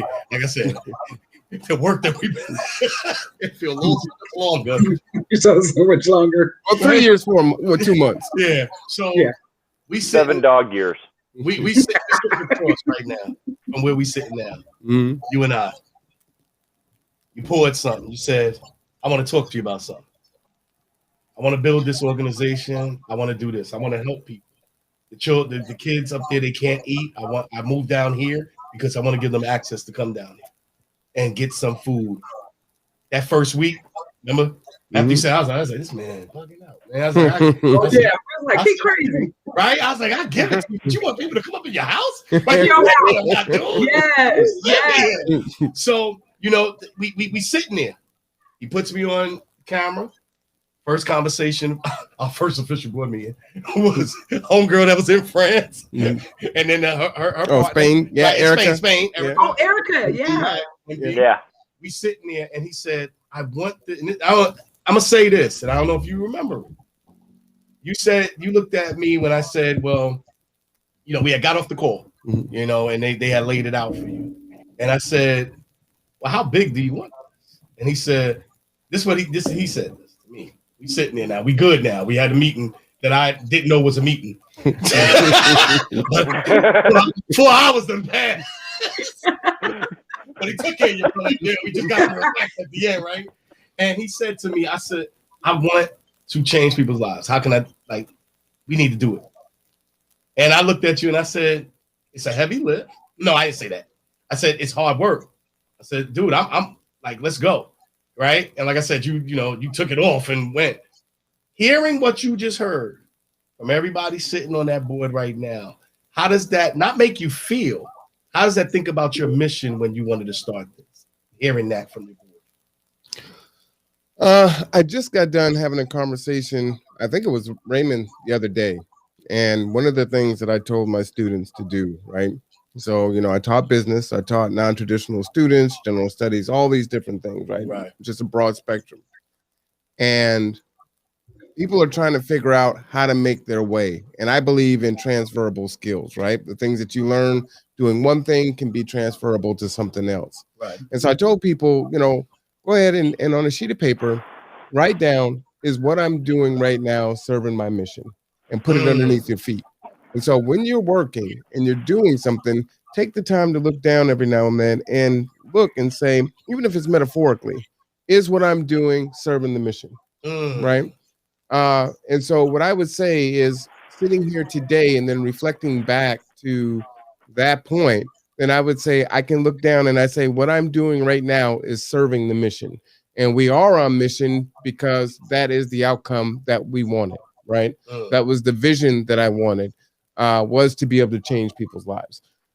So to that, I'd say, mission accomplished in being able to change some people's lives. Now we just need to keep on doing it and scale it up, right?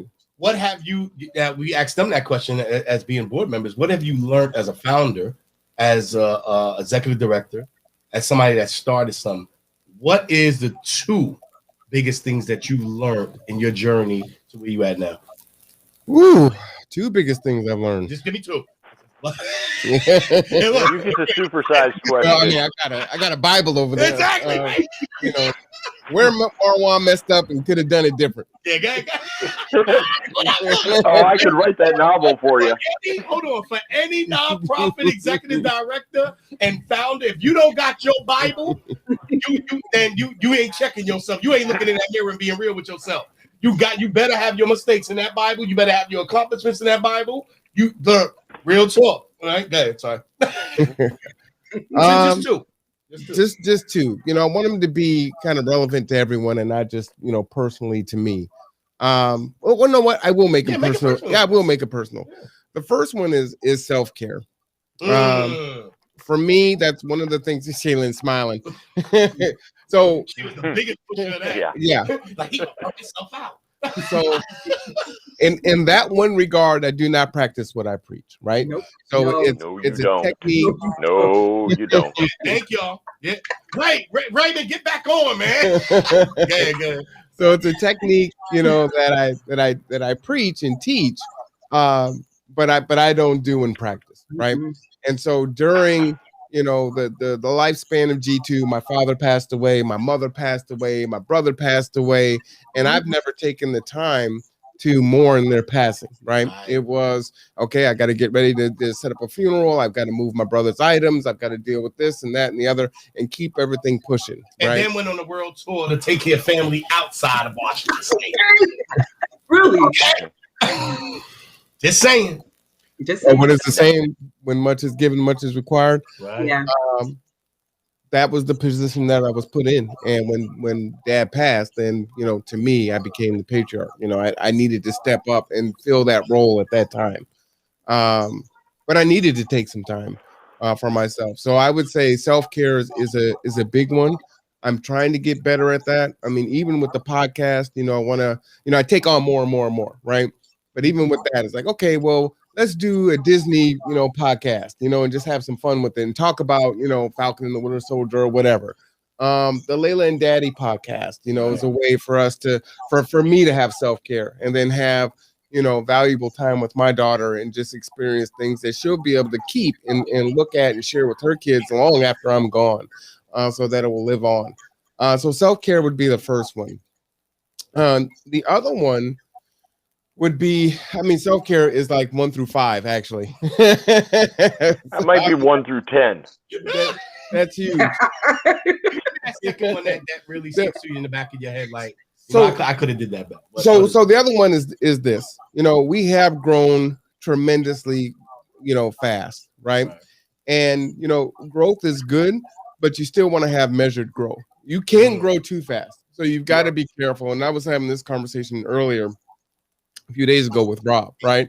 So we experience G2 is like a roller coaster, right? We fight. We get up to the top, ching, ching, ching, ching, ching, and whoosh, and then we go to the next level. And then ching, ching, ching, ching. And so lately, it just seems like the ching, ching, ching has been in shorter intervals. So we're going whoosh, whoosh, whoosh. And we're getting higher as we go. And it's like, okay, everyone's holding on and white knuckling it. And we're going for this ride. And so you need to grow, but you got to make sure that you are able to grow and then fill the capacity and the need. So that's a big one for me. You can grow too fast and then fail. So I don't want to outgrow the success that we've gained and then either have to start over or fold or do whatever. So I think those are the two things that are really the big concern. And that one is kind of coupled with COVID, right? And I would say this is a lesson. I'll give you a 3A. COVID was an unexpected for everyone, right? You got a global pandemic. You don't think that you're going to shut down. We were just doing our budget for the next year. I mean, I remember it like yesterday. I was just doing my New Year's executive director address, talking about our potential revenue for the year and, how much we were going to do. And then within 2.5 months, the whole country was shut down and our main source of revenue was gone. Right. Yes. And what protected us from that, which might be a 4, a 3 and a 4, right? It's all together. I'm sorry, I got a Bible. Is for us, we had to diversify, right? I didn't want to have one stream of revenue. And so that was very important to me. So if we're doing all these different things, we're doing transportation, we're doing food, we're doing computer literacy, we're doing job training, we're doing concessions. We have all these things, and we want all these things to be healthy because you never know when you're going to have to rely more heavily on one of those channels of revenue more than another. So sometimes it was the food program that was holding us up. Another time it was transportation that was holding us up. Then it was, concessions that was holding us up. Then a few of them are all hitting at the same time and we're doing well. And right now, that's what we're coming into, right? We're coming into, we've got a number of contracts with, different nonprofits in the area. We even have a contract with the county, right? We're partnering with the county doing ERAP and TRAP. We're doing food program. We may be doing an after school program and feeding the kids, which is pretty massive, which is, we weren't even envisioning that, right? Our job is for the food program is to feed people that are in food insecurity, right? They're facing food insecurity. So does that mean that you go out and now you want to create 100 meals a day and then feed and then deliver? That's not what was written down on paper. No. But that's where we're at, right? We know we wanted to get into the housing market at some point in time, but we've got a 5-year plan for that, right? Well, construction is here, and one job turns into 2 jobs, turns into a bigger job, and quiet is kept. Rob just got the blueprints for a $1.5 million job. So, God willing, that's maybe where G2 is, and construction hasn't even been formed for really a full good year. So I mean that's where we're looking at, and so all those things are now hitting at the same time, and that's great. But we still need to have that measured growth, right? You can't do it all by yourself.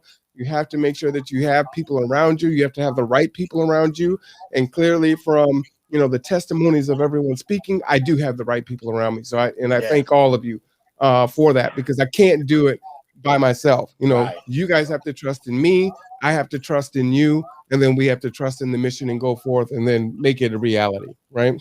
This is why we did this live when I hit them up. I hope everybody on Facebook. Look, I need some action on that Facebook page. Like if you agree, if you like, yo, this is where it's at. IG, I got y'all. I put it towards us so we can see, because this is why part of the Great Give. This is why we got involved. The money has value to it, right? Your donation has a face to it, and I think hearing the testimony, not from just the board, from people that you've helped, people that everything is there, it shows that you're going in the right direction. It shows that everything that's being done is being done on purpose, but for a purpose.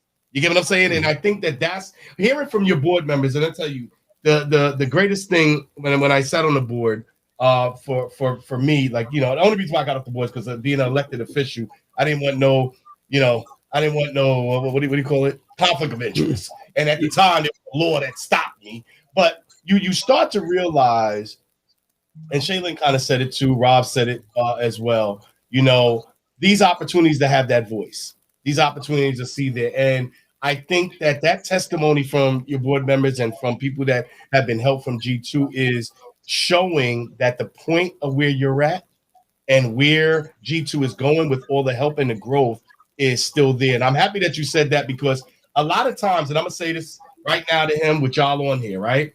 A lot of times we don't get to just sitting in the success because we're working so hard. And I want to say this to you guys is that's what it's about. Make sure that you get to enjoy and check those wins as much as you do the birthday for everybody else. Check those wins for G2 to say, hey, let's celebrate it today for us.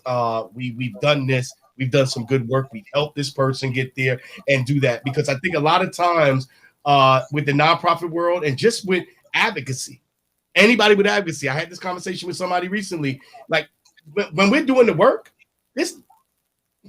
when do you stop? It's like people need help constantly. So you don't have to stop because I called him today and he was like, yo, I'm on the phone right now with somebody that's going through something. I'll call you right back in the midst of all of this. So we don't get that time.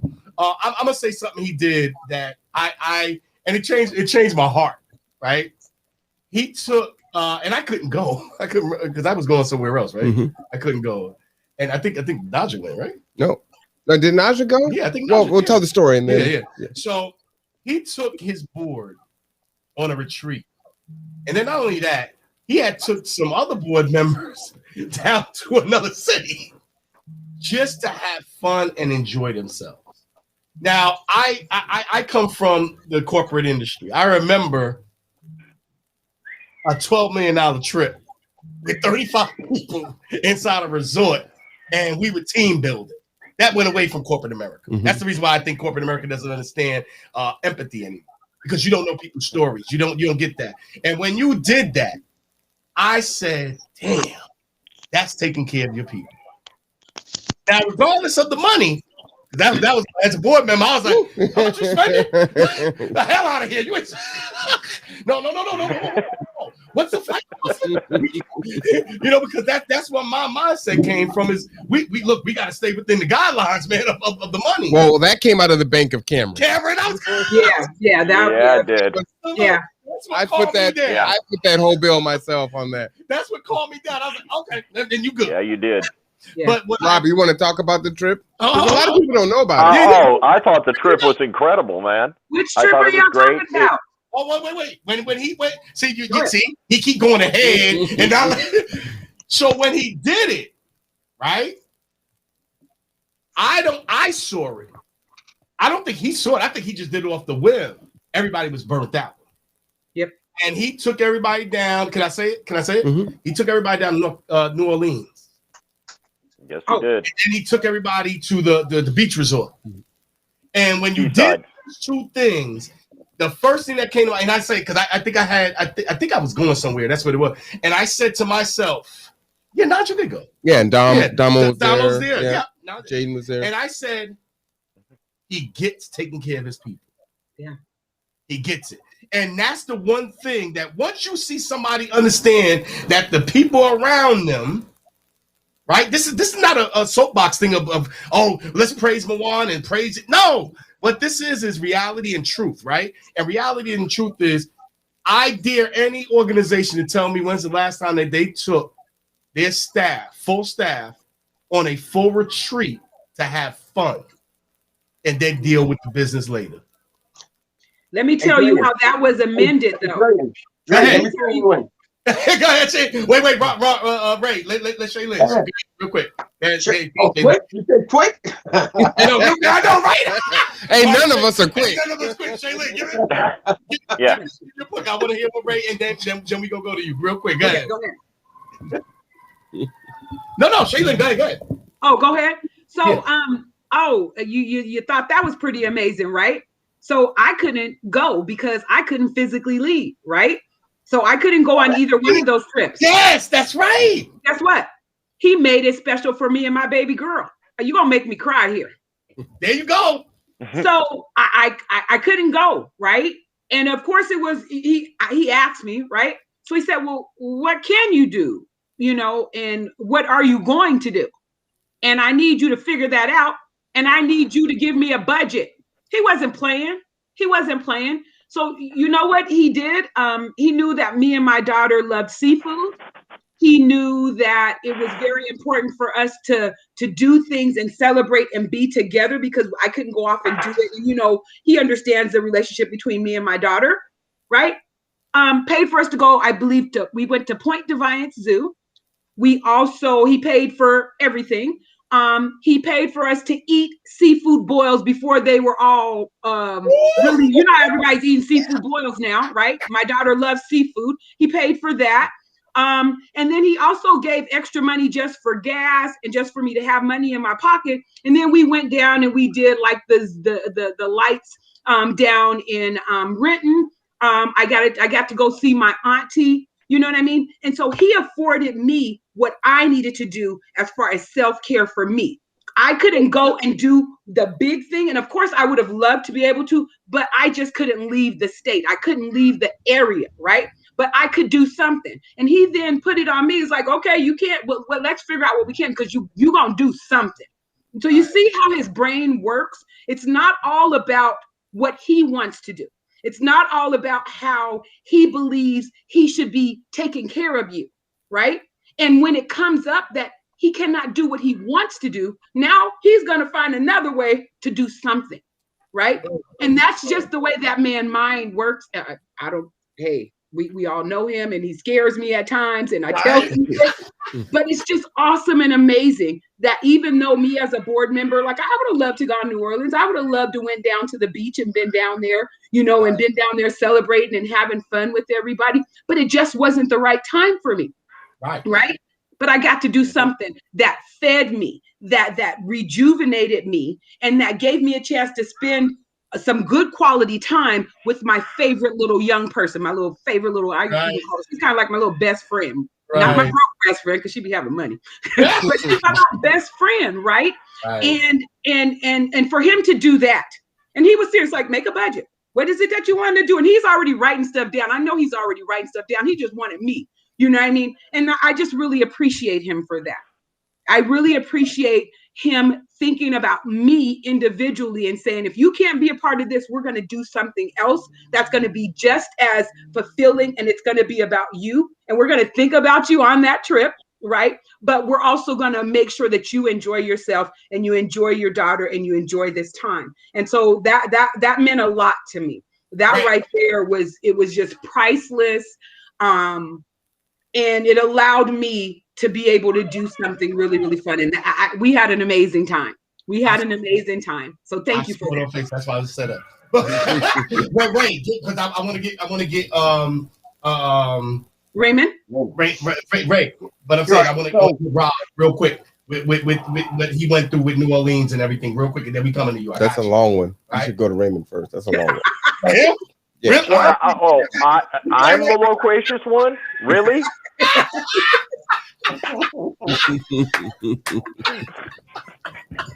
What he said, I drove back to.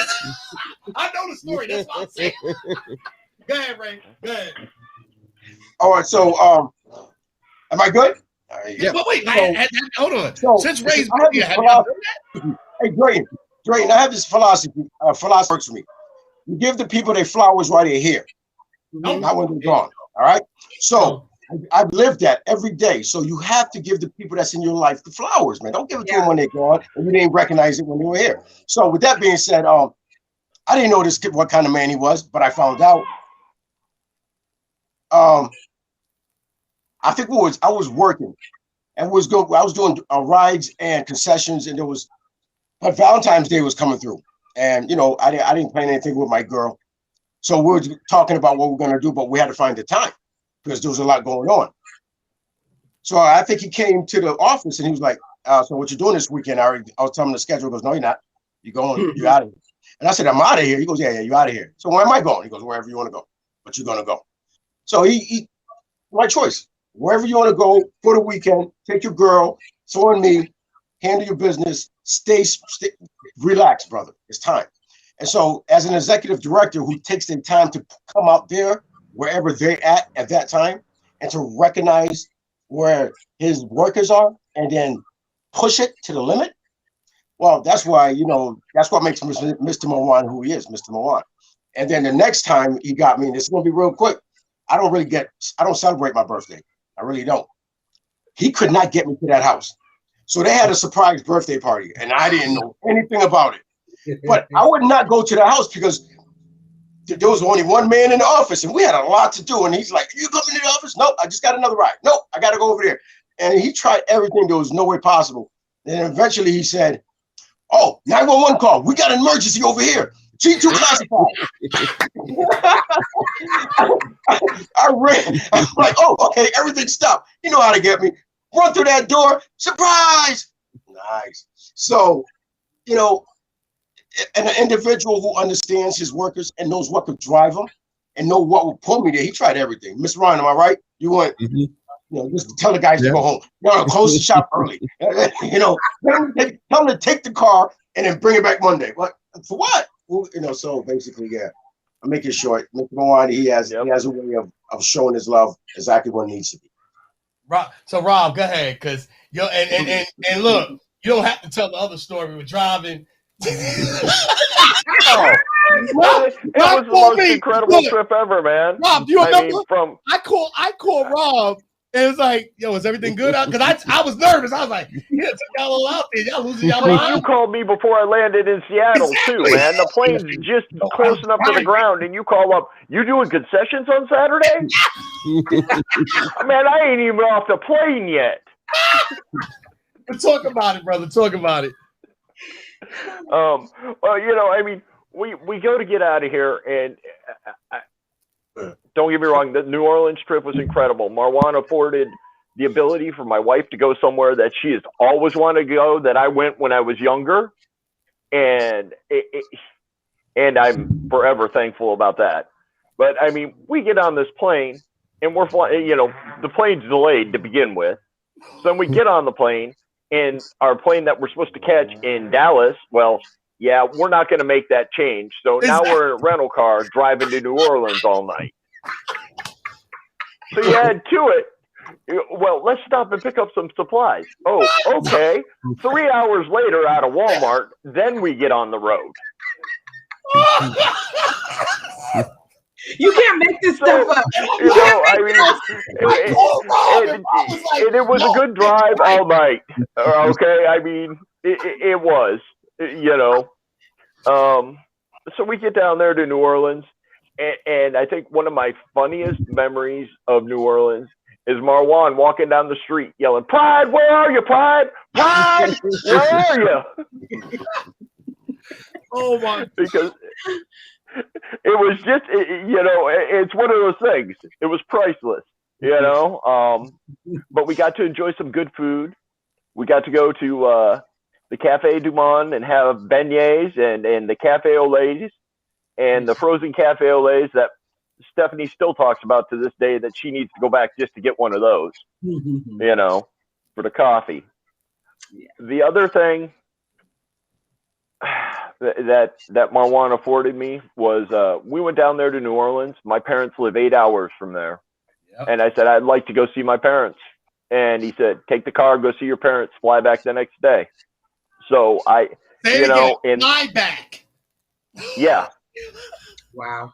So you know, it gave me an opportunity to do something. I mean, my parents are getting up there in age. I mean, they're going to be 80 this year.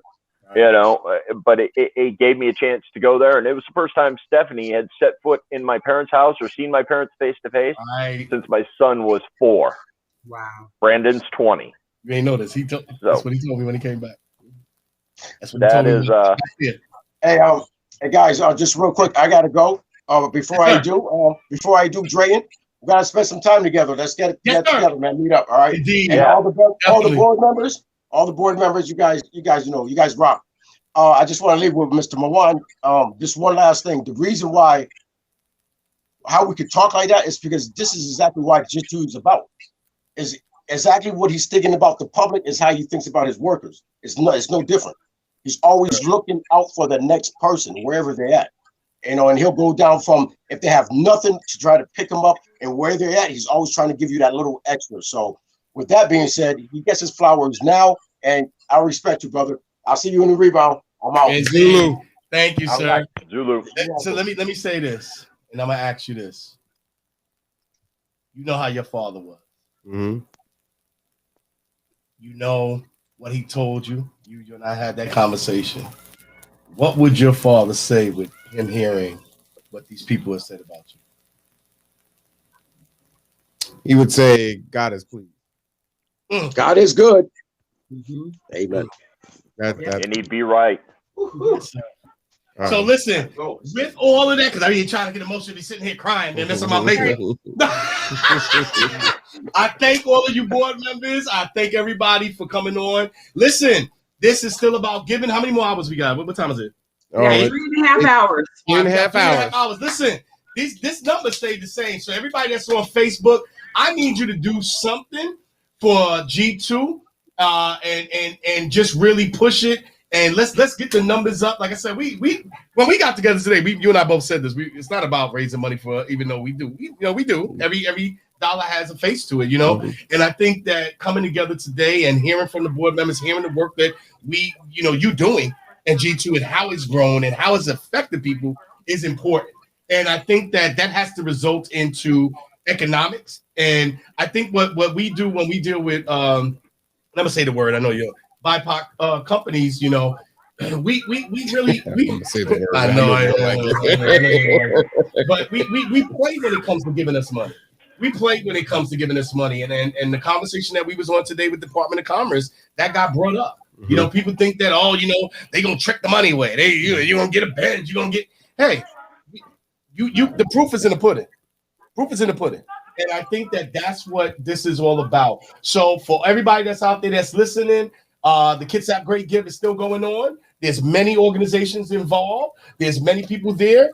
And we want you to give. You done heard the testimonies from people that they have served. You have heard the testimonies from people that are sitting on the board and everything else. Give. That's what we want today. And we never really, I'm going to be honest with you. It's like, we want you to give, but we ain't going to sit up here on the pulpit and pass out anything. But if you can, we are going to come back. We got a couple comments. Why don't you read those comments before we take our break? I can wear glasses, man. You got your glasses on. And you know what? Wow, it's on a 55-inch TV. Yo, you know what? My son said, look how stupid I was. My son said, you ain't going to carry your glasses. I was like, I need my glasses. He said, sure. Shut up. And he's right. I can't see him. Real quick, I'm going to say I'll talk to you all soon, and I'm going to get out of here. All right. Hey, Rob, thank you so much. Thank the family and the board members. We thank you guys, man, for being here and supporting and just sharing your stories with us. Thank you so much, man. Thank you for having me. You're you welcome. all have a good night. I'm going to get up off of here. Keep on being amazing, and I look forward to working with you all in the next few years and months, and just continue to collaborate. Keep on being awesome, gentlemen. Yeah. Thanks, Shay. Thank you, Shay. Thank you. Thanks, Rob. All right, See you in a minute. Hold on. What we got? I can't read it out because I can't see you. This is from Mina Ball. So Mina's gonna come on a little bit later. She's down in Mississippi. This is my bestie. So when I was on that whirlwind trip, went and spent time with her and her husband.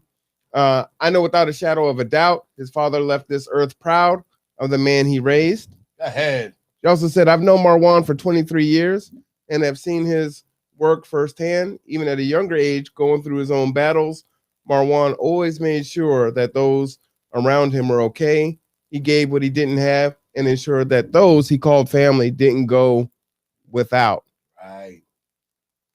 Marwan has no idea of the impact he has on those he has come in contact with. And Marwan, how many self-care conversations have we had? Laugh out loud. I love my brother. I love you too, Mina. Indeed. And that's when we talk about it, right? Shout out to my IG people. I got a lot of people on there, and just a shout out for it. I want you guys to understand what's really going on. I'm shouting people out when I see them on there. But it's a lot that when we talk about the Kitsap Great Give and organizations that doing things, these stories are real when you talk about helping people. And I think a lot of times people don't understand the grind that it is being a nonprofit, that, you know, you don't get to enjoy the fruits of your labor. You know, and like we were just talking about, God forbid you get a good house or something that, you know, a tech guy can have for building an app, or somebody else that's not saving somebody. Oh, okay. They're long. No. So, you know, you start to realize that, you know, I used to always say this. I used to hate the word poor righteous teacher back in the days. And the reason why I used to hate that is because that concept to me came from a place that was trying to keep people down. So what we don't understand, and we realize now, as many parents have kept their children at home, is how important our teachers are, right? So you don't realize how important something is until you don't have it no more.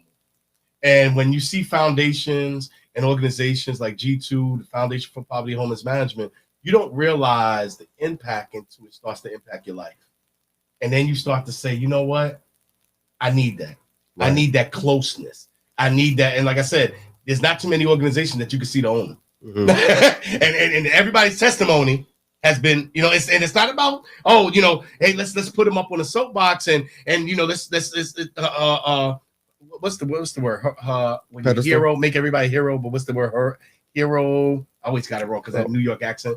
Hero worship. Yeah, but it's a word that when you make somebody your hero and you just worship it. Oh, idolize.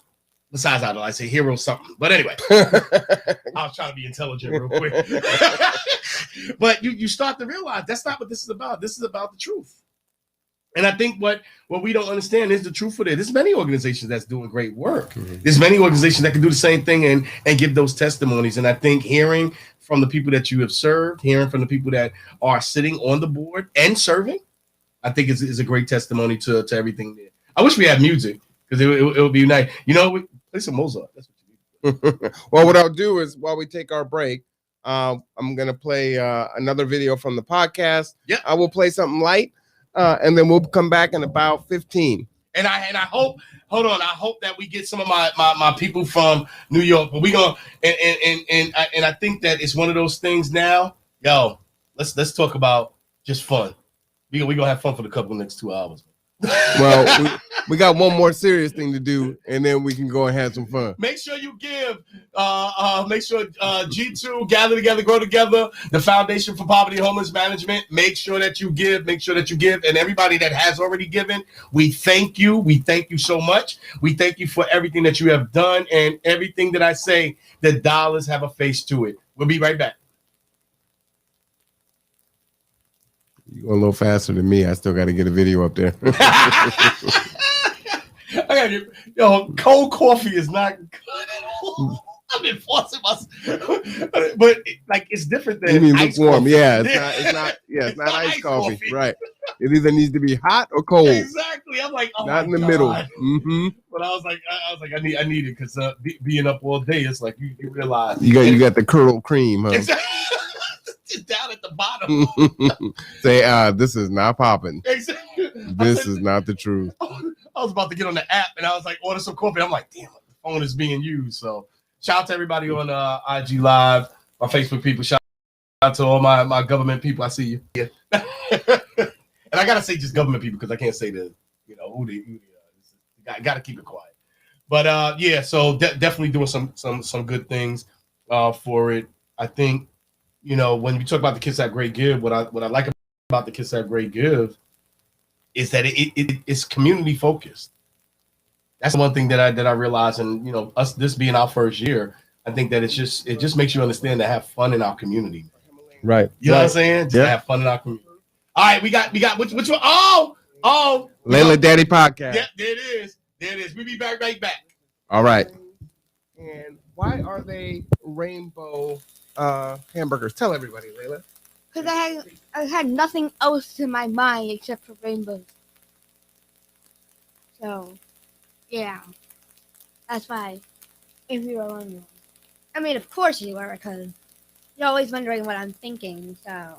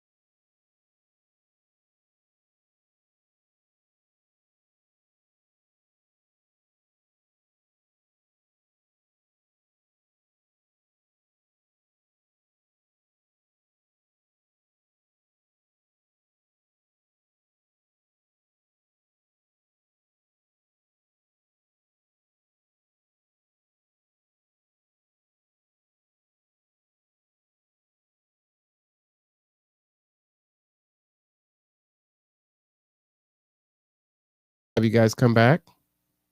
If I was a teacher, probably not. Yeah. Why? Why would you say that? Lacey is already a horror to me. She's a what? A horror. Have you guys come A back? bully. A bully? If I was a teacher, probably not. And Yeah. keep in Why? mind, she's 2 years why old. would you say that? Lacey is already a horror to me. She's a what? A horror. Have you guys come horror? back? A So bully. you said you A think bully? the teachers If I are was a excited? teacher, probably not. And Yeah. keep in Why? mind, she's 2 years why old. would you say that? And so why do Lacey you is say already maybe? a horror to me. Because some She's a teachers what? don't A like to horror. they Have still you guys like come to back? So bully. you said you A think bully? the teachers If I are was a excited? teacher, I probably hope not. that's not the case. And Yeah. keep in Why? mind, Really? she's 2 years why would old. you say that? And so why do Lacey you is say already maybe? a horror to me. because Some She's a teachers what? don't really Horror. like children. They Have you should guys be come bullied. back? So Bully. you said you A think bully? the teachers If I are was a excited. teacher, I probably hope not. that's not the case. Yeah. Keep in Why? mind, she's 2 why years would old. you say They that? need to do something. Lacey is already a horror to That's me. what's going on. Have you ever Some met a teachers teacher don't that really really like like Horror. children? They Have you should guys be come bullied. back? So Bully. you said you A think the bully? teachers If I are was a excited. teacher, I probably hope not. that's not How the do you case. know? Yeah. Why? She's 2 years old. Like, She's already a horror to me. have you Some ever met a teachers teacher don't that really like Horror. children? Have you guys come back? So Bully. you said you think the Well, teachers why? are excited. I hope that's not the case. Yeah. Why? She's 2 years old. Like, She's already a horror to me. if I was Some a teachers teacher, don't really like Horror. Have you guys come back? Bully. I hope that's not the case. Yeah. Why? She's 2 years old. She's already a horror to me. Horror. Have you guys come back? Bully. Yes, why do you think teachers Yeah. don't Why? like She's 2 years old. kids? She's already a horror it to can me. be annoying. Horror. Saying, when you say you're not good enough, you mean that you're going to be Yeah. Why? disruptive in class. No, not She's already a horror it to can me. be annoying. I won't Horror. Saying, when you say you're not good enough, you mean that you're going to be Yeah. Why? disruptive in Look class. at what you're doing now, right? She's already a horror to me. We do Horror. history. This is education. Think of all the things Yeah. we have Why? to do. We gotta plan it out. Right? We She's already a horror to me. like We special do history, horror. we got math, we got reading. People have to Think of all the follow things Yeah. we Why? do. We gotta plan it out. Right? We She's already a horror We're to me. not giving them written We do instructions. Horror. and follow what we say and what we do. We Yeah. gotta follow Why? we gotta plan it out. She's already a horror to me. We do Horror. like daddy, like daughter. Reading and Yeah. Why? we gotta plan it out. She's already a horror. Hey, grandpa. We do teaching is in your blood. Daddy, like daughter. Reading and Yeah. Why? we gotta plan it out. She's already a horror. Hey, grandpa. Nana was a teacher. No, she worked at the Yeah. Why? We gotta She's already a horror. but then she did other stuff. no, she worked at It's Yeah. Why? we gotta She's already a horror. but then she did other stuff. no, she worked at Grandma the teaches us stuff all the time. Yeah. Why? We gotta ooh, but it does look good. Other stuff. no, I need she to look back at the worked picture. at Grandma the- teaches us stuff all the time. Yeah. Why? That's good to me. You don't think so? I think you picked a pretty good blue. It does look good. Other stuff. No, I need she to look back at the worked picture. at Grandma the- teaches us stuff all the time. Yeah. Why? That's good to me. You don't think so? I think you picked a pretty good blue. It does look good. Other stuff. No, I need she to look back at the worked picture. at Grandma the- teaches us stuff all the time. Yeah. Why? What I do with that picture? You don't think so? Oh, it's on the floor. Ooh, Grab it. a pretty good blue. It does look good. Other stuff. No, I need she to look back at the worked picture. at Grandma the- teaches us stuff all the time. Yeah. Why? What I do with that picture? You don't think so? Oh, it's on the floor. Ooh, Grab it. a pretty good blue. It does look good. Other stuff. No, I need she to look back at the worked picture. at Grandma the- teaches us stuff all the time. Yeah. Why? Nope, it's not all the way around. It does look good. No, It's just a she little thin worked band at across the the- top and one straight. And probably it probably looks like that. Nope, it's not all the way around. It does look good. No, It's just a she little thin worked band across the top and one straight.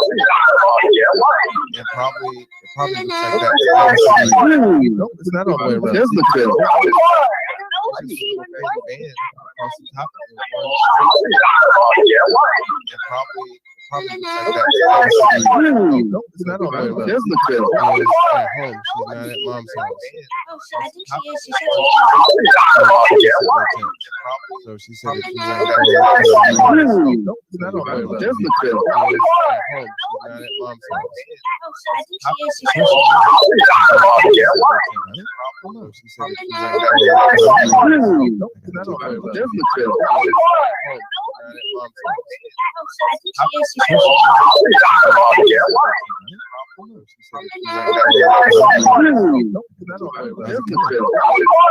Oh, that looks good, Layla.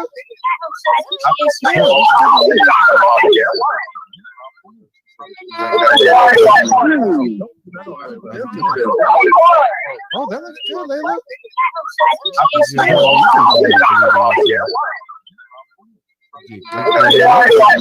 You can do a lot of different things. Oh, that looks good, Layla. Okay. You can do a lot. And not only can you play the piano, but if you remember when you first started learning, music, you can only play with one hand, piano, two hands. And not only can you play the piano, but if you remember when you first started learning, you can only play with one hand. Well, I give you really hard. Some people play super challenging.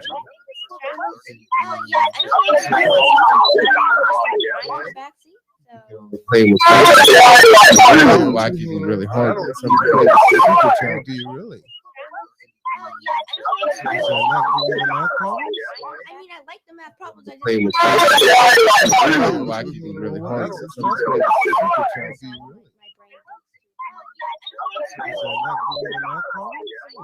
Well, what kind of bad things?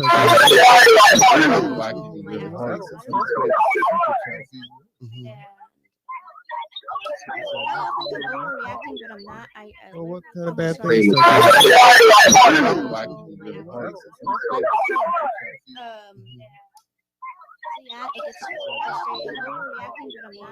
Well, what kind of bad things? It gets a little too challenging. You get frustrated. Yeah, but then I somehow learned to calm myself. Well, what do you do? Because I bet other things get a little too challenging. You get frustrated. Then I somehow learned to calm myself. Well, what do you do? I bet other things in a piece of paper in your mind. I somehow learned to calm myself. Well, what do you do for more problems? Getting stressed. Why do you ask for more problems? Trying to challenge myself. I somehow learned to calm myself. Well, what do you do for more problems? So stressed. Why do you ask for questions? Why? I somehow learned to calm myself. What do you then somehow you calm yourself, and then you ask for more questions. Why? I somehow learned to calm myself. What do you then somehow you calm yourself, and then you ask for more questions. Why? I somehow learned to calm myself. You are absolutely right. There was some white paint in there. And I'm wondering what other color is missing. I somehow learned. Is it? Okay. Go ahead and bring that one. Absolutely right. There was some white paint in there. What other color? I somehow learned. Oh, you know what? I do want to. Oh, I want to make the black red. Oh, I'm gonna use the black marker for the black. I somehow learned. Oh, you know what? I do want to. Oh, I want to make the black red. Oh, I'm gonna use the black marker for the black. I think it's, you know what? I do want to. Oh, I want to make the black red. I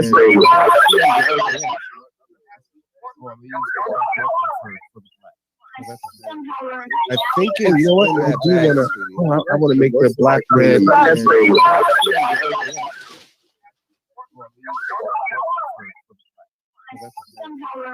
think it's, you know what? I do want to. Oh, I want to make the black red. I thought I put the black marker in there. Oh, right in my face. I think you know what? I want to make the black red. I thought I put the black marker in there. Oh. I think you know what? I want to make the black red. I thought I put the black marker.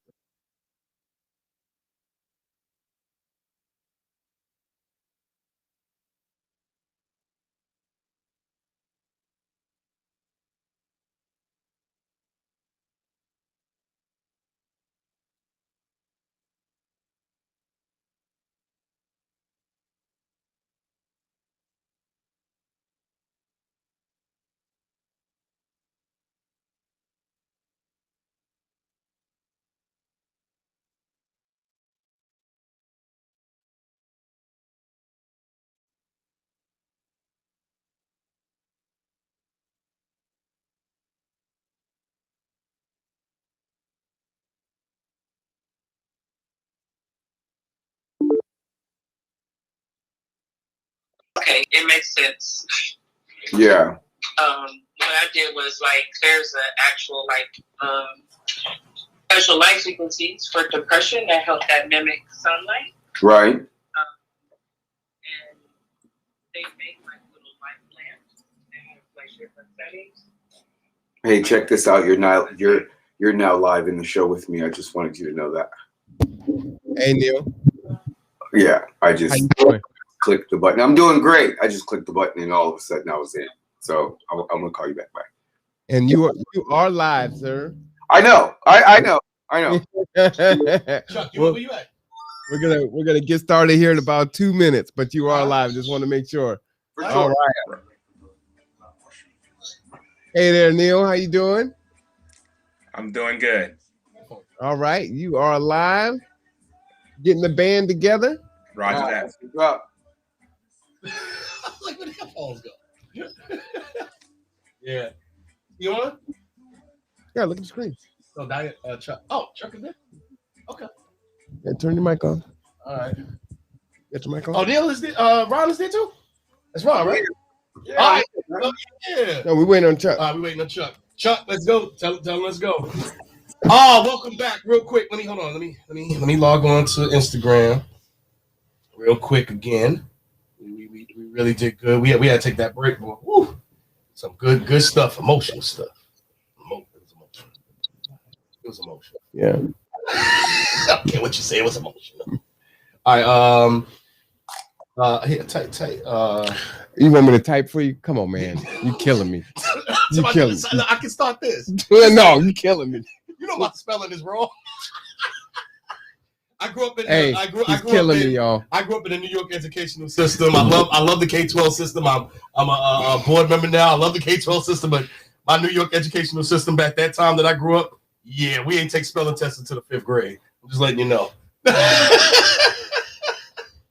On YouTube, right? YouTube. Hold on. Oh boy. All right. So, we back. Man, that last discussion was really good. It was definitely knowing what G2 was about and dealing with it. As we told you guys, there's so much. There's so many organizations. When we talk about organizations that are doing good and out here, and you guys got to hear from the board from G2. You got to hear from some people that they have served and really got to experience, how G2 has been helping for years. You know what I'm saying? And I think a lot of times we don't get to hear from, and I don't want to say small, right? But we don't get to hear from the companies that's doing it on the ground level. We don't get to see and experience what they're doing, because sometimes you just do the work so much that you don't think about, tooting your horn or putting out what you're doing. And I think that, we're so remiss from that as organizations that are doing the work that we don't take that time to champion ourselves on our wins. When I had my podcast, I used to say, always enjoy every win. You have to do that. So that's what we're getting ready to do right now. We gonna switch it up because we got Kitsap flyers in the building. We got Ron Hopkins. We got my man Coach Chuck. We got Neil. I mean, you can't get no better when we talk about having some great people that have not only given our youth opportunity to grow, but has also nourished them in physical wellness and mental wellness. These guys, and I know all three of them, and when I tell you that they care about what they do with the youth, that their own experience and what they have done in sports and in training, you guys are in for it. Anybody that's listening on this, you guys are in for a treat, man, because it's knowledge that I think you guys are going to get. And as parents that may be over sports people, as an athlete that if you're still on and you listening, you're going to get this knowledge. But it's live, so we be able to run it back. But my man, Big Ron, I can't say enough about this dude.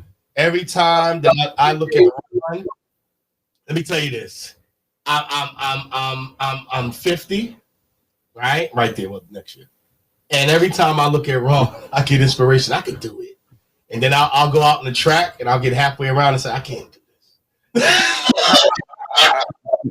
But I'll go back and look at a YouTube of Ron running some track and blowing away some young boy, and I was like, yeah. So what's good, sir? What is good, man? I appreciate it. You guys, I gotta apologize because my light game ain't right, but this is the best we can do right now. When we get to hear your voice, I am good with it, man. Yeah, and then we got my man Neil. I always mess up your last name, man. So I don't want to say like. Go ahead, butcher it. Go ahead. Right? I'm not doing it no more. No, go ahead. You better get it right. Look, go ahead. Next time Neil, you know how the dude see you and he give you that chin check real quick. Say my name right. What was that? Look, oh man, another brother I can't say enough about. We have had some 3-hour-long conversations about some great stuff. It's been real inspirational being around this brother. Ron has always talked about him, and then we just so happen to meet on some other stuff. And it's just been a great deal to learn so much from this brother and conversate with him, not only just on the spirit, but in life. And it's just been wonderful. And knowing that, they connected is there. And then my man, Coach Chuck, man. Oh my goodness. When I tell you, you meet people in life that, me and Chuck don't come from New York, but the Chuck scream and talk like he come from New York. Everybody talk about treating you loud. Look, when me and Chuck get together, man, you would have think that we arguing, but we just having fun. Talking a good word. And a brother that has really come into Kitsap and has really done a great job with coaching, has done a great job with, our children and doing that. So, who's that? Oh, look at that. How many people you see now? One. We got Chuck, and we got AJ and Rev Ellington. Oh, we can hear y'all. We can hear y'all. You AJ, can you hear us? Yes. Okay. Yeah. So and Coach Chuck has just been, one of those brothers that he about his work, man. And I really give him a lot of respect for that. And then we also got AJ. I ain't gonna talk about his pops. His pops is irrelevant in this conversation. But we got AJ in there, the young brother that has done some stuff. We're gonna get into a quick conversation on what God has put into his spirit to do. But I thank all of you guys for being here. As we said, it is the Kitsap Great Give. And G2, Gather Together, Grow Together, the Foundation for Homeless and Poverty Management, the Kitsap Flyers, who's on there, and every other organization that has done some good work in the Kitsap community that is on the Great Give. We give a shout out to everybody that's out there. But we just gonna have a quick conversation, man. I'm gonna start it off like this. Everybody here has well experienced. AJ, this is gonna be a great conversation for you with it, right? So everybody here has had some great experience. Amen. Somebody got a lot of background noise. If you can, just let's make sure. So the question that I start off with for all of you guys: what has COVID taught you as trainers and as coaches in not just athletes, but just in people's life with well-being? Anybody can start off first.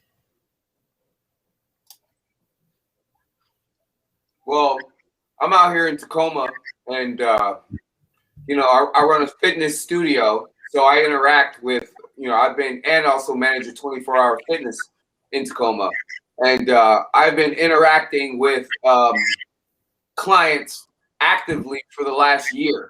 And when I say that, I say also student athletes for the last year. And, you know, it's been really, really important to really give them and everyone. I'm talking, I've got a 70-year-plus-year-old COVID survivor that's a client. And I also have a youth athlete that's a client. And both of them, it's become their main focus to really put their health and wellness in the forefront during this COVID time, because it's such a slowdown. You have so much time on your hands. And so adding exercise and continuing to use exercise as an outlet has become very instrumental, not only for physical health, but mental health. And when anybody else, y'all can go ahead. Anybody?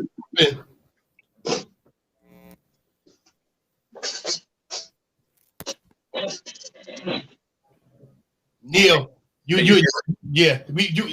know you have an athlete in your house, the daughter and everything. But what have you seen as a coach too in the school district? Yeah, can you hear me? Yeah, we got you. Yeah, it's been a challenge. When I take the student athletes, as a coach, and we start up a season that's sure to be probably the most winningest season in our high school history, and it gets shut down 3 weeks after we start. So we're not the only one, but I'm just speaking from my own perspective and my set of kids, because this is not only around our state, but around this entire country.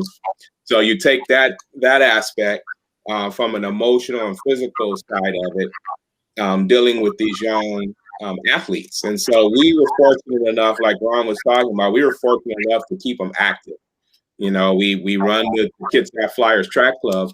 And so we had kids that stayed active through the summer, and it was social distance stuff. It was hard. It was tough. We didn't have very many events to go to, but Ron did a great job of finding those events and putting them on the calendar. And we took the kids, the ones that we could go to, we took them. So they stayed active. They stayed involved, and they got to do something. And I think that paid off, because, as we're moving into this season, a lot of as a high school coach, you see a lot of schools that don't have very large rosters, but we've got a roster of about 90 kids. And I think that's because that's a testament to the fact that we just stayed active and stayed involved with our school and with our kids. And so,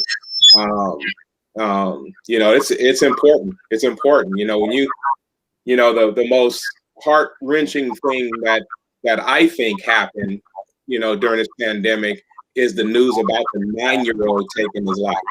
It's like, you're at 9 years old, what do you know about, the hard times that are ahead, and how is anything so bad that you're taking your own life? And so, we've got to, as adults, we got to hear that. We've got to see that. We've got to listen to that, see the signs, and we've got to really be involved. And we're responsible for going out of our way, above and beyond, to set a platform for these young kids to stay involved and to have an outlet and to do something different than just staying at home with no hope.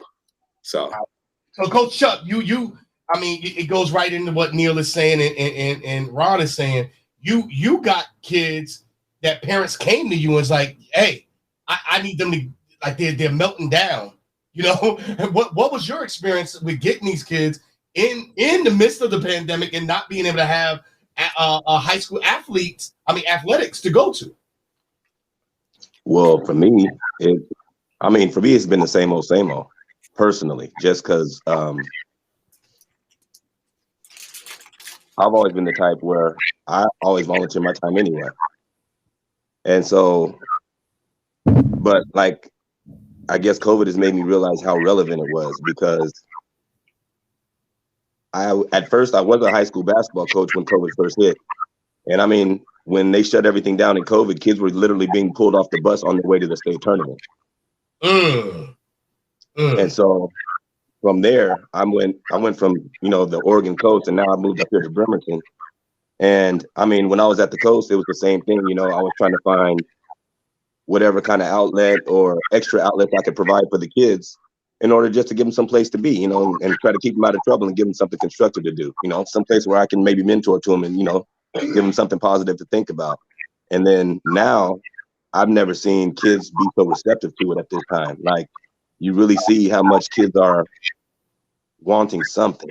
And it's more than just activity. They're really having their minds open to being guided and being talked to and, being pushed in the right direction. So I think for me, it's been a kind of a positive thing to get some positive things on the road.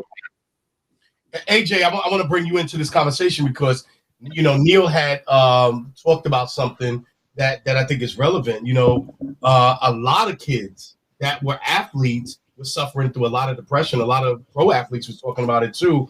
And, just how hard it was. What did you see amongst your peers that, when you were around there, and even yourself, what was it like not being able to just be, not being able to just, do the things and be around your comrades and your fellow friends and just have that community of youth and your peers around you? Well, it's actually really sad because 8th grade, for the first time, I was actually going to play like a sport, and then COVID hit and I couldn't do it at all. And like, I was really excited, like first time actually going out playing a sport for an actual team. I was really excited, and then like boom, COVID, and then like it was just so depressing because I was like, I had some friends that were gonna join with me and play, like we were gonna play football for the school, and then like COVID hit and we couldn't do it anymore. I was just like, dang, that really sucks. And like, it's just really sad that COVID came around. So when all of you guys, what I think it has been definitely shown was, one, how important activities are. Ron has always said to me, brother, even if you go out and just walk, man, like you got to be active. Ron always says that. And did you guys see anything in sports that said, hey, we get high school, we get college, we get all of that, but a lot of us in the AAU, a lot of us that have these independents like the Kitsap Flyers that are out there, how relevant was it not to have those restrictions? Because when I looked on Facebook, Ron and Neil, you guys took a bunch of people somewhere when, after everything opened up, you guys went down to a tournament. So explain maybe the fear of parents, but then also you took a lot of athletes down. Explain that whole thing. What made everybody comfortable for you guys to do that? Man, me and Ron, Can I interject for just 1 second, gentlemen? I don't know if you can hear me, but AJ is he's well qualified to handle this. It's way past my bedtime, Yes. and so I'm gonna check out and let you guys kind of do your thing. Hold on, and, before I'll you holler at you guys later, okay? Yes, sir. Reverend Ellison, if you still there? You still there? Yes. If you can, just real quick, what did you see as a person that is spiritual and everything else with our youth? Because you deal with the youth all the time, and then gentlemen, we'll get back to the question. But what did you see from a spiritual perspective with our youth that needed to be addressed real quick? And then you could just be real quick with it as much as you want. Well, one thing, with the COVID and everything shutting down, and all the kids around the nation going, to this virtual, autodidactic, learning system. I feel like a lot of kids didn't adjust well to it. Socializing is as much of a key one of the keys to proper development and growing and learning. It assists in learning. Kids feed off of one another. I know I got one letter from a teenager that frequents our congregation, and she wrote to us just simply asking for prayer. Because of she's real heavy in sports, and with everything being canceled, it just really kind of, crushed her. And I can't really speak so much to her grades, as far as, once they switched over to the virtual learning, but I can imagine that it affected a lot of kids' grades. I know personally, my children here in the home with me, they struggled, for a while before we kind of got them back on track, because I have such strong independent children. They were telling me and their mom, like, they didn't really like it, but they weren't telling us that, it wasn't going so well. And so when we peeked in for a periodic, kind of checkup on them, it's like, oh, well, this isn't working. So we had to kind of rebuild everything to make it work, for them. Because even though, they're, in the media, they're telling everybody like, oh, the teachers, this and that, it's not really the case. They're really teaching themselves. It's truly a autodidactic system. And fortunately, we figured out a way to make it work for them, where they're now thriving in it. But I feel like, at least for the kids, all of this shutdown and separation, it's really drained them of a bit of life, that I feel like kids need to be able to be kids. So yeah, I don't know if that answered your question. My brain's like on halfway shutdown mode, but I just pray for our youth, brother. And I 100% agree with you that when you get those letters, that's what's important, and that's what we wanted to get, was what we're going to speak to with that. And Reverend Ellington, I thank you so much for being on, and staying up with us, but you all right. AJ can't handle himself. Oh yeah, oh yeah, oh yeah. Like I said, I got strong kids. They're very mature, and trust me, he'll scream my name if it gets above him. But yeah, and I know I talk with all of you gentlemen. I know you guys will treat him properly, so I don't worry about that. And yeah, I'm just I don't stay up this late. I'm really struggling right now. I am. Yeah, this is really late for me. We thank you for your presence and being on with us too. But we'll get to it, and then AJ, definitely, I know you gonna hold it down, so I ain't worrying about it.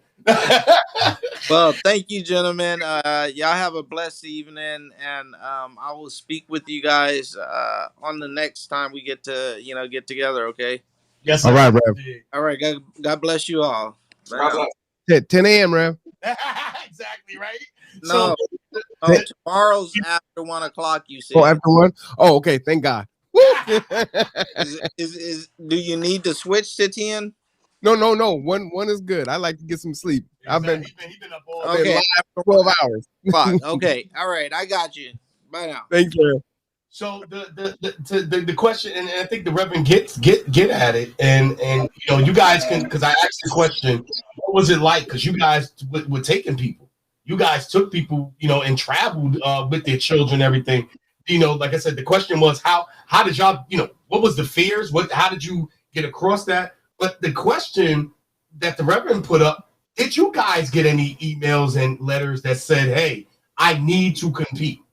I don't care what I got to do. I can't deal with this. And there, anybody can answer, Neil and Ron, and Chuck as well. So, I mean, I'll kind of paint the picture real quickly about how, you know, the Kitsap Flyers do it and continue to do it. You know, I myself personally was getting ready to compete at the national championships, and COVID canceled that on my level because I'm in the master's level. And at that time when COVID started, it was that demographic that was really getting hit hard. I kind of sat and was like, all right, this wave is really going to hit. And I started to discuss with Neil about just the type of calendar that we were going to be looking at. We decided that the USATF, as they were canceling things, that they were probably going to cancel their entire season. So we started looking at the Amateur Athletic Union, and we started looking at meets potentially east of the Mississippi. You know, we started looking from outside, you know, of our area, you know, to see where things, you know, were happening.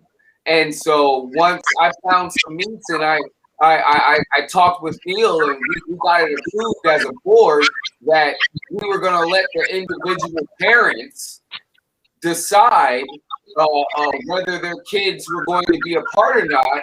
We ended up going to Arizona in June, Vegas in July, Florida in August. We went to Virginia in December, and we finished off with another trip to Virginia in March. And the way that we came up with the protocols that we were going to use to keep people safe, you know, we ended up with 0 COVID incidents in our clubs amongst all that travel. So when that happened, so because the question that constantly comes to my head is, was there a format? Because this has never happened before. So they're like, all right, I need all you guys to do this, and this, or was you just following what World Organization said in the department to get? There was no format because nothing was uniform.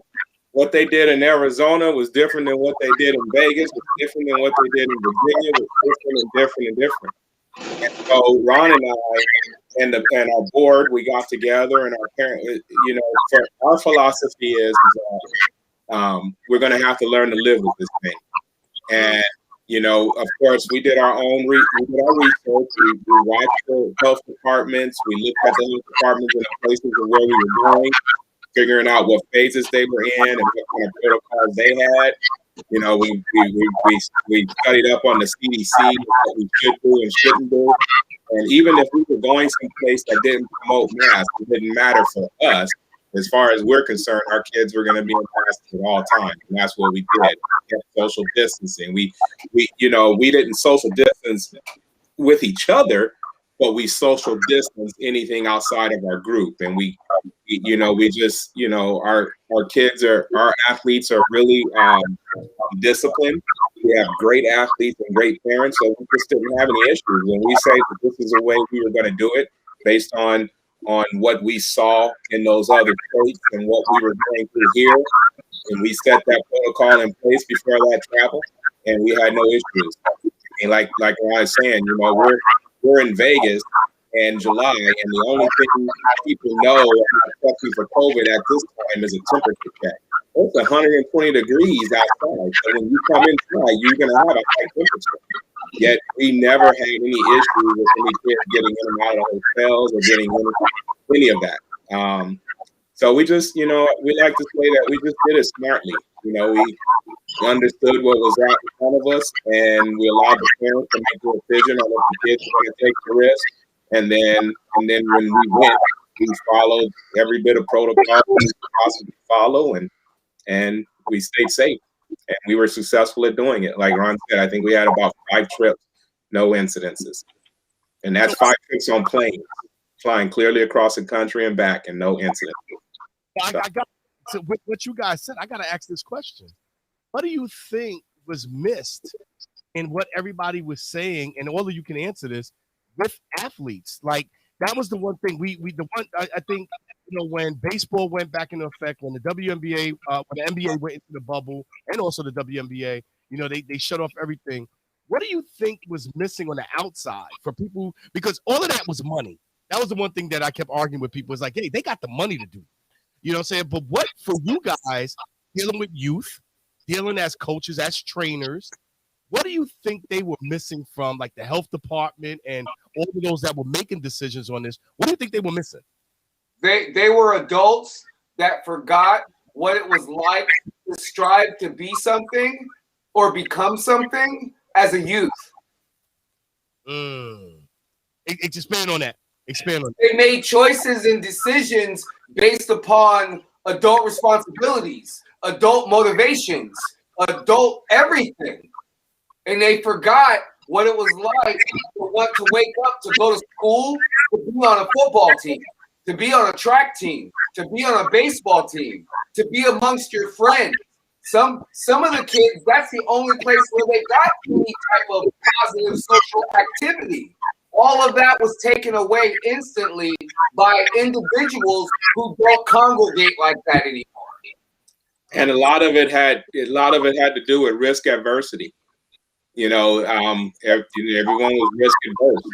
And I will say that, obviously this is new. Nobody had the right answers in the playbook. So I get that part. But there were also, I think, like what Ron is saying, those people in those positions forgot that we as coaches, most of us on here as coaches, we're adults. So we're not going to put anybody, why would we put kids in harm's way? So case in point is when the shutdown happened, all of the coaches, as I knew on WIA, we wanted to do virtual meet. Yet our schools were telling us we couldn't do virtual meet. So why not? As a coach, I think, as a coach and as a parent, I'm pretty sure that I can establish enough of a social distance policy and procedure that I can still allow these kids to come out here and stay social distance and do something instead of being locked up in the house. But we kept getting told no. And that was because of risk adversity, fear of the unknown. And so when we look outside of our own state, and we look at some of these other locations, we realize that when you look outside of where we were, there was no uniformity. So what was happening here was not happening there, and things were different. And so again, we left the risk instead of some adults sitting behind a chair in a white office making decisions. We let the parents make decisions for their kids, and those parents who said it was okay, their kids came, and again, we were safe. And we had no incident. So.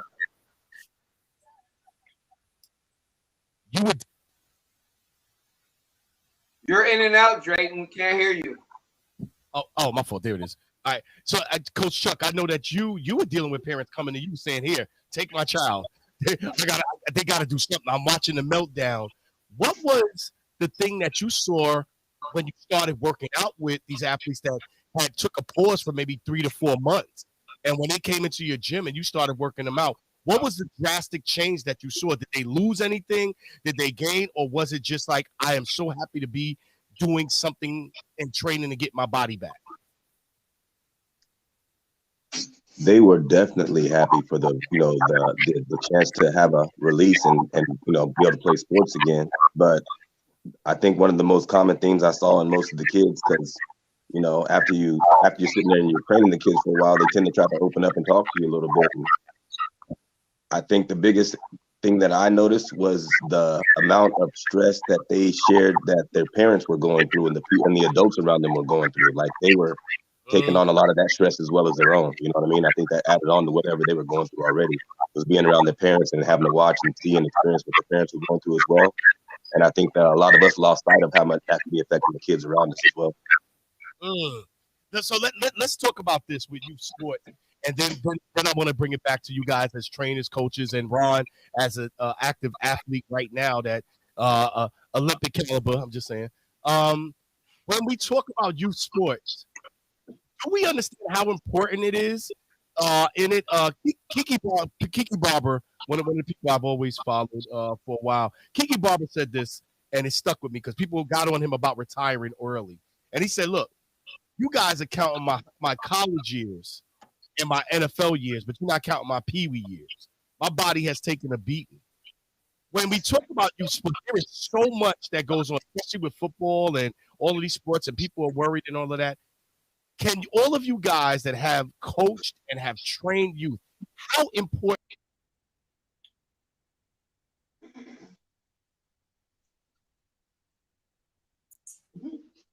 Did he freeze? Everybody cut out. When he's it cut out? We missed the question, yeah? Oh, wow. Connection issue. Oh, yeah. Look. It's saying y'all doing too much. Can y'all hear me? Yeah. All right. Yeah. Who's that right there? That's Right shadow. here? Yo, the one on that side that's shadowing. I don't know. That might be That's Charles. Okay. So the question is, people talk about youth sports and they talk about, all of the incidents and the problems and getting hurt and all of that. Can you guys talk to the point of how important youth sports is for the development of men, women, and growing up and what they learn from youth sports, and how important that is for their development to go into adulthood? Sports is the greatest metaphor for life. Express on that. Go ahead. Talk about that. Well, I mean, for me, it's like I do basketball, of course, you know what I'm saying? I've played a lot of different sports, but sports is, to me, it's one of the greatest metaphors for life. You learn teamwork, you learn how to deal with adversity, you learn mental toughness, mental fortitude, and if you have the right type of coaches who are teaching you the right things, you learn like real mental toughness, not like machismo, not destructive type mindsets, but you learn positive things that actually translate into real life. You learn how to work hard. You learn how to prepare for success. You understand. You start, basically what it is you start to begin to understand the process of what it's going to be like in this world for real. Anybody else jump in? You learn how to deal with. You learn how to manage and deal with failure until you find success. Woo! Talk on that. My son, hold on. I put it out there. The greatest thing that I ever saw was my son playing Pee Wee football and go to the playoffs and leave, and him sitting in the back of that car crying. And I said, embrace that. Live that. I'm You know what I'm saying? It's rare that you have the golden child, the one that was good at the sport that he starts playing, and he starts playing it all the way to a professional level. That person is very rare. Okay, so and even then, if you go back far enough, you could find that catalyst. You could find that incident, that incident where someone beat him or he lost, and at that point in time, he vowed to be the best player, teammate, whatever category that fills those roles possible.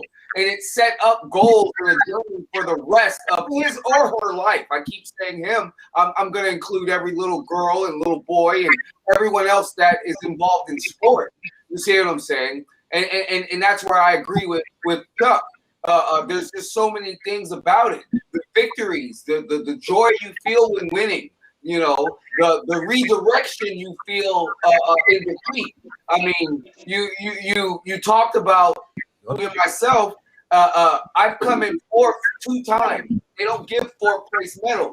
You know how that has fueled me mentally, and it does the same thing for these kids. So failure leads to success. That's what it's about.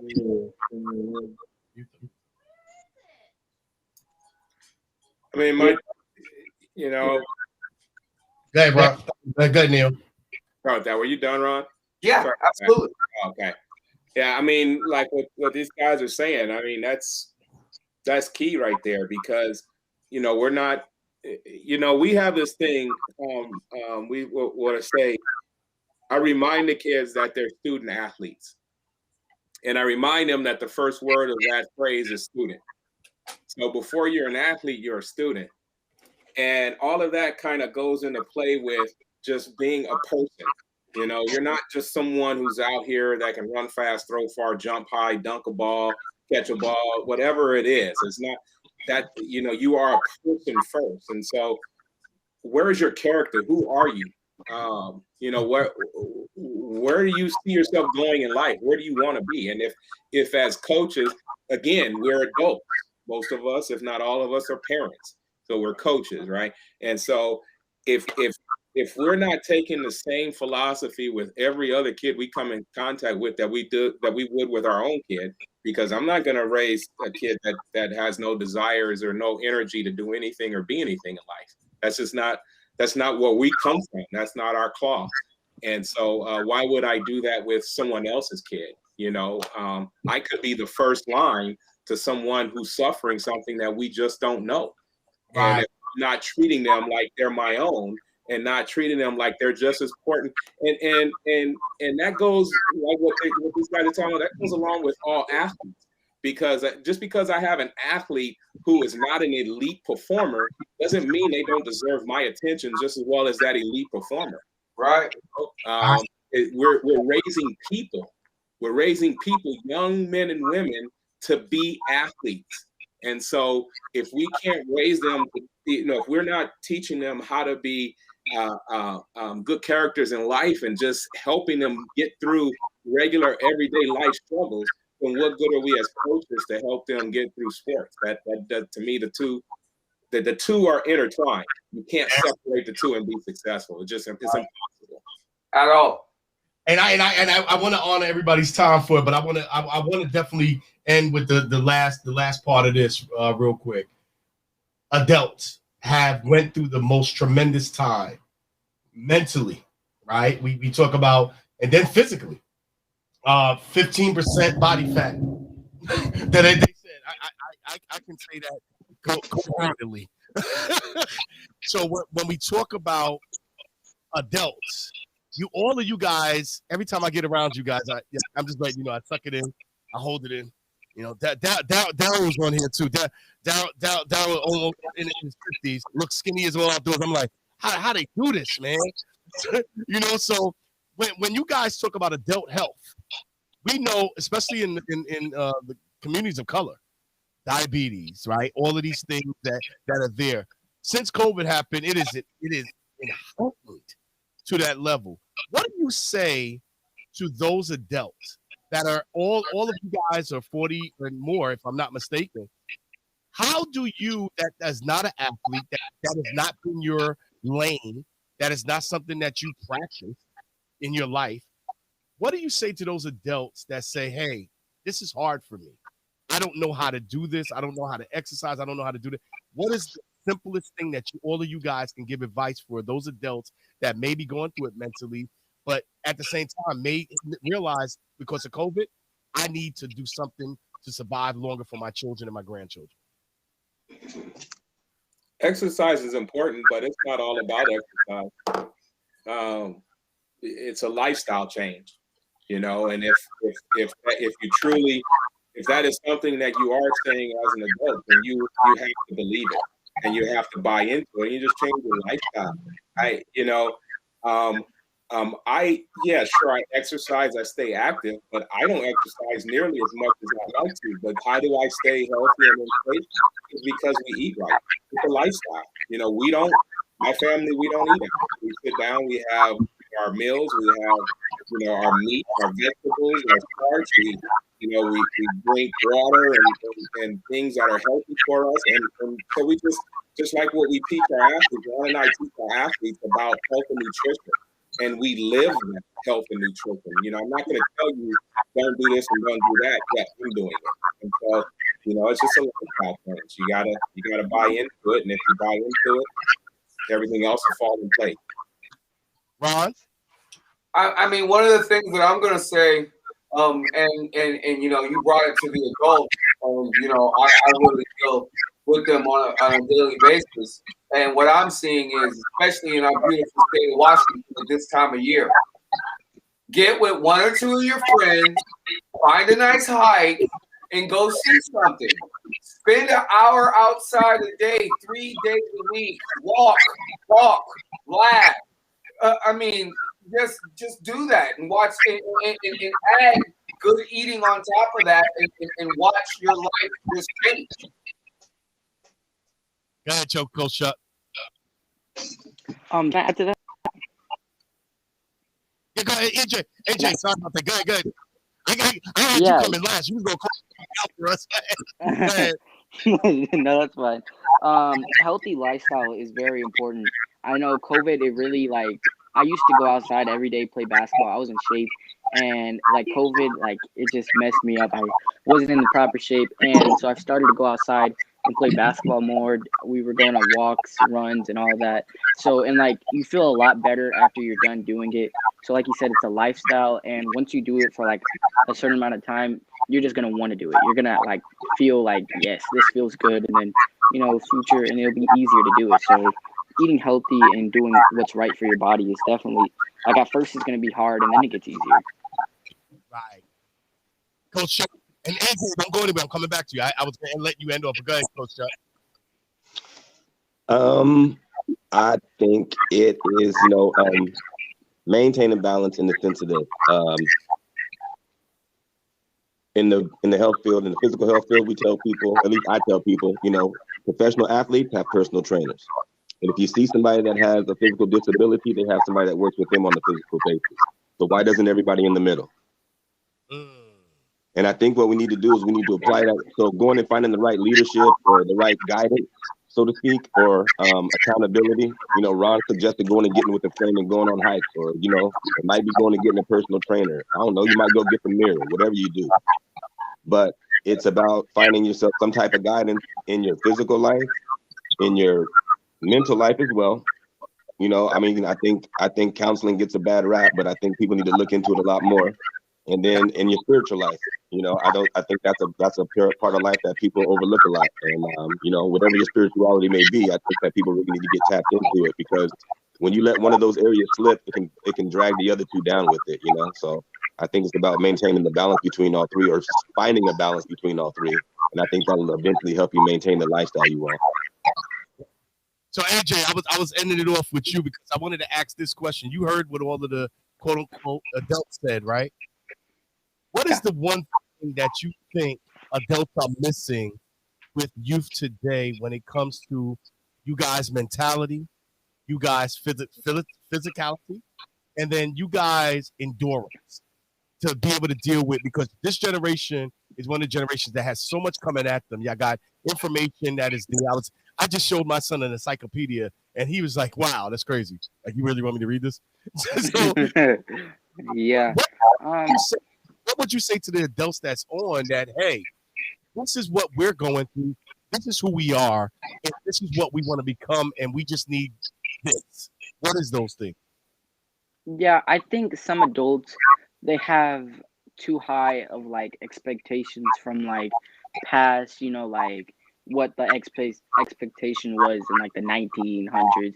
But like, time changes and people change, and like kids this generation. What is that 1900s? Yeah. Okay, well, y'all know what I mean. Well, like, time changes and kids changes, and like kids nowadays, they just want to they want to be able to do their own thing and then show adults like, yeah, I can do this. I don't like always like I can be independent too, and like it might be not the way you want me to do it, but I can still do it and be successful. Go ahead. Yo, listen, I thank you guys, man, because the one thing we gonna have more. Ron got something set up that's getting ready to come, and I think that these discussions about health, wellness, and well-being is being highlighted even more now. But I know all three of you guys have been talking about it. Ron has been always on me about, hey, you just gotta, like he said, do something. He's always said that to me since OC, and now meeting Neil and Chuck and watching what they do, I think that this conversation we're gonna go further. So I want Ron and Neil to end off with Kitsap Flyers. Explain to everybody real quick what Kitsap Flyers done, what it's done, and let's make sure you get some money coming that way at the end. Ron, you want to start, or you want me? Go ahead, Neil. Go ahead. Kitsap Flyers. Man, I'll try to make this real quick. Ron and I, our oldest daughters, grew up together, but Ron and I didn't. We didn't know each other, and so at some point, I decided that I wanted my daughter to have something better and a better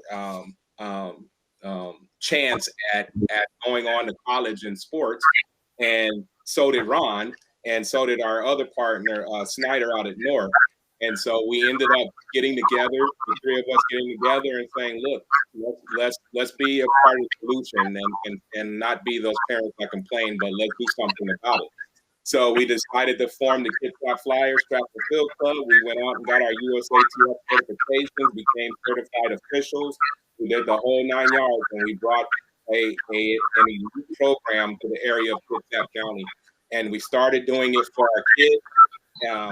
There was, I think we had Elite 6 or something like that, Elite 8 when we first started, and we have grown since then. We started in 2013, and there is no end in sight because we just enjoy what we're doing. We're touching kids on a whole different level of being able to reach them, not just as developing athletes, but also as developing into young adults, and it's just enjoyable to watch.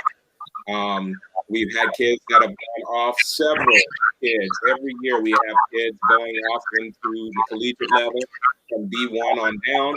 Our so far the most successful athlete that we have currently is still pushing to get into the Olympics. He's a long jumper, triple jumper. And again, we're just about motivating the youth. Our motto is tougher now, live the rest of life to be a champion. And so we look forward to helping the youth get to that next level. And so, we're a nonprofit organization. So everything we do, we have a registration, but we don't pay ourselves. We don't collect our registration is to cover uniforms or meet entry fees.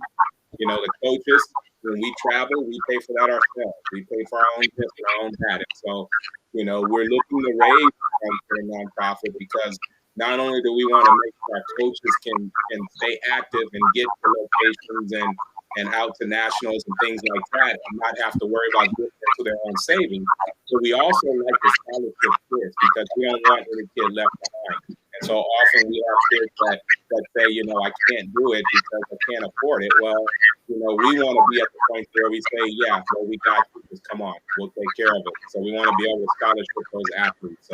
So we're really looking forward to that. Ryan, you want to add anything? I mean, it's something that was needed in Kitsap County. It's rooted in faith, understanding, and guidance. Like Neil reiterated, when you become a part of our family within the first year, you have to become certified, either as an official, either as a coach, because you have to be able to help develop. You see what I'm saying? Some of the kids that we've had kids that have gone on to graduate college that were in our program since 7th, 8th grade. So it's really important that we all walk accordingly and we have one sound mind and one philosophy, and we've been able to do that over the last 8 years and change lives in Kitsap County. So if you can help, please help, because every day there's somebody that thinks that they can't get there because they don't have the means. And we want to help those. It doesn't matter if they're the fastest kid in the state or if they just love and enjoy running track and field and exercising. We provide a space for them to develop and grow. Yes, indeed. So, if I can, Drayton, before everybody gets off, I know you're going to close out too. I wanted to send a shout out. So we're talking about the youth. We started up as a 6 to 18, but we carry on into open and masters. And as you talked about, Ron is still competing. Well, I want to throw that shout out about what Kitsap Flyers does. We not only train it, but we live it, and we eat what we say. Yeah. And, Ron is still competing at the right age of, he can tell it. I'm not going to tell it, but 47. I'll put it out there. 47. 47 years old, and he has the pleasure of not only representing Kitsap Flyers, but he's going to be representing the state of Washington out at the Drake Relays, competing as a master. So, and those only come as invites, and so he was invited. So, and let me say this. I'm gonna put it out there.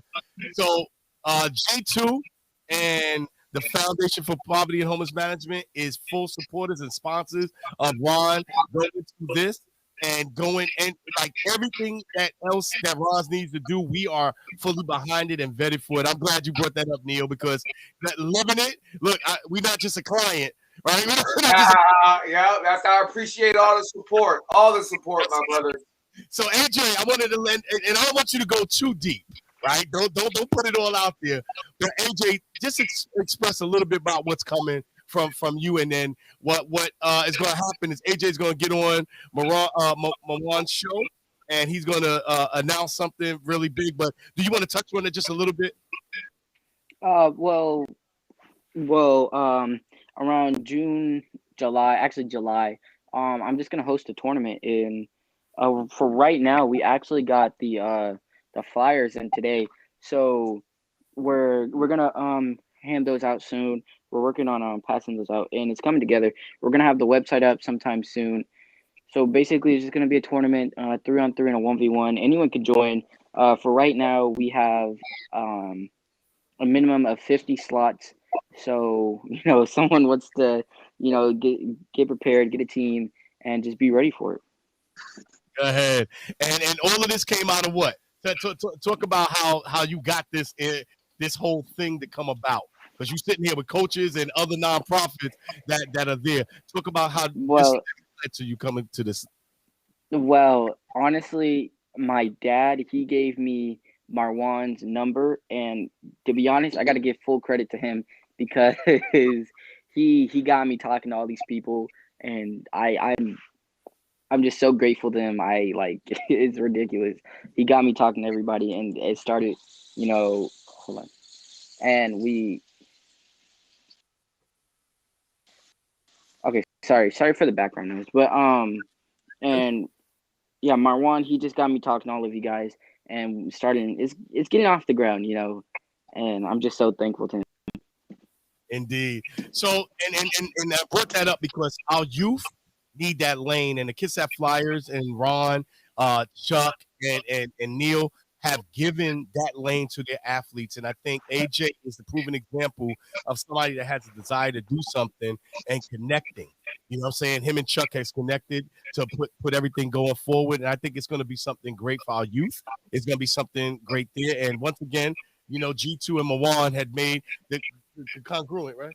The Conduit. So you start to see it. Gentlemen, I respect all of you guys, man, and respect your time. And we thank you. Donate to the Kitsap Flyers. It is the Great Kitsap Give. We got another hour, right? What are we looking at? We got another 2 hours. Another 2 hours.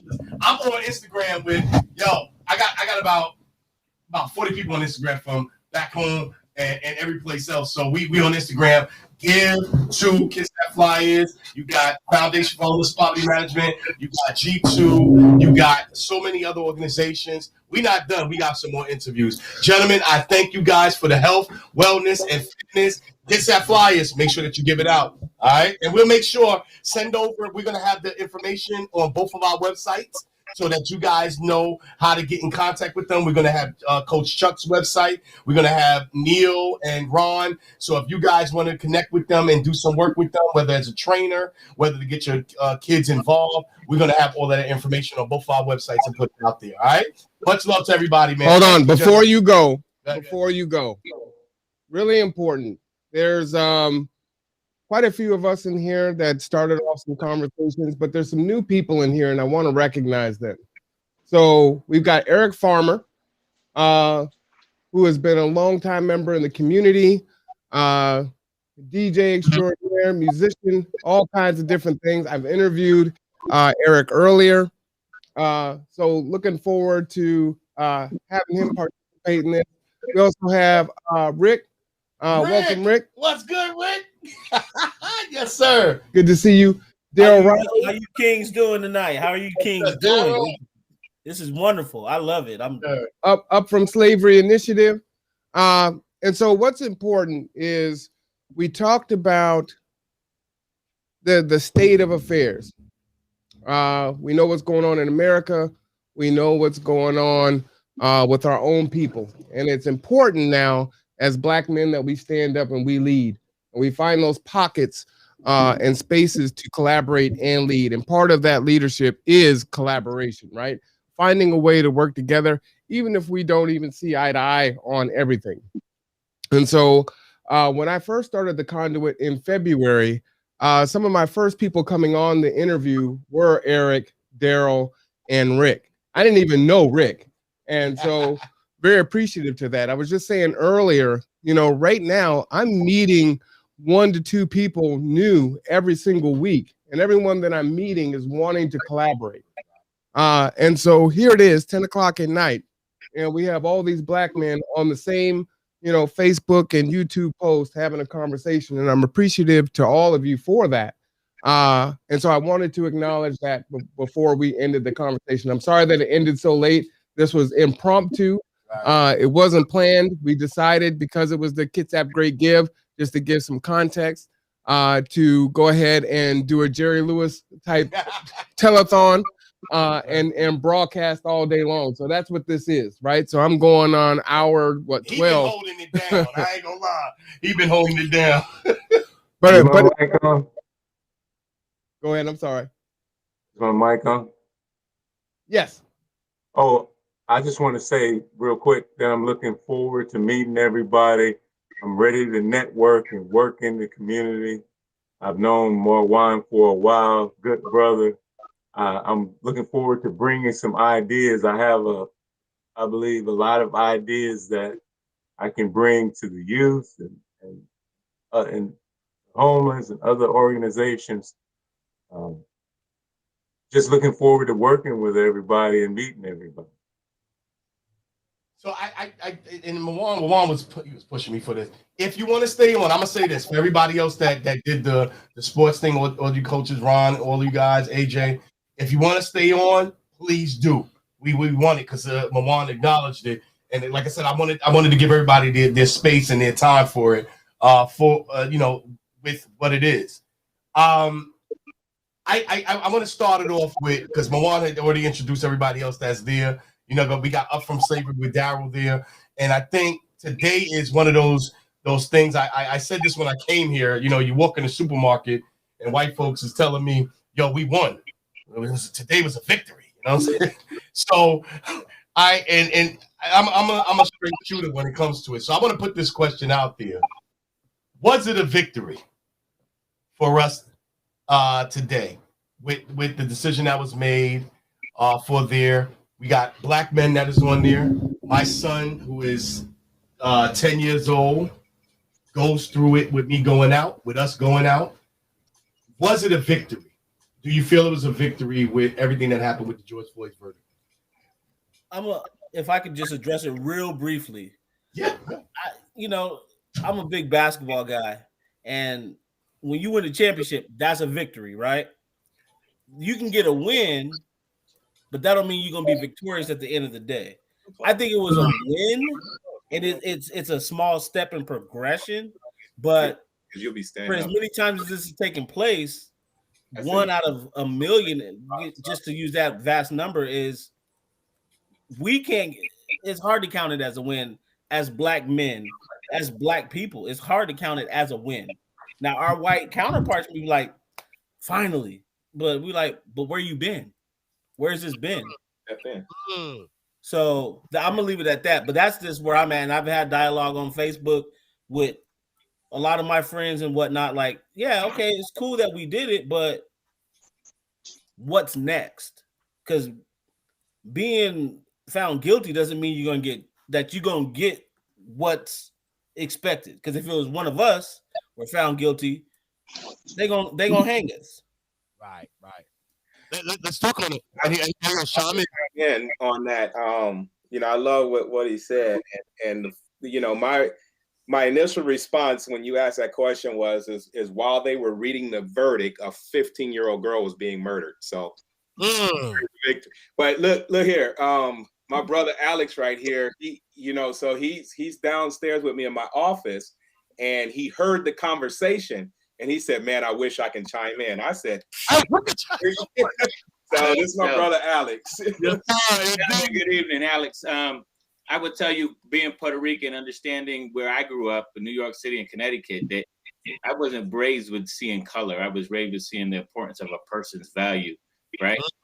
Unfortunately, in our country today, that isn't a victory for us because we've been battling this for so long. It's a bit of a relief that finally they're voting in this nature, but it's not going to stop what Trump has allowed to transpire in this country, and that is for the bigotry and the racism to come back out, right?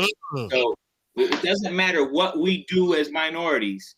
Every day, for some odd reason in this country, we have to prove we're better than everybody else. So it means, and when I say we have to prove, it means we have to work harder to sometimes get the same benefits, the same gratification from others, right? For the work that we do and the efforts we do, right? So I spent 32 years in the Navy, and every day I had to battle racism of some sort of way. And you would figure the higher you got, the easier it would be for you, but it was the contrary. The higher you got, the more they stood on the waysides waiting for you to slip so they can go, I got you. They don't understand the battle that we fight every single day in our lives, not just only for us, but for our children. My children are all mixed, right? My family is United Colors of Benetton, okay? There is not one, I can stand everybody in my family in one room and you go, you guys ain't related, and yeah, we are, we're all blood, right? They don't understand that, and the problem, the source of that is they feel inferior, and they are afraid to feel inferior, right? They don't want to feel what we felt for years. So they're afraid of that, right? So yes, for some, they're going to see it as a victory, especially for those that are morally fighting for us, right? They're fighting for our freedoms. Well, where the hell were you all these other years, excuse my French, when we were battling these struggles and everybody just stood on the wayside and watched it happen, right? So I'm glad they voted that way. However, it's a small hurdle that we've got over, and we've got a big hill to continue to climb. Anybody want to chime in on it? Well, I do. Yeah. Because I got a kind of a different perspective. I think Derek Chauvin is kind of like the Oliver North of the 80s. See, somebody had to be the fall guy for this because there's too much pressure mounting. And then white people worried about their stuff getting tore up, more than they worried about equality for black people. That was a big reason behind it. Now, in all fairness, there are a lot of white people who are tired of white people mess. And some of those police officers broke that line, but I think it's a bigger picture. I think they were more concerned about us tearing up stuff, tearing up the neighborhoods, closing down Walmart and all that. That creates a lot of pressure. And the United States is a capitalistic society. So everything that we do and say revolves around the money and who's gonna get it and who's gonna lose it. So I don't think it's a victory because a starving man, a hot dog tastes like a steak. And we done seen that movie before, and we knew how it was going to end. So for me, it's not a victory until they change the structures and the policies, around what happened. Let me real quick. AJ, you knew about it today. You heard it today. What was your take from the youth perspective? How did you feel about it?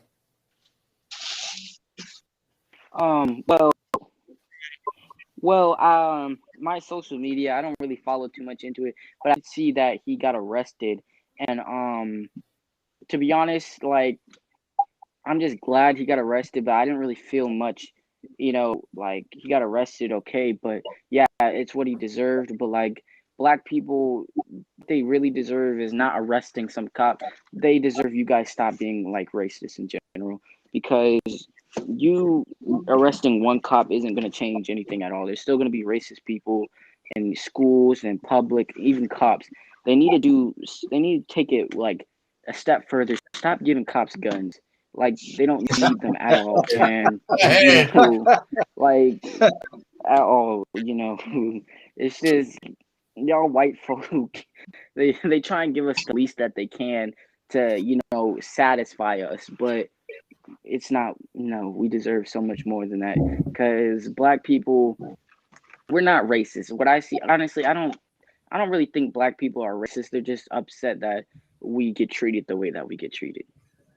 My young brother AJ just said something that just hits home. I think he said they give us what they think we want to have. I was gonna say, like home. So what my brother Daryl was saying, it for most of us, probably everybody on this panel and anybody that I know, today wasn't. So you got to be careful on what you're talking about as a victory. The victory part that I see about it is that, like what AJ's saying, is that as they're trying to feed us this little bone to keep us from rioting and tearing stuff up right now, they're giving us the avenue to keep moving forward. And so now is the time that we really got to come together and push through all of this different stuff that that's been held against us and continue to press forward, because it's not about this thing with Chauvin and his guilty, because this still remains the same what he's even going to be sentenced at. But to me, it's not even about that. It's about the fact that now they have set the precedence that says, okay, the police officers can be prosecuted for killing us. That's what we need to hear, and that's what we need to run with. And so that until we get to the other side of that, to where it's a consistent thing and the system is changing, there is no victory. We still fight on. Let me say this.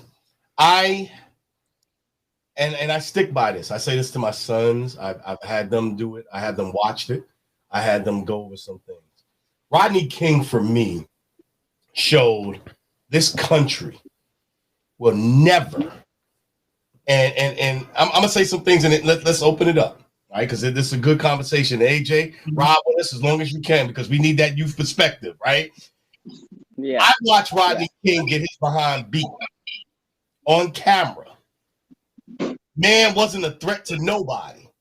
Now, when we talk about this, I can show you a Mississippi whooping that was videotaped, right? When we say videotape, I'm talking about recently. We're talking about in I think what this was 80, maybe 89. Same thing, but hung the man, right? And for those cops to get off, what it proved to me was what my father always said. He said, "Son, I don't know if you know this, because I'm about 8, 9 years old, and he driving me, and he said, look, the first day or the first time that you think that this country is part of you is the first day that when things happen to you, you're gonna blame them." And they said that, I didn't understand. I was young, but when I watched Rodney King get beat. And I'm talking about that, like what we saw. This is what got me, right? I had this conversation with my wife. This ain't the first time we've seen that.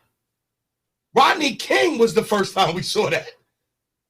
And the thing that happened with Rodney King, with them getting off, showed me that justice in America for us, who was never considered citizens, who was never considered people that were human, in their eyes in this country, that we would never have justice.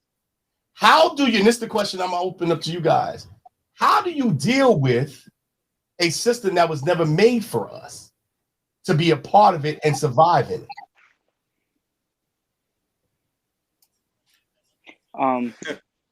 I guess something.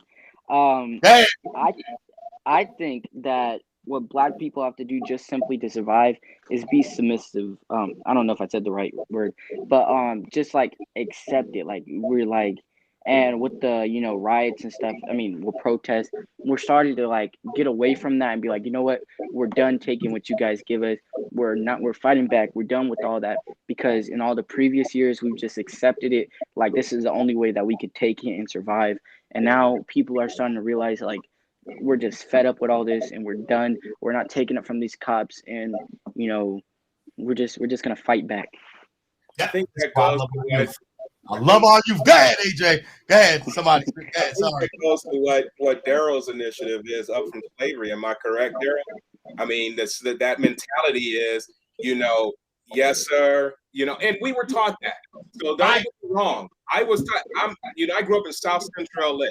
So the reason why I'm standing here today is because my parents taught me how to say, yes, sir. My hands are out. No, sir, I don't want to open up the door. I'm afraid you might kill me. Can you open up the door and then I'll get out?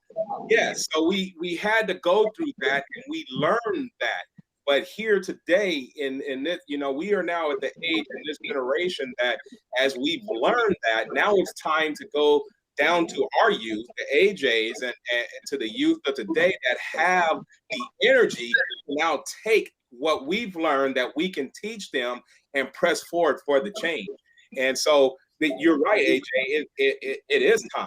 It is time because the movement is here. The movement has never stopped. The revolution wasn't televised back then. It's televised today, and it's going to be televised, and it won't stop. And you're right. They gave us a little bit, right? If we can tear up Watts and Compton over Rodney King getting beat, if we can pull a white dude out of a truck and beat him with a brick on TV, what do you think is going to happen when that dude if he would have gotten off after killing one of us? So yes, they had to do. Daryl is absolutely right. They had to, but because they had to, it's given the door. The door is open now, and we have to walk through it. We have to walk through it aggressively and with force, and let them know that hey, we are here.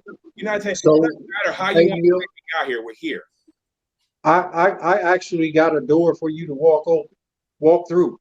Now they have just recently formed a racial equity advisory committee within these Kitsap County to advise the council and the city. And they have citizen comments and citizen inputs at the before and after meetings. And if a lot more black men other than myself start showing up, I'm actually on the committee. But if a lot more of us start showing up and saying the same things, I'm saying these things in these meetings. We have the kind of connectedness within this community to where the government will listen to us. They will take our advice. And we have to capitalize on that opportunity or we're going to lose it. I'm going to, and that, what Darryl was saying is what Neil and I had this conversation with Mawan. What a lot of people don't know, before I ran, me and Mawan had a nice conversation. And, this is the biggest time ever in Washington State that you have that many. There was a thing on King. I'll make sure that you guys get it, where our black elected officials said we can't sit on the sideline anymore. And it goes to what AJ is saying when I think what are we talking about? Like 25 years old, and I think the oldest is 32 in legislating. And all of them say, Jesse Johnson, I know him very well. That's my dude. And he said, I came here about what they want. Let's come here and tell them what they got to change. And I think that we have this Darren's absolutely right. We have to be in the spaces that they are making decisions. Shaylin talked about this earlier, didn't she? Shaylin sits on a bunch of boards, but her voice of calling out systematic racism, calling out the agency and the organization that's doing something, and say, hey, that ain't gonna work for me. And being there, and what she said, they call it, you causing a little trouble. You gotta cause some trouble. You gotta raise a little bit of hell to make sure that you get change. And I think that what Darryl was talking about is being in those spaces and showing up in those spaces where when we sit there, we're not quiet and saying, oh, that's good, but we're saying, hey, that needs to be changed. The thing that, and I want to get this from what's brother Eric. Eric from the DJ side, and bear with me real quick, guys.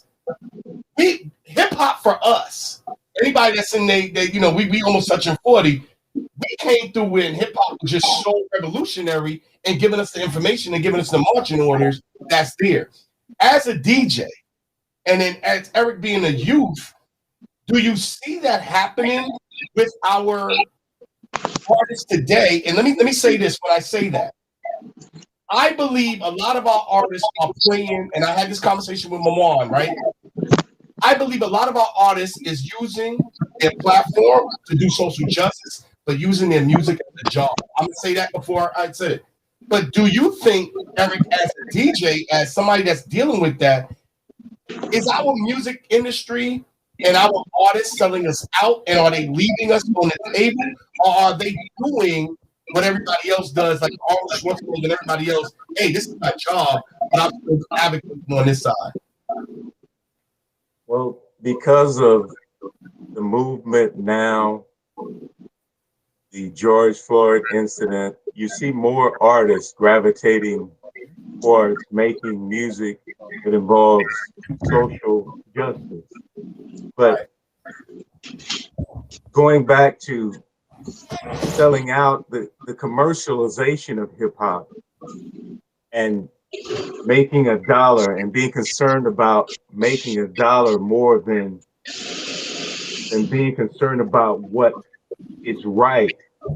It's enticing to be concerned about making a dollar, because the producers will get those who they believe that they can influence. But my primary objective in music was to use the hip hop platform to promote social and economic change. So for initially, playing music and being involved in music was never about money. Right. And I was fortunate enough to be able to, work an extra job here and there so that I wouldn't have to feed into commercialization of hip hop. So primarily most of us, they have us in terms of being sold out to the little dollars that you get through music. But there's more and more people who understand the relevance of what they're saying and the impact of what they're saying now. But primarily, the majority of the people are just selling out for a dollar. So when we talk about that, right? Jesse Jackson, I had the pleasure of being with Amadou Diallo in New York City, right? And we in a big hotel with Amadou Diallo. A lot of our African brothers, up until Amadou Diallo, used to call us weak and guys don't understand the opportunity you got there. Amadou Diallo's father, when his son died, this man was a king. Right? He showed up. There was a Rolls Royce at the airport. We picked him up with Al Sharpton and everybody. He's sitting and grieving.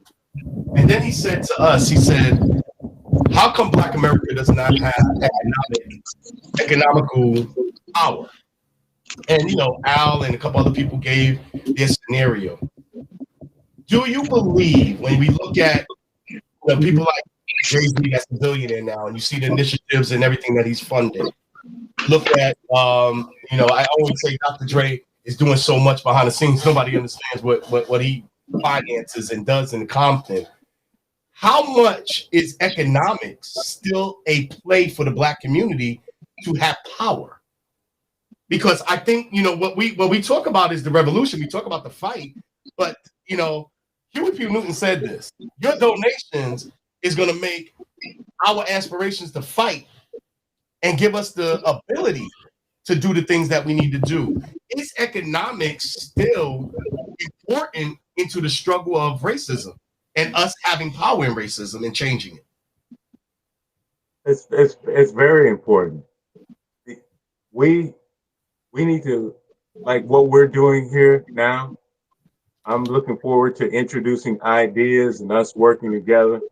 But a lot of the artists that have the money, the power, the influence, they definitely are not doing enough because they're concerned, not everybody, but there's a great deal of people concerned about what's going to be done to them.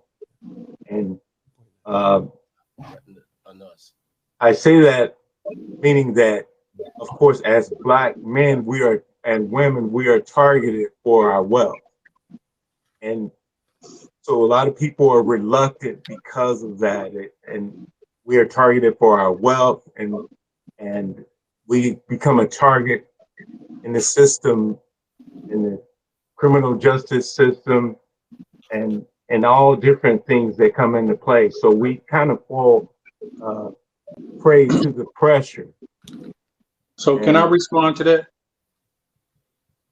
Yes, sir, I think so here's the problem we all have. As black men, we're on this call because we've been damaged by society in America. We've been damaged by racism. We've been damaged so much that we sit in these rooms sometimes as the only black, wishing another black person would walk in, and they never do. And we hear the dog whistles and the cold whistles and the racist remarks, and we have to kind of pretend that it's normal so that we don't get labeled as threatening, and that's not normal behavior.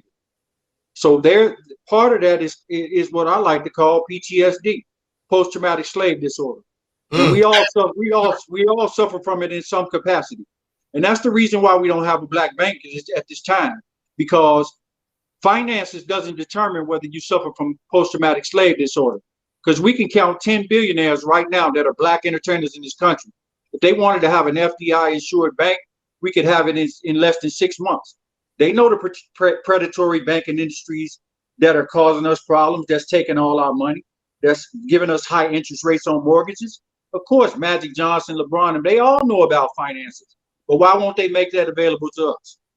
Because it's just like every other entity. Who gonna be in charge? Who don't like each other? Whose name gonna be on what? Who gonna have the most money? That's a problem in every sector of the black community. And we can't get out of our own way and be placed first by America until we figure out how to deal with each other as people. We can't even disagree with each other, man, without not wanting to talk. Families don't even speak. So we got to work on us. We got to work on we doing that right now.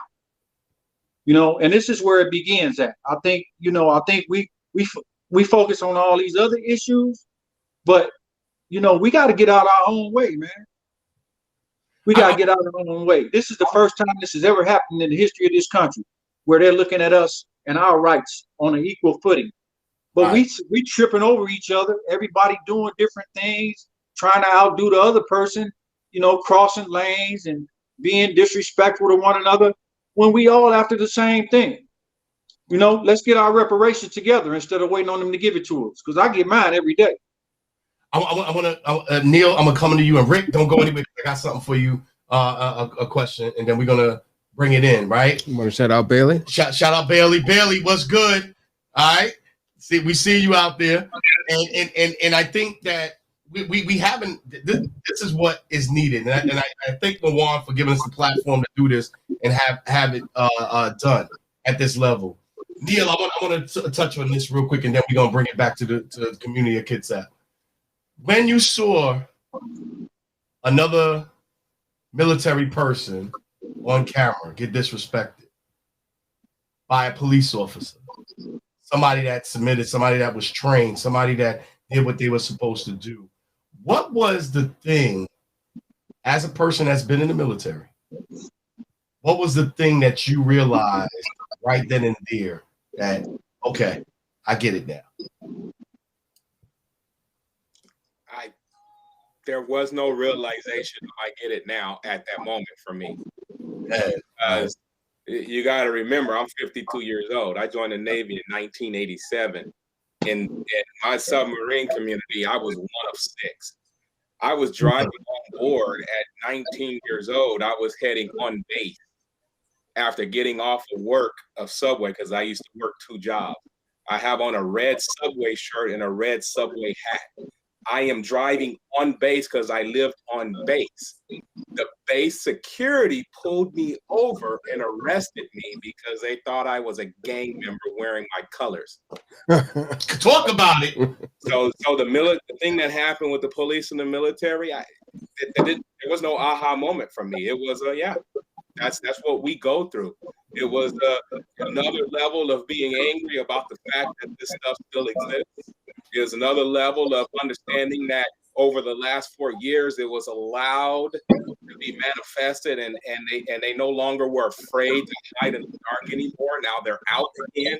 It was another level of all of these other things of what I've experienced in my life growing up, and the racism that I've dealt with constantly and continue to deal with, that we all deal with, that says, enough is enough. And like Daryl said, that this is the first time in history that there at least the playing field is available. Right. With it. What are we going to do with it now? And if I can echo some sentiment, I was one of 150 people on a submarine and the only minority. Yeah, I'm ready to come to you. I'm coming to you now. I'm coming to you. Only minority. Now my skin is pale, and, Right. and these son of a guns would forget that I was Puerto Rican, and they would make all types of jokes. And I would frequently get in fights and in arguments and in trouble because I wouldn't allow them to use the N-word. I wouldn't allow them to talk about the Chinese or the Japanese or other Hispanics or Mexicans. And they would tell me, oh, but you're not black, but you're not Asian. But I don't, if I condone it, then I accept it. That's a problem in our society. Not enough people speak up to stop it, right? So if you condone it, or even if you don't say anything, then you condone it, right? If you don't step on one side or the other of the fence, you are part of the problem, not part of the solution, right? So I was looked at for a long time like as a troublemaker. Tori's always causing trouble. No, I wasn't causing trouble. I was just standing up for who I was and what I grew up with, and that was being treated fairly. And it doesn't matter that I'm pale and you forget that I'm Hispanic, right? Most of my family and my best friends are all black and Puerto Rican. And people may say, well, you're racist. No, I'm not. I treat everybody equally. The fact that I associate with my fellow brothers and minorities, and that's who I hang out with because we identify and we've been through the same struggle, right? Different parts of the country, but the same struggle, right? And so until we, as a community, the Black community, the Hispanic community, if we were to unite and put our brains together and our muscles together in this country, nobody can stop us. The white people are the minority, right? And then not that I want to enslave them, but you know what? It's time for us to take our role and lead and take care of the business, take care of our children, and for our kids not to be afraid to go outside to play, to not to be afraid to drive to the store, to not to be afraid to get pulled over. I'm afraid to get pulled over. 52 years old, 32 years in the Navy, and I still worry about getting pulled over. I worry about my son who's a police officer. He's Puerto Rican and he's Filipino, right? And his eyes look Oriental, but so what are they saying about him every single day? Somebody who is towing the line and understands respect, because that's what we instilled in him. Not just me, this man right here, big part of my family, over 25 years of friendship, right? Right? And it's more than a friendship, but it takes a village to raise a family, and we've gotten away from that in this country. And we've gotten away from us as minorities unifying to show them who we are instead of picking at each other and trying to say who's going to be better, right? Oh, I got the better Jordans. I got the better car. I got the better house. But you know what? If you in my circle, if I'm eating, you eating. Exactly. Right? So, and you're getting to a point, because I was going to get to you. I ain't going to lie. I was going to, Neil, I wasn't going to let him go.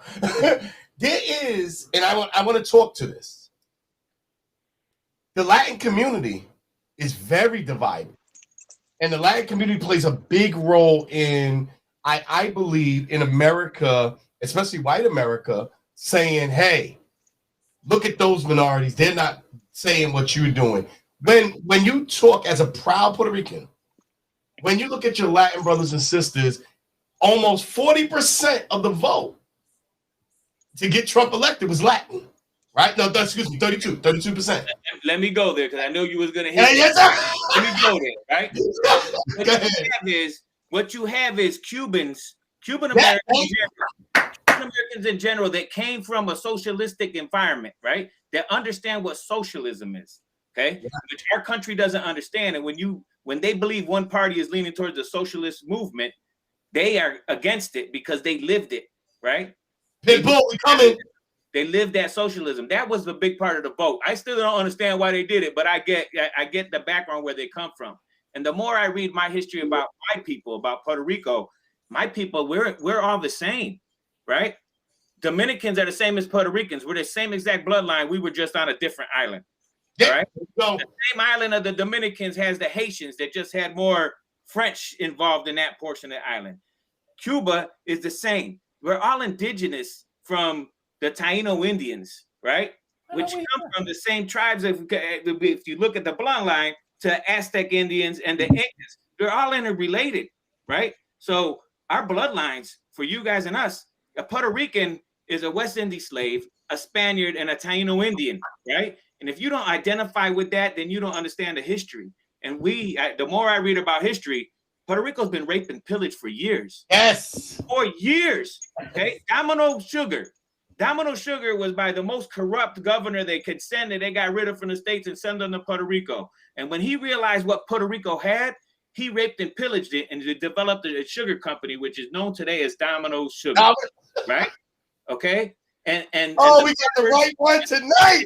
Down there, the oppression in Puerto Rico has been from the beginning, and it continues right now with the Jones Act, which doesn't let relief efforts go to Puerto Rico without it stopping in the United States, right? It opens up tax breaks for big corporations in Puerto Rico to stay 5 years and then pull out, right?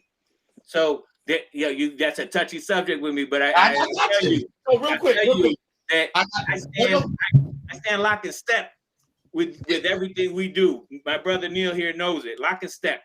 Tego Calderon, when I went to Puerto Rico, I had a chance to manage Tego Calderon. He's a reggaeton artist. Yeah. Tego Calderon, dark skin, Puerto Rican.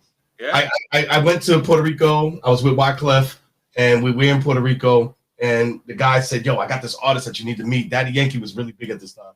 And I meet this little short guy, and I'm like, "Really?"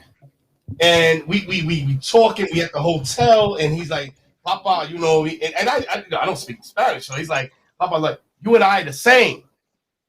So Wyclef's man was like, "Yo, tomorrow go with him. Like you go hang out." And I was like, "All right, yo." He stayed at the hotel. Next morning, he took me to a part of Puerto Rico that they were blacker than me. Yes, Louisa. And he said, "Papa, they don't." And then the interpreter, my dude that was with me, he's saying that they don't show us. So y'all El Telemundo in America is BS. Right. What you see is light skin. You see this.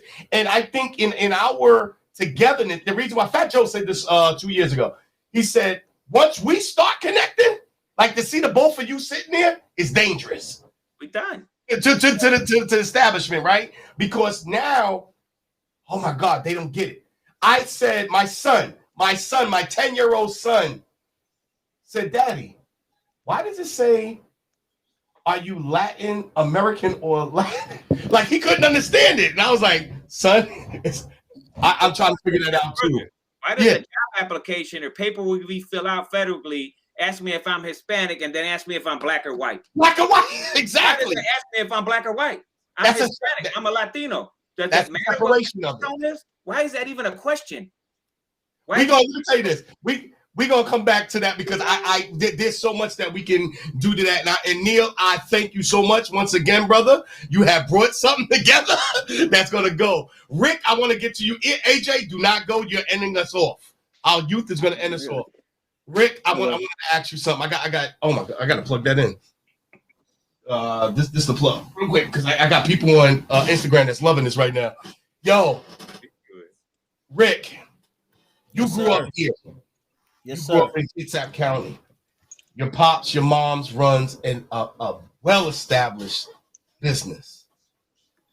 Racism today, when we talk about Kitsap County, when we talk about Washington State, what are you realizing today that makes it so hard for your mother, your father, for you as a business owner, because you're part of that, to grow to the next level? How much does institutional racism, how much does bias play into that? And then I want you to speak on how much of our own community is playing a role in your family's business not being able to get to the heights that they need to get to. So I'm gonna answer the second question first. Yeah. So in regards to the community and how the business prospers, fortunately, Tovey and Ruben are people where it's like, oh, that's Tovey and Ruben. So a lot of people, they're gonna support because Tovey and Ruben have always supported everyone else. So it's one of those things where they're good. Now, like Daryl had pointed out earlier, unfortunately, we've been ingrained with that crab mentality where we don't want to see others succeed. And it's a sad thing. And it's not just Kitsap County, but keeping it here, it has happened a lot, especially for my mom more than Ruben. because she's Very had vocal. the game for over 30 years here. Right. So she's dealt with it way more than Ruben had to when we decided to open up the Barroom Beauty Lounge. And just to see her, that's what really, and I guess it'll go into the first question, to see the struggles that she dealt with as a Black woman in a town that really, we're secluded. You know, in Bremerton, it's like, oh, that's Bremerton. It's a melting pot. Everybody loves each other. Right.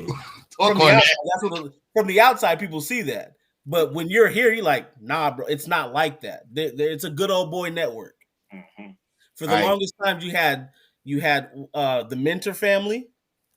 Go ahead, talk on it. You got the Garjewel family, and there was one other family that was just, they was running the show.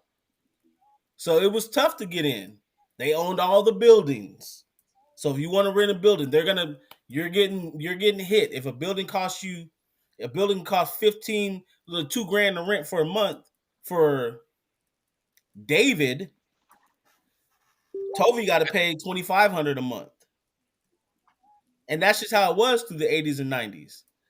And so, and what really made me, I understood it growing up, but like I said, being here, you don't see it because you're secluded.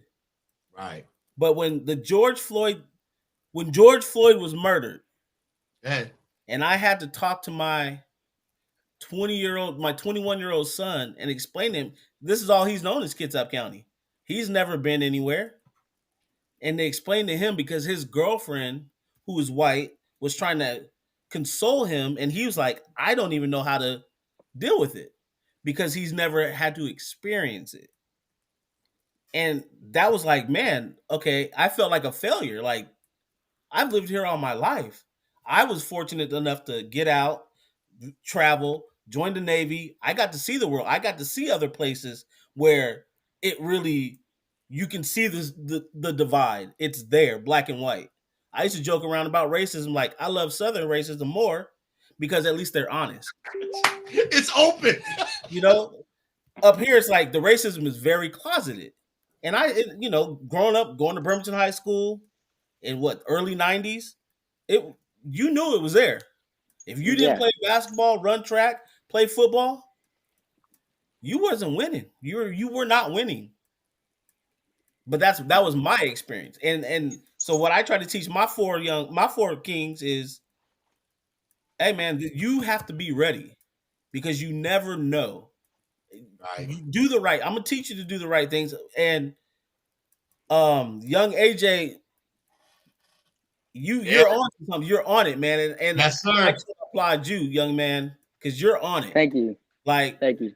I've worked with Dre and Marwan and Mr. Nils. So I've seen these men. They're what as a 42-year-old, that's what I'm working for. Yes, sir. And to see you coming up behind me, because I told my son, I said, man, this right here, this is why you guys need to be speaking, because the old heads, it's a transition from, like you said, the yes ma'am, no ma'am, to we're gonna bow down and say, okay, I'm not gonna do anything, to no, y'all standing up and saying, I'm not doing that. Right. I'm not doing that. And real quick, Dre, you said something about Rodney King earlier, and that was the first time we saw it. Right. And it's like, no, that's the first time it was nationally publicized. Right. It's been happening forever. I mean, forever. We were getting Emmett Till. South Think about it. Emmett Till. Yeah. How long ago was Emmett Till? Right. It's been happening. It's just now, and even now, the cameras have gotten clearer. I saw a meme on Facebook about that. This has been going on. You can see it clear. And I'm in on this last point, if that's okay with you, gentlemen. Yes, sir. I just had a quick question. When Daryl, we were talking about the rioting and how they don't want us to tear up stuff. And that always bothered me because I always go back to, well, how did this country get founded? Think about that. We tore stuff up. They tore stuff up. Burnt it down. Yeah. They tore stuff up. because down to the ground. People that were ruling, they disagreed with how they were being treated and said, you know what? We need to fix this. We need to change it. So it was good for the goose, but the gander can't have none. And that hasn't sat right with me for the longest time, and I didn't understand why. But the more that things are transpiring, it's like, okay, I get it. It's what they want. They try to control us, and they're going to continue to control us until we say, nah, B, you playing the wrong game. We're not even, it's not a game anymore. But it goes one more person, then I want AJ to close us out. Go ahead. It goes well beyond that, right? So, but it drives into that.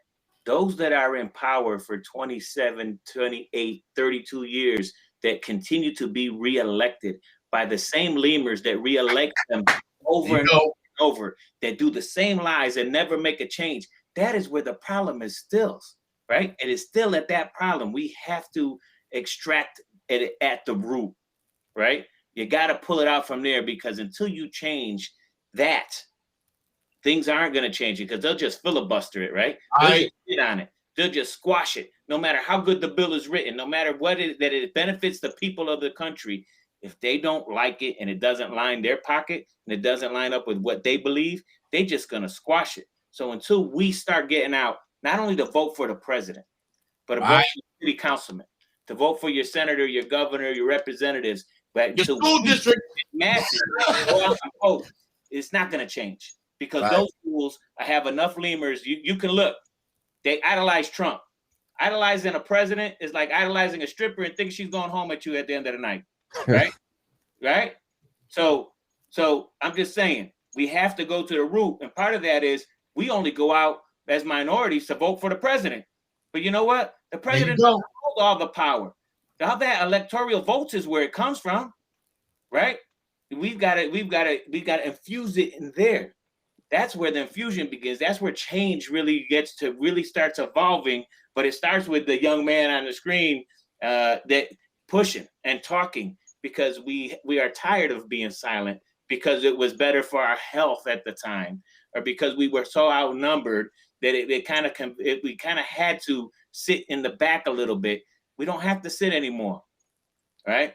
We don't have to. Why the eyes are open throughout the world right now, looking at a country that everybody believed was superior. But in these days, we're inferior. Right? AJ, I'm gonna put this on your shoulders, because your shoulders can handle it. I need you to give us marching orders. So the first order is, what do you want us to understand going forward? And then the second question is, what should we be doing as older adults that have dealt with this to go forward?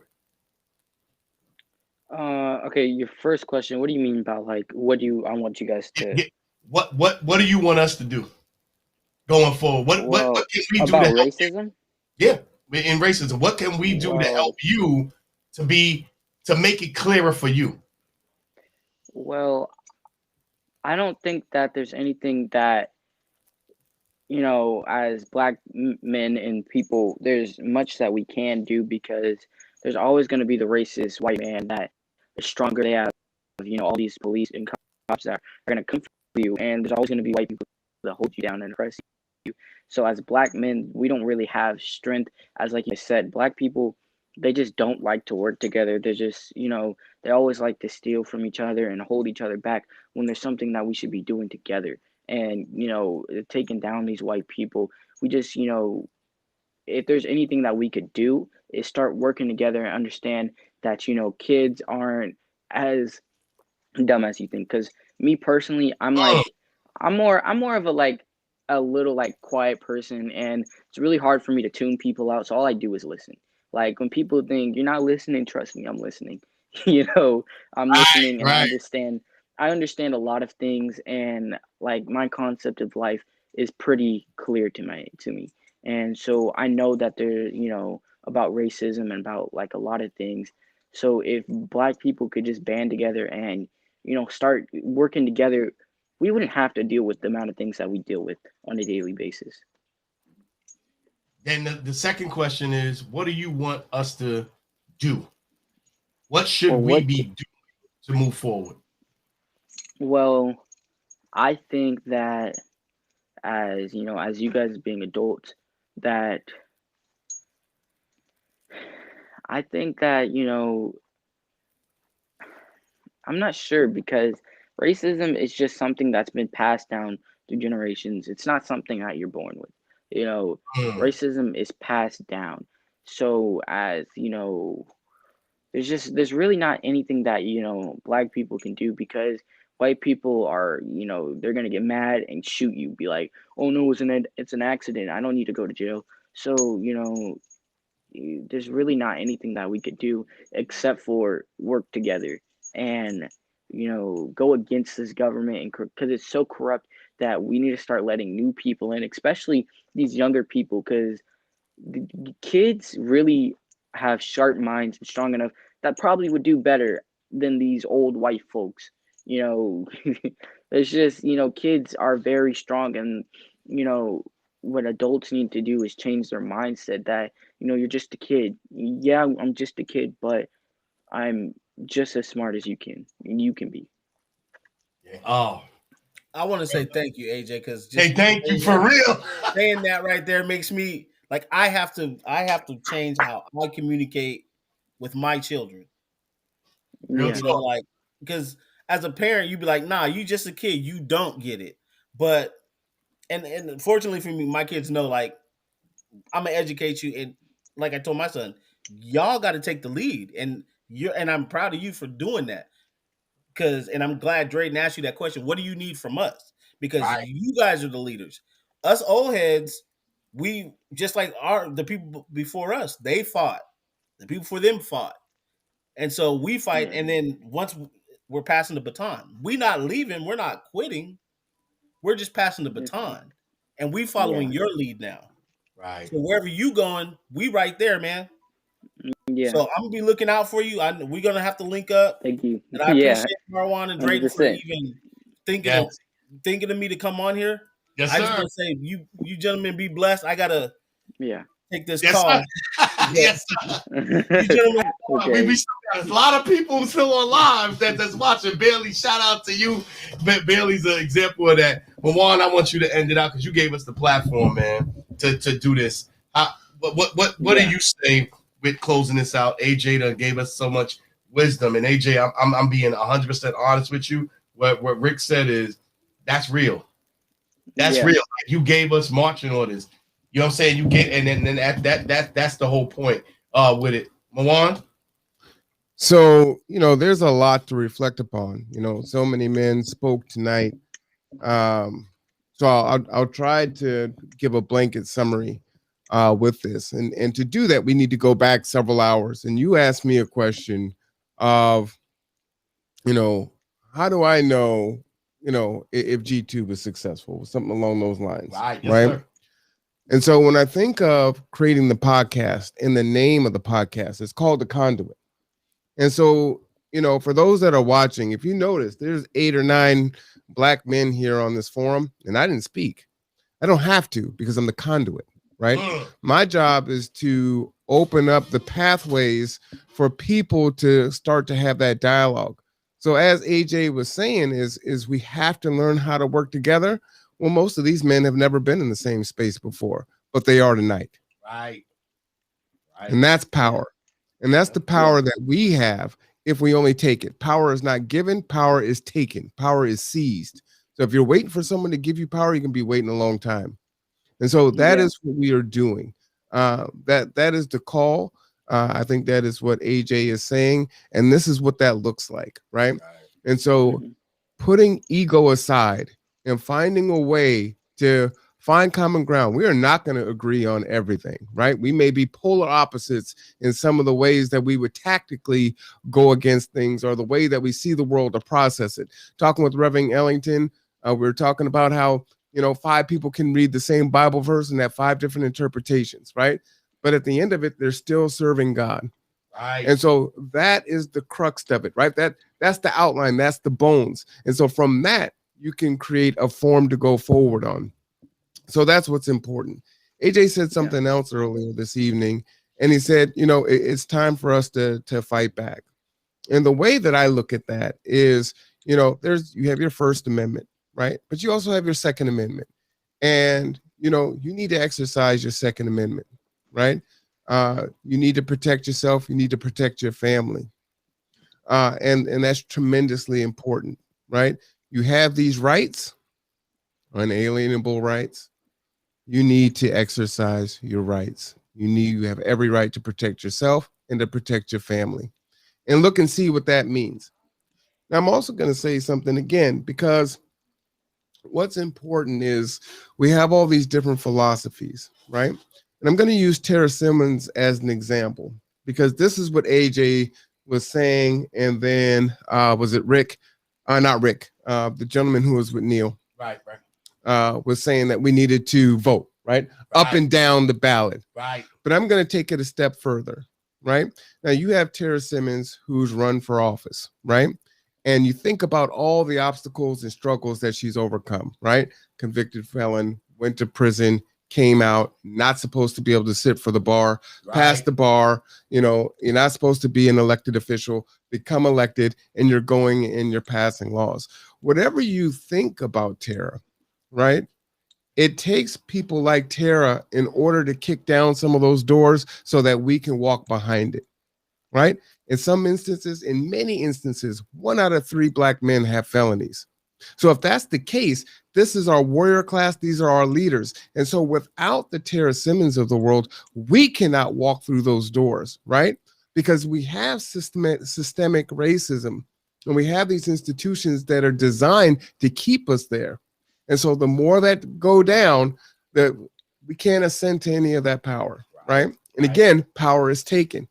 And so we have to make sure that we, take advantage of the allies that we have and make the most of those opportunities, right? What is critically important in what was his name? I want to get his name. Neil? No, not Neil. The person that was with him. I don't know. Oh, gotcha. Yeah, he never said it. What was important with the person that was with Neil was saying voting up and down ballot. And yes, that is absolutely important. We cannot come out just for the president. And we do have to come out locally. But we need to run. Yes. It's now time for us to be in those positions, and we can be in those positions. Tara proves it. Drayton proves it, right? We have it. We've got the blueprint. And now once someone has set that precedence, right? Convicted felon, passing the bar, right? Being allowed to take the bar and be a practicing attorney, able to be elected into office. Now it is open for us. Living in poverty and sitting on a school board. So what are we going to do with it, right? So our ally has kicked the door open. Now what are we going to do? So now it is our time, right? So, this must continue. We've got to find a way forward. We got to find a way to put our things to the side and come together for the greater good. Indeed. For my daughter, who I love dearly, for your children, who you love dearly, AJ, for yourself, right? And hopefully your children, right? As you come into adulthood, that's what it is. Power is seized; it's not given, and it's time. And this is what that looks like. So, I salute all of the powerful men, and in particular all the Black men tonight that were on the panel, and everyone who is in this fight, fighting the fight. And that's real. Let me tell you this. Let's go back. AJ, we thank you so much. We thank everybody that was on there. Daryl, Rick, Neil, Ron, Coach Chuck. Who else? Did I miss anybody? Let's see. There was a lot tonight. There was a lot, right? Yeah. God, we thank you all. And like we said, AJ, you already know you done got the support. Just stay thank you. The spirit, stay humble. And you already know you gave us our marching orders, and we're going to hold people accountable to what you said tonight. And hopefully this will be repodcast and put out again so people can see it, because I think what you said was key to us getting out the way. Getting out the way and letting it happen. And you got my support, man, in the Central Kitsap School District. He's one of ours. I'm just letting you know. Yeah. Love you, man. Yeah. Indeed. All right. And listen, it's still a Kitsap great game. AJ, we'll talk tomorrow, okay? Yes, sir. All right. Yes, sir. All right. Good nice night. talking to you guys. You got it. Thank you, man. So as you guys know, it's the Kitsap Great Give. I'm still on IG. I still got people like Damn, y'all on the East Coast. What's good? And some of my Chicago, Washington people. Listen, man. Oh my God, you gave the platform. You and I'll say this. It is hard to sit back and look at everything that we're doing, raise money, and then know that there's so much still that work that needs to be done. What I want us to get out of, I'm gonna say this. I hate when people say, "Oh man, we still got a lot of work to do." We got to get rid of that, right? And Rob is sitting here. Yeah, you guys know Rob. Rob is part of G2 Construction. I'm going to give him my seat so he can have a conversation with you for a couple minutes. Because that's important, right? Yeah. So, and I was saying this Friday because I was really angry when I went online Friday, and I talked about how, oh yeah, you know, but slavery doesn't end unless there are good white people that help us to navigate through slavery. Exactly. So intellectually honest people are not speaking in blanket statements where it's like, oh, we're talking about white supremacy and dismantling, the institutions that exist, right? Because it's not all. But silence is violence. You can be complicit in your actions by not speaking up and speaking out. And Rob is going to come and sit down, and there's a reason why he helped to found G2. G2? Since its inception. And I'm going to say this. It's still the Kitsap Great Give. It's still open. It's still there. We want you to give. This is the last hour. Those that's in Washington. What time is it now? Oh, it's 11 o'clock. We got what? We got about 11:14. Well, how many minutes is that? I suck at math. 45 minutes. We got 45 minutes. We need some numbers to go up. Give it. Look, I know you sitting on. I know you sitting on that card for your side piece. Why don't you just give that up to G2 and the Foundation for Poverty Homeless Management? We got Kitsap flyers. We got Up From Slavery. Look. Your liquor money, all that side stuff that you got. Let's go, man. Let's give to a great cause. I told you, money has a face to it. The donations that you give, you heard it today. The foundation. This is why. And let me say this. What I love is that this is my brother. When I came to him and said we got to do this. We got to do this together. Because I didn't want the competition. I didn't want to feel like I had to compete and everything. This is family over here. And I told him any space that I'm in, you're going to be represented. And that goes for a lot of the people that you saw in there. Kitsap Flyers, Ron, all of them. But our organization, we have helped. We got on my side, we got 5 other companies that help build people's businesses. So the things that you see us doing is not just for us. It's to make people better and raise them up. Mawan and I had this conversation. I said this earlier. He and I would get on the phone 4 hours. Turn around, it's 4 o'clock in the morning. And this man got to get up at 5. I got to get up, take care of the boys, get them out the door, and I'm on Zoom. So our reason for coming together is because we have to learn how to do that. Not just in Kitsap County, not just in Washington State, but throughout our nation. We have to learn how to get rid of, we're both bosses. But every now and then, I'm good with being on the train while he's driving. Same way that in my spaces, he's doing the same thing. Same thing with our crews and people that see around. If we don't know how to do that, if we don't know how to say, you know what, you take the lead on this, I'm good. We're going to not. Exactly. I will always be. Shout out to OC. Shout out to Dr. Phillips. Organized leadership. Dr. Phillips, Dr. Karen Bolton. The greatest thing that I learned in that organization at Olympic College was being a servant leader. I serve. I will wash the leopard's feet. The person that you don't want to touch, we would touch them. We have. The people that you say, you know what, I don't want to deal with that, we would deal with them. So when you see G2, when you see the Foundation for Homeless and Poverty Management, Family Day Foundation, this is what we do. I've went in the camps. Like I told y'all earlier, my friend died. I had a friend that was homeless in Seattle. I used to bring him to the game. Take him to Ross, get some clothes real quick. You know, never took a shower, but put some clothes on him, take him to the games. This man died because it rained for 4 days. He got sick. I didn't understand it. He took the ferry with me, came back. I came back in 2 days. They said, yo, he died of ammonia. It's real. So we go into the trenches. And I'm not saying nobody else does it. I'm not saying or pointing. I'm just telling you what we do. And I've seen G2 do that. You know what I'm saying? And I think that one of the things that we have to, yeah, there you go. I think one of the things that we have to really understand is there's different levels. Mm-hmm. There's different levels. And not everybody, my grandma used to say this. I hated it, but I get it now. She said, when my mother died, right? So I go to live with my grandmother. She's going to talk about, I got palm olive hands. So I didn't know what the hell that meant when I was young. What does that mean? But when I got older. Don't you remember those commercials? Exactly. But she said, what you used to do over there with your mother? You ain't put no work in? She made sure I put work in. I couldn't go out Saturday without cleaning the bathroom or anything. But we got levels. Yeah. And not everybody's level's the same. No. I can't do what Rob does. I wouldn't even try. But Rob and also Ray. Yeah. You guys are in construction. You guys do the hard work. And this, like, let me tell you this.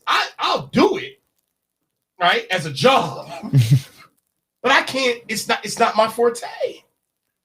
I got into a construction site and the dude told me, I'm gonna give you 2 minutes. Let's get the hell out of here. So let's Rob has been since the inception of G2. Yeah.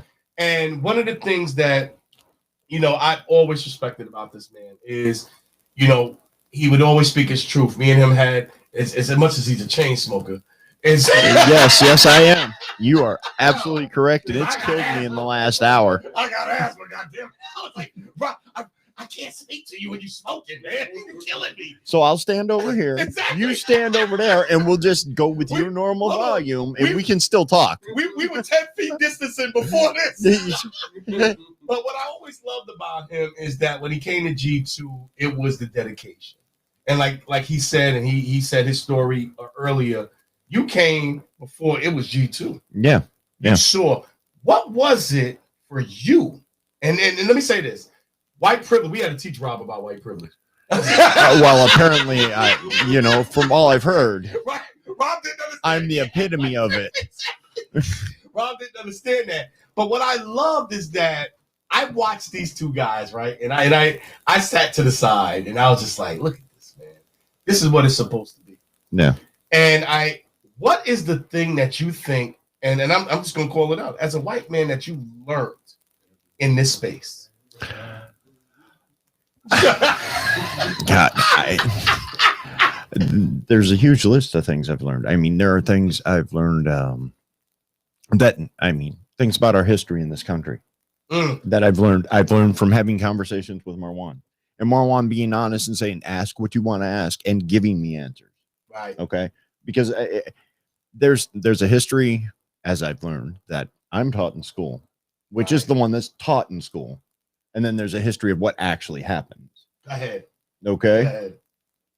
So to learn those things. And you know, I mean, Marwan spoke to this before, but I grew up in a farm town outside of Detroit. The first black person I went to school with, I was in 12th grade. Okay. So, I mean, I could go into the city and I'd see them, but I didn't interact with anybody. Right. Because, I mean, you go to a concert, okay, just walk by, go to a concert. That's, you know what I'm saying? Yeah. We was on rock at that time. Oh, yeah. So, you know, and then I joined the Navy. And again, I started having more interactions. And I mean, and it was shocking to see a person of color. To, again, I grew up in the middle of this country. Do you think I ever saw a Filipino? I mean, so these are culture shocks to somebody that didn't grow up that way. I thank my parents for the fact that My dad never raised me to be a bigoted jackass. Right. Okay. Right. He raised me. AJ said it. Yeah. It's passed down. Yeah. Oh, it's a very learned behavior, and right. I have not taught my son that behavior because that's not me. Right. Right. So back to learning things in this space.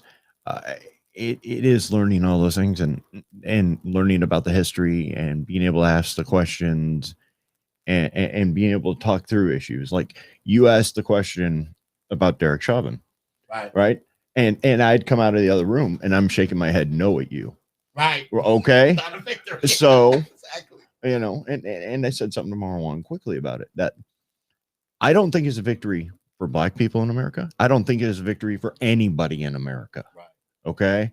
I think that what was brought and passed down was a verdict that the whole world saw was guilt. Okay. America. Yeah. Right. But I mean, everybody watched that 9 minutes and 29 seconds. Right. Everybody. So there's no doubt in your mind. He killed the man.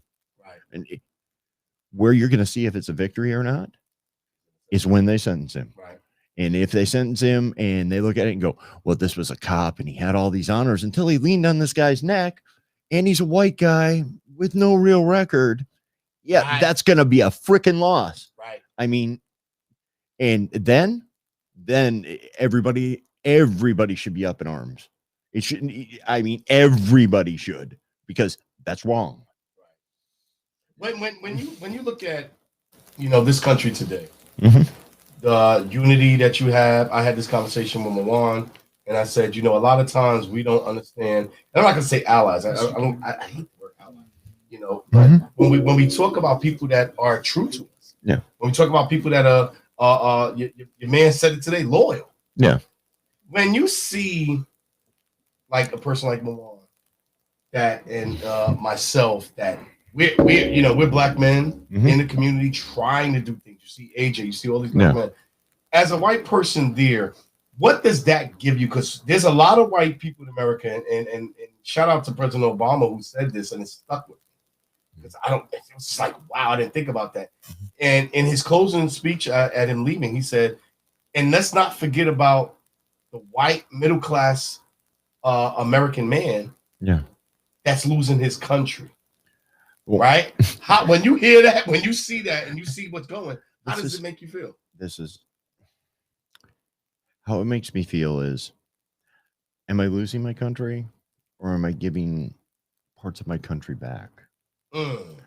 But to your statement, me and Marwan were having a conversation, and he had made a statement at me, and I actually stopped to think about it. And it was, like you said, I'm losing my country, but by the same token, everybody hates me. Okay? I mean, the alphabet group, I mean, you name anybody on the face of the planet, what is the bane of your existence? A middle-aged white man. Right? I didn't do anything, do you? And I'm here trying to help. And and again, I'm speaking in blanket statements. Right, I mean, it's not just me personally, but your lived experience. Right? Yeah. So, but is that going to stop me from doing what I'm doing? Is that going to stop me from trying to help people? Not a bit. So what is racism? I'm gonna ask this question. Okay. What is racism to you? How does that look to you? How does racism? Man. Neil lost his internet. They were like, racism to me, it's all the things this country's done to every other race that is not white in the history of this country. It's all the hate groups that are out there right now. Hate groups that, I mean, I want no part of. I don't like. I don't want around. Hate groups that were promoted that grew when Obama was president, but that got to come out from behind the curtain, took the hood off. Hey, man, we're out here in the street because, that was acceptable. Right. And I don't find it acceptable. I find it despicable. I find it sickening. I find it angering, maddening. Racism or systemic racism. I would have told you up until 2 years ago because I never experienced it, never saw it. I get a phone call one day because my best friend and my executive director gets pulled over. I come down there and watch that cop's attitude change. Shut up. Why does that make a difference? This man wears a suit and a tie all day long. I show up in t-shirts and a pair of jeans, and I get more respect. Shut up. That's not right. Yeah. So suit and tie every day. Every day. Wow. So This is what you get by putting me next to you, right, man? I mean, you want the truth. I'm gonna give you what I think. Okay. So I don't like to ask what white people should do. Shout out to the many friends that I have. I mean, in government, Lori, both Loris, right? So many white people that they champion the change.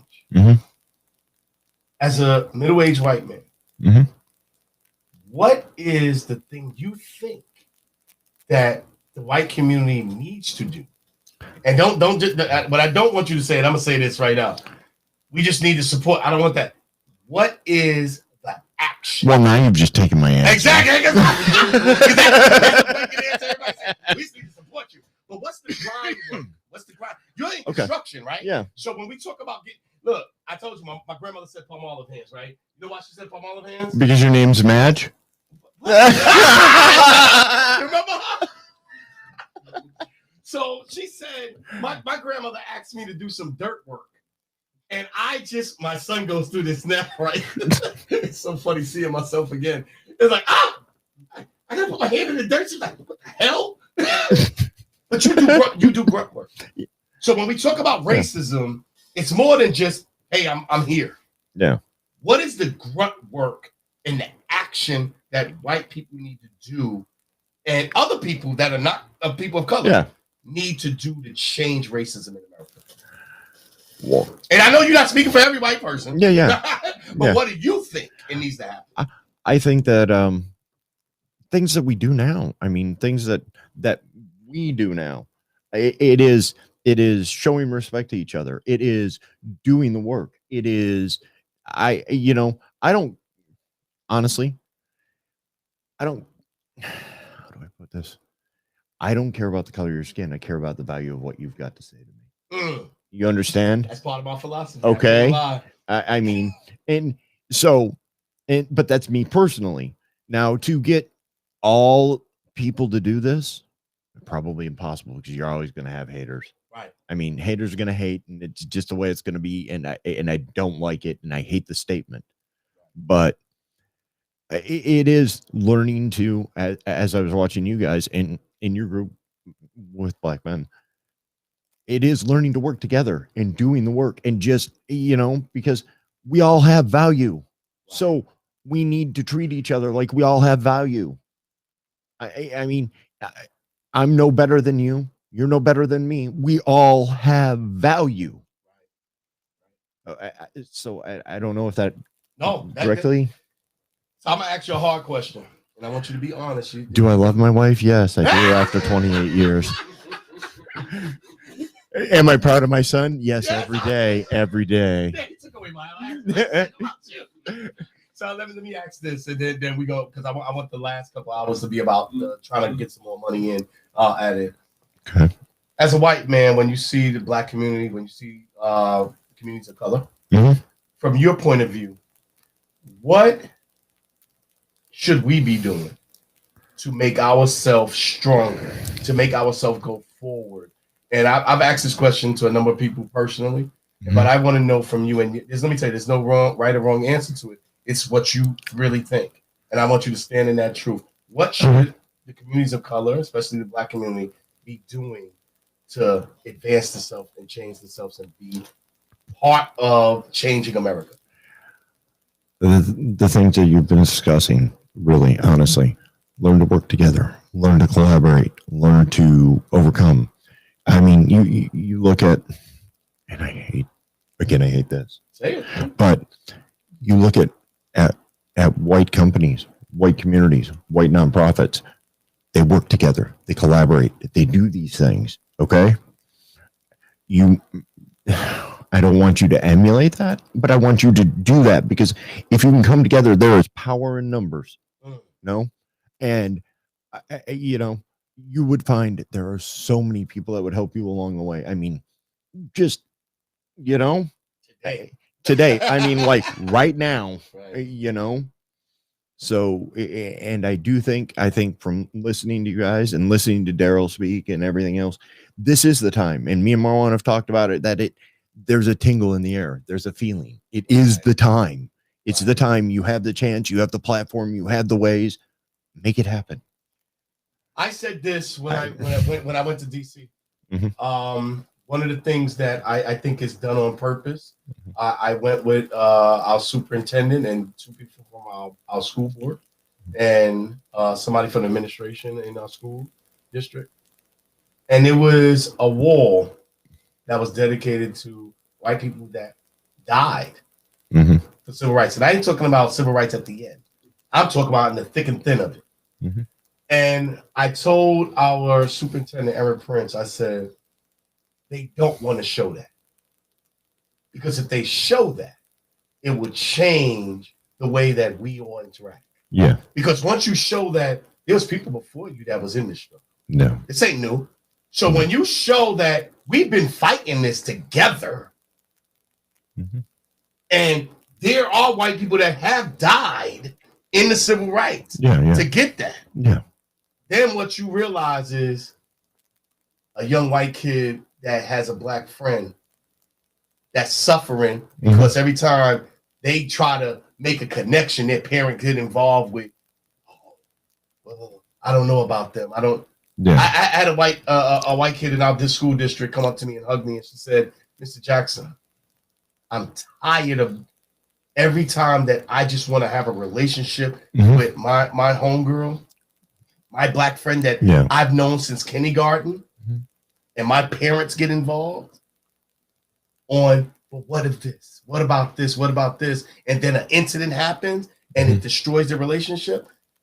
I think by design, they don't want to promote that white people in us. We have that friendship. I ain't gonna say allies. I hate allies, right? Because allies have a distance to it. But when we say friendship, when we say partnership, when we say things that we gonna ride or die to, this is what it's all about. And I'm saying this now on the podcast. Founding member. One of the first people that Ramon introduced me to when after everything got up, it was him and his family. Yeah. It's the board. Yep. So for that to happen and for you to come this way, and a lot of people would say, let me tell you this, you go down south. I have a friend that said something to me that was very real about this situation. I never said it, but and don't be mad at me. I know he's gonna see it. He said, damn, how does he feel as a white man being over a black man? And when he said that, like, he was real. He wasn't playing about it. He was dead up serious because he saw the interviews and everything. He was dead up serious. He was like, wow, like, because he saw you dressed up and he saw him not. And he was like, damn, how does he feel? Really? And real talk. And, we had a small conversation about it. And, like, he's coming from a different place, and I don't think it's racist about this thing. It's like, wow, like, how's that working out? Like, well, you can talk about the Tacoma Dome. Don't. There you go. Nah, don't. I mean, but so we gonna talk about the incident real quick at the Tacoma Dome, right? So I can say, this. I work for the company, so yeah. So the whole time, there's this man, white, and G2 had a contract with the Tacoma Dome. Yeah, doing concessions. True story. And everything that G2 was doing was on point. Yep. Didn't want to pay him. Start making arguments about they black and this and that. Oh yeah. So what Mawan did, and what I love about Rob is Rob has understood. I'll never forget in the beginning when we had this conversation with Rob. Remember when we said, like, understand when you walk into some place, and we walk into some places different. Yeah. And he didn't get it in the beginning, right? I don't like it still. Yeah, and then Mawan set him up. Mawan went in to something, got a different response, and he walks in and like what I love about him, he ain't putting on a suit. This is not a true statement. I will put on a suit, and there are pictures in different places Show of me. me in Show a me the suit. picture. Show me the picture with the suit. You only gonna get them from Stephanie, and you better hope that she lets you see them. His wife, exactly. He gonna do it for his wife. But what I love is that